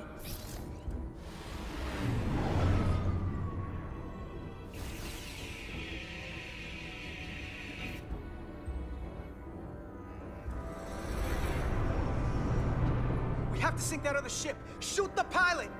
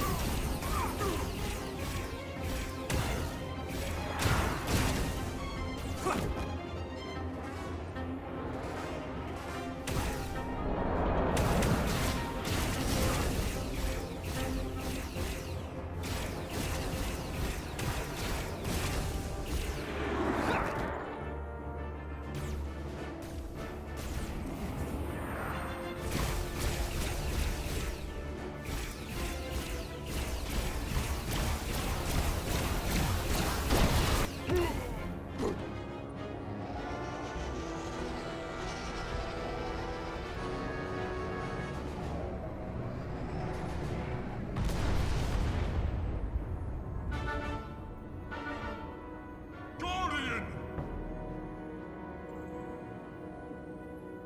You saw what they did to our ancestors! How do you stand with them?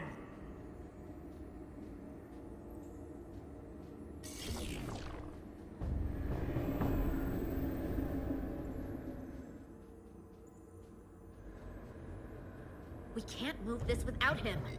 What are you doing, old man?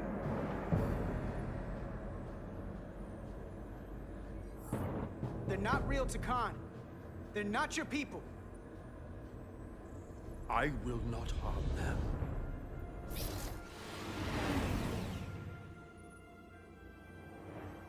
I know what they are. You don't have to tell me. I am the last trueborn Takan. But I don't want to see my Empire's legacy wiped from existence. Your captain has already destroyed so many. There are limits to what I will allow. Perhaps I have already allowed too much. You know the reasons Captain Rydek did what she did. It was self-defense. You may see each of those identities as an arrow or torpedo to be fired. But they were people. My people. When Riker and the Enterprise first woke me, I called them barbarians. I should have trusted my instincts. These are good and honorable people, even if their ways are different than my own. In fact, sometimes they are better.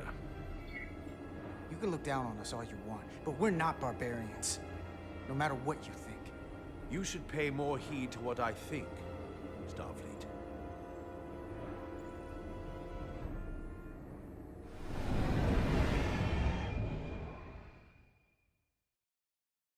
Doing everything I can, but I can't shake her!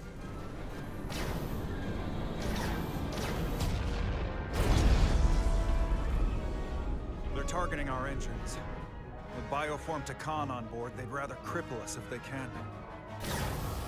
If we lose the engines, we can't avoid the bioforming ray.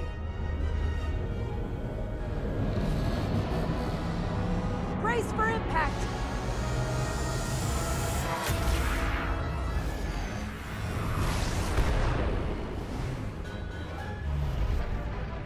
They're here!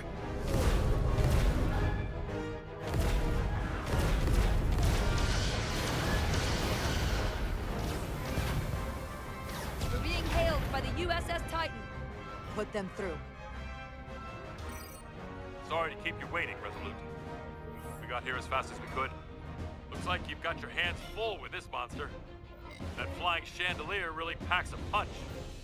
We're damn glad to see you, Captain. We could use all the help we can get. I told you I'd be here. So, what are we up against? They're powering up for another attack. We have to warn them. Open a channel to all Starfleet ships immediately. Starting emergency transmission. This is Captain Jara Rydek of the USS Resolute. The ship we're fighting is armed with a bioforming ray that can transform your entire crew instantaneously. And they've stolen our shield algorithms, so there's nothing we can do to stop them. Avoid being hit at all costs. I wish we'd known that before we got here.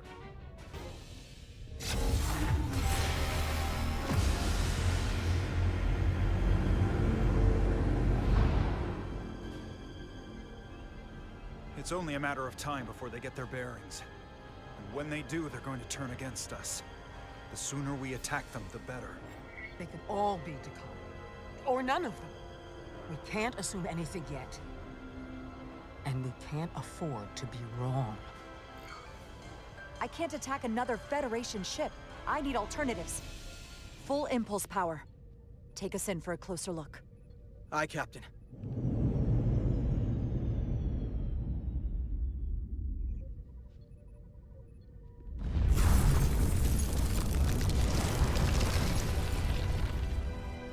That's not a Starfleet ship.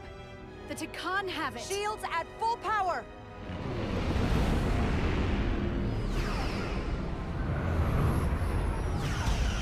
Shields are holding against the Pawtucket's attack. For now, at least. Fire photon torpedoes! Firing.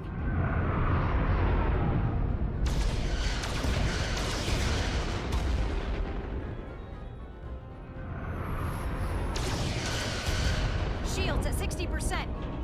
Heavy damage reported in astrometrics. Hit them with everything we've got. Aye, Captain.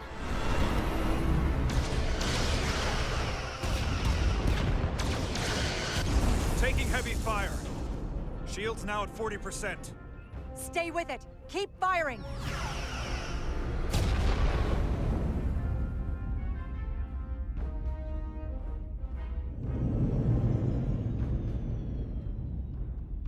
Their weapon systems are offline. Captain, I suggest we minimize the collateral damage. Destroy their engines and we can turn our focus to the Aphelion. It's the most prudent thing to do. And I hope they would do the same if the situation was reversed. Take out their engines. Fire when ready. Targeting their engines. Commencing fire. Now.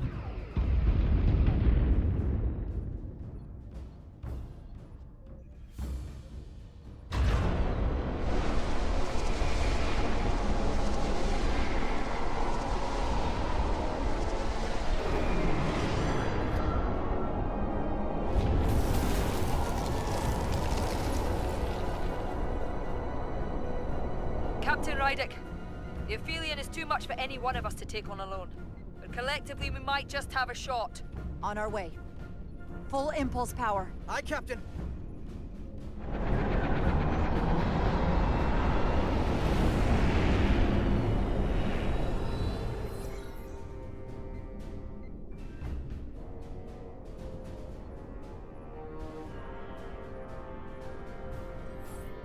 Target the bioforming ray. Fire photon torpedoes. Firing photon torpedoes.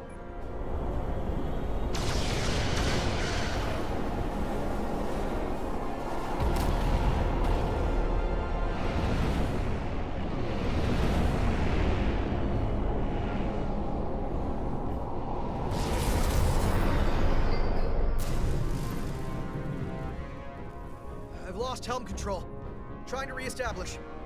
Weapons and defensive systems are down too. Engine output remains consistent, but it's not reaching its destination. This is what happened to the Enterprise. They're draining our energy. We're caught in it too. I hope the away team finds some way to help.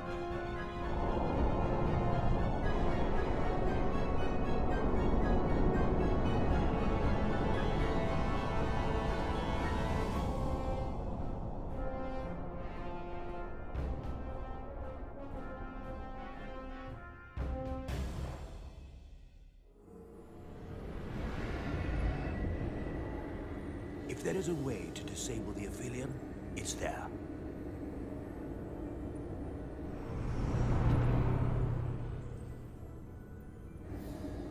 We strike at the heart.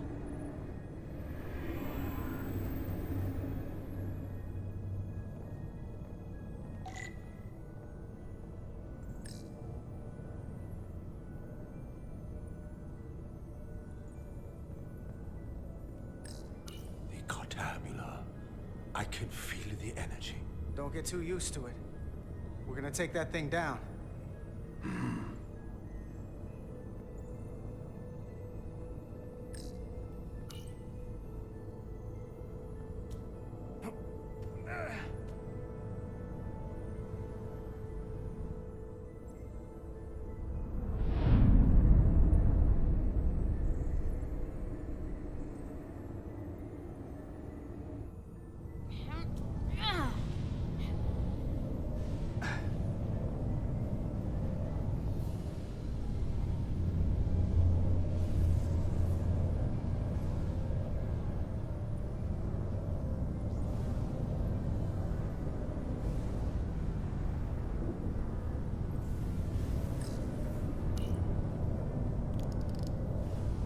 I wouldn't do that. We have to turn off this energy field to enter. I must do it. It requires the hands of a Takon. Is it working? It started. Is the opening wide enough to get through? Well, is it wide enough? No, but I can see the Cartabula. What about now?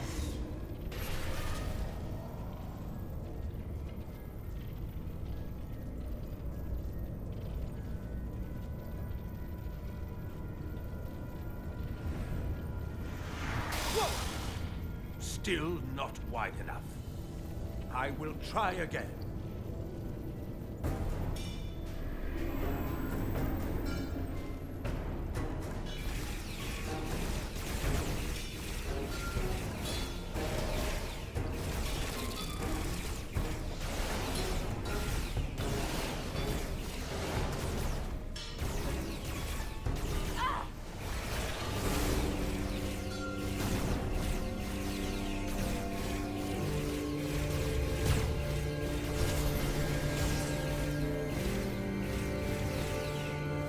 Portal 6-3! I'm not going to remind you of the oath you took. I want you to remember why you made it. Your bond to your people. You don't have to be alone. You can rejoin us. Just step aside, Guardian, and we will handle them. These pests will become the vessels for our glory. You won't stand in the way of our rebirth.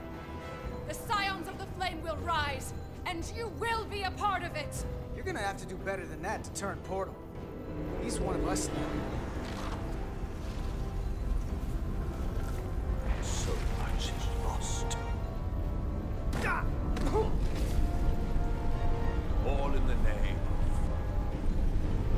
of Federation. Yes.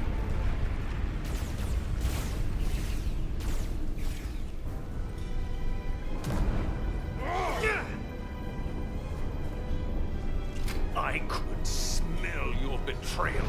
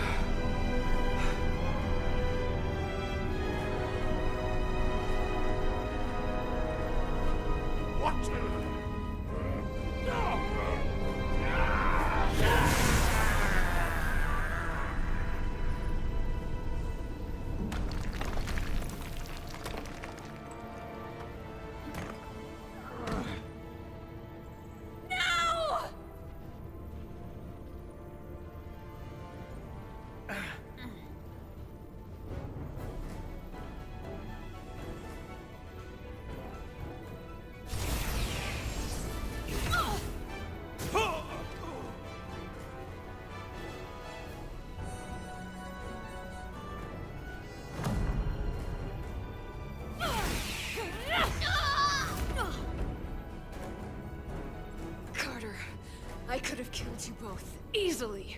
But the part of me that is still Miranda won't let me. She compels me to bring you into the fold. I will make you one of us. Trust me. This is the best outcome you can hope for. Miranda wouldn't want that. You don't know her like I do.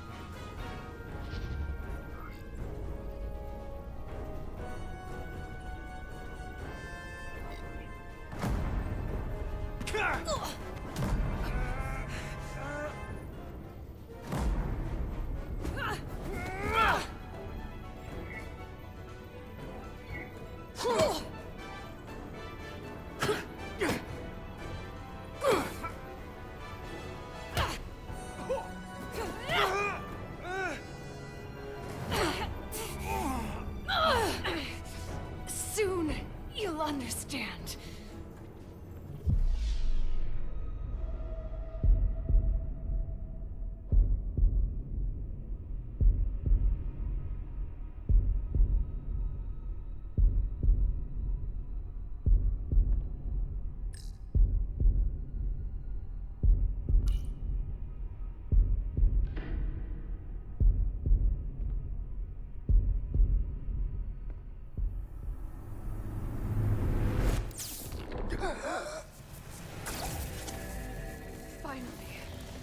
Finally, we can be...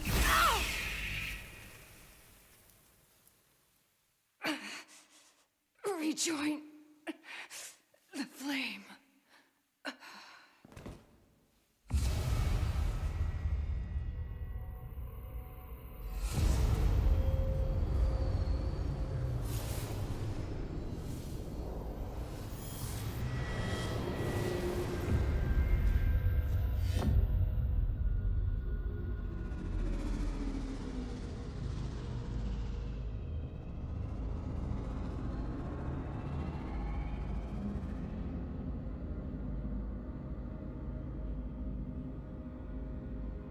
Ego sequo, parego entos segnuli.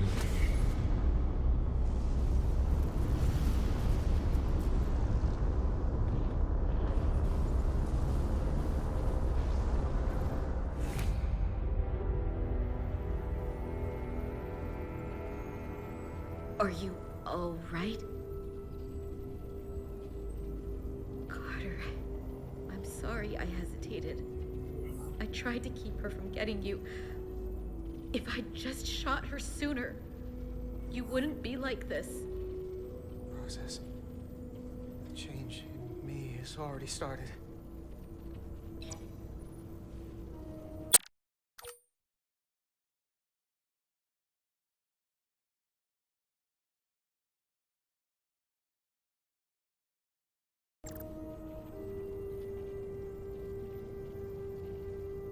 She's really gone.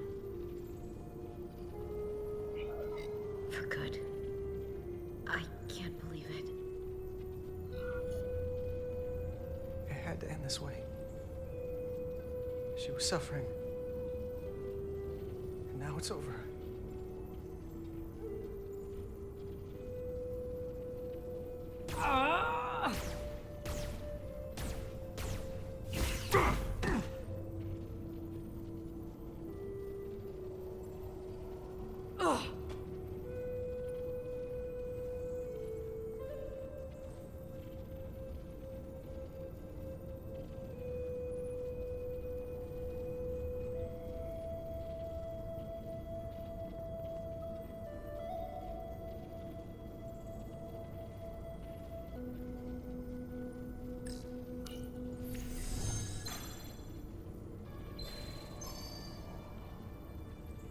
Read it.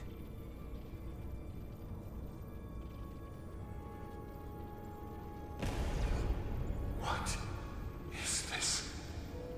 Who are you? Tell me now!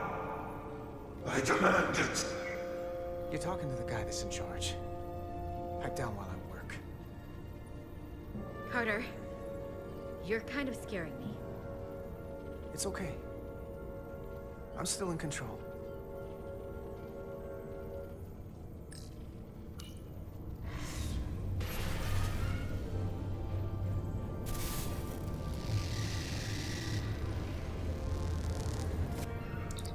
We've reached the Cartabula. Very good. Are you all right? Yeah, we're inside. That's what matters.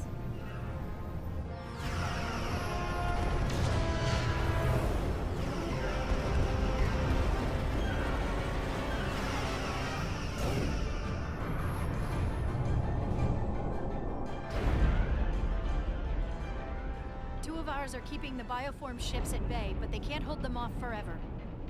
I'm receiving tricorder transmissions from the away team. They're picking up our warp core resonant frequency within the Aphelion. They're bleeding us dry. But they're not just taking our power, they're routing it through the Cartabula.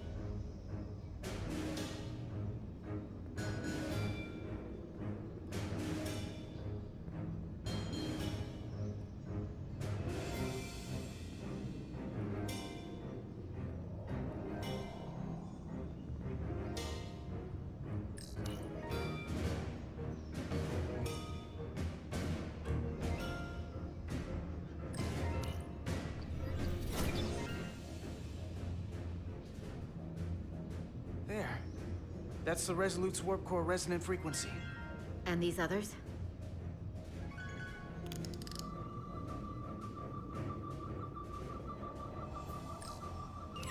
That frequency matches the Titan's warp core resonance.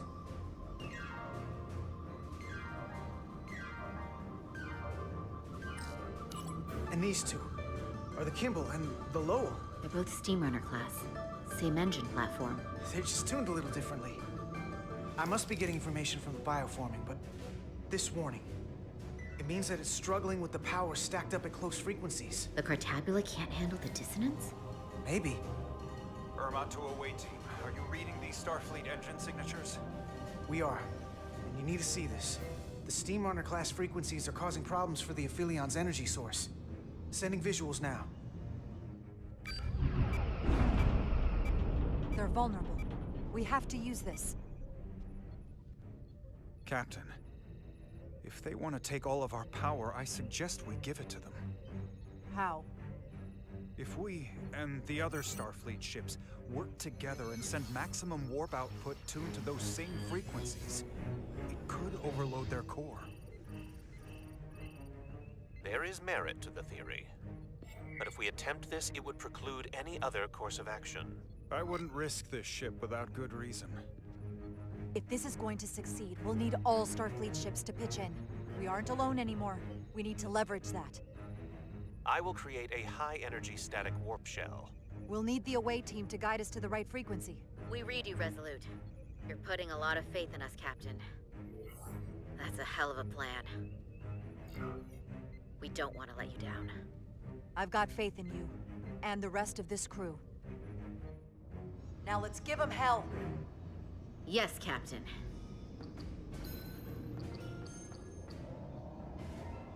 I found an ejector team for the Cartabula. so we can disengage it, just like we did with the Zeldy's warp cores. Yeah, but it'll only activate if this thing gets completely overloaded. So we gotta take it right up to the edge of destruction. We are increasing the warp core resonant frequency now.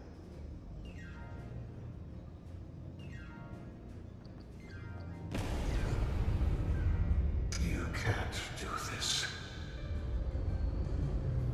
You'll destroy everything I've waited for. If that thing wants to take over, it's going to have to go through the both of us. And I'm not going to let that happen. You hear me? I'm gonna fight it right along with you, Carter. You can help me get the job done. That's the fight that matters most. But it's not the only one. Is something wrong?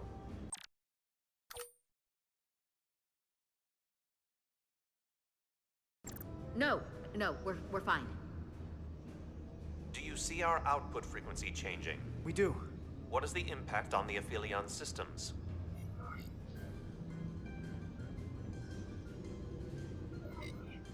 It's not enough. We need to push this thing harder. We need more power. Inertial dampeners are failing.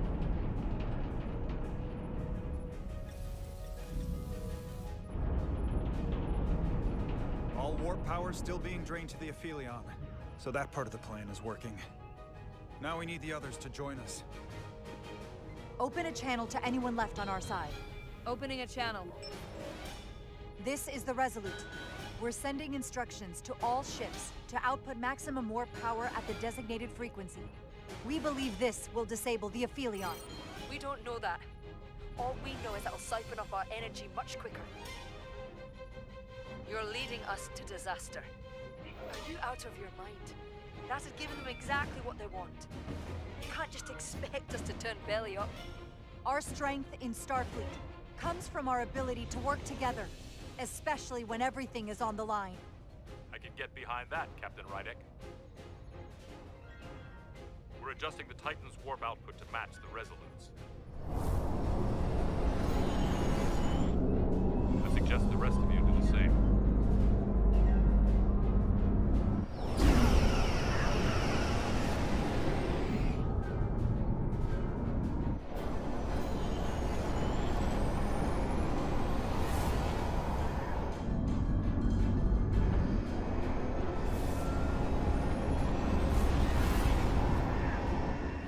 The others are joining us.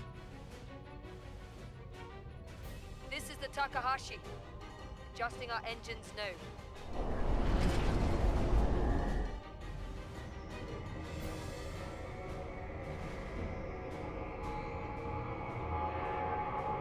The Cartabula, it's compensating, counteracting our interference. But some of these other frequencies are causing spikes too. I'm gonna find a new target range for the Resolute.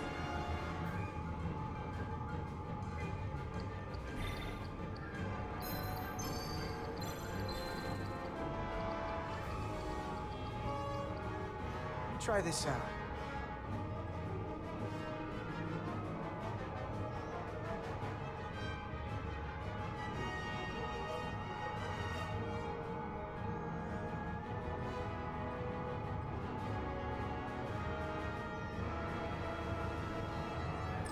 Here. This one's hitting the hardest. If they all converge here, it'll provide the maximum disruption to the Cartabula. Got it. We want to overload this thing, push it to the brink, but not past it. You sure about this frequency? If we go too far, we won't just be destroying the Cartabula. Sometimes you just gotta go on faith, Millie. I have faith in you. That's enough. Sending data to the Resolute.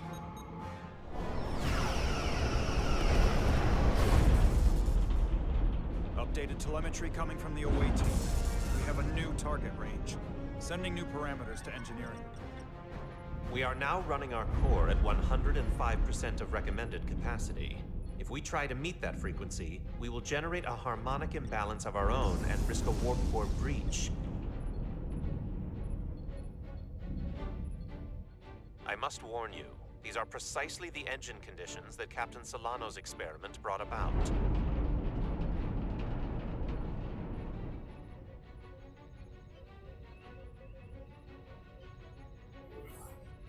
runaway reaction is a dangerous possibility right now. Thank you, Mr. Chovak. But I'm not Solano, and this is no experiment. I need you to match the frequency and increase the output. Very well, Captain.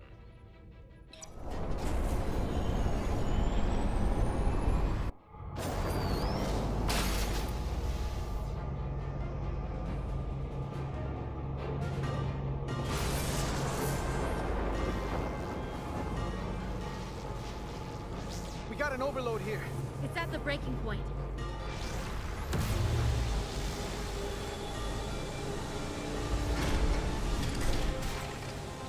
What's happening? We got a problem. It's not gonna eject. We have to disengage the Cartabula manually.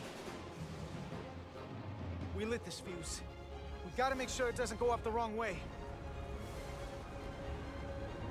If we can pull hard enough on those levers, it'll dislodge this thing.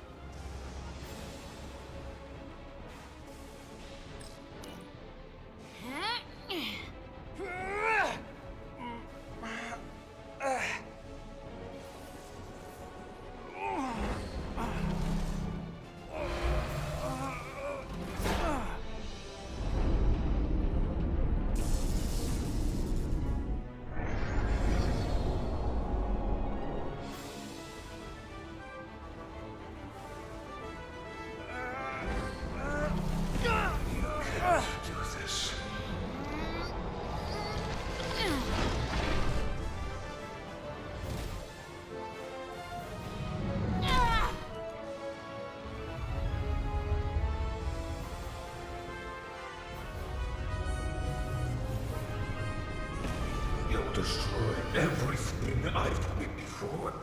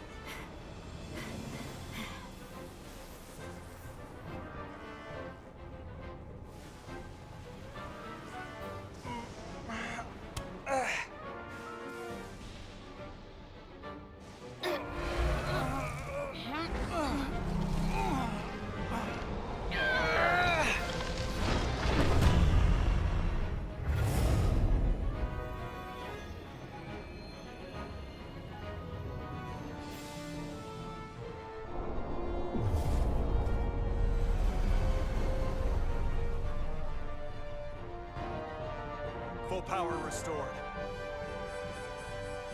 And the Aphelion is shutting down. Returning warp reactor to nominal output levels. The Takan are running off reserve power now.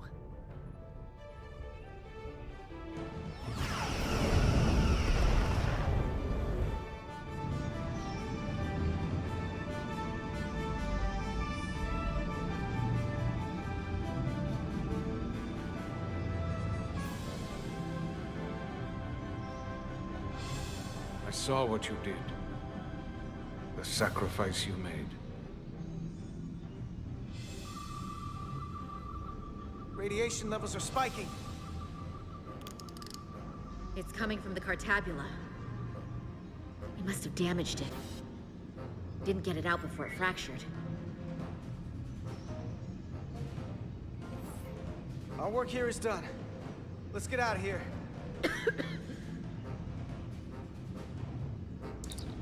3 to beam back to the Resolute. Our transporters won't cut through the interference. We can't lock on. We can't stay here.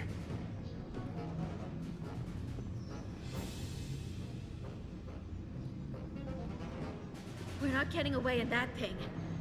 There.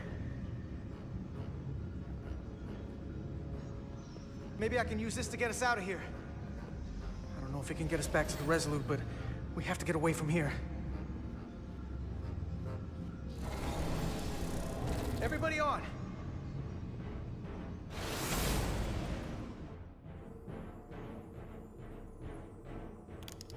Radiation's lower here, but still too high for us to stay on this ship.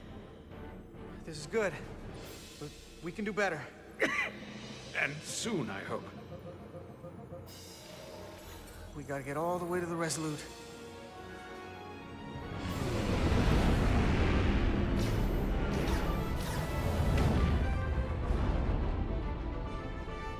That thing is down, but not out. We'll handle the stolen Federation ships, but you need to get a crippling shot on the Aphelion. A direct hit to its bridge will bring it down. I can take us real close, Captain. Skim the hull of that thing where it can't get a clear shot at us. Or I can weave us through the battle. And hope we don't get caught in the crossfire. We can't take much more damage. So you want us to go closer to that thing? We need to stay out of the fray. take us along the Aphelion's hull. Get us to the bridge as fast as you can. Aye, Captain.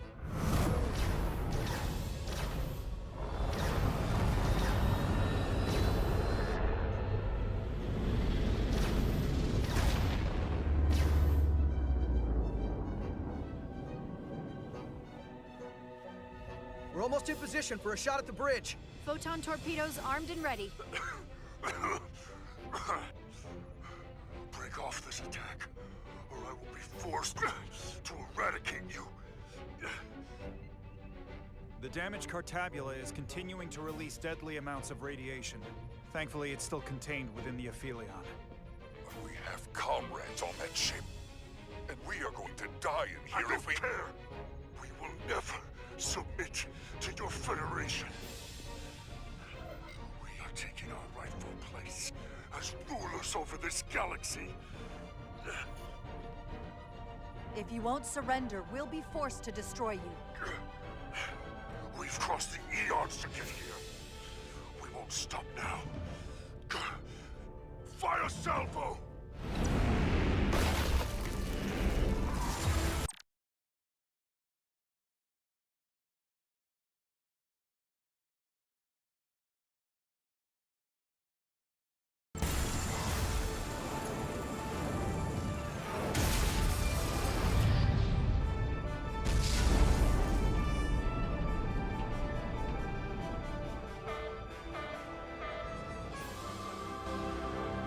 Now the radiation is rising here, too.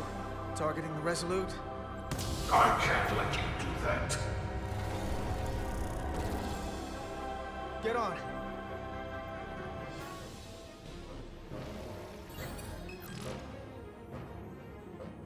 Damn it. I can't hold on to it. I have to make manual adjustments to enhance the signal pattern. From here. What do you mean? I'm not gonna make it out. No way. We're all leaving together. We've been through too much to split up now. We don't leave people behind. Got it? I'm really sorry, Nilly. I'm not gonna be able to go with you. But I have to get you back. Please.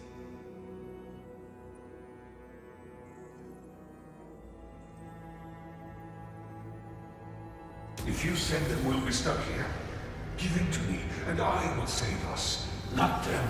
Stop it. What's happening? It's an internal struggle, and he's losing. Not like this. Time's up for me. If I'm gonna get you out, it's now or never. I don't want to leave you. You aren't. The time is now.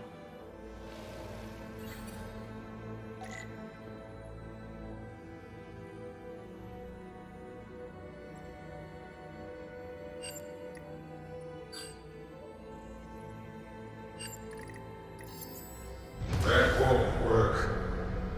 I told you. This body is mine now.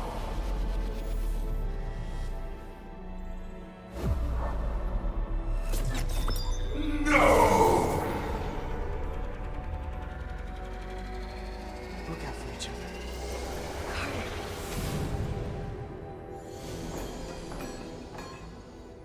The away team has beamed back. We're in position and ready to fire, Captain.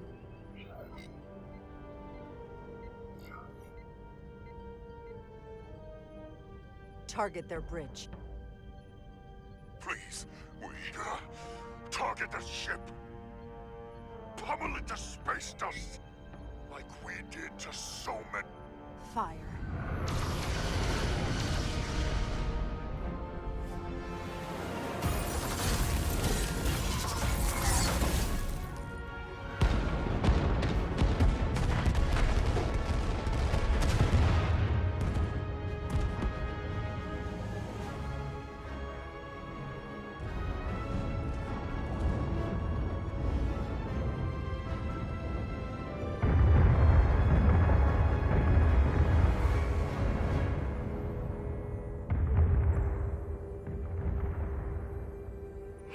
Carter? Millie. I thought you'd want to know we made it. And that you'll always be my family. Even if I don't get to see you again. You'll never really be gone. Always, Millie. Family. Forever. Always.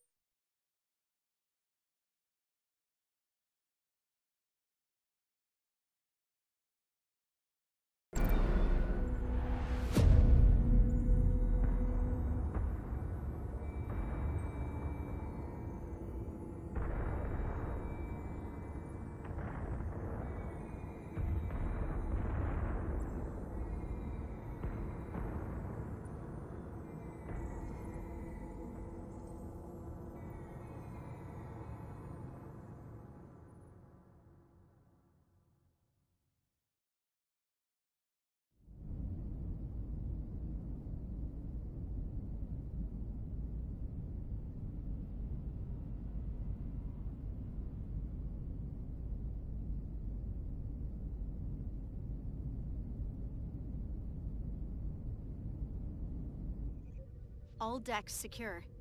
We have the bioformed on board, fully contained. The Starfleet ships under Takan control have signaled their surrender. Good work, Captain Rydick. Next time I need some backup, I'll know who to call. I trust you won't have a problem with that. Thanks, Captain Riker. I owe you one. Yes, you do. But who's keeping count? Captain, we're being hailed. It's the Aphelion. On screen. The radiation. We won't last much longer in here. Please, we surrender. We need your help. Please, people support your ship. Captain, I must remind you that when an enemy is surrendered, it is our duty to render aid. They're still dangerous, and there are other Takan. The bioformed on Hotari, on this very ship. We wouldn't be wiping them out if we didn't help the ones who tried to destroy us. This is the Starfleet way. This is the fate they've chosen. Leave them where they are. You can't do that. We don't have much time. We submit. I don't know what else I can say. Please. We don't want to die. There has to be a price for all they've taken. Close channel.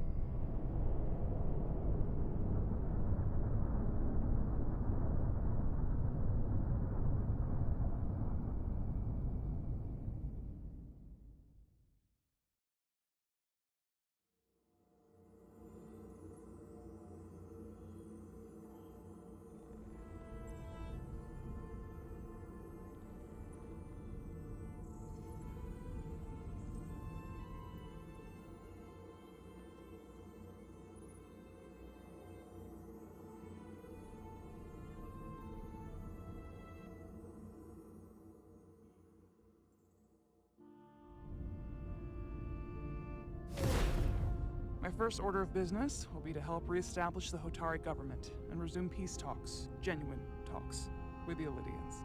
And after that? Who knows? I know I don't want to be queen. There's so much good I could do with just a fraction of your medical technology if I could bring it to my people. But I also want to see what else is out there.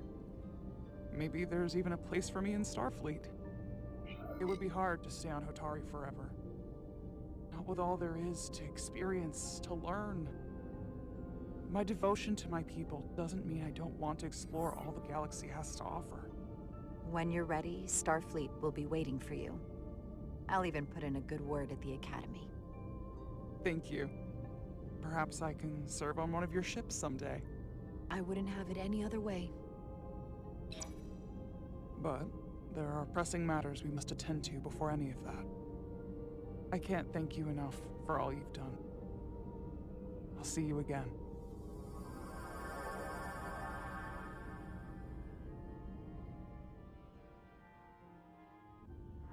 Starfleet has granted me the privilege of conferring this upon you.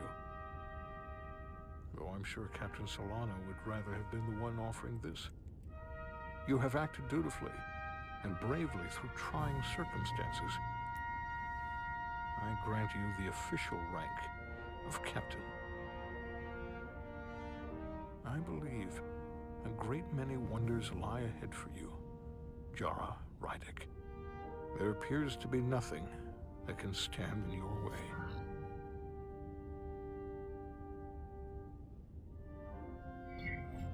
I can't wait to see what else is out there. It is nearly infinite. All you need is the curiosity to match it.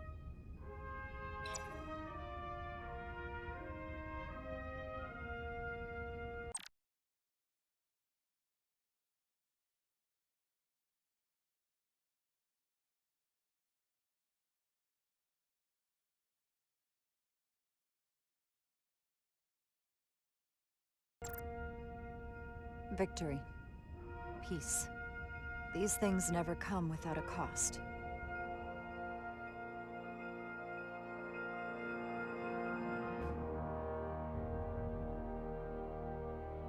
For some, it requires putting aside centuries of enmity.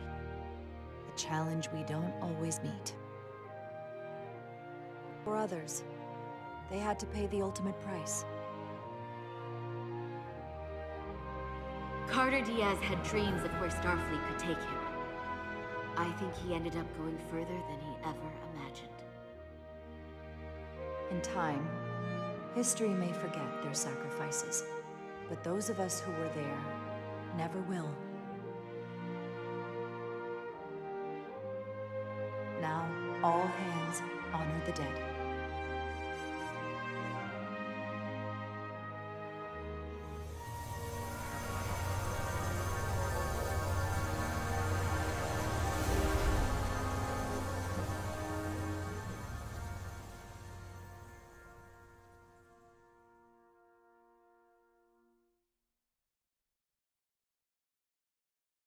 Captain Solano used to say that nothing ever stays the same.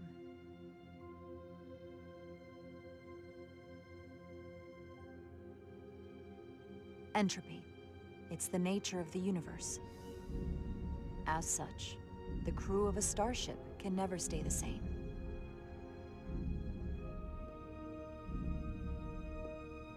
But while entropy says that order inevitably gives way to chaos, this crew has only grown stronger.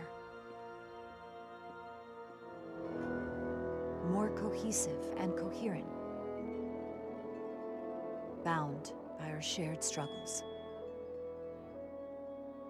And working together, helping each other, we're able to do more than we'd ever imagined.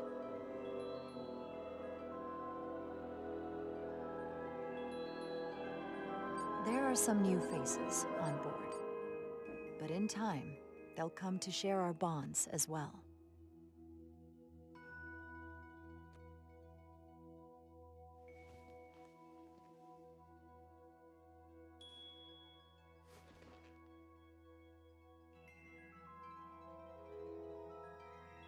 Do it.